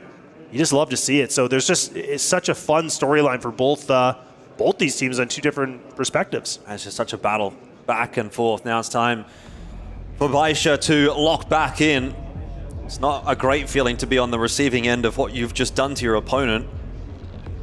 You end up kind of looking a little bit silly. You're like, man, we were screaming and shouting like 30 minutes ago, and now we're the ones that are getting dumpstered. And they look pretty flat too, right? I mean, it's hard to know, like, based on the body language, but it does speak a little bit, right? I mean, this is where we also said for Baisha, like, the crowd is heavily favor for, you know, an all gamers lineup here. Like, this is where as soon as a round's in favor, we can hear it through the audience, right? Like, we can pick this up.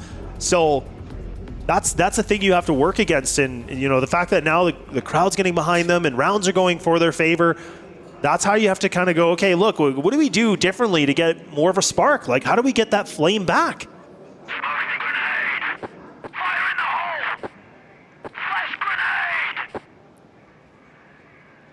Well, these guys just need to lock back in, turn back on.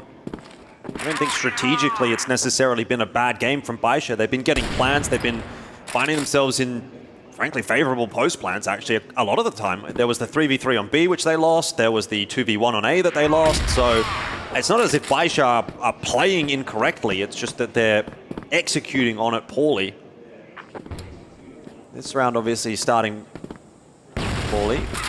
Still onto YDSS, and so Baisha are just going to try and send it out of the box room. Shui lucky to be alive right here. Flash, I think, keeping him safe as the guys in box room couldn't see him. Nade's going to go through onto the box that ZQ's holding, and he'll be tagged down a little bit, but trying to walk your way into a meat grinder like this one is never going to go well for Baisha. This feels like a Hail Mary, and that has so far not quite worked out. A couple of trades coming back to make it a little more interesting for Baisha, but nothing in that one at all.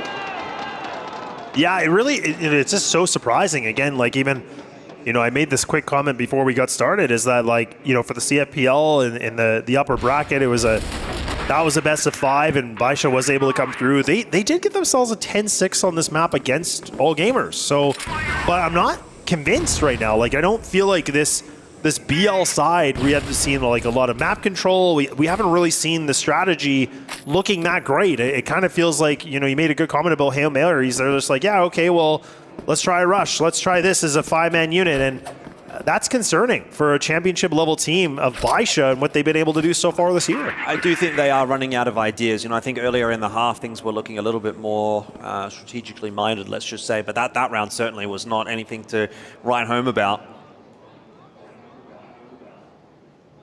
Again, they're going to walk into the crossfire that's been set up here by AG. You've got a bit of a contest over middle with Jue and 1-2-2-2 having a bit of a look. ZQ's in there as well. Baisha, they just need to hit some shots, win some duels, and they've done just that. A 2-for-1 trade up short is going to work out nicely for them, but Jue quickly bringing it back to a 2-4-2, and there's still a player on the site, but Xiao will dig him out. Yeah, that's a great kill from Xiao. The fact that he's able to just go for that long control quickly. Plant denied. Still lots of time, though. Nade doesn't do too much damage, but Du's trying to, again, just be aggressive. Yeah, but you can just see that it's not as clean from Baisha. You know, they don't have that intuitive sense that they did on Ankara. It's a nice kill from Xiao as Du tries to repeat the same angle. Shui almost in for the 2v1. He's going to toss that grenade through. It won't actually connect onto Leah, who has a serious advantage now. In this 1v1, he's going to take the fight and lose it. No way. It's just like the shoes on the other foot. Everything that could go wrong for AG went wrong on Ankara, and now you can say the same thing for Baisha. There's now been 3 rounds on this side that Baisha should have won. If you would freeze frame it, you would say Baisha has the advantage here. They've not won any of those rounds. Exactly. And AG are storming away with the first half. They really are, and like it felt like that should have been the round. Like Xiao was able to play the positions perfectly, getting the first kill long. He was able to find that secondary duel and window. You're thinking, okay, look, this is looking good for Baisha. They're finally able to get something moving. Their sniper's getting a little bit more active. He's making these proper connections that he needs to do, but again, just some misplays, and it just, like you said, I think that's the perfect analogy, is just saying that the shoe is on the other foot now, and it really does feel like that. And we're going to do a deja vu almost, it feels like, in this situation. Yeah, the BO5 speed run, apparently. Baisha are going to give it a crack into the box room again. Early nade would indicate that AG are aware of the possibility. Here come the flashes. In fact, it's not the box room, it's actually the B site. They're going to go charging their way out. 577 with a very important couple of openers, but still the frags coming through for AG. YDSS will start to seal the deal with that third kill for Baisha. 2 remaining defenders of AG. Somewhat locked out of the site now by Util. Should allow a plant to go down, but Baisha are not rushing it. Do get YDSS across, and they are getting that plant down. ZY catches him on the plant, but trades are good. Baisha have at least a second. Yeah, and a desperate second round indeed. And it really feels like if they wouldn't have been able to find that, I don't know what would have. So not bad at all. Last round of the first half we go. And an ordeal to get to this situation here for the Baisha fans. But look, I mean, for all Gamers fans, they got to be picking up a sigh of relief onto this one. Zhui has been able to just turn things around. Someone that was absent on first map is now really just taken the top fragging position with 11-5 and has created so much impact, and he's trying to make amends of what has happened on the first to bring that pain here for the second. Leah now waiting things out. A double player commit from AG on the catwalk. They're close on by. And Baisha, do they split this off? And the trade is instant. ZY is able to find that first duel though, but it is going to pan out nicely for the BL side for the time being. The AG fans tense watching along. They don't want to see a third one here for Baisha, because that would just give them a little bit of an inroad back here into Black Widow that they can start to think about maybe making some magic happen. Well, 1 for 1 there. Not hugely favoring either team. I am a bit concerned about this recontest into mid from AG if it does come. 1-2-2-2. Close by the doors. Winging. Somehow getting too unreasonable again for AG. Everything just going their way. And you've also got that push coming out from Zhui on short. YDSS with the C4s trying to make his way back across. He's going to be contested on the way. So not able to find the trade. We're back to 2-on-2. This is just so back and forth. It really is. It just feels like a little bit of a ping pong match in this, some retrospect. And now that 45 seconds that's about to hit the clock here. I mean, Baisha, do you have an opportunity to go for this hit? But you still have to worry about Du. He's close on by. Still that nuisance a little bit, and ZQ is still playing this mid-connecting piece. This is a strong position because he's got that intel. Not sure if he's been able to hear them yet. But if he gets moving the way he is, oh, this could be a problem. This is becoming an AG sandwich. He's going to try again and go as that plan occurs. That happens so many times. Nine has just completely neglected the possibility that ZQ's behind him. There'll be another round for AG. So many mishaps for Baisha in this half. And it has resulted in a 7-2 lead for AG.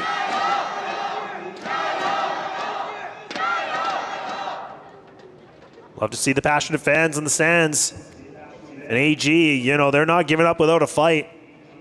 They like you said, this could be a story where we have some very quick, you know, couple rounds, or maps, I should say, here for the best of 5, and then kind of just turns into a BO3 essentially, right? It's just like a fresh restart. We'll have to wait and see. A 7-2 first half has been done. Now things are switched over. And it's trades back and forth we go. And YDSS going down early, that is troublesome, I would say, for Baisha. He was somebody that put up some magnificent numbers on that first map. Still a forward hold from 9. Knows that he kind of needs to take this game by the horns and run with it. He wants Baisha to come back into this map. Star player, standout player, in-game leader. The best players in the world. He needs to activate on this GR side. Alongside Xiao, who's actually been pretty good in this map so far. Those would be the two that I'd look to for Baisha. Leah, interestingly enough, was the MVP in their matchup in the grand final of CFPL, which was a 3-0 the way of Baisha. It's not as if there isn't firepower across the board for Baisha. That is true, yeah. Here is Leah, requiring a bit of a job from. Take that secondary sniper role. He's waiting for this very push from AG. Not quite ready to go for it. They need to set that second player up on long, and then there's going to be a commitment on A.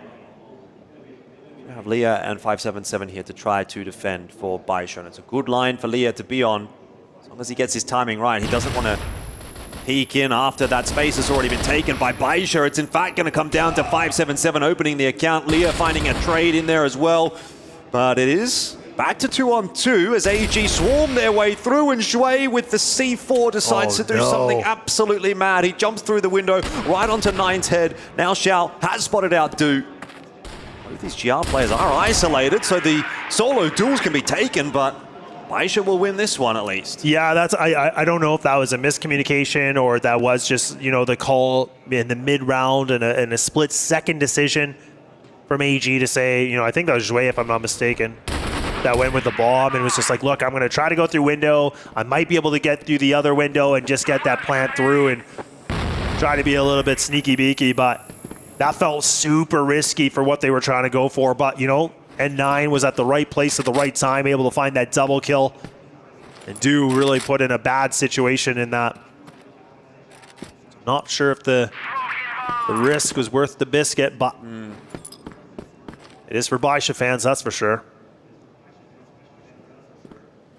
Now we pump the brakes just a little bit more. AG have really just, again, going to have to just use this a little bit for more cleaning things up. And again, just getting those communications a little bit more crisp, I would say. It's not really quite at that point where the alarm bells are ringing yet for Baisha. 7 rounds, obviously the lead is there for AG, but they're not quite within striking distance of closing this map out. So as long as Baisha can just kind of keep on winning here, slowly but surely claw that scoreline back, they don't put their backs against the wall just yet. I definitely agree with you. Like, this shouldn't, AG should not be in the position of panic. This definitely is not a scoreline where you're like, okay, hang on. Well, I mean, it's both sides really. Like, still a bit of work to do here for AG. Leah, though, missing that shot. That's going to be crucial. YDSS still trying to jump up onto the box. It's fantastic work again from 577. And Du is just definitely not expecting YDSS there. After the way that 577 was playing, he goes charging out in the box room and loses his life. So overall, a favorable enough exchange for Baisha as they get one more, courtesy of Xiao. Now AG may be starting to get a little bit worried that this retake or return or this comeback, I guess, can happen.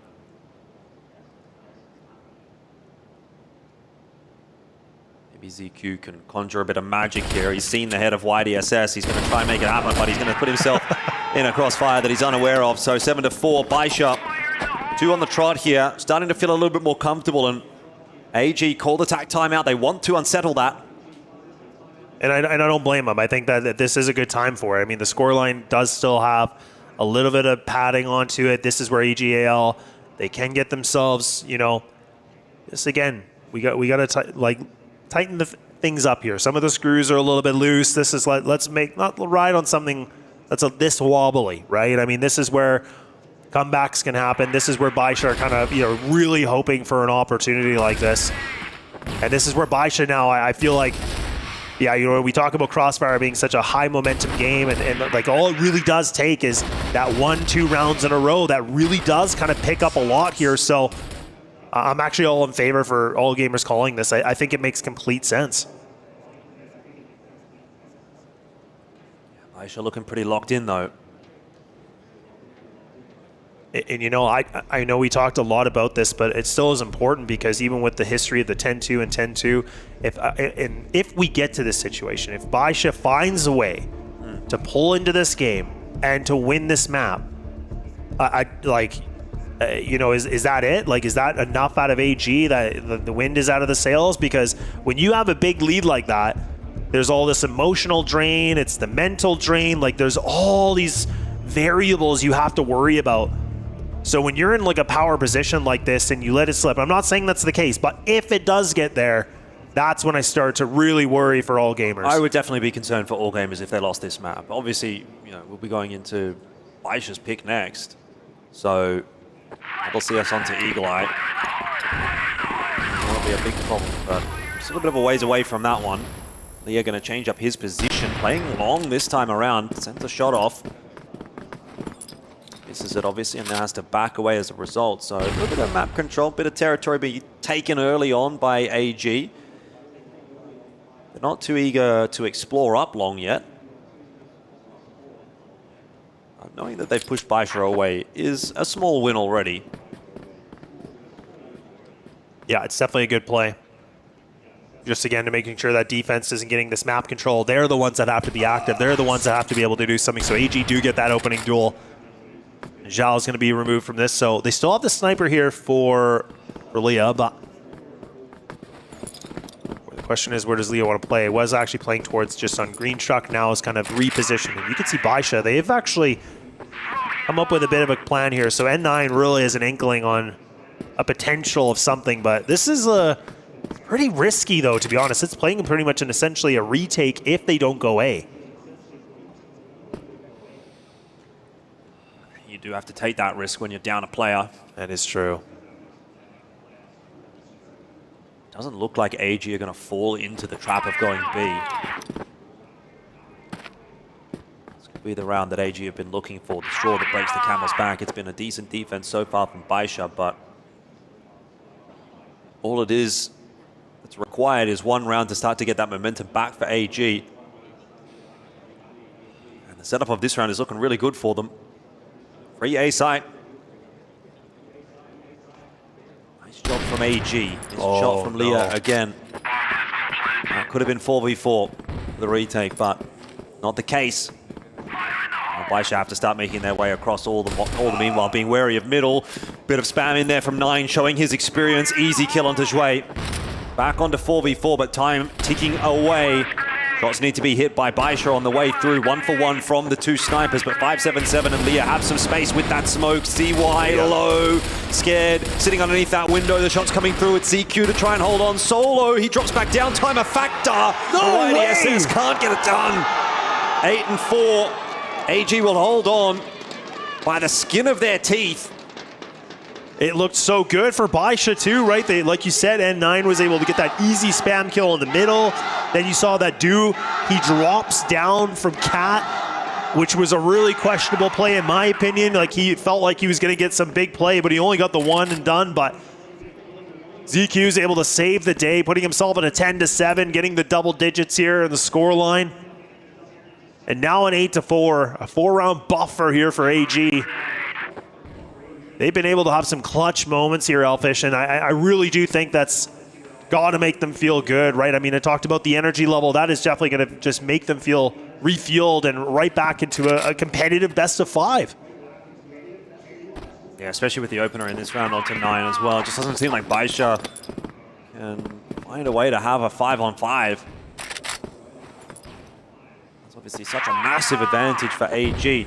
Re-smoke though, on short, will keep them at bay for the moment. And it's Shao that's over here on A this time around. It was Leah earlier. It's both the snipers holding A. Both the riflers over on B. Where does AG end up? They aren't committed to either site just yet. C4 in transition in middle. 2 just spotting outside of B. It does look like an A finish here with the progression up long from 1-2-2-2. He's going to keep all those defenders honest over on B with the util that he's going to toss in here. Smoke and a flash. Should mean that the rotation does not come through, but AG actually going to call to go back over to B, and then Do gets picked. So this round's starting to get a bit awkward. Yeah, I don't love how, again, AG are not really trying to, again, progress through the map. They're really just taking a lot of time and being stuck in the mud a little bit. And it kind of giving an opportunity here for Baisha to be able to find some of these duels. Now they're starting to get things activated a little bit better. Within, what, few seconds, we see them just load the kill feed. Zhao does actually deny the plant, but now it's all down to him here for the 1-on-3. This should be over. Should be over. Okay, it will be. I was about to say winnable for Shao. Yeah. I've seen him do it before. Uh-huh. It's like the exact same thing. Spacing was good enough for those 2 AG players coming out of box room. So 9 now for AG as they're 1 round away from securing Black Widow. Map 1 and Map 2 have been really non-competitive. Baisha are going to try something a bit different. They go quickly out of B and try and take that fight to AG already. Having lost 577, who's been somewhat of a standout. 9 should be traded down here. Lucky to be alive at the moment. 1-2-2-2. sticking around for the fight, and Xiao is also here. Trying to reinforce this. Feels like a bit of an overstretch, an overreach from 1-2-2-2, but he'll survive. Yeah, no snipers available right now for AG2, so this is just going to be all rifles. 5 HP remaining here for 1-2-2-2. So this puts Baisha in a little bit of an advantage situation for some degree, but and 9 does have himself in a prime position here. Really good little bit of an off angle. Is he going to get cleared? Does get spotted. Double player commit from Baisha. Waiting things out on long. Now regrouping and changing up and mixing up this defense a little bit more. AG are still working the clock. They're trying to figure things out. YDSS in a position that he absolutely needs to get these kills. It needs to be careful about it, but AG, they have really just hit the E-brake and they are not moving. Which is surprising because you'd think they want to close this one out. But similarly, they don't want to make a mistake and have this linger on any further. It's going to be a long BO5. There's a lot of work to be done today. ZY is going to drop. IDSS got to be getting traded down right here. 1-2-2-2. He's able to get 9. They still know that they've kind of got YDSS trapped here. Leah's going to work his way out of the box room just to reinforce that position. Shui did not want to peek. He's the one holding the bomb, so he kind of has to leave the rest of this job up to his teammates, and wisely done from him. It's going to put AG in a stable position here, but only 20 seconds left to work with, and Leah tucked on the side. Oh, this is good. Yeah, it's not exactly the angle that you're going to check, especially with the rotation coming across. AG have to be perfect. Xiao in the window. They're not checking the angle. Shui, luckily, gets it done in time, and Xiao will try to deny them on plan, but can't. That is that. 10-4, and all gamers will secure map 2. So we are at least going to go to map 4 here in the BO5. It wasn't quite as clean as the win that Baisha was able to get, but you'll take it. Well, I now 1-1 in yet another best-of-5 grand final between AG, AL, and Baisha. Yeah, it's really great to just see for all gamers, right? I mean, the fact that they were able to use that little bit of a break from the stompage that we got on map number 1 and just getting back into the winning formula, the way that they're able to play. That's what we were talking about here so far in the semifinal, where we saw them being a lot more active. They were starting to get some good duels in their favor. Their star players were just finding the right duels and getting those multi-kills that was required. But it's a good little bit of work from AG, and now Baisha. I mean, look, it wasn't the best performance tactically, and also kind of felt like, to me, the firepower wasn't nearly the same of what we saw from map 1. It really just felt like there was these little glimpses of it. We saw these kind of like quick moments, but it really just wasn't the same with someone like, YDSS or 577, where, again, they put up monster numbers in the very first map. It's funny how different a map change can make, really, isn't it? Yeah. It just completely fell apart for Baisha in that break, and AG turned it back on. I do think there was a couple of instances where Baisha kind of made life difficult for themselves in the first half. Had they had probably another 2 or 3 rounds out of that first half, which felt very doable, this would have been a far more competitive map. But end of the day, you miss those kinds of opportunities, and your opponent, if it's a really strong opponent, which in this grand final it will be, is just going to run away with things. So credit to AG for keeping the mental strong. But now it's time for Baisha to show us just how strong their mental can be, because they'll be taking a break here and working on things as well. So lots to talk about as we head in towards map 3, which will be Eagle Eye.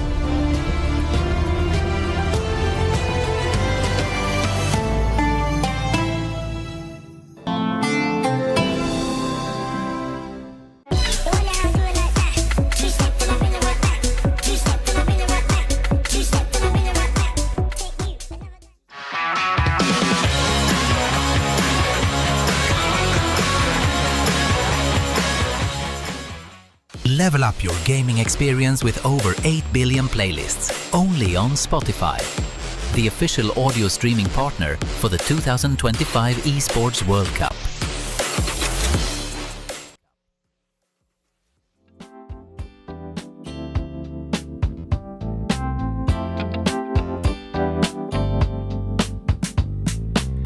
I know this world can get a little bit crazy. Everybody's moving so fast. That ain't the way it's supposed to be. There's a better way for you and for me. Everybody's hustling, all the wheels in motion. Where's everybody going to?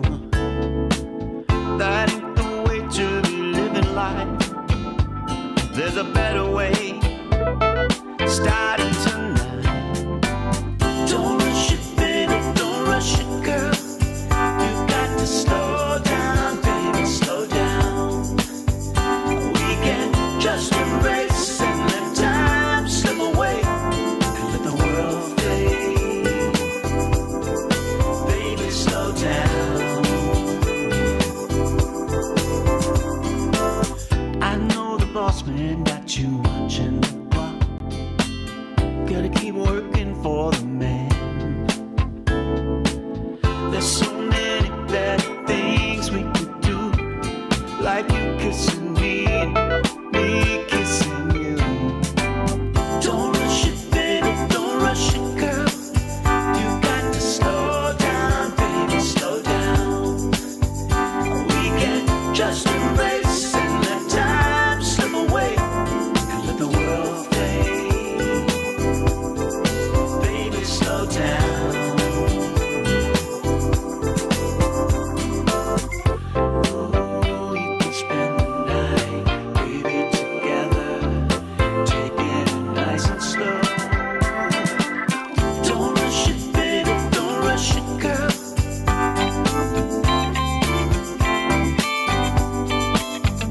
We can just embrace and let time slip away and let the world fade.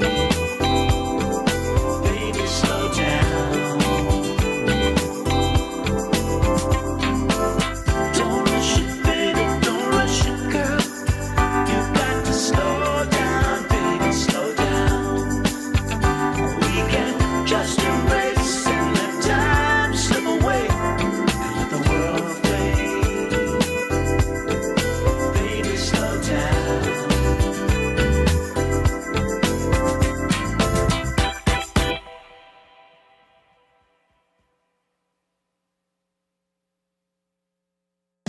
I gotta get out.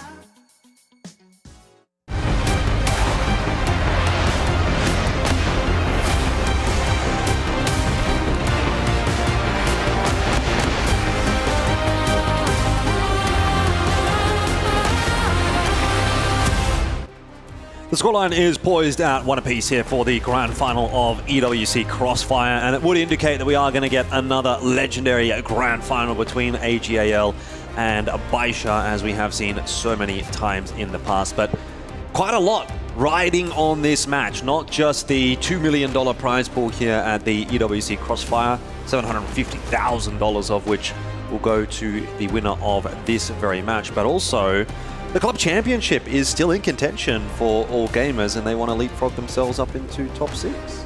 Yeah, I mean, it makes a definitely a big opportunity for AGAL. You know, if they can be able to climb that would be really great. But that is the factor that they have to win this, right? I mean, this is the factor that they have to win the Crossfire aspect of it, making sure, like you said, leapfrog probably the best way to talk about it, because if they can, then, I mean, look, that's not a bad chunk of change. Yeah, so a win here for AGAL not only would net the players individually, obviously, a large portion of the prize pool for Crossfire, but also an extra $500,000 on top of that for the organization for AG, assuming they would jump up into 6th over Gen G in the club championship ranking. So there's quite a bit to consider for AG, and obviously for Baisha, well, you know, they kind of just want to get themselves a dub here as well. There's a lot for both of these two teams to be gunning towards, and we will be heading into our third map momentarily, where nothing is granted and everything is earned. As we can see there on the trophy, I tell you what, nothing is going to be granted in a best-of-5 final, and you are really going to have to earn it because these games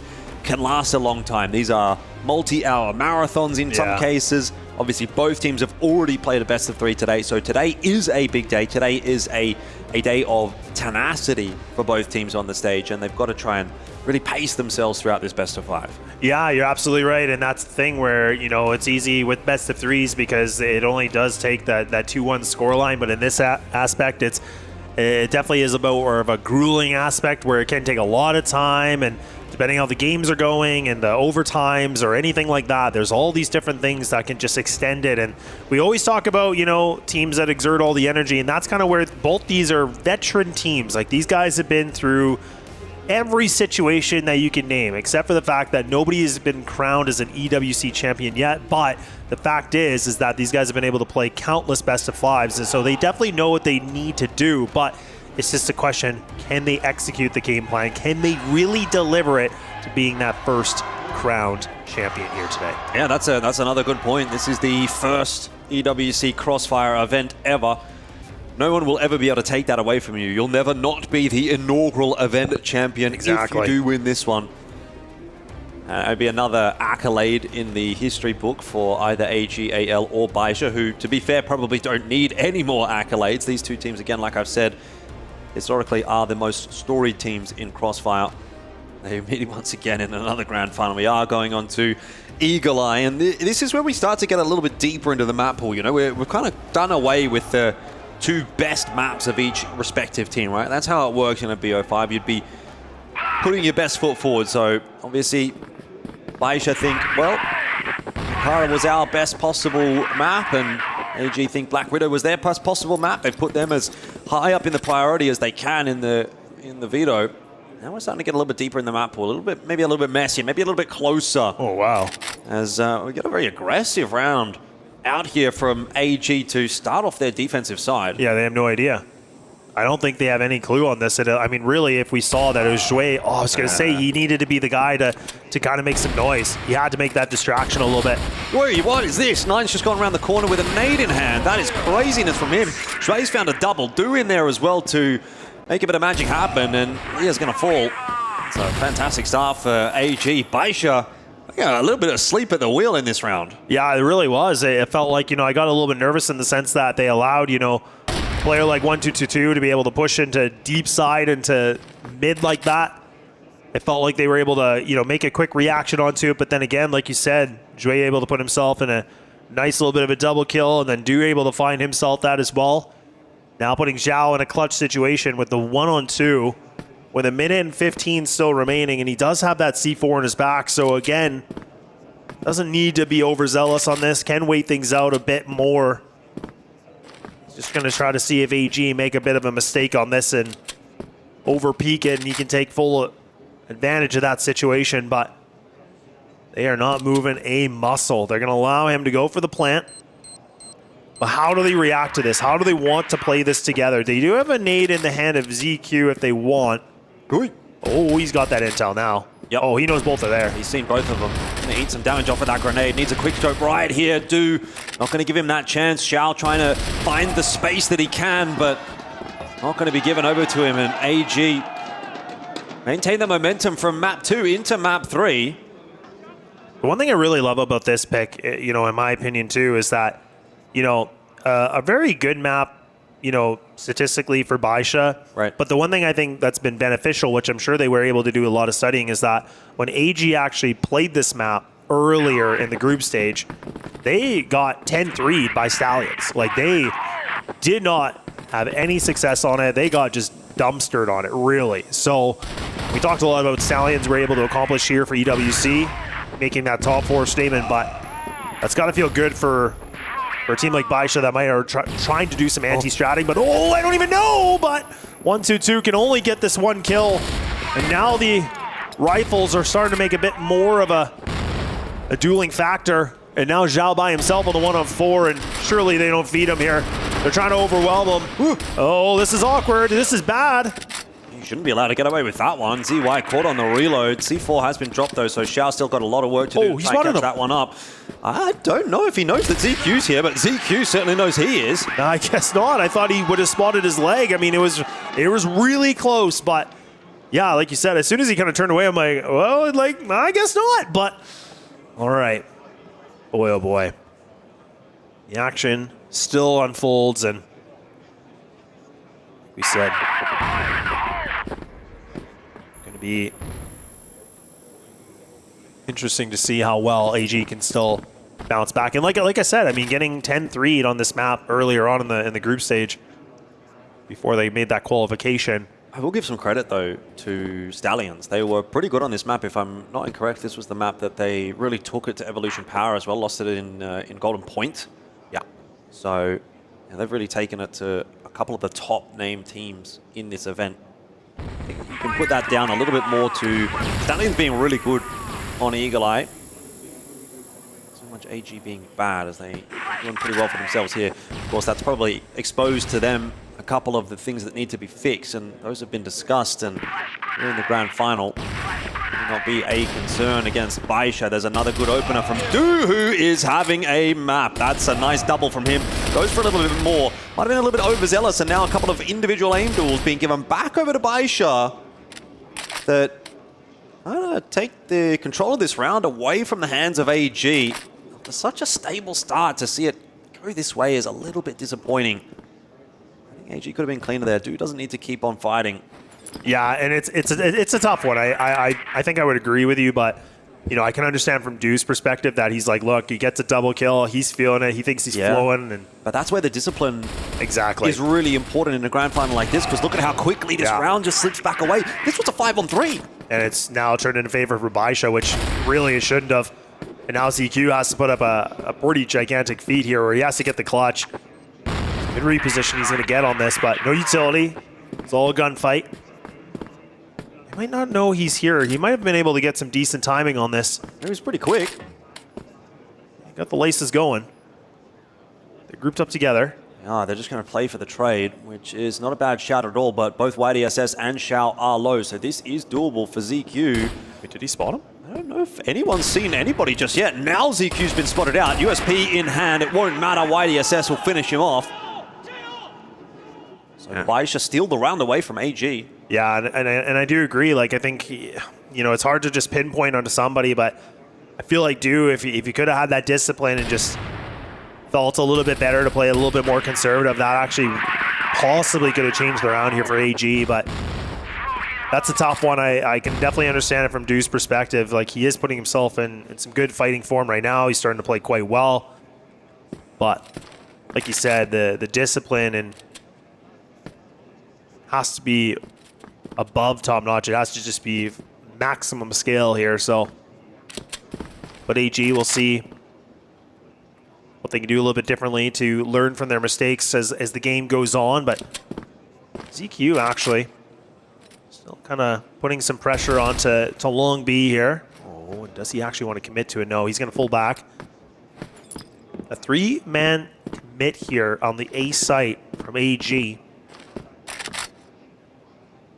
Does raise an eyebrow. I'm thinking if he wants to kind of commit to this peak, he looks like he's kind of jiggling for it. And he does get the better of it, so he bests Zhao. I was just thinking it was a matter of time before he went down. So now this gives AG the man advantage they want. They haven't been traded out yet. They're going to continue to try to push the issue down long. I do like that proactivity from AG on the GR side, but it needs to be restrained. ZQ fighting solo over on the long side of things, and Leah able to get 1-2-2-2, which means Shui is in a bit of a spot of bother, has to fight his way out of trouble and can't quite manage that. Lot of damage done though. Yeah, to the Baisha members. I mean, look at all three of them super tagged up. Du here with the pistol in hand. He'll get a freebie. And ZY in there as well for another. They know where 9 is. He was last spotted by Du.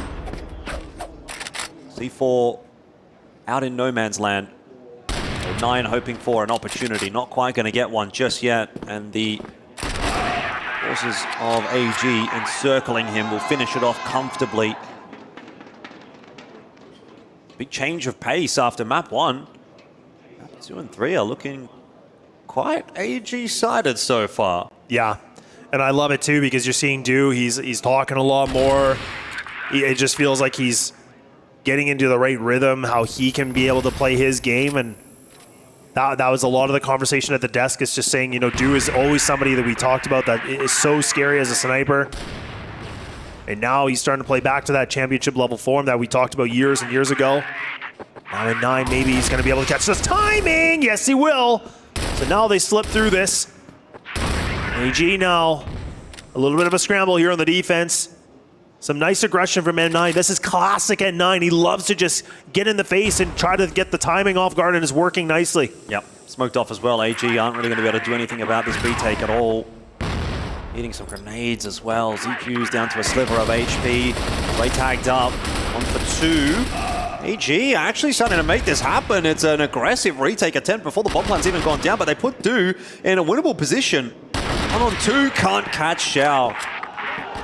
So it goes back and forth a little more so here on Eagle Eye. Just felt like he knew he was there. Like he just had full read of it. He's just spamming different corners, pre-firing everything. But yeah, unfortunately, you know, I'm just getting a little nervous in some degree that Do has to be this almost like kind of one-man army in some retrospect, right? I mean, some players are definitely contributing, but he's sitting at a 7-2, and I feel like a lot of these kills he's been able to find in this game, they've been very impactful. N9 again, look what he's able to do. He might be able to find the timing. He just runs on in. He doesn't even care at all. They don't want to play disciplined anymore. They want to be off the chain. I think that is sometimes when Baisha does their best work, when they are playing confidently and on the front foot, that proactivity working out for Baisha a couple of rounds in a row. All right, AG need the riflers to step up. Do can find the pick. He can't hold down a sight on his own. See why. Give them a chance back in. What a shot. ZQ saved. 2 on 2.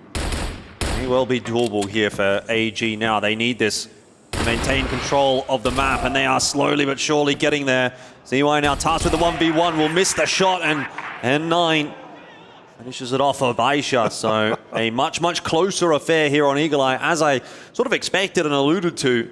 Once we get a little bit deeper into the map pool, neither team quite strong enough to just be dominant from the outset. Yeah, exactly. But it just, you know, it just for AG, that's such a tough feat, because again, like, it was ZY that was able to put up some really good kills with the sniper.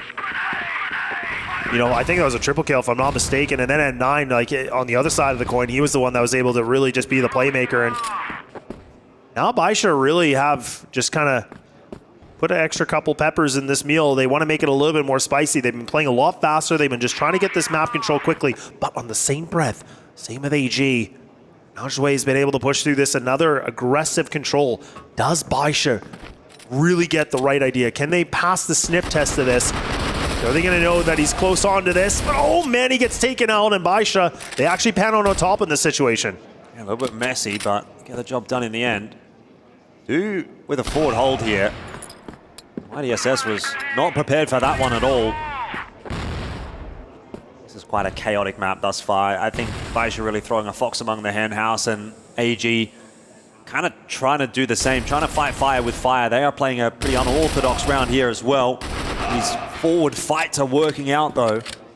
And 577, despite having taken so much map control and territory, can't really do anything with it because he doesn't have the C4. He's going to be given it. Oh, he's going to go have a look. Mid doesn't see anybody, no one there. Yeah, he's just kind of, again, investigating a little bit here, but I don't love this setup from AG though, because they are a little bit spread thin. I mean, you're kind of committing one player on each site, having one just kind of extending a little bit. Like Do right now, you can see he's all the way pushed up. So this isn't that great because they don't have any info. Now, if ZQ joins Do, that's different to me, because then you can kind of clear things off and go the path together, do some exploration that way. But now 577, he's got a lot of footing here by himself. Oh. And that's a free site. It's a free plant. Yeah, it's very doable here. I'm not such a fan of the way that AG have played this one. You could have just grouped up and held the C4. They have given him opportunities, and they don't matter. Yeah. But it's true, though. I mean, really, when you're kind of basing it, like, it feels like AG could have, I think, played that a little bit better. But, I mean, thankfully, once again, say his name a few times and he's going to appear because he was able to get a quick kill as soon as the ball went down. So it's kind of like a moot point. But that was definitely an opportunity where 577 could have gotten himself in a situation with the post plant. If he would have been able to get that reposition, to me, that is definitely more of a coin toss in that situation. Despite them, being the man advantage for AG. Well, deep smoke from AG. Baisha just going to completely disrespect it and walk their way into hotel anyway. That's good. I like it. Disobey it. Smoke's making 1-2-2, kind of unsure maybe, but Baisha do get this control if they want it. They're going to have that hotel. But they leave. It's a quick stay. A B&B. They don't want to be there. And off to new adventures they go. Oh, look at this commitment from AG. They have put 4 players at that B site. If Baisha go now, they might have a chance, but that rotate's coming in quick. Even if they would have gone there, so stellar on this map, you can't imagine he's going to let them in for free. That shot, though, will miss, and some space being taken by Baisha. They're actually going to go back and forth around the map. Du's finished off by 9, who is still going to be looking for more alongside 577. The X Factor will be 1-2-2-2. He's around behind, and he's got himself a freebie. ZQ still managing to hold on to the site as well. There is still a way forward for all gamers in this round. 1-2-2-2 needs to really pick his timing well, and he needs to get involved to help ZQ out, or maybe ZQ can get it done himself. Yeah, I guess so. Gonna have to. Yeah, and now 1-2-2, like, there was a lot of, needing him to go for the flank and hurrying things up, and now this is where Zhao does have an opportunity with the time remaining. Go anywhere he wants. He can't wait too long. He does have to make that decision. ZQ is going to commit to this. He's going to hold his ground. He's not going to let go of it. He's going to risk this one. It's a 50-50 chance on this. Zhao has actually been able to creep through. Does ZQ get the read? They spot each other, surely. Yeah, 100% they've spotted each other with 20 seconds left here. Baisha has no option but to commit to the A site and the A fight, and that's going to work out. Xiao gets it done. Big clutch. That's a gigantic clutch. That's a little bit of a slip here from AG. And let's not forget, that was a really strong half that was happening, and now it's fallen to the wayside a little bit on this one. AG, if I'm not mistaken, I'm pretty sure that was a 4-1 at one point. 3-1 at least, but now things are back to an even Stevens. Yeah, this has been a much, much more back and forth map. It's hard to draw a line in the sand between these two teams and say this one's better than the other.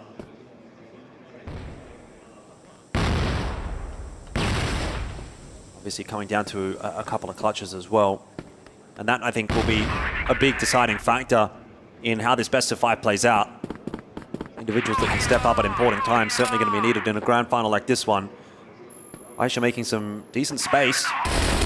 They'll now take that fight to 1-2-2-2 as the forward holder on the B-bomb side. He's getting the info. And a bit of assistance on its way. ZQ coming across. They're going to try to recontest. Yeah, 1-2-2-2 up onto the top of the stairs. Baisha, again, not pulling the trigger. No, they really just trying to check things off here. They're just kind of holding things through. I'm never a big fan of teams that kind of just wait things out because you're not being active. You're not really clearing things out. You're really just kind of clustering in on this. And now at 9, it doesn't even matter. You give this guy a rifle, he's able to just clear things up on his own. And now AG on a retake scenario, you have someone like Jue that's coming in from all the way in the back lines. And he's often going to go for a sprint here. He can't wait. He has to go. He needs to get there quick. Yeah, AG might have needed to have been a little bit more active earlier on in the piece. This is going to be too little too late. He may get the freebie onto Xiao, who thinks he's cleared out behind him. But unless those two players retaking the site do work well, then it won't matter. But of course, as you can see, the kills are coming through for AG. Do gets a double. Jue's in there as well. Now it's onto Leah trying to hold solo, but in fact, again, maybe Jue just a little bit too late. He pulls out the peak from Leah, who doesn't quite hang on long enough. The defuse is going to come through. AG are going to win the round. Oh man, oh man, oh man. Again, you just see these quick kills, and it's like AG just load the kill feed in their favor, and then Baisha just, they like flick the switch and they just put on this clutch mode situation where they just pull through these just random situations where they're almost able to make it in their favor. But a 5-4 ends the first half. We switch things over, so AG are able to get themselves the lead, but man, it was grueling, and man, it was very tough here, and Baisha made it very difficult. This scoreline definitely does not paint the picture here for Eagle Eye. This is, without a doubt, it could have been a totally different scoreline with these clutches and how this game's been going. Yeah, 100%. Really could have been one way or the other. But that's the nature of the beast. That's the nature of these grand finals. Done a number of them, and you can probably name a couple of the more important clutches here and there throughout the history of Crossfire in grand finals, such as this one. It's a $400,000 game, this one. Difference between first and second. You think about what the value of each clutch might be. Oh man, $50,000 per clutch. That's not bad. 100,000. I don't know how many clutches do you reckon there is over the course of a BO5. I ain't doing the math live here. This is maybe 10. No, I'm not doing it. You're not making me do it. But it's a lot of money. That'll be $40,000 a clutch if there's 10 clutches. Okay, well there you go. That's quick math here for Elfish Guy. Not bad at all. This round is. This is just weird. This is just. It is a little bit. It's a little bit chaotic. The positions that have been taken. AG though, I'm going to be too disappointed with the fact that they have control of the B bomb site right now, and they've managed to find the equalizing and in fact favoring frags now with YDSS and 577 tasked with a clutch. He gets his timing right. Yeah, gets the triple freebie into the side of YDSS, and is going to put AG with their noses pretty significantly in front. More significantly than what we've seen so far throughout this map. If they get a 2-round lead, that's about as good as it's been. And that'll instantly mean the tack timeout from Baisha. So first round in the half does come through. Tack timeout here will be called. I mean, I'm assuming it's from Baisha, but obviously being down 6-4 is going to be a cause for concern for them. Yeah, confirmation that it is Baisha calling it, which makes, again, a lot of sense. Look, I mean, I feel like at this moment, I feel like I keep talking about him, but look, like, I feel like for Baisha, the conversation has to be, like, some of the positions have been a little bit questionable at times, but I feel like the basic thing is, how do we shut down Do? How do we not allow him to run around, getting these doubles, getting these triple kills? Because if I'm not mistaken, he's sitting himself in a position right now where he's 17-5. Like, the guy is just putting up a masterclass performance right now for this third map. So if Baisha can find a way to use this timeout and say, look, this is what we need to do to remove Do so that he doesn't just do what he's been doing, that could be the winning thing. That could be this big, factor, the X factor in this situation. But that's not an easy thing to do. I feel like Do has been doing a great job, like, running around the map, playing many different spots. Like, he's been trying to be spontaneous, and that's perfect. Like, when you're playing the way he is and being the sniper like that and that versatile, it is the best thing. But Baisha and N9 need to figure that out right here and right now. Bit of a conference amongst the team, you can see, going back and forth. Similar to what I said about Baisha on Ankara, sometimes someone's just having one of those games and there's not really much that you can do about it. That's a good point. Dude is getting away with a lot. I mean, he's 17-5. He is a hard carry player when he's on. We've got 9 also performing, 14-9. So 2 of the big names, 1 for each respective team, putting in work. AG getting a little bit more out of their carry player at the moment. Change up here from Baisha with 3, even almost 4 players stacked on A. They've really got to read that AG may be headed A in this round. And it's actually not going to do any damage, but it will further reinforce to Baisha that AG are interested in A.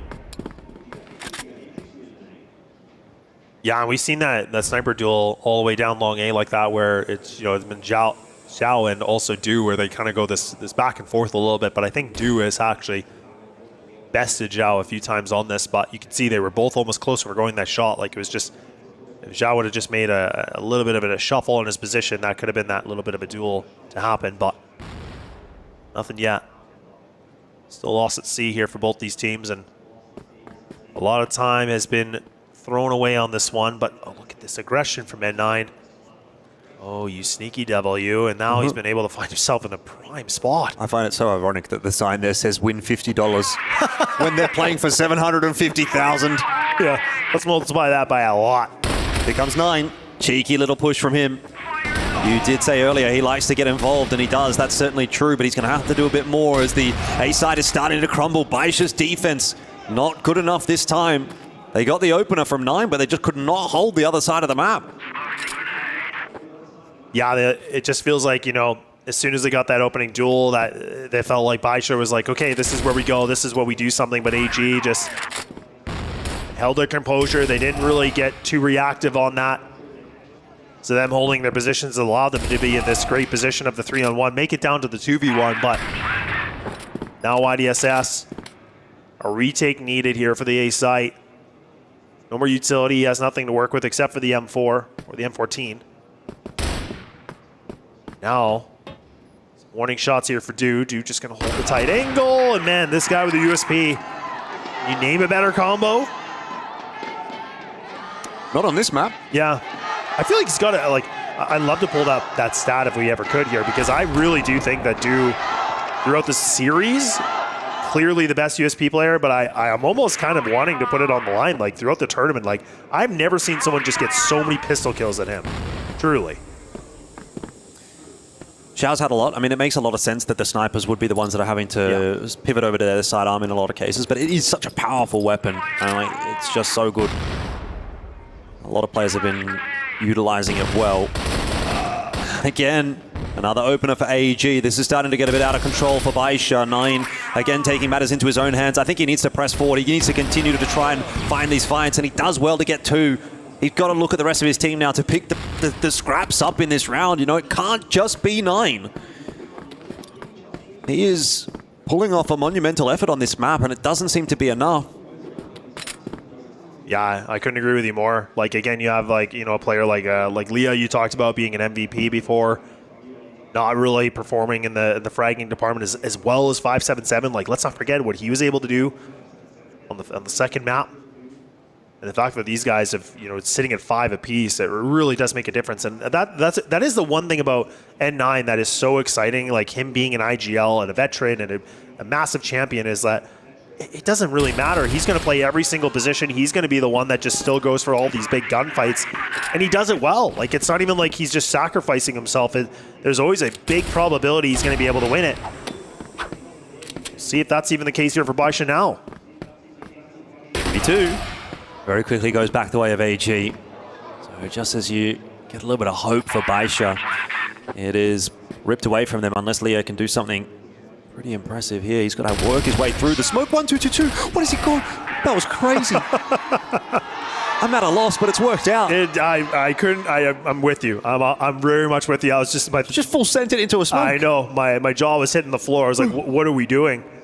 Winning the round, mate. I guess so, but I mean, that turned into a situation that shouldn't have happened.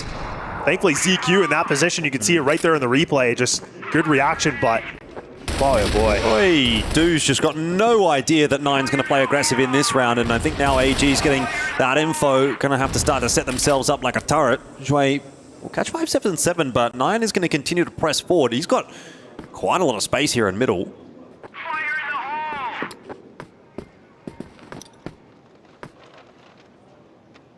That's a nice kill earlier on here against Du. So sniper threat is gone. And I talked about how does Baisha find a way to take him out? Well, that's going to do. So can they use that to get them back into a round favor? Because let's not forget, this was a 5-4 half here for AG. Baisha have not been able to find a singular round here. It's been all gamers all day long. See what I did there? Well, it actually has, you're right.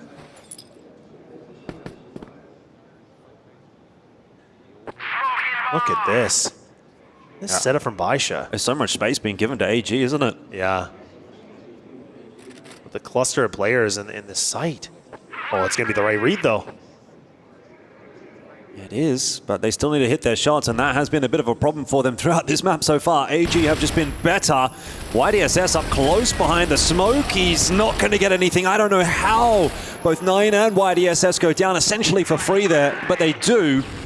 And it's now a 1-on-3 for Xiao, who was isolated away in middle, just holding down the flank. Now he's got a big responsibility on his shoulders, trying to stave off map point.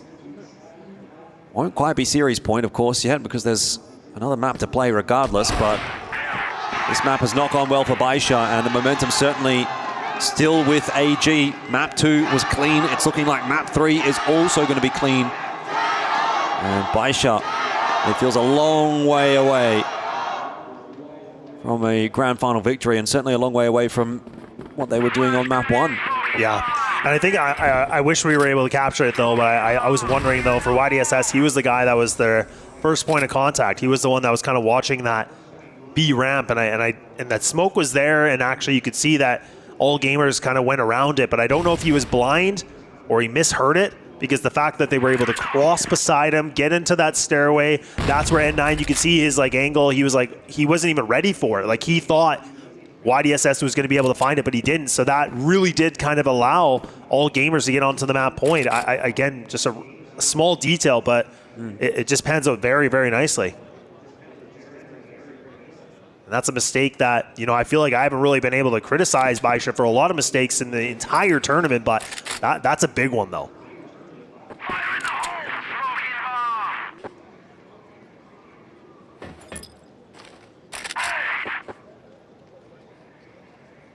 A bit of toing and froing to start this round off. Both teams tossing some util back and forth. AG not really utilizing their smokes here, though, have they? They've put a deep smoke in mid and a smoke up for progression on B. Now starting to make their way into hotel. Actually dissuaded by a flash, and I don't know, maybe seen something. Maybe someone else on the A side of the map's called the rotation in, because there wasn't really much there that would indicate that AG should cancel that B hit. Yeah, they have, and it seems like it's going to work out. ZY, this time with an opener. Leah holding strong for the shot through the smoke, but again, you just look at the kill feed and it lights up in the favor of AG. That is that in the blink of an eye. Again, another round goes their way.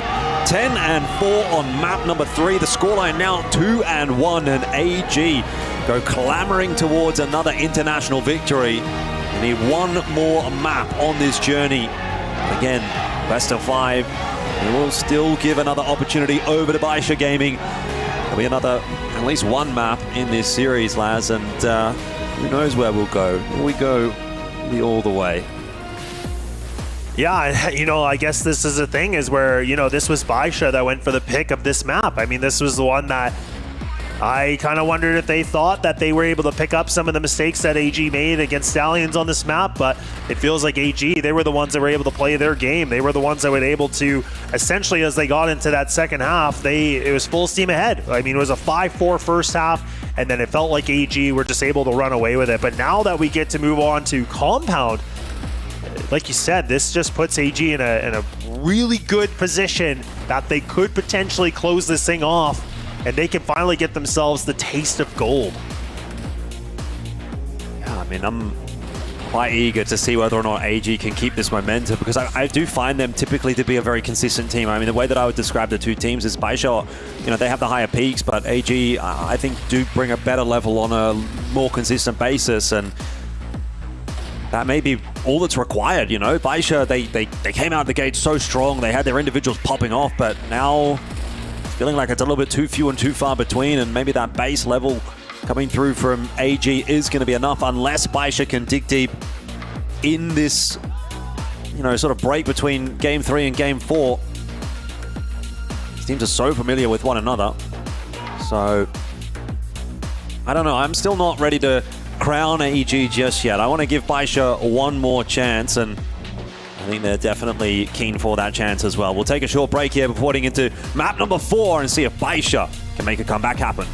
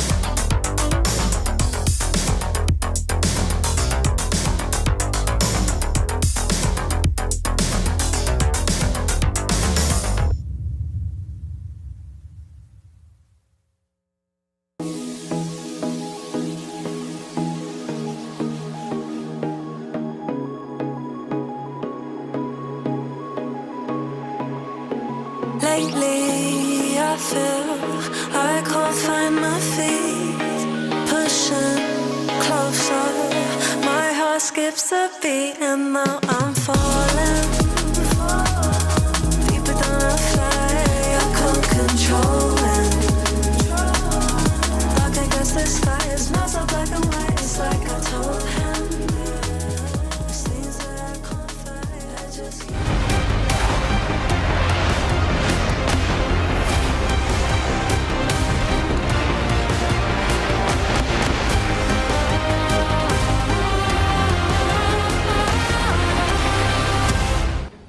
AGAL are one map away from that $750,000 prize and the trophy and 1,000 club points here at the Esports World Cup Crossfire. There's certainly a lot on offer. And they do seem like they're the team to beat at the moment, Laz. Baisha came out the gates so strong on map number 1, but maps 2 and 3 have been actually quite comfortable victories for all gamers. And they're a team that once they get going, they're pretty hard to put away. So all eyes are pointed towards Baisha after that break to see whether or not they can recover some of that momentum that they had on map 1.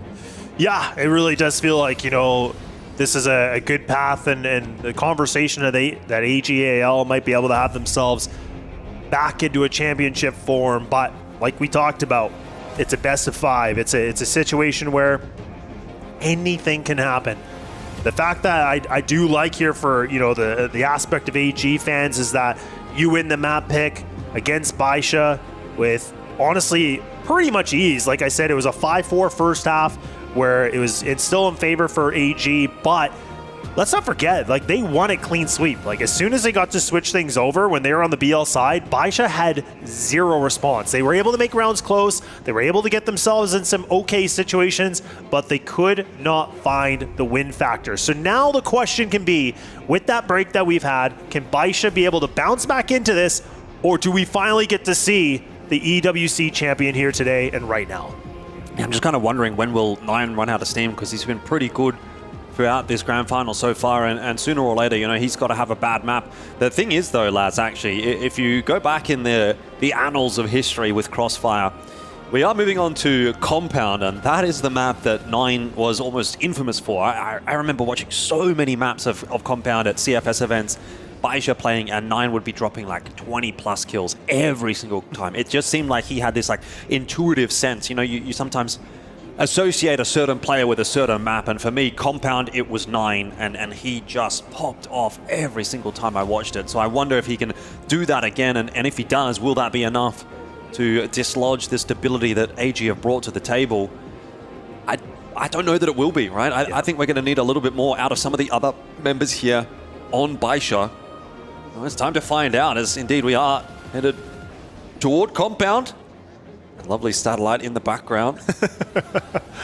Picking up all the receptions and signals. But yeah, it is a good question, because, you know, I think we saw for Eagle Eye, it was really a Nine that put himself in a lot of the fights. He was the guy that was trying to, you know, pick up some slack. He was trying to wear the backpack with the extra couple weights, but it just wasn't enough. But now maybe can he do it here? A map that historically he's been able to do, we don't know, but we will find out.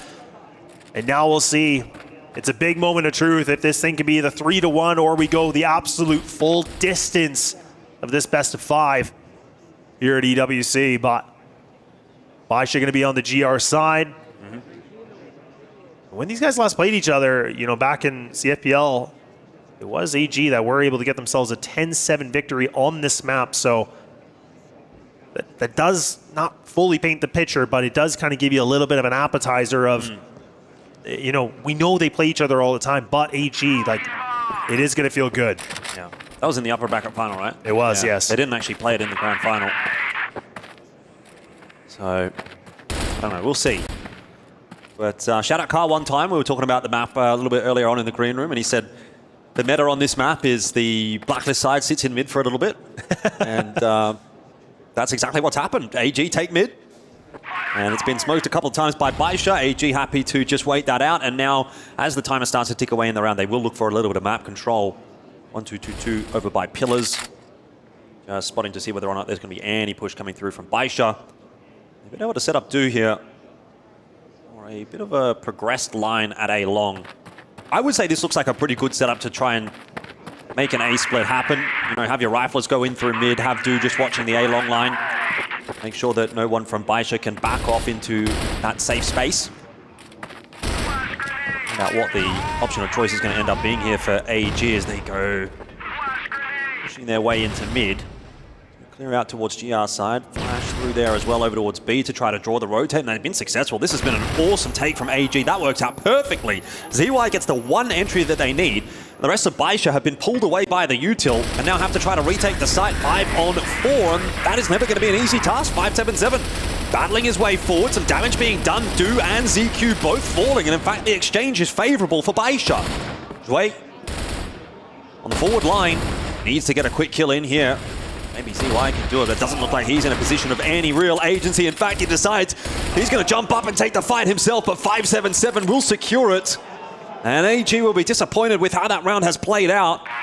They had all the eggs in the basket, and they've been smashed by Baisha. They really have. And the one thing that really interesting in terms of the weapon composition is that, you know, for Baisha is that they have all these M14s, is that you can just play this situation where you can just kind of play the different angles, you can just kind of spam throughout the site, and that's exactly what we saw, right? There was, I think, 2 or 3 players from Baisha that were just spamming different, you know, the cubicles. They were just trying to clear everything out, and it actually did work out nicely. And I think it was actually 577 that was able to find the first, then his teammate was able to get that second kill, so not too shabby, but things are looking a little less shabby here for Baisha as they go on a bit of a trek here, Elfish. They try something different here through Long A.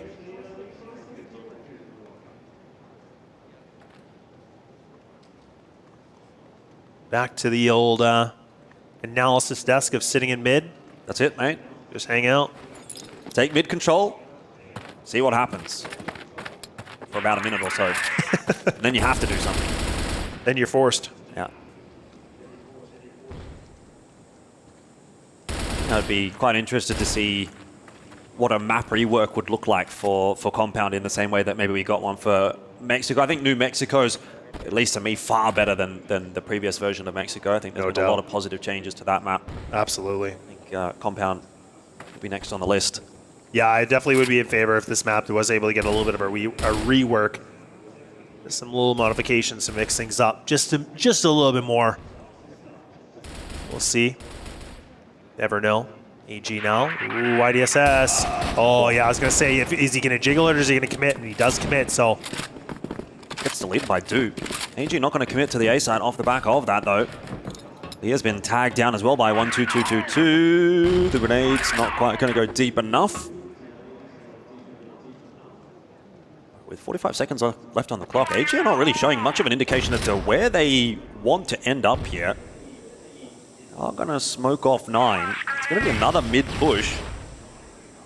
But, you know, you could go A or B here, really. Kind of depends on where the entries get hit. So I think AG, again, are going to just call that in the mid round. Depending on what's working or what's not. There is a creep forward from 1-2-2-2 over towards B. He's had some success over there, but the commitment is toward A, and 9 making the difference here until Do arrives, but he can't get 577. And now 1-2-2-2 has to just go scurrying over towards A and see if he can try to find 577, but you're right. He will not have any impact as 577 escapes and survives, and the round will go the way of Baisha. Yeah, and honestly, it just comes down to me like that, you know, we're seeing these mistakes of clearing the site. Like it was N9 that plays in that kind of that L hall where he likes to just play with the rifle, and AG were kind of committing to it, but they only half did it. Like they just cleared like partially of the corner, but N9 was just sitting on the other side waiting, and if they would have swung out just a little bit more, they would have been able to find that kill. But when they ran away, N9 was able to get a double kill. Like he was able to find the 2 in the back, and that's just a really silly mistake, and it just, again, just neutralized the game plan for AG, which that should have been their round. It was a perfect execute considering up to that point. Yeah, 2 rounds in a row, it's looked like AG have made the right call or hit the right side or had the correct start to the round and just have not converted on it. Which is something that we said kind of about Baisha in the second map, which was Black Widow, right? They had a couple of good sort of starts to rounds and just weren't able to convert on them. And you know, it's not the kind of thing that you really want to see happening too much, because that opens the door back up here for Baisha. It lets the inroads back in. AG have to kind of nip that in the bud pretty quickly.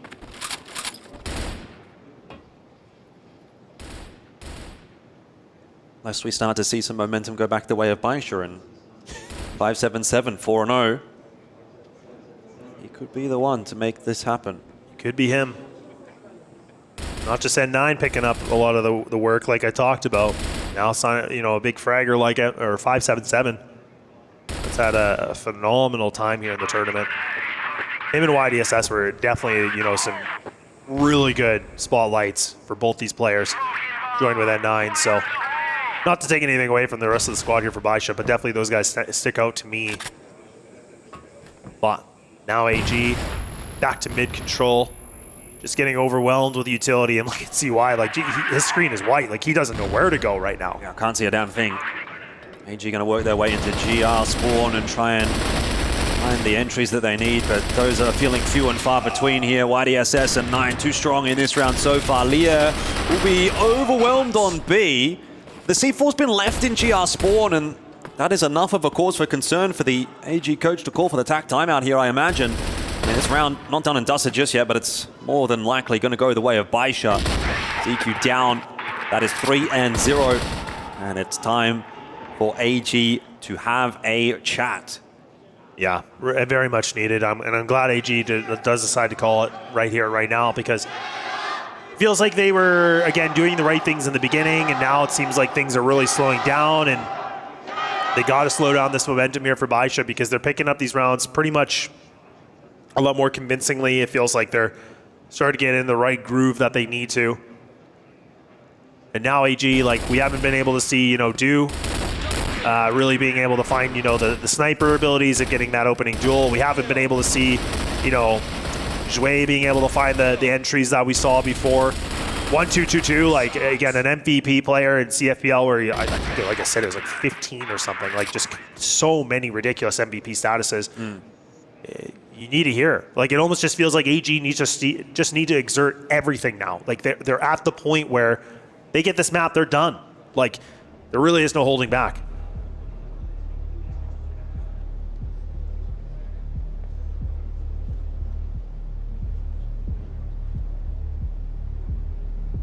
Music almost sounds like a heartbeat. Yeah, thought it was my heart for a second. I was like, I've had a lot of coffee. I'm like, is this bad or what's going on here?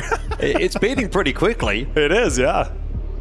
I suppose if you are AG, that might be just how quick the pulse is, because they are not that far away from walking away with the trophy, but maybe it's kind of blowing up in their face over the next 20-30 minutes or so on this map. We'll see whether or not this TAC timeout can make a difference. It is a GR-sided map, so we'll keep that in mind, but not the start that AG would have wanted. And it's going to be a bit of a grind to close this map out from here, I'm sure. Once again, mid control will be the name of the game for AG, and they take that easily. There's no contest from Baisha so far for any kind of aggressive mid hold. It's getting past this sort of brackets area that it becomes a bit of a problem. Nice crossfire for Baisha. Yeah, this is different. It's a nice readjustment here for the defensive side. AG. A lot of thought process into this.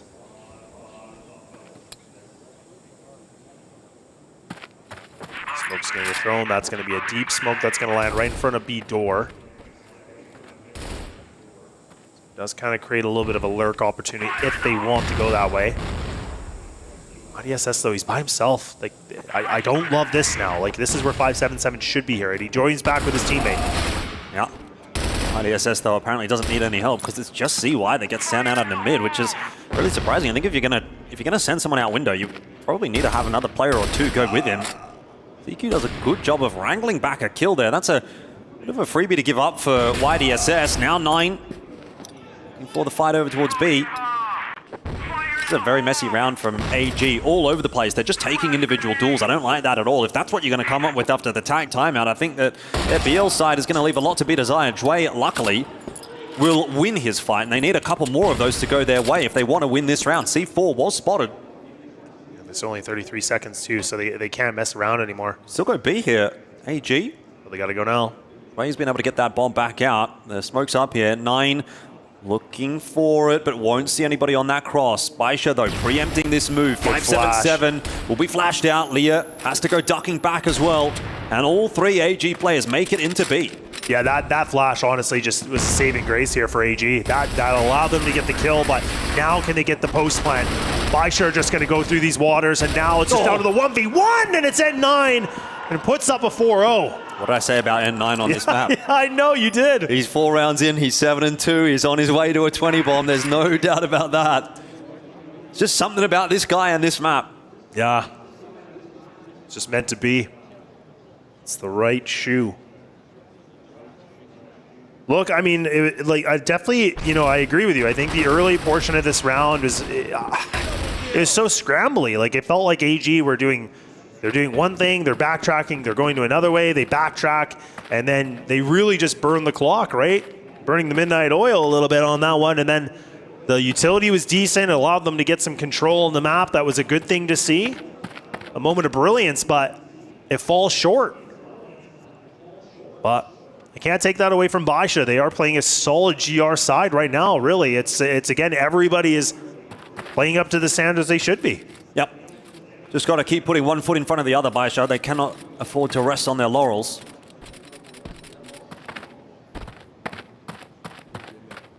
So AG team is definitely good enough to make a comeback happen on their own GR side. So just keep putting every single round on the board that's possible here. Make it as easy for yourself to close this map out as you can. Go to port. Map decider.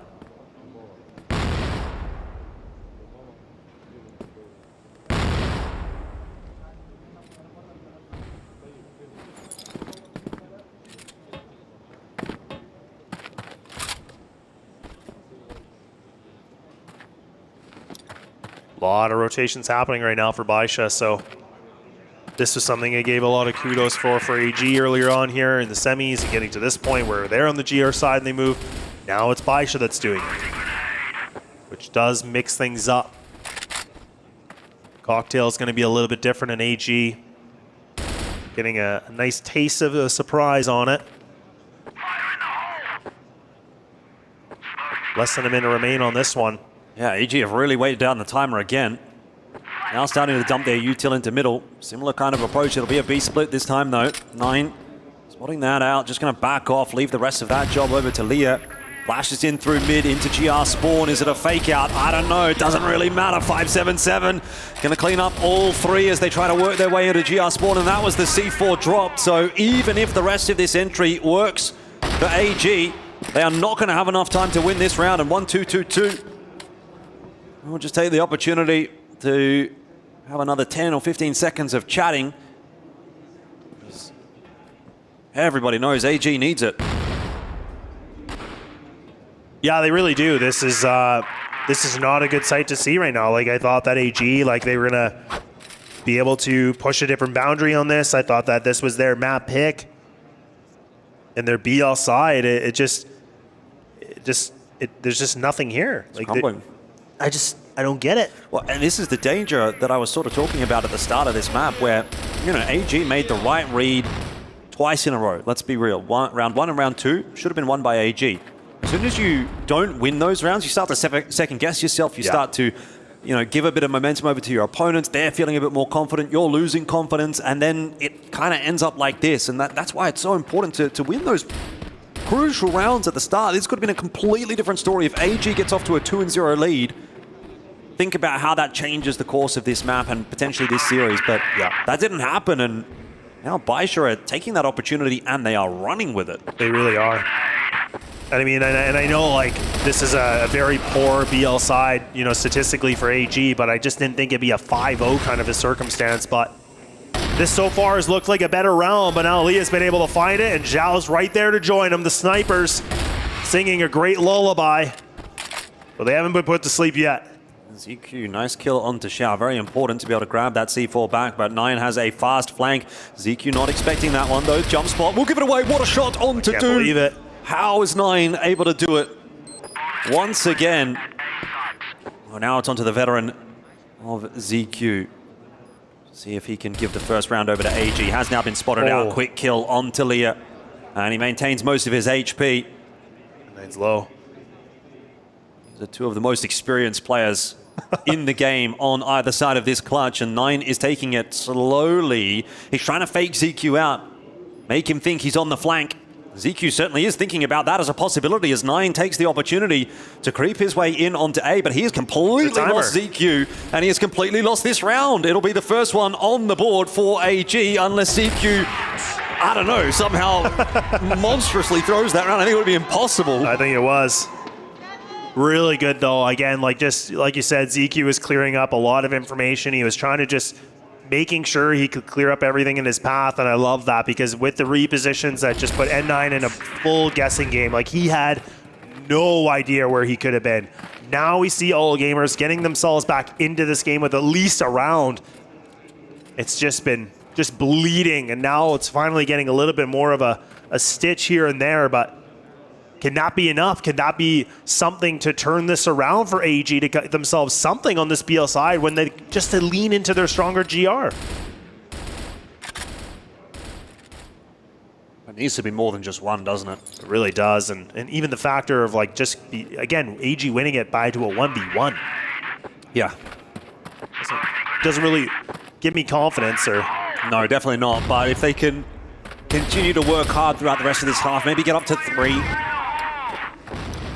Be a stable platform for them to work with. Flashes going everywhere at the moment from AG.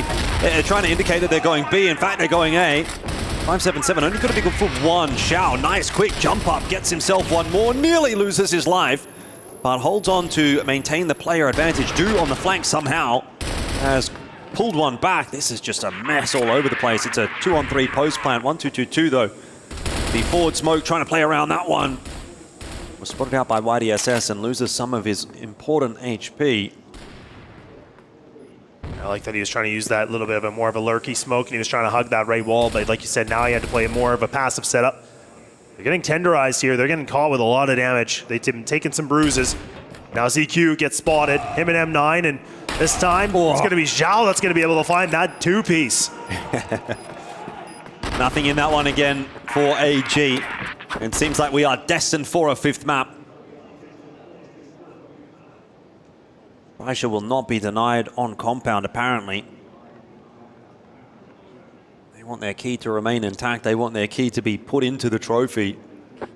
Only one key survives here at EWC Crossfire.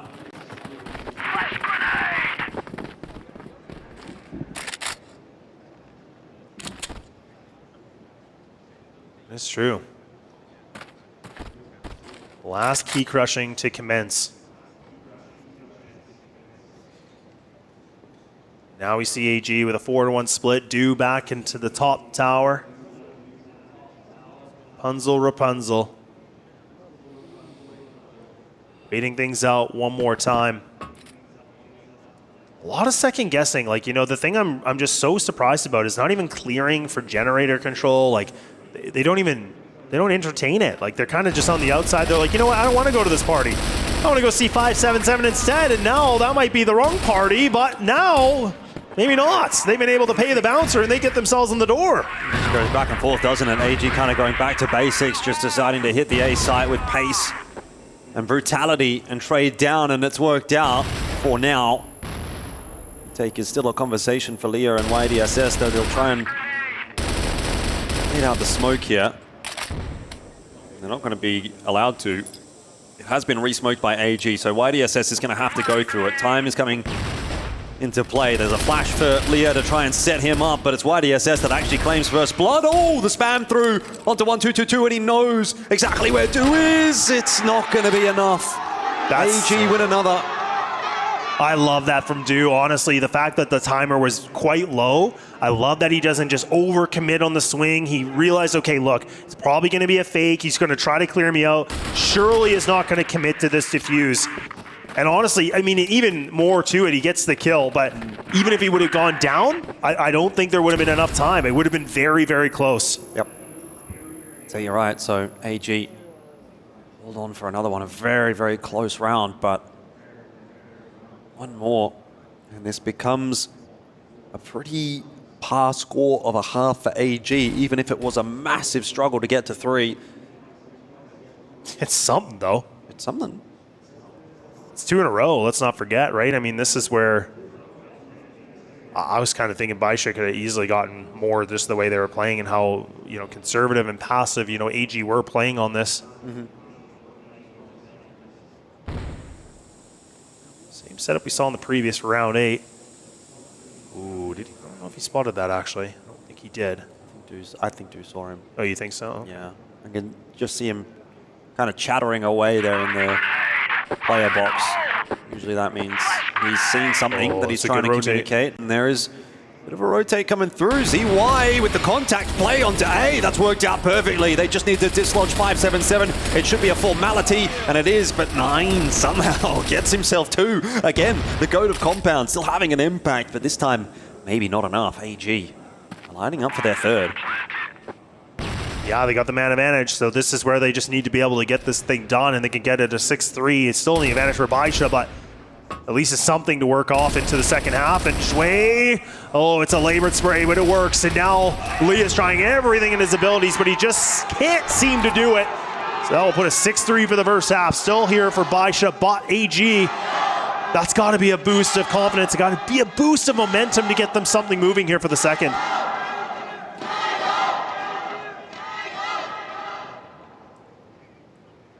Yeah, let's see how much of a difference the half swap is going to end up making here. Those teams typically a little bit more comfortable on the GR side of the map, so that could be favorable for AG, but will it be favorable enough to put together 7? They have opted to go for the double sniper setup themselves, Do and ZY. Do situated over on A, ZY and B, both the snipers respectively, watching mid. Which tends to be a pretty focal point of the map. Funnily enough, Xiao's kind of being sent here as the entry man, the point man. Spotted anything out. So, a bit of territory being taken by Baisha. They're being very careful about this though. They must be expecting something aggressive from AG. It's not coming. Yeah, I don't feel like in a round like this, AG would really want to risk it, you know, in the opening round. I could play aggressive on the GR side. I mean, not to say they win a little bit later on, but it feels a bit risky considering there's a nice 3-round, little bit of a buffer here for Baisha. Baisha stuck right in the middle. They've hit the trap card, and now they're going to try to break free out of this if they can. Run into 1-2-2-2, and ZY and him together are able to find themselves that double. 1-2-2-2 again finds that second kill. Yeah, and instantly the game has changed. Comfortable on the GR side here, AG. They're looking for their 4th in a row. Bit of a drought building here for Baisha, and of course they are creatures of the water, so running out of water will be a bit of a problem for the Sharks. It is Xiao solo here in a 1v3. He doesn't have a lot of HP to play with, and he's got Do on the flank, so that'll be that. AG get themselves 4. Baisha starting to mount for Baisha. I reckon if we get a 6-6 equalizer, that'll be where the timeout does get called here. Yeah. Crowd's getting rowdy. Getting excited now.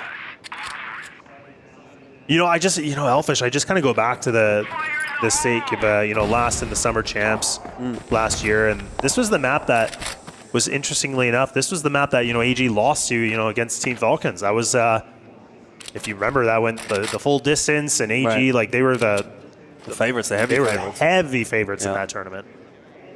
That was actually a really, really bad tournament for pretty much all of the Chinese teams. AG was the only hope. He made it to the grand final. We thought, okay, well, normalcy will be returned here. And then Wolf Empire went on to win it. Yeah. Wild times. Can't win them all. Could true. win this one. This might be one of the best to win. Ooh. ZY. You've seen Xiao's noggin.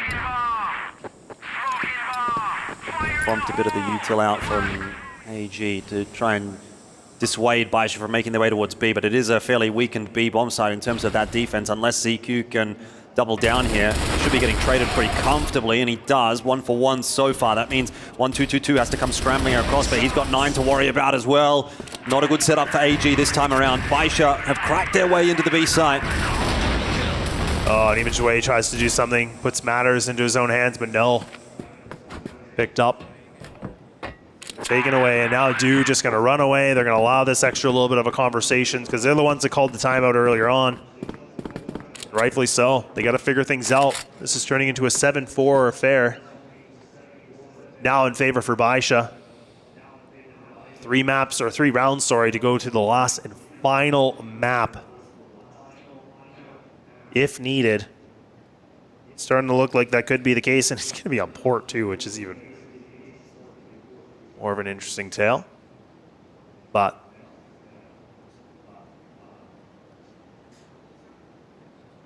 yeah, do just waiting out that timer. EG having a yarn with one another.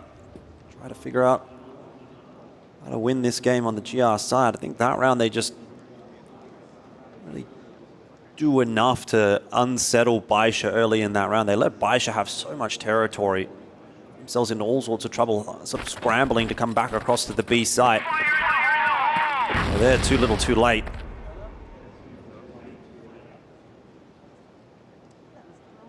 Will be another slow approach from Baisha. That nade stack from AG keeping them a little bit wary. Sometimes when you see that nade stack, you'll also see that combined with a couple of players pushing their way down mid from the GR side and trying to hold behind the big box. So Baisha concerned about that, but now having cleared it out, can continue on their merry way.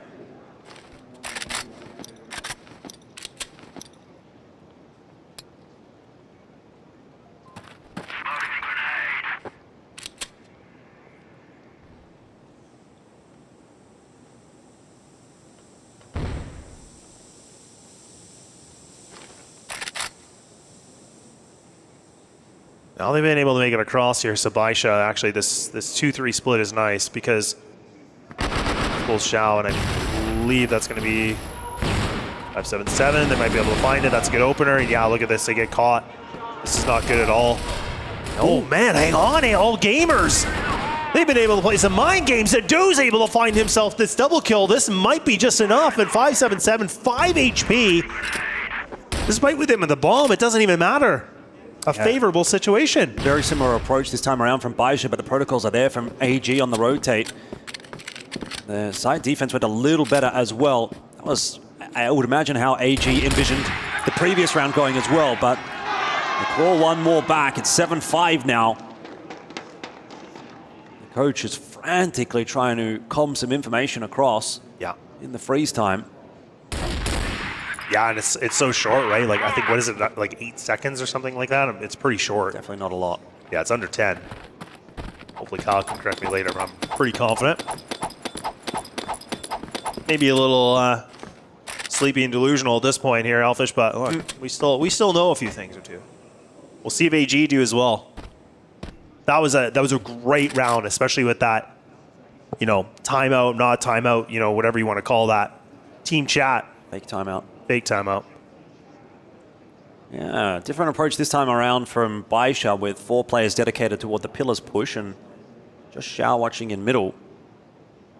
They want to seem like they keep some degree of interest in the B site. So a bit of a mishap there from 1-2-2-2, who just goes strafing out onto the line that Leah has been allowed to set up on.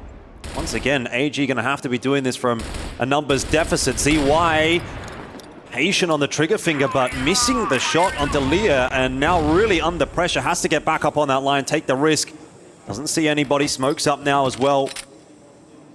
Baisha have enough. Baisha have got what they wanted out of that engagement, and they're going to back off. They know the rotation would have been coming through from AG, so they're going to test middle now instead. Yeah, it's a good rotation here from Baisha. Like you said, they're just kind of pushing around and a lot of commotion happening, and now AG down the player now has to kind of, again, this is where they have to readjust their defense quickly. They have to take more of a gamble in this kind of a situation. Now they've readjusted appropriately, but can they execute the game plan? You have a player that is wounded, a player that is very low, less than 20 HP. He's the one that's going to be anchoring this B site. This could be a lot. He misses the first shot. That's not good. That allows an opening, but he does get redemption twice. He's been able to do something at least, but now his teammates have to make a connection. Zway does get it with the last moment, but it's all just down to ZQ by himself. He's pushing fast, ferocious, and fearless, but no, it's going to be Leah that does better. Oh, that round was madness. That was crazy. ZY almost does enough to keep it alive there for AG. You could see both teams just frantically throwing bodies at the B site. And Baisha know how big of a round win that was. They got absolutely pumped up. I think they half fell out their chairs winning that round. I don't blame them. My goodness. Up to 8 now. 2 more and we go to port. Unless AG can find a second wind and bring it back into a closer affair here for Compound. I should definitely have a very interesting read that they want this B site. You know, we've seen this over and over again. It has been quite good for them. You know, the A site, it is harder because there's a lot of different angles you have to clear. But as soon as you get in that B site, like we say, it's so much stronger on the BL side. It really is. I don't mind this game plan. It's been working out very nicely for them. Yeah, and AG are kind of playing a little bit weaker on the B side as well. It's typically been a 3-2 split between A and B. A lot of it falling into place for Baisha on this BL side at the moment. 1-2-2-2 cannot afford to be getting picked for free here, which is what happened last round. You saw how close that last round was. An extra body for AG probably wins it for them.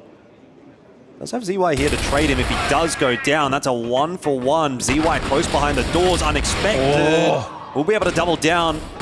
ZY really is being the difference maker right now on this GR side for all gamers. It's a bomb. Yeah, that's just big. Holding the tightest angle too. Now Zhao does finally put him to rest. A 1-on-4. But this is a little scary for me. It's losable. It's definitely losable. I mean, if Du goes down, then all bets are off. Du has to stay alive. He's been patient, really patient there from Du. Good discipline. So here's Xiao on his way past, and so he's going to continue with this flank. Players in mid are not going to peek Xiao, so he will be allowed to cross mid. But you can kind of see that Baisha have this net around him, or AG rather have this net around him, and he's kind of walked into the trap. They've got all the information from that flank, and so nothing to be done there for Xiao as 6 goes up for AG. Still 2 the deficit. And I'm around like that. I mean, lots of conversation here to bring this back to a tie game. Again, you gotta thank ZY to be able to hold it down like that. 2 rounds needed for a tie game scenario. Good flashes thrown. ZY now going to put a little bit more pressure onto this. So actually, this is one of the rounds AG. They actually try to get a little bit more aggro. Do they want to keep pushing on it? Look at Baisha. They are sitting back. They are caught in the cage and they don't have the key yet to get out.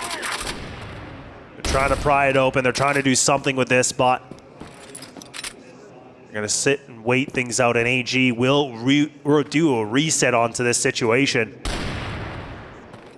I love it though. I love, again, this is putting a lot more guessing here for 9. A lot more hesitation, a lot more cautious behavior that has to happen. Now you look at this, you can see he's clearing every single angle. Definitely quite concerned, and it is taking a bit of time for Baisha to work through the map in this round.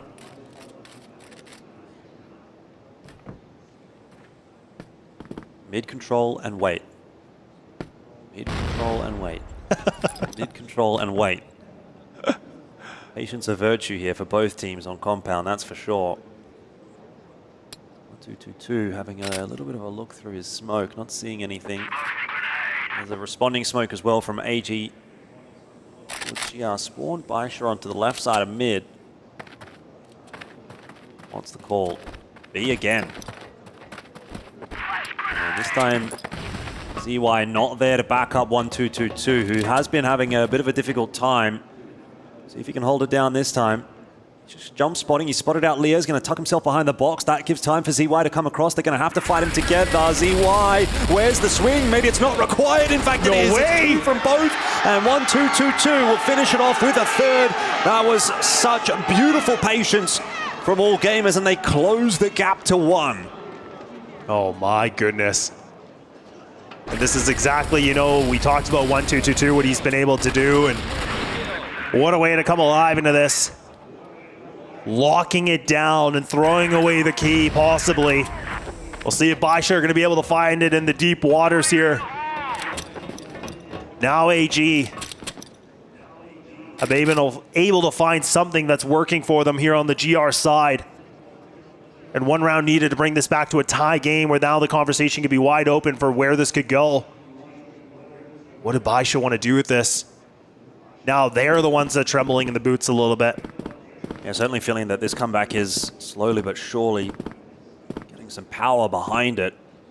If B is not an option anymore, which it doesn't really feel like it is. I mean, AG have held that B side a couple of times quite well. That throws a bit of a spanner in the works of the game plan of Baisha, who have really looked to exploit the B side of the map. So probing a bit more towards A this time around. Again, ultimately, they may just decide to finish on B. Got that long control. Some of it. Shui a little bit forward on long, not seeing too much. 1-2-2-2 again. Has been given a lot of responsibility over towards Pillars, essentially kind of solo holding that area of the map. There's a lot of forces from AG over on A. ZY waiting for the peek into GR Spawn is going to be greeted with a grenade. Here comes the offensive onto A. It's a 1-for-1 so far. Zhui does a good job onto Zhao, but the rest of the hit coming into A might prove to be a little bit too much. Oh, no. Baisha getting all the entries that they needed.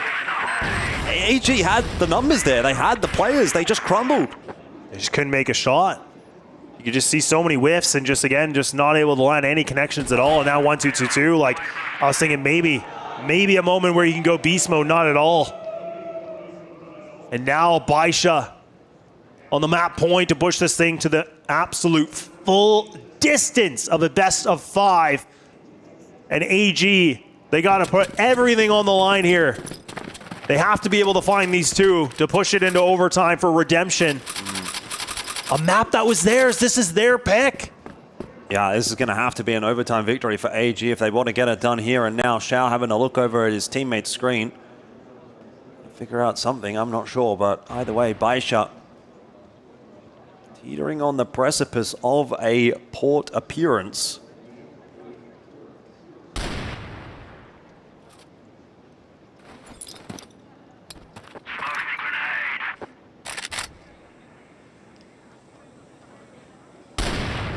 Said he wins the race on compound once again. Baisha mid-control and wait. Same util sets out from both teams. Delaying smokes in through middle, over towards pillars.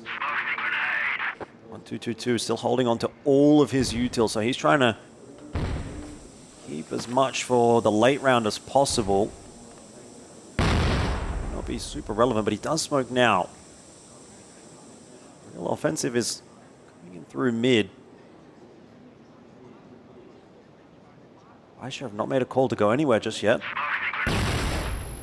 No, they're really just staying true to this mid control and just kind of waiting things out, maybe hoping that AG might overswing on this or something, but are they going to use Leah to be able to a distraction maybe before they go for it? I don't know. This doesn't feel like likely. It's just this round is, I don't understand it. Both teams just dumping util. Seems like on a whim. ZY though for the double again continues to try to be the hero here for AG.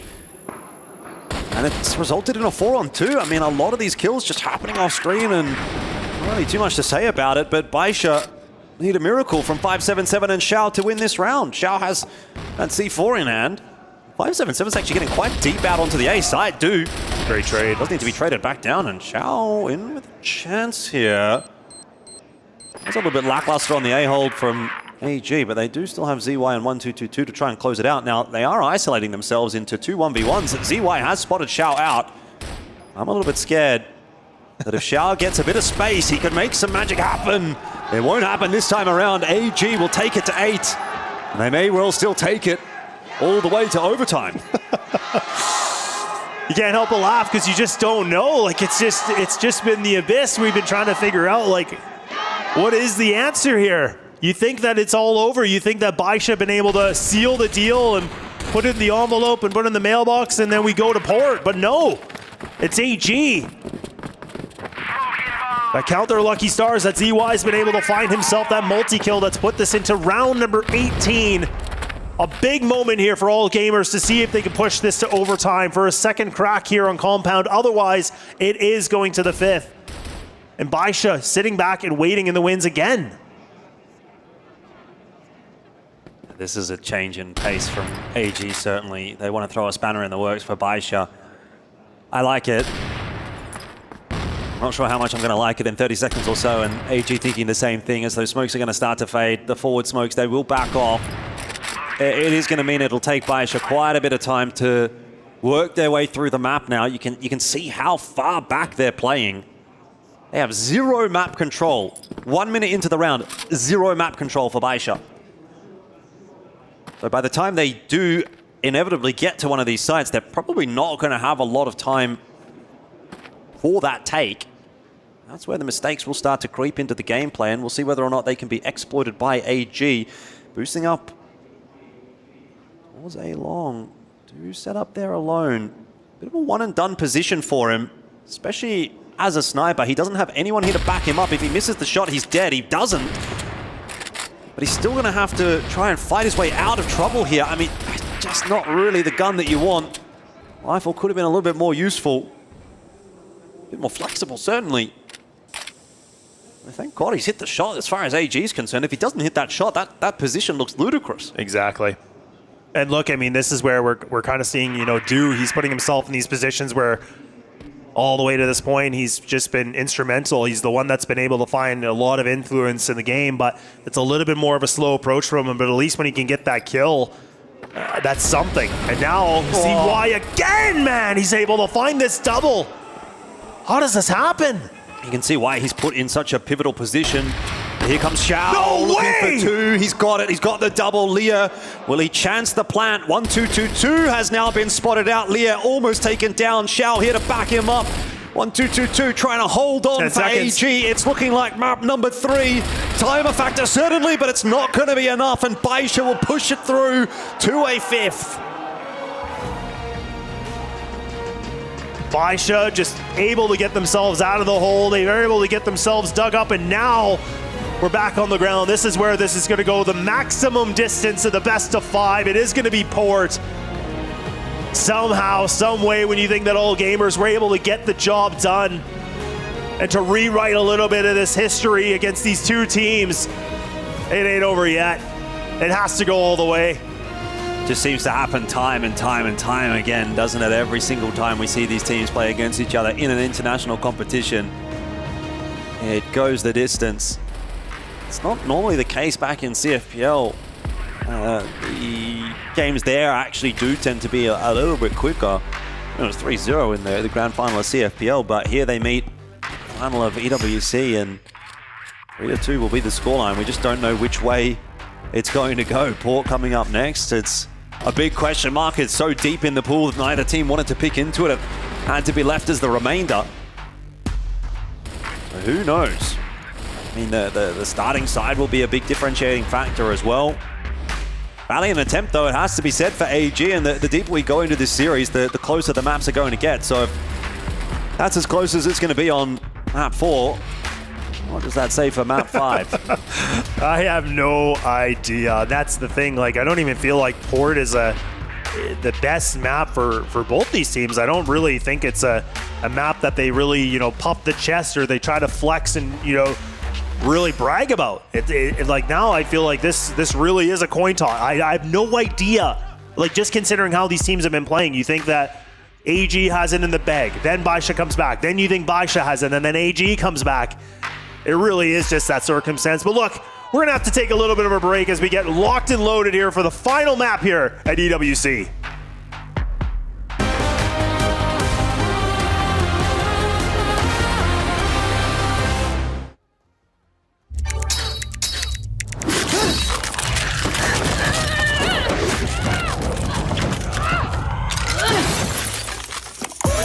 Reach your impossible, Lenovo Legion.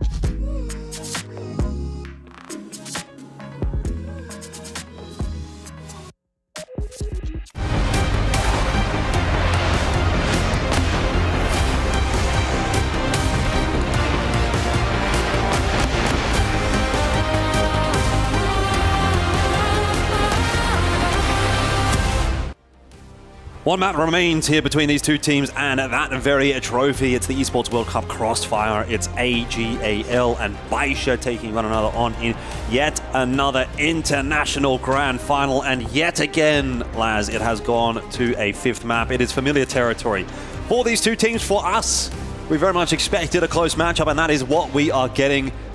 What we expect from here, well, I have no idea. I don't have the answers for you. Once it gets to this point in a best of 5, it really is anybody's guess as to where we'll go. No, I'm with you. I couldn't agree with you more. I'm 100% with you in this situation. It really is just now who's going to be able to just put that extra 10, 20, 30% into this game. I don't think the statistics are going to matter.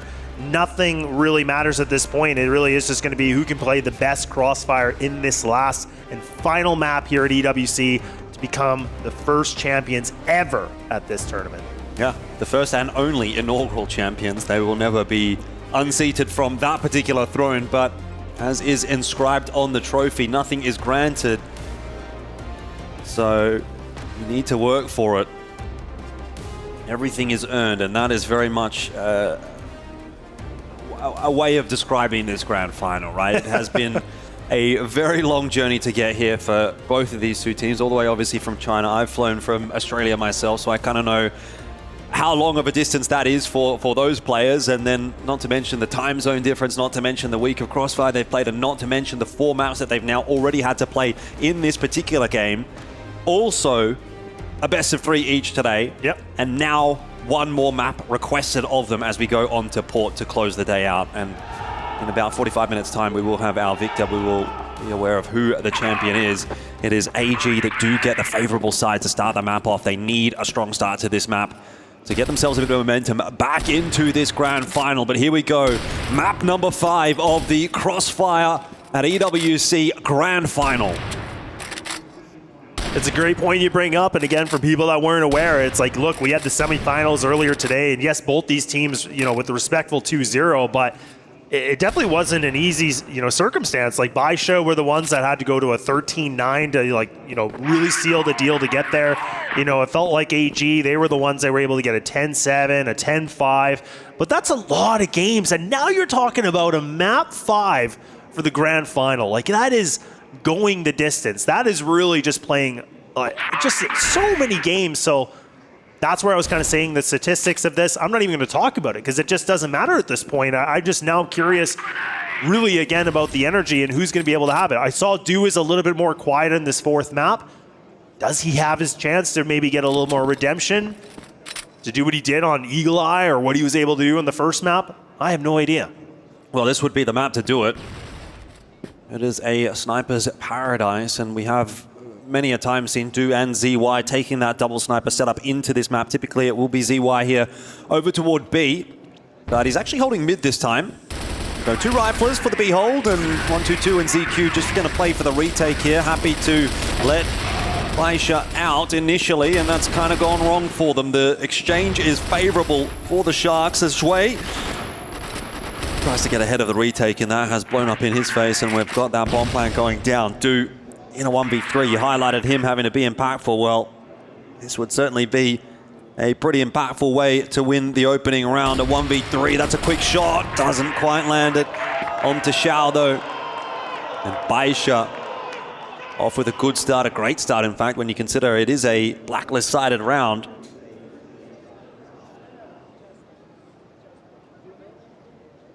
A really good round though, especially from Baisha, like you said. Again, just getting this opener.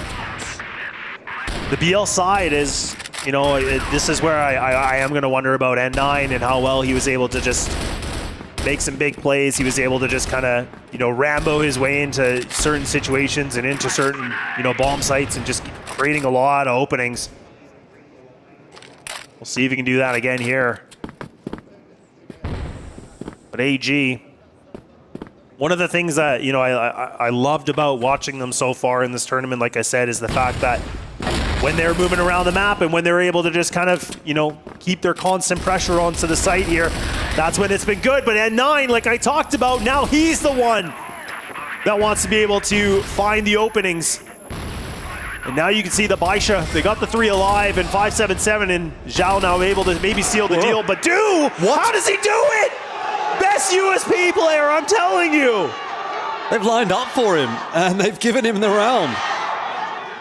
It looked like it was all over. I think even he was a little bit surprised. His face was like, yup, okay, let's go. Yeah, me too. I don't think he expected that one at all.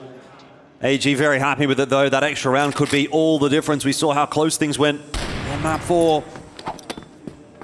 1-1 the score. Baisha, the wind out of their sails after that. It's been a 2-0 lead on the Blacklist side. And yeah.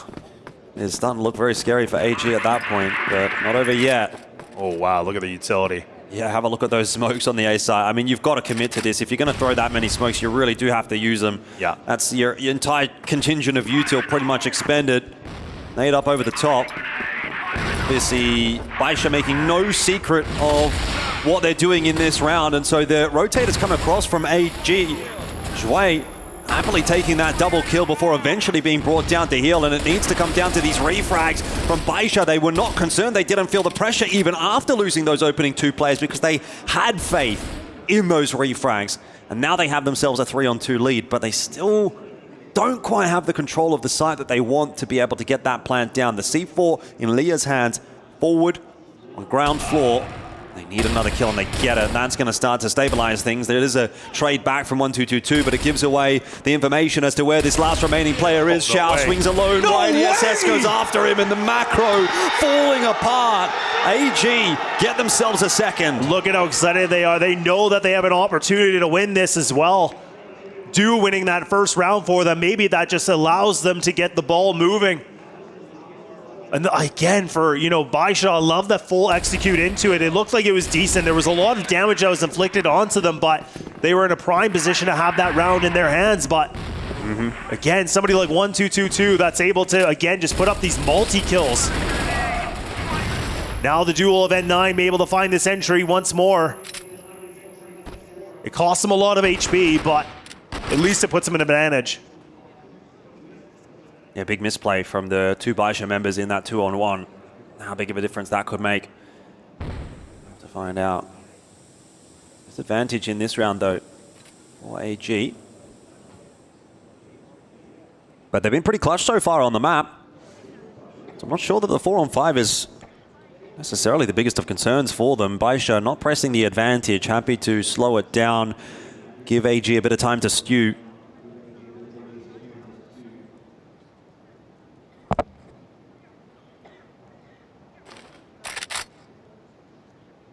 At some point, someone from AG is going to want to look for information. That is what Baisha is hoping for. 1-2-2-2 wisely, instead of peeking into warehouse, is just going to smoke it off. So Baisha heading in a different direction. And they leave from it too, right? I mean, that smoke just really pushes them back, and you could see they were kind of vacating the premises. They didn't even want to really go for it at all, and now maybe they might entertain it again. A lot of thought process on it.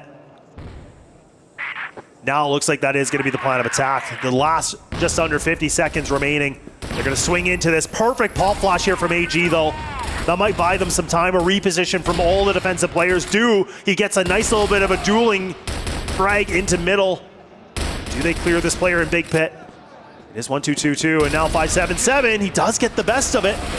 But look at how fast that AG just pounced on it. Xiao alone. If he can do something with the USP, not quite. Apparently Do is just better.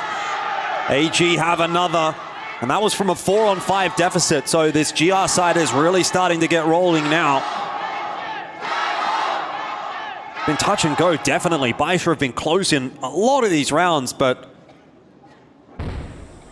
kind of highlighted how important it is to get off to a good start in a couple of these maps. I mean, Black Widow and Compound, respectively. AG have that good start. What does that mean? The health of this grand final for Baisha. I'm just looking at the scores, like 10-1, 10-4, 10-4, 10-8. Boy, oh boy. What a journey to get here.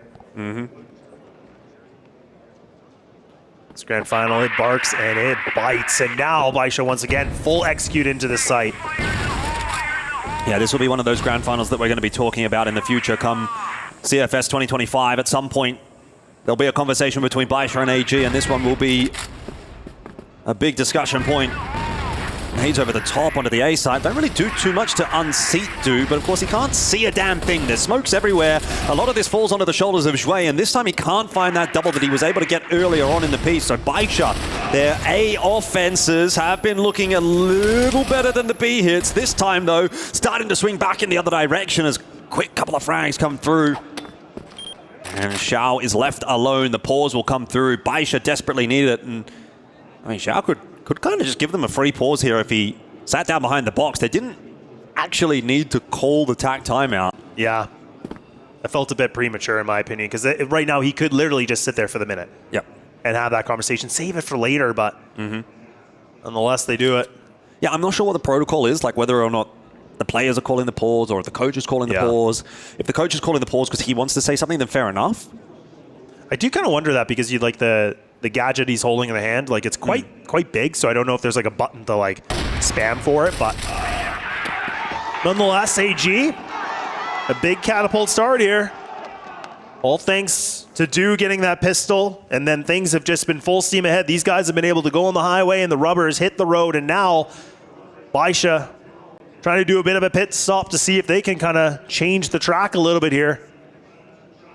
But I mean, I really liked Baisha's, full A exec. I like the utility that they're throwing into it, but you can see that AG, they're reacting to it well. They got the perfect pop flashes. They're making it not the easiest situation for them to get into this site. So this is where Baisha, they're going to have to, again, go through the strategy book. They need to find something different now. The A hit is just not favor for them. I know exactly what he said there. I can read his lips. He said Piaoliang, which means brilliant or amazing or beautiful, or depending on the context. That's pretty good. In this context, it's like, yes, let's go. It's like awesome, amazing. Well, it is. It really is amazing. Like, that's the thing. Like, we were talking about it before, but I'll say it again, is the fact that there could have been a conversation where Baisha was going to get the first opening 2 rounds. Du was able to get himself, I think, that double kill at the very end, which made it the 1-1, and then it's just been AG this whole time. Like, this could be a 2-2 scoreline, but right now we're talking about a 4-1. The math ain't mathin', mate. Well, you know what I mean. Yeah, you're right. Look, it's been a long day, all right? Like, that's why I said you don't do math live. Like, now I'm just going to get trolled forever about this. Yep. We'll talk about it at CFS 2025. 2 + 2 = 5. Oh, dear. We're into round 6. AG, dominance on display at the moment here on Port. Double sniper setup again from Du and ZY. It hasn't even necessarily been the focal point, frankly. I think the riflers have been really quite outstanding for AG. 1-2-2-2 and ZQ. A big clutch out from 1-2-2-2 as well earlier on. What is the option of choice here for Baisha? What have they cooked up in the lab?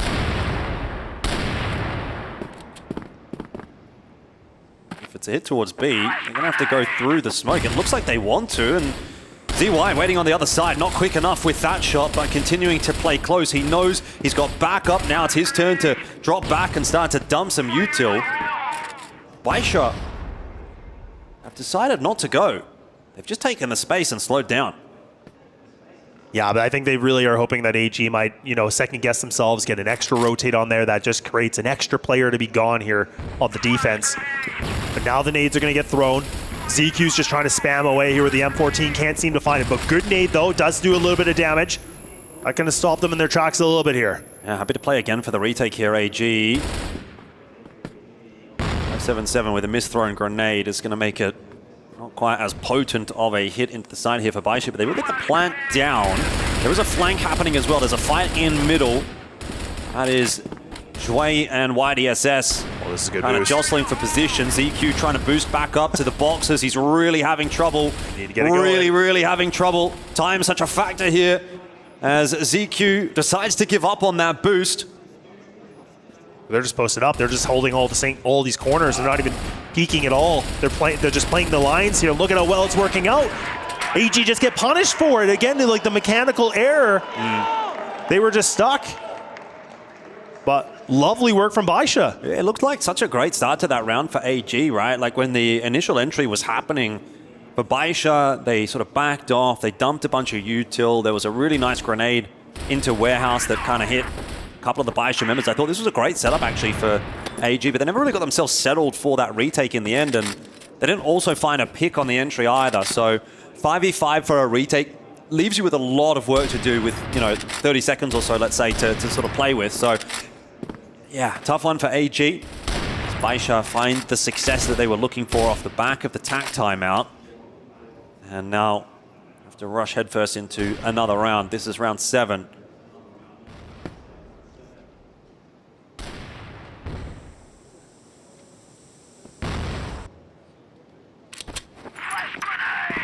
You mean there's the one sniper here for Do as well for AG, so ZY is actually kind of mixed up the weapons a little bit. There's times where he likes to equip it, sometimes he doesn't.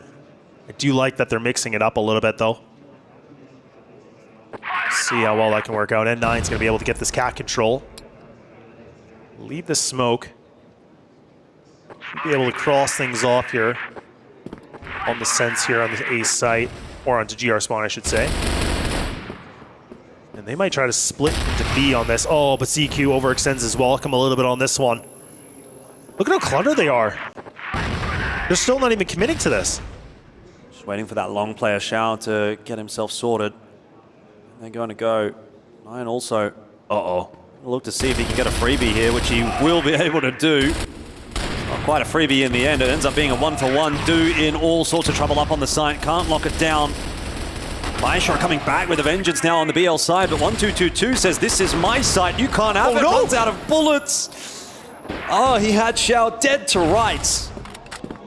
Won't be the case this time. Now again, on to ZY, who has been stellar in this series. Not for this round. Well, I feel like that was just a round of AG just missing a bunch of shots, right? Like, I think he took 2 or 3 before he hit the grave, and then you see that 1-2-2-2, like, again, no more bullets in the chamber, so they give up 2 kills right there. So it just puts ZY in a really unfortunate position that he has to clutch. And again, when you're in that kind of a position, you have so many different angles you have to clear. You have to go in the high, you have to go in the low. So all of a sudden, a 4-1 lead is now turned into a 4-3 scoreline. And all gamers, they are having a difficult time right now. But see if they can get their head off the swivel a little bit on this one, because Baisha only need this one round to tie things up as we get into the last round of the half after this. Baisha would be happy with 4. Not too disappointed with 3. Been a bit of a back and forth half, and that's more than enough when you're on the BL side. It was a phenomenal start for AG, but it has started to slip a little.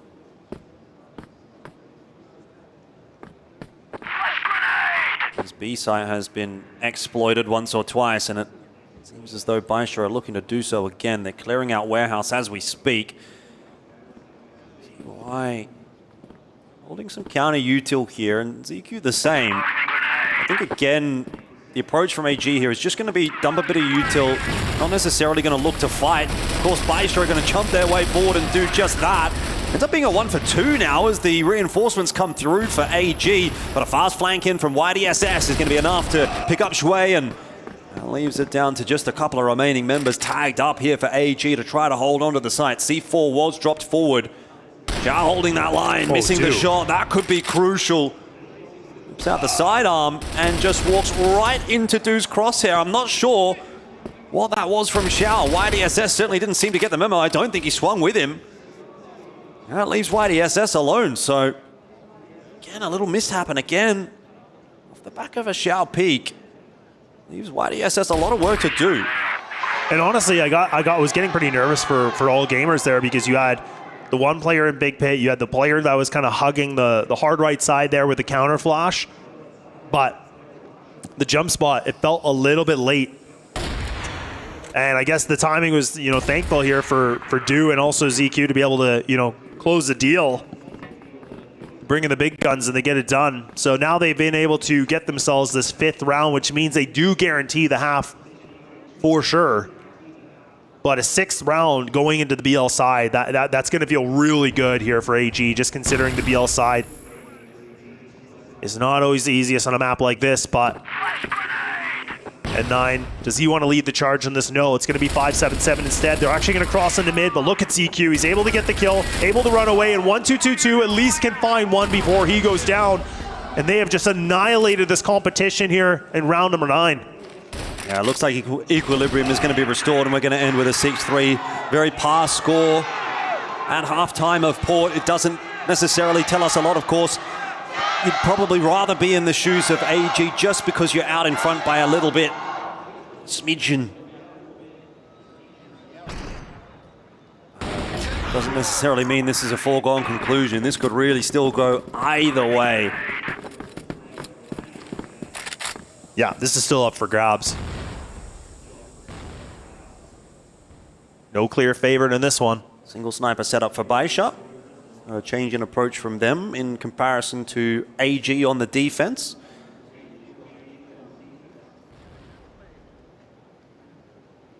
That reliance on the shoulders of Xiao.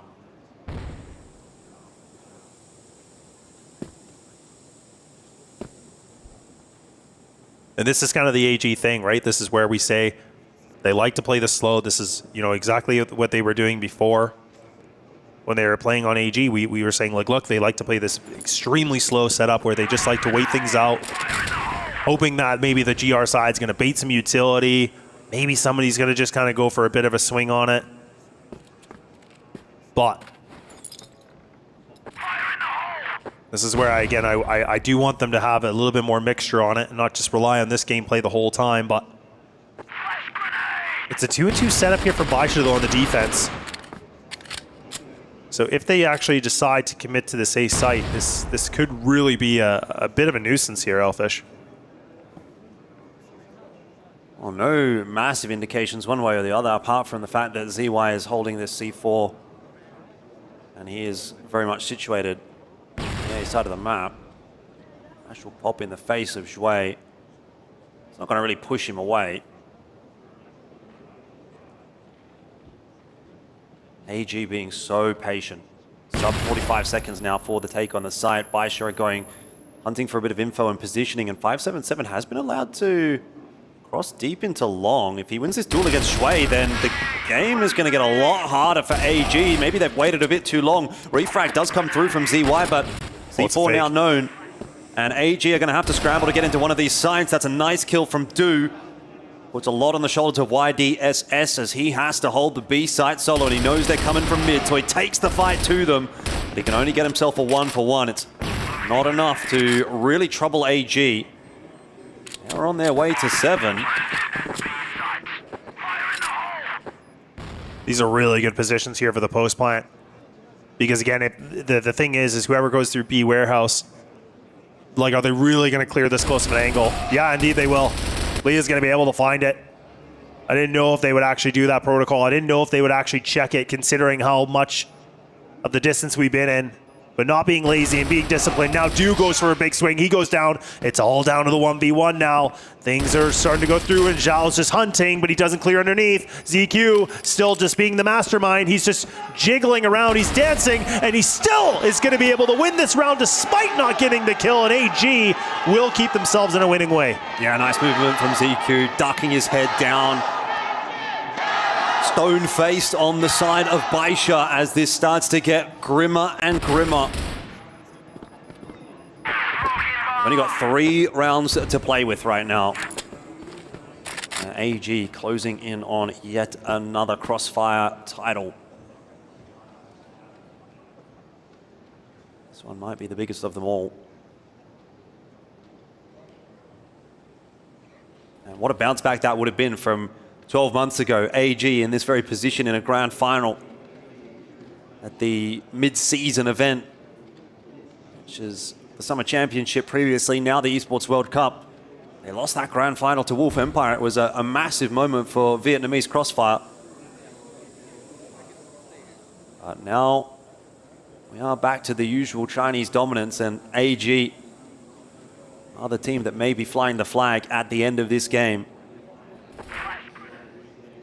It really is, like you said, It's really the biggest question of which logo is going to be on the flag on this one, right? We both know it's Chinese teams, but is it going to be the AG logo or is it going to be the Baisha stamp here to being your champions here at EWC?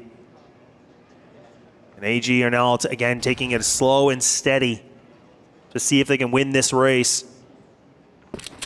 Leah now just pushing back a little bit more. The triple setup, double on bridge and double on A. So Baisha once again, an anticipation here that the A hit is the problem, and they're going to put a lot more resources there. Not necessarily the plan of attack here from all gamers. They're still even kind of pondering the idea of what do they want to do. Well, they want to take their time about it. That's been the approach in these first couple of rounds on the BL side from AG. He worked out last round, but they did get themselves a couple of crucial kills on their way through. This is interesting. It's a fake over toward the A side. It has pulled most of the rotators. If the entry onto B is clean, it will be big. Leah will go down. And that is a C4 plan on offer for AG, not to mention a bunch of frags popping up in the kill feed there as well. YDSS is stuck behind a smoke. He's got Xiao behind him. He has to go for it, and it's not going to happen. Xiao spotted out as well. ZY letting out a roar as they get ever closer. AGAL are 2 rounds away. 2 rounds away and they could get the job done, but they know that they cannot just be composed in this moment. It's taken a lot of grit to get to this situation. And Baisha, they're getting caught here on the rotate, so AG are doing a phenomenal job right now on the BL side of catching the timings. And they are starting to work against the mastermind of N9, which I never knew that could be possible, but it's proving to be it could be. Double setup here in the B main here from Baisha. They're going to mix it up. They feel like they have to change up the setup, and I agree. It's something new has to happen here and now before it's a little bit too late.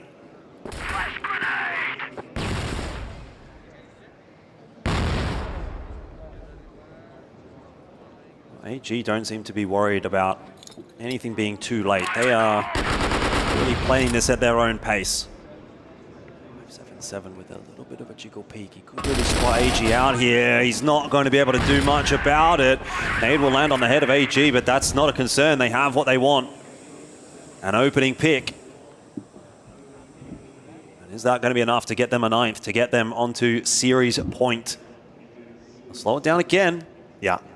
And this is a good thing too, is like, again, what we see is that AG, even if they win this fight, they're not committing to it. They're going to wait things out. Baisha, they kind of figure that out. They're like, look, don't over-rotate. Don't just, assume it's happening. We don't know yet.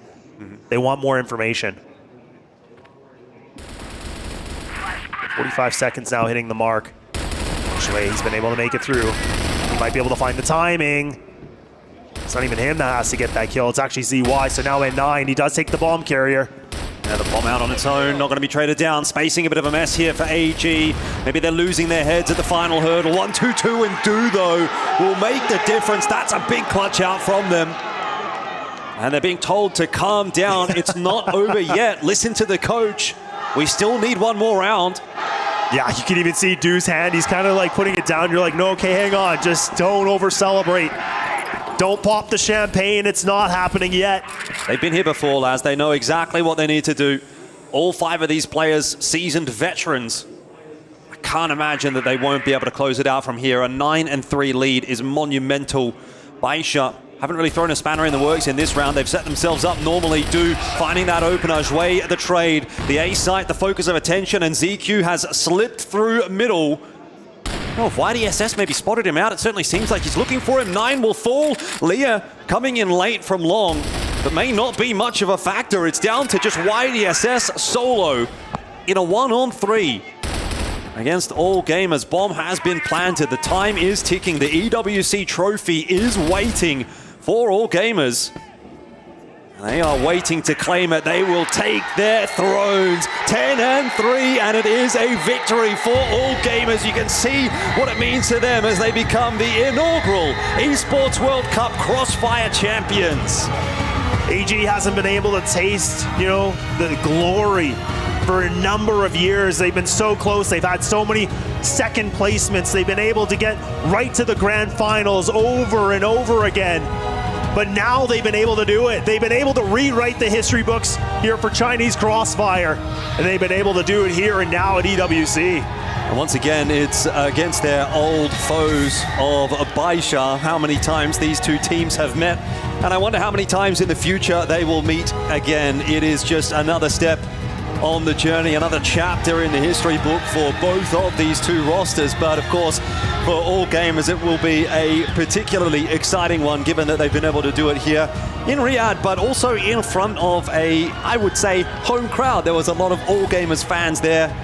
Very keen to see that victory finally get slotted in. It's been a long day of Crossfire for both of these two teams, but AG have just picked up $750,000 as the winners of Crossfire here at the Esports World Cup. But not only that, that also, I believe, is going to be enough to bump them up into 6th on the club championship, eclipsing Gen G. And that's another $500,000 for the org. So a big win all around for all gamers. Yeah, it's a big victory right now for all gamers in so many different avenues. Like we said, they finally get a first place here, where Baisha has been able to run through this 2025 year, winning every single competition. They've been able to take everybody out, but now all gamers have been able to get themselves a big victory, meaning so many different things. Well, here they are, ready to claim their trophy. First, of course, they need to put that key in. But here we have all gamers once again standing ready as champions of yet another Crossfire tournament. This one particularly special. Your champions of the Esports World Cup, all gamers.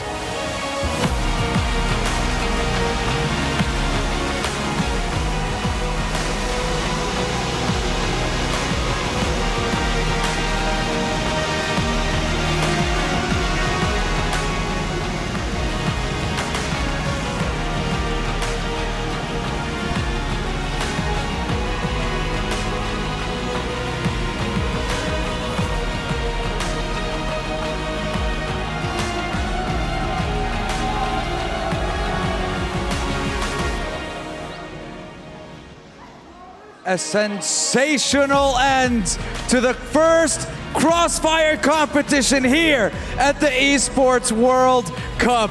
Congratulations, incredible performance, 3-1 to this lineup. Adam, what an ending.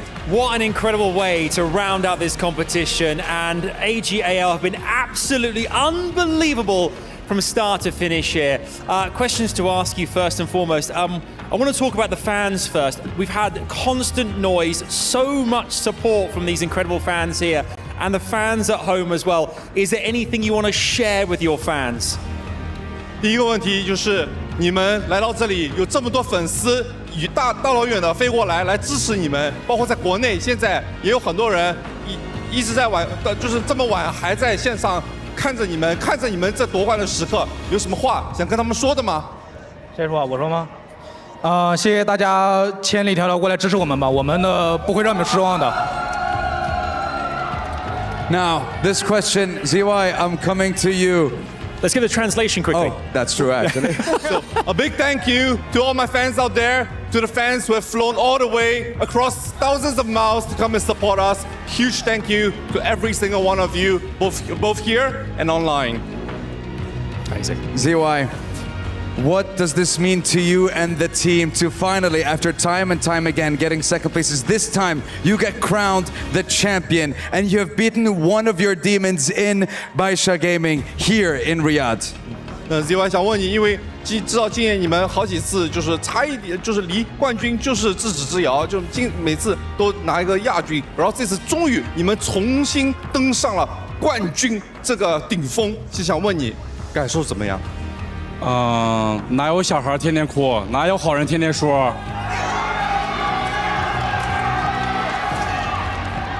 哪有小孩天天哭，哪有好人天天说？No. Every dog has its day. Every child, no child cries forever. Every bit of effort eventually pays off. Well, we have one more prize, and it is the Sony Tournament MVP. Ladies and gentlemen, make some noise for Do! The MVP, my dudes. Congratulations. The MVP as well here. Do has been sensational from start to finish in this competition and deserves every single part of being the MVP. Do, I must ask you as well here. You can see everyone is so excited for you. The MVP, what has it been like for you to compete in this competition at the EWC? How much have you enjoyed it, and how much have you enjoyed playing with your teammates as well? Do，你这次不仅仅是冠军，你还荣获了本次比赛的 MVP。能不能跟我们说一下，就是来与这个战队一起战斗、一起奋斗，走到这里，你是什么样一种感受？你一直这一路程全部一直到你现在站在这个位置，这个路程对你来说代表着什么？因为在国内大家都说我只会换人嘛，然后这次裸装也是对我自己一个证明吧。A lot of the community back in China, they say that as an IGL, I can be pretty toxic and I can, pressure my teammates a lot. And well, I think right now, right here, I've proved everybody wrong. I've proven myself, and I've proven that our team is the best in the world. Excellent. We can see how emotional this is for you as well here, and rightly so, an incredible achievement. We should ask you as well, which keys are you going to pick of the teams you've played against as well here to put inside your trophy? 也想问你，你准备选哪3支战队的钥匙作为你们的底座呢？我可以商量一下吗？我们选哪3个底座 He wants to discuss with his team. And rightly so. I'll move out the way. I like, you know what, that right there, that's an IGL. that is a true IGL right there, making sure he gets everyone's opinion before such a choice. And honestly, I'm curious to see who he's going to pick, Adam. Me too. Go ahead. 我们选择白沙 EP 和 STS 战队。So Team Baisha, Team EP, Evolution Power, and Team STS, Stallions as well here. On that note, it's been absolutely incredible here. We're going to ask the team to go to your trophy one last time. Fellas, head on over to the trophy for one last trophy lift here as we celebrate our champions. 将奖杯举起。 That's it, come around here. I will ask you to raise the trophy one last time. Would you please make an enormous amount of noise for your Crossfire Esports World Cup 2025 champions, AGAL!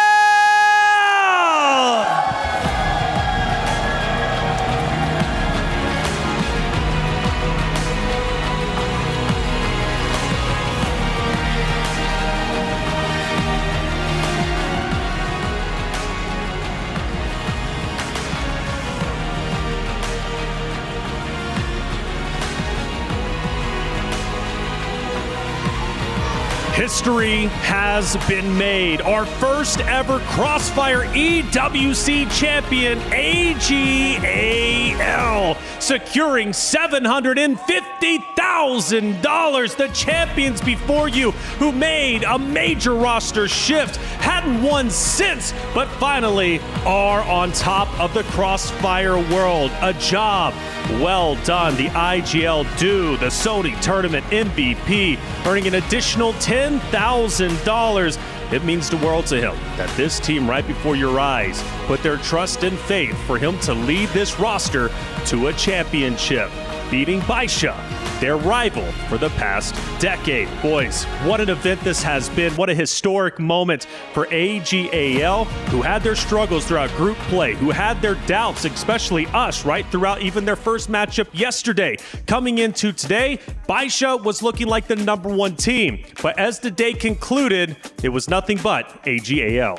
What a result. I mean, I said this as we headed in towards this finals, that the scriptwriters were cooking, but they could have cooked any harder with that final. All the way to a match that 5. And that's the sort of result that we want out of this sort of matchup, right? These two sides have such a storied history. So many times they played off against each other. We've got players who have swapped between the two rosters as well. So you come in towards a game like this, the first ever inaugural EWC for Crossfire, and now that's something that nobody can ever take away from AG. So an incredible result from them. And, you know, even you kind of touched on it a little bit, roster changes that come through, but also roles that have changed. I didn't even know that dude was calling. We also was on this assumption that ZY. So talk about leading by example, a fantastic series, a tournament from him as well, and doing it while also IGLing on top of that. Mammoth tournament from AJL. And showing emotion as well, which you told me, right? Pretty stoic. For him to show emotion means how much this moment means to him. Absolutely. I mean, I've been casting dude for a while now, and you know, he's pretty stoic even in the successes and the wins. He kind of just keeps it cool, calm, and collected. But I think that is really an indictment on just how much this means to him and his side. I mean,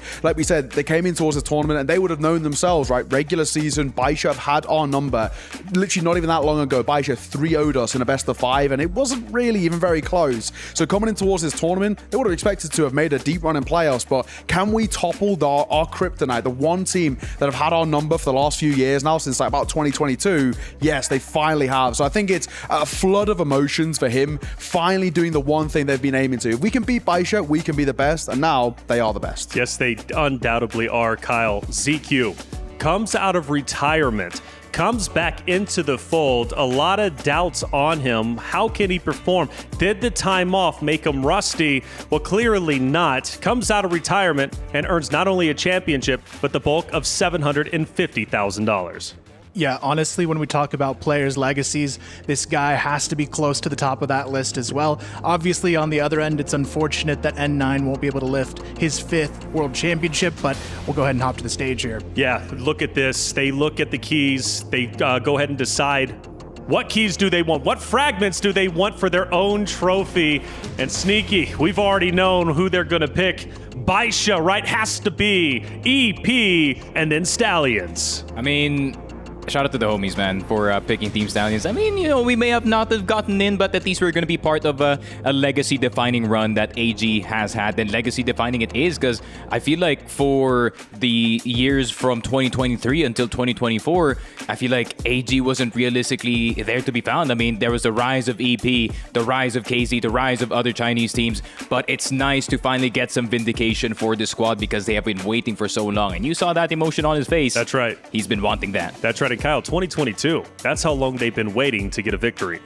Yeah, honestly, just well-earned. And we talk about legacy. I mean, the legacy for me isn't just one team over the other at this point. It's the story of AG Baisha. I think it's proving time and time again to be the legacy of Crossfire. And both of these teams, I think, have stapled that in. But for the moment, AG gets to wear the crown. But I love the way this rivalry's been unfolding. Yes, it's been unfolding for quite some time, and it's never going to get old. The El Clasico, as we deem it. Neil, let's take a look at our bracket. Start walking through, of course, the route that not only AGAL, but Baisha and others had to take in order to get to their position. Yeah, it was a really cool tournament as a whole as well. You know, we had upsets from the get-go. Team Stallions taking on Alcadzia was never really on the docket for us as well. And then even to a degree, King Zero pushing AG the distance. AGL did look a little rocky in that opening quarterfinal, but they were able to overcome that. A swift 2-0 over Evolution Power, which I really understand as well why they want to pick them as one of the keys. They have really become, as much as we talk about this Baisha AGL rivalry, Evolution Power have really been punching up and starting to enter in towards that fray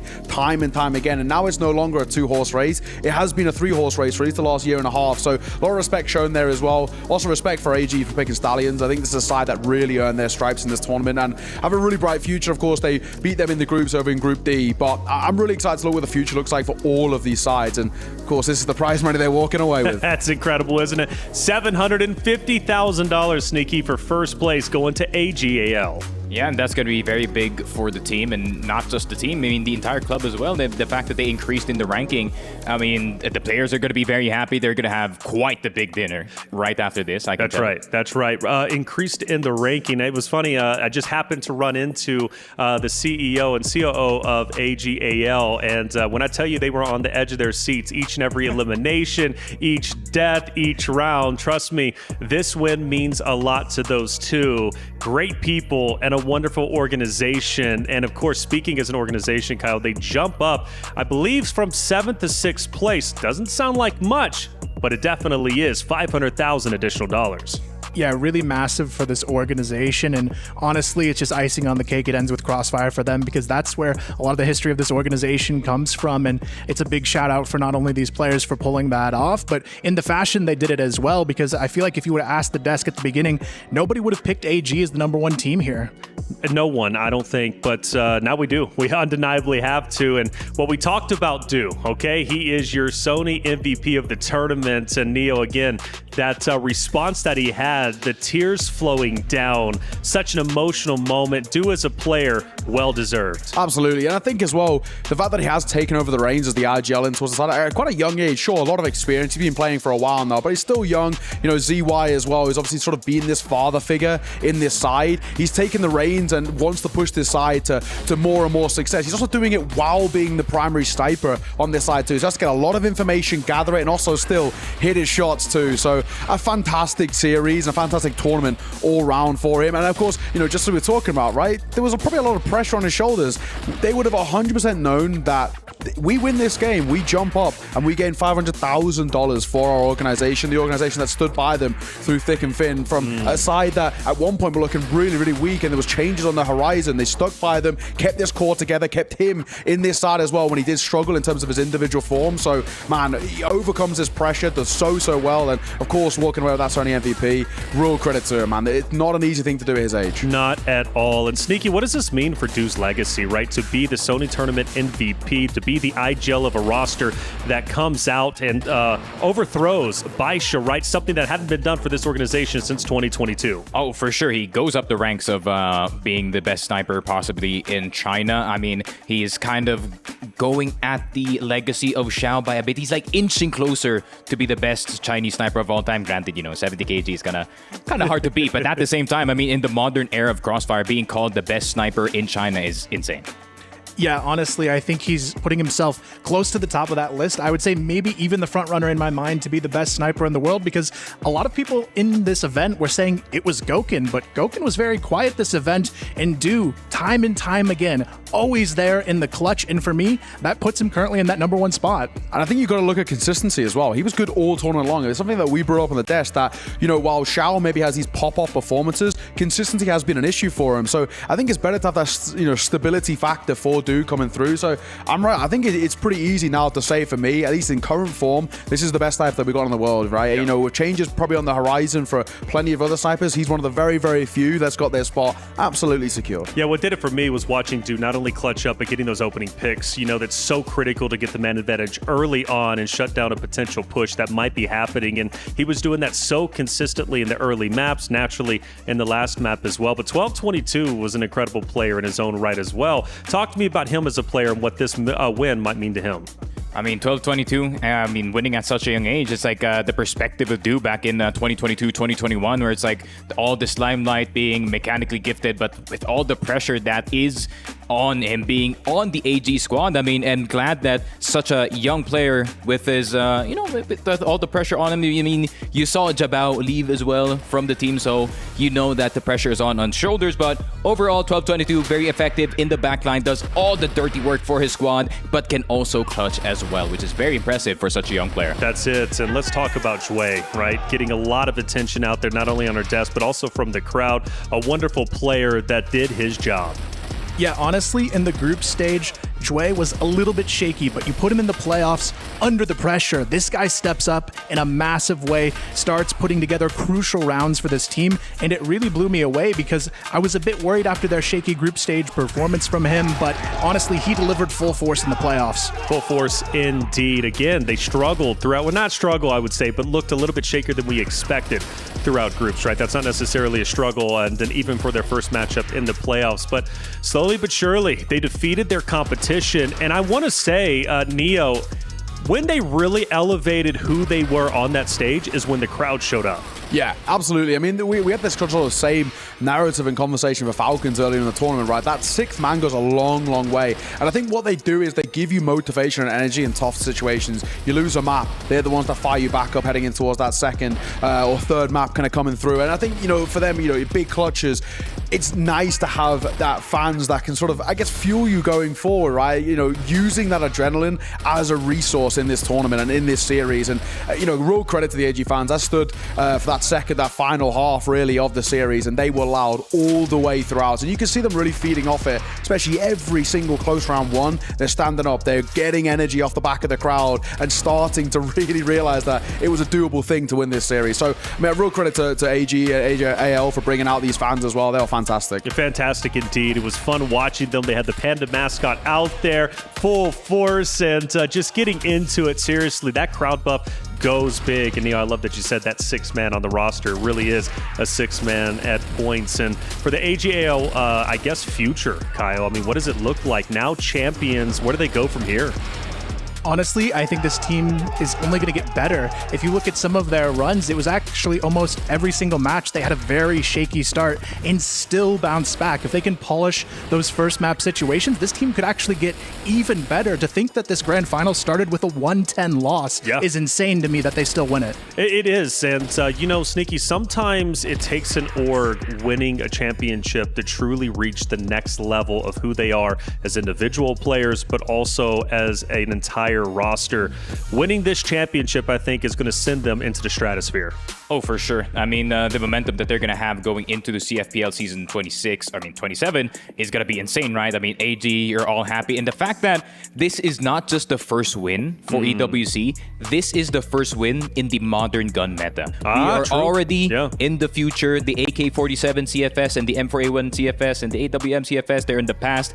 And it's actually quite the achievement for the side of AG that the fact that they adjusted so quickly in the patch, granted, they have been playing with the VIP guns this entire time, but still, with such a fast meta that we have got now compared to before, they just adjusted better. That's it. Well, here comes the long road over to the totem to put their name up on the totem and immortalize their names as champions for Crossfire EWC 2025. The phones are out because they're already tweeting it out. They're getting it on the timeline. They're letting everybody know we're the champions. We're number one, and rightly so.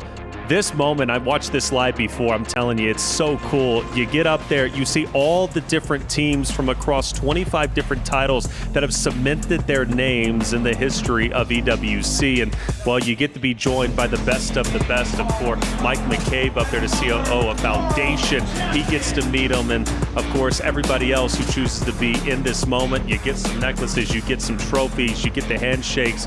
This is what you live for.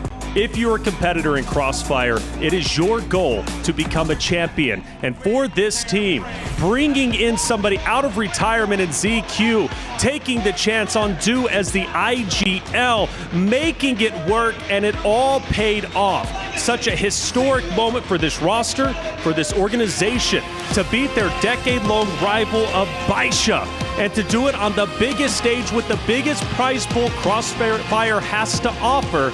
You gotta give respect where respect is due. A tremendous job well done, and done so with the crowd at their, just with them, right by their side, is that sixth man, as we like to say. And of course, their name's immortalized. They're feeling good, and they must be feeling proud because this is such a big moment for the history of Crossfire and AGAL. Man.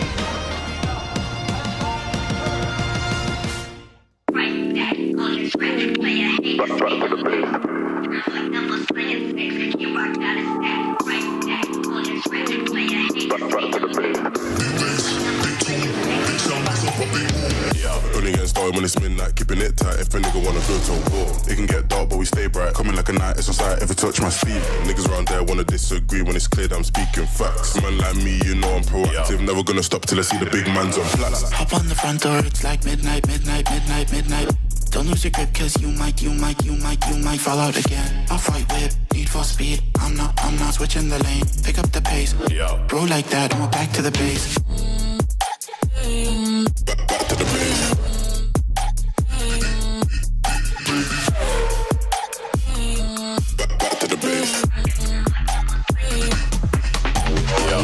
Now I can never act. Been trying to stack up racks on racks. Boys in the back wearing all black, staying on track. But I should have gone, and that's on me. Out here getting this beef. If you work for the devil, better retreat. Coming too icy, come too clean. Could never move shady, ain't no fiend. Shotgun, London, what's the outcome? You know, I'm a madman, just can't stick to the program. Raise up the heat, keeping the tension, shifting the gear to a different dimension. Red light, speed up, take off. Hop on the front door, it's like midnight, midnight, midnight, midnight. Don't lose your grip, cause you might fall out again. I'll fight with need for speed. I'm not switching the lane. Pick up the pace. What? Throw like that, and we're back to the base. Back to the base. Back to the base. Back to the base. Back to the base. Back to the base.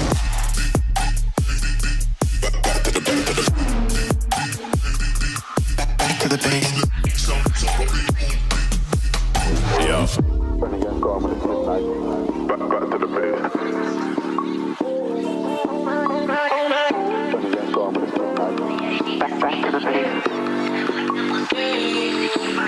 Yeah.